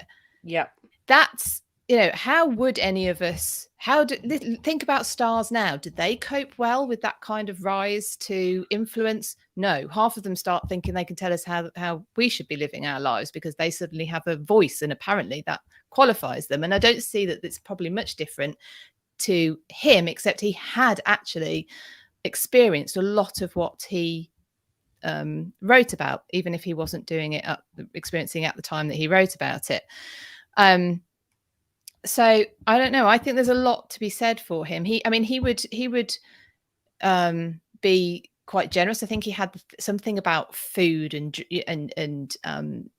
you know, drink, being able to actually get hold of food and drink. I think that was something that might have stuck with him from that time in poverty and his time scraping together. He would put on parties for friends and family. He was obsessed. I think he was really keen to provide, you know, for people he liked. And I think there were family members who he supported for quite a long time. I don't his think sister-in-laws mostly.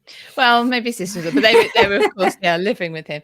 So yeah, I mean, yeah, he's got most definitely questionable characteristics. I mean, someone I was listening to talking about him said, "Well, do you think maybe he was on the sort of psychopathic sort of spectrum, if there is such a thing?" Because he was incredibly good at writing emotions and invoking emotions in the reader. You know, you really cared about his characters. Was he, like psychopaths are, able to understand emotions even though they can't feel them? Was he, you know, some way, shape or form in that? And then just an interesting tidbit that I found out was he was a really good conjurer. Did you know that? He liked to entertain. I didn't know that. He was a conjurer, so he learnt conjuring. Yeah, he really enjoyed it. And I think, like, back to, you know, maybe being this wannabe performer as well. So yeah, he loved doing conjuring. He would do that at his parties. And once he which was the work he Dombey and Son was the one that he first started reading to friends. And that gave him the idea of going out and doing sort of reading gigs and reading what do you call them? Not episodes. What do you call installments? I don't know what you call them. Yeah. So he clearly sort of enjoyed that kind of interaction with an audience as well, and entertaining. So I think there's quite a lot to be said good for him as well, even if he, relationship breakdown. They happen. He was they a happen. wanker at home, but he did some good shit. They the other they thing happen, is though, don't they? if he'd have become an MP, that possibly would have taken up so much of his time that he wouldn't have done as much writing.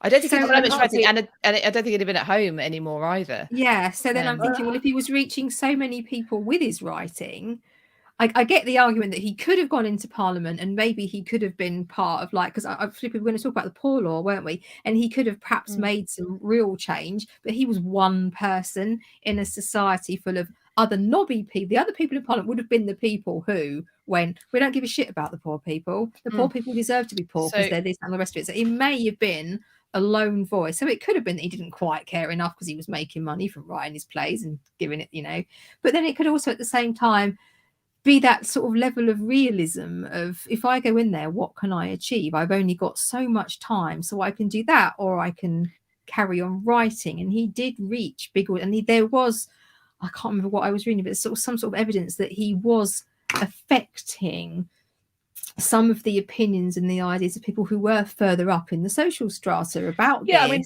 Victoria read him.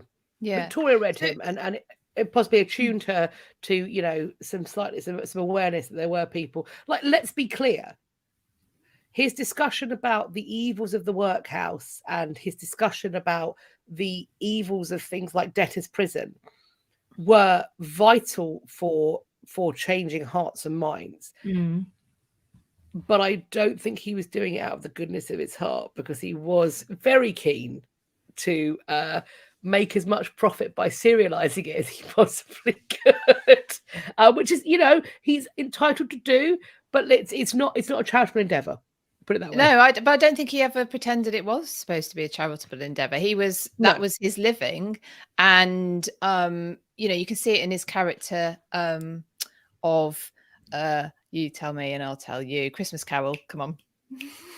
Scrooge Scrooge starts off. Yeah, You sorry. yeah, I've done a lot today. Scrooge starts off. Had a busy week. Poor, and he is determined to never be poor. And maybe I think there's a lot in his writing that could be seen as autobiographical, leaning heavily on his own experience. I think it was Kath just asked, when did he become famous? But I think he became famous from the beginning, didn't he? The Pickwick Papers was his first, but Oliver Twist was his second. So the Poor Law, which is the one that brought in these awful ideas of debtors' prison and workhouses, had been brought in 1834. He writes Pickwick Papers, begins to write them because they're serialized in 1836, and Oliver Twist in 1837. So really, he's getting quite quickly onto it.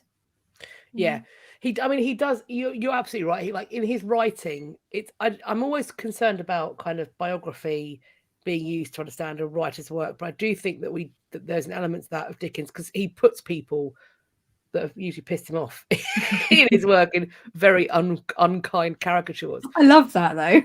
I mean, yeah, we would do the same. That's exactly what we do. So. Yeah. Fair point. But I think what you see in his work is you see a person who, like you rightly say, Philippa, is terrified of being poor again. But also, I think that clearly that poverty came with hunger.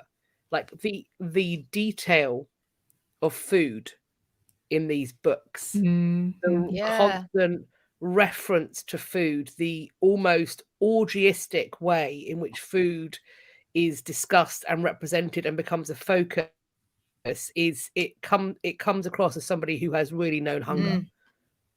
I think, and I have no doubt that your father, when you're in your mid to late teens, your father and family being placed in a debtor's prison when you have been going to a fine school and everything looks great, and this comes as a shock, must have been an incredible trauma.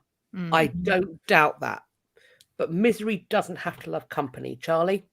And you didn't have to be such a dick to your wife. We don't know what quite she was adorable. like, to be fair, do we? Do we really know what she was like? She might have been a pain in the ass. Well, Well, she was just absolutely bloody knackered. She had 10 kids. Yes, That's she what would have been was. She was knackered. fucked. According to his account, she's this feckless drunk who can't keep the house clean. But She's those probably people- having a My house breakdown. clean. Can you imagine the goodness me, the postnatal depression after 10 Yeah. children and the loss of the baby babies. as well, you know. And there were at least 2 miscarriages. Like, he liked her enough. Put it that way. Yeah, that's He liked true. her enough. He did. But he liked diminutive, slim, small women. And the actress Nellie, he sets her up in a house, her family. So he's funding all of this as well. So as well as keeping on his wife's sister, and he keeps his daughters around. The boy goes to live with his mum.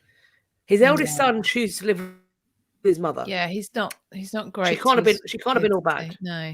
I'm She sure can't not. have been all bad. He's nice to his daughters, Right. but clearly the son chooses her. So she can't have been this, as he calls her, a woman who has no affection for her children. Her children have no affection for her. Her son does. That sounds like a kick out, doesn't it, at somebody who he's trying to justify his own actions by putting her down. Yeah. Wow. I don't think being married to him would be a barrel of laughs. No. I also don't think working with him would have been a barrel of laughs either. I mean, like, I totally get that having your work serialized in the States without your consent and without being funded, I totally get that that's legally actionable. But a smart person... No, he did try and go down the legal route.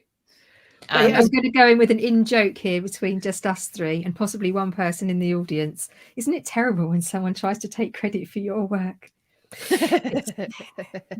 Yes. If anyone's going to ask us to explain that, don't bother, because we ain't telling you. I think he does, but because think, it's in America, he doesn't get anywhere. He goes down the copyright route, and then of course it's the press is always going to be, and they can write what they like, so they're going to be putting him, shedding him, you know, in a bad light. So, yeah. However, I think, you know, the second time around, the America trip was quite successful, wasn't it? Well, didn't that equate to like over £1 million in today's money? Had he not had it? Not after he hadn't gone. After £3.50 after that, but yeah, it was certainly. If you ever want to do your those other women in different houses, then you need that kind of cash. You do. If you ever want to do a kind of figure out what the value of something would be in today's money, this is a side note, but it's a cool source. I love this. Look into it. Yeah. National Archives have got a currency converter. If you Google National Archives currency converter, it will come up with a search engine. In most cases, it's by decade. Sometimes it's by 50 years, but it's by decade. And then you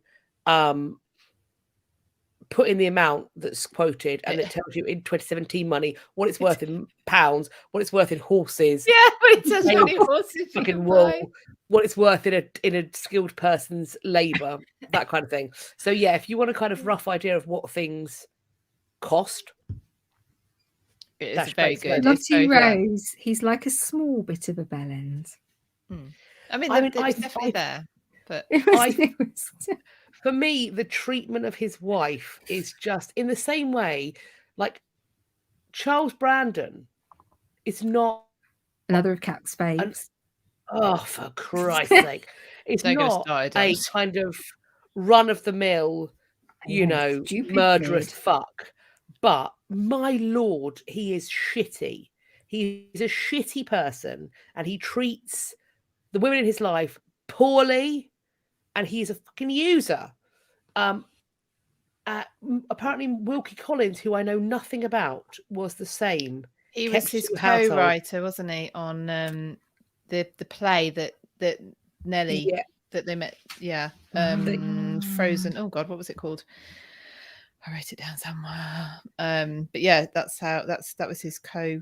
So birds of a feather flock Right. together. Frozen Deep. Yeah. You Frozen can always Deep. tell a lot about people by the company they keep. Oh fuck. Mm. Yeah, whispers. Sucks to be us.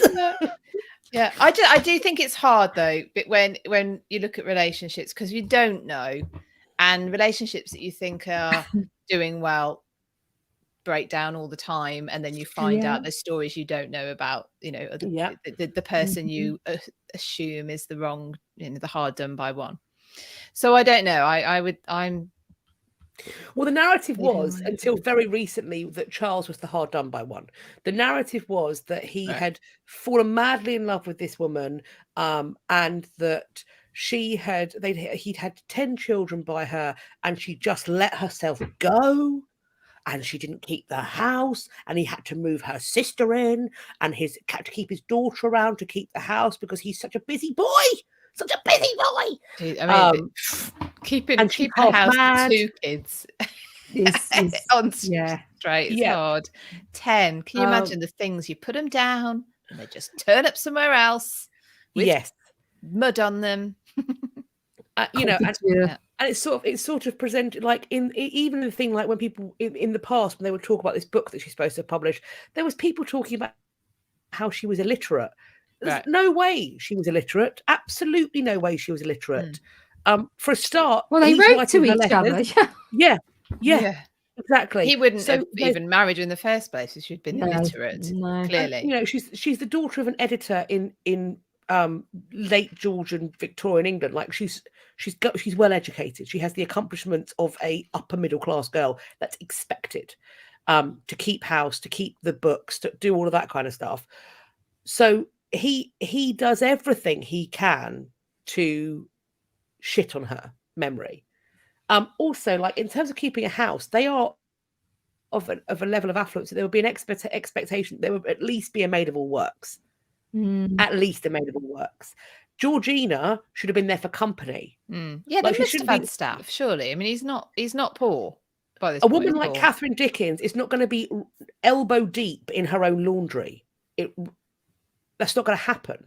She's not going to be there out of the hearth, boiling at the copper, doing her own laundry, doing her smalls. That's not what Catherine. She has tea with the neighbourhood women while the maid of all works does the graft. She isn't beating out bed mattresses. She's Catherine Dickens. So yeah, this kind of thing of like, if the house is poorly kept, maybe it's because you won't let her have any autonomy over it, or any access to the money, mate. Maybe that's why. Oh yeah, you definitely need money if you're going to be keeping. There's some horrifying numbers of children coming I know. up. Seeing people on have had. Instagram. Oh, my great grandmother was one of 21 children. Holy mother of that's a lot of babies. Christ-like. Yeah, that's being pregnant. That's a nope. That's got to be being pregnant for pretty much the entirety of your married / fertile years. 21 that's got to be you're pregnant every year. There could have been multiple births in that, I suppose, but it's still a bit much if we're being honest. Yeah, I wouldn't be up for that personally. Lacey Gordon says that Dickens was a bit of a gaslighter. He would tell friends he was in one place and then be sneaking off to another place. No one knew where to find him. Although, but again, he's in like the probably first throes of celebrity culture where you actually are recognized in the street. Does he not want to have some privacy? Does he not want to maybe not have people know where he is every minute? But should you probably not tell your wife? Why? Well, I don't know, but that's not what when you can get privacy at home with your wife and kids. Not quiet. You cannot. You cannot get quiet at home with 10 kids. No, but you can have a private life at home with your wife and kids. You haven't got to be in the arms of Nelly. You can tell you're in a very happy relationship, Kat. That's all I'm going to say on that. Tara, buy a hat and rather than have a beard, shave your beard off, and then buy an enormous moustache. Buy a false moustache. Great, well, it's great big glasses. What did he? he didn't exactly. I mean, he wasn't really well kept. I don't think. I mean, I think there are authors who have some really shadier stuff. Like maybe at one time we will talk about Lewis Carroll, because I have issues with that man. Big issues. I'm trying to think who we've got for L, and I know who we've got for L. Delve in it with that one, because I'm the only one who knows anything about him, and it's quite complicated. So maybe we could swap him. Oh, there you go. Well, Lewis Carroll's a problem. Lewis Carroll is a problem. Are we going to have? Do you think there's a level of like the sort of the because he's clearly talented. Like, is there a level of kind of mental are we getting instability into with someone so like you get this? to a certain point and you can become a bit of a bellend? No, you don't become it, but that's sort of part of the entire person. Does genius is it wrapped up in Kind of a borderline criminal personality? Well, maybe just a little bit, narcissistic kind of like something that is not a desirable personality trait. I mean, I don't. There have to. You have to be a bit mercenary to. Who's seen Coco? Like that dude from Coco. Is that a Disney thing? Yes. No, I have not seen it. The guy who sings "Remember Me," De La Cruz. So his thing is very much you do whatever it takes. It doesn't matter what it is. You do whatever it takes to get to the top and be successful. It doesn't matter what you sacrifice, who you sacrifice. The only way to be successful, which works really well until he gets crushed by an enormous bell. Spoiler alert. Oh, okay. There you go. The cartoon. So that's what's happened. Great film, Coco. If you've not seen it, I think the kind of the psychology of success is a very interesting one, and I think also the psychology of success is changing, and the combination of social media and capitalism and me culture means that in effect, and there's a psychologist that says this, and I agree, that the way to be successful today is to be a narcissist, like clinically. We reward narcissism. Yeah. Not personal life. It's a bad time. Yeah. But I'm wondering where when that kind of acceptance, that genius came with behavioral problems that were acceptable because of the genius. Like, when does that start? I mean, back in the Elizabethan Jacobean theatre, Christopher Marlowe is interesting. Ben Jonson kills a man. William Shakespeare isn't a great husband. He fucks off to London and leaves Anne Hathaway in Stratford. And we've no idea what he does. No idea. Just leaves his missus up there. It's like, see you later. Bye. So is there a combination? Is there something in which genius requires a level of selfishness that's almost personality disordered? I think the selfishness thing is possibly there. But then, there are so many hours in the day, and if you're going to be producing this amount of work, it has to be done. And we all run our own businesses. Ideally, I wouldn't be working as many hours. Oh, you've muted. I do. So my son. See, I have mothering duties as well, all times of the day of night. There is so many hours in the day, and if you're going to be productive, you have to use them, and you do have to be a bit, if you can, a bit selfish and protective of those hours, I would say. Yeah. It's very hard. It's an impossible balance, it feels like. Yeah. So we're at 1 hour, 6 minutes, ladies. No. Is it time to let ourselves degenerate into chaos for 10 minutes before we wrap up? I don't know. Apparently I'm needed. Oh, you've been summoned. I've been summoned. I think, well, I mean, there was some degeneration midway through when I did, in fact, lose my temper. That was not an act. I was reading through the notes that I had made, and I was like, "This fucking guy." Who was This the guy who guy- kissed the corpse? Was this Dickens? No, No, that was prick Peeps, wasn't it? Peeps. Peeps. That deviant. Yeah. Now, he was a deviant. And he was a also- shit husband. He was also a shit husband and spent more time bloody burying his parmesan during the Great Fire of London than making sure his wife and kids were all right. He was a Sorry, wife, not kids. spectacular politician, though. I mean, he always plonked himself on the right Oh, side yeah. of things. Oh, yeah. I mean, Oh, yeah. he made the Stanleys look like amateurs. This is a man who literally celebrated the execution of Charles I. Was like, "To death to tyrants," and then he is on the boat to go. Yeah, and with Charles. Monarchy Amazing. is great. I'm very happy. There was plenty of turncoats though at that True. point as Yes. well. You'd have to be that, or Smart. stand by your principles and like be oiked out, or just if But your they're principles can change as Fine. often as required. if they're going to keep saw- changing their mind, why not? It's me, though. I'm sorry. What did Peeps do to a corpse? Oh yeah, You Yeah. heard that correctly. You did was, hear that correctly.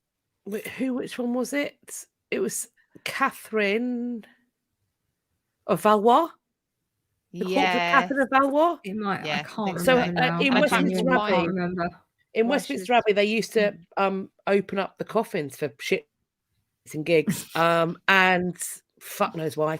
And basically, he on his birthday decided to traipse round and pick up. He picks up her shoulders and kisses her mouth. Ooh. I don't That think is so. nauseating. It is not appropriate. And he said he sort of said something almost quite romantic, didn't he? I can't remember what it was now. He was However doing many it. years old that I'd first kiss a queen, stop it. Get Yeah. out at once. Before we do our Immediately, if not sooner. Sam, who's Tudor Royalty Experience and the Tudor Queen's Wardrobe, is watching us on YouTube. I'll read her comment, and then we should mention what, because we're going to be doing something with Sam in April. So she has put up to a point, but if you have no integrity like an artist, you eventually get found out and will implode any success you may have gained. Mayhap. Yeah. Mayhap indeed. Indeed, Perhaps the indeed, karma indeed. train will come and run you over. Karma train, yeah. Choo choo. Yeah. And if you've been really bad, it'll reverse back. We come back. And we're driving it. We're driving it. See, that's better than a Winnebago. No, it's We not. are We're getting you a doing the Lego. Winnebago. Yeah. And what are we doing? What are we doing in April? Tell Oh, the sorry, tale. yes. Tell the tale. So April 16th, we're going to be going live with Sam, Tudor Royalty Experience. She's got a fantastic competition, which I'm actually really sad we can't we can't enter sure. because we're picking the winners to win a bespoke Tudor gown. That's the And they first are prize, and there's other prizes as well. Gorgeous. They are gorgeous, absolutely Lush, gorgeous. So we're gorgeous. getting together, and Sam's going to dress us up, and Rocks. we're I've going never done to, that before. Have you not? Oh, No, fantastic! Well, there you go. I'm Good just going to times. flounce round all day. Yeah, It's we're like gonna blub, flounce blub, round. blub, No blub, change there, then, That's Catherine. not- You're always flouting somewhere. Flouts. just like that. That's all I'm going to be doing all day. Yeah. That's it. This is So a heads anyway, up. we'll give you more details nearer the time. But if you look at Tudor Royalty Experience on Instagram, then I think Sam's put the details of the competition on there. Join. Yeah. Get in the comp. Do it. Win the dress. Do it. Dresses. do it, Dresses. do it. Yes. So there's more prizes as well, but they're all detailed. They're all detailed, though, Yeah. aren't they? There's first, Yeah. second, and third prize. Mhm. I think there is. Yes. Very Sam fun says it's afternoon tea in Tudor gowns in a castle. Yes, it is. Yay! In a posh castle. I mean, all castles are posh, but this is an extra posh one, I think. I cannot wait. Put me in a frock. Yeah. No, Right, that's fine. Philippa, what are we doing next week? Next week.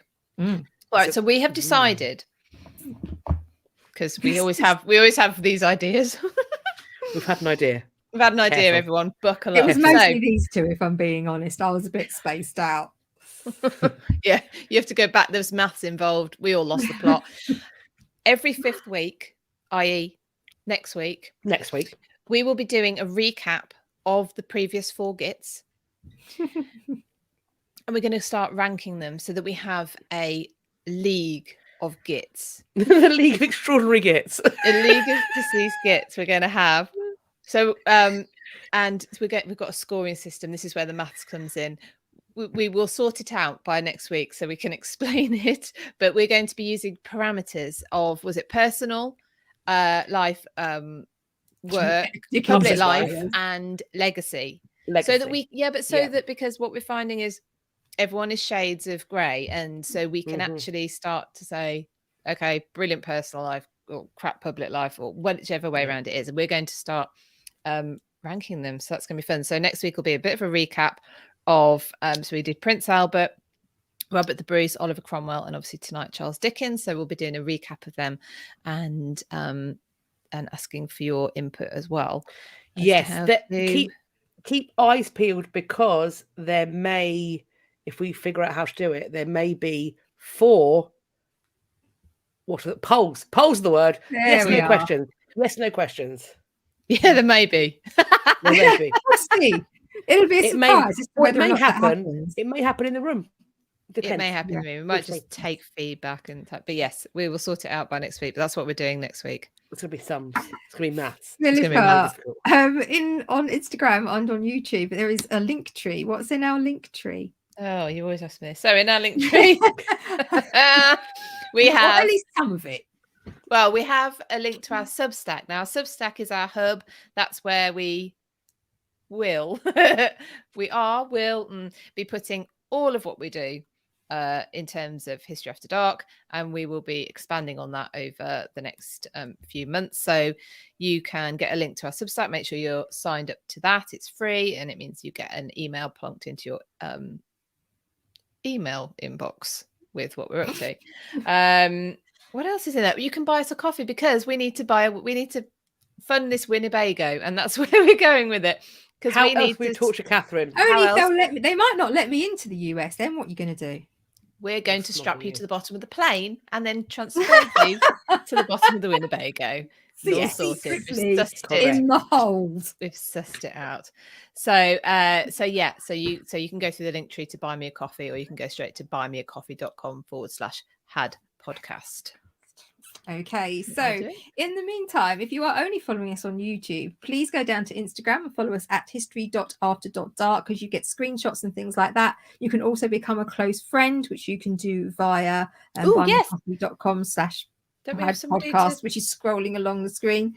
So buymeacoffee.com/had podcast, so you can become a close friend and you can get extra content over on Instagram. You can hear more depraved stuff from us throughout the week for varying qualities of history, and you get sort of extra screenshots and bits and pieces like that over on Instagram. If you're only on Instagram, you can also follow us. Please do like and subscribe and so forth. Down on YouTube, it's just History After Dark. You can follow us individually as well. So Philippa is British History Tours on Twitter, UK History Tours, UK History Tours, YouTube, and that thing, Instagram. Kat is Katrina.Marchant on here, Reading the Past, obviously on YouTube, and I'm the historical collaborator on here and on Facebook. Anything else, Philippa? Can I just say, yes, I'm putting my hand up because I'm a child at school. Last week we did say thank you, but Margie has become a close friend. Thank you. Barb, who's Mint Pixie, has given us is also becoming a close friend this week, and Rebecca has just bought us all a coffee as well. So thank you very much. Thank you, everyone. Thank you. We massively appreciate it. It's me. They're not allowed to see a comment. War crimes worse than that. It's time crimes. It sort of is. It's when we let her have her time turner. She did time crimes. Time crimes. And the Federal Bureau, the FBTI, the Federal Bureau of Time Investigation, they found out. And if she goes to America, they will wear her like sooty. So we're looking forward to that. So that's why we're still taking it. I'm definitely not coming now. I tell you what, though, you can say as much as you like, I'm not allowed to go back in time. If I could go back in time, I would change that.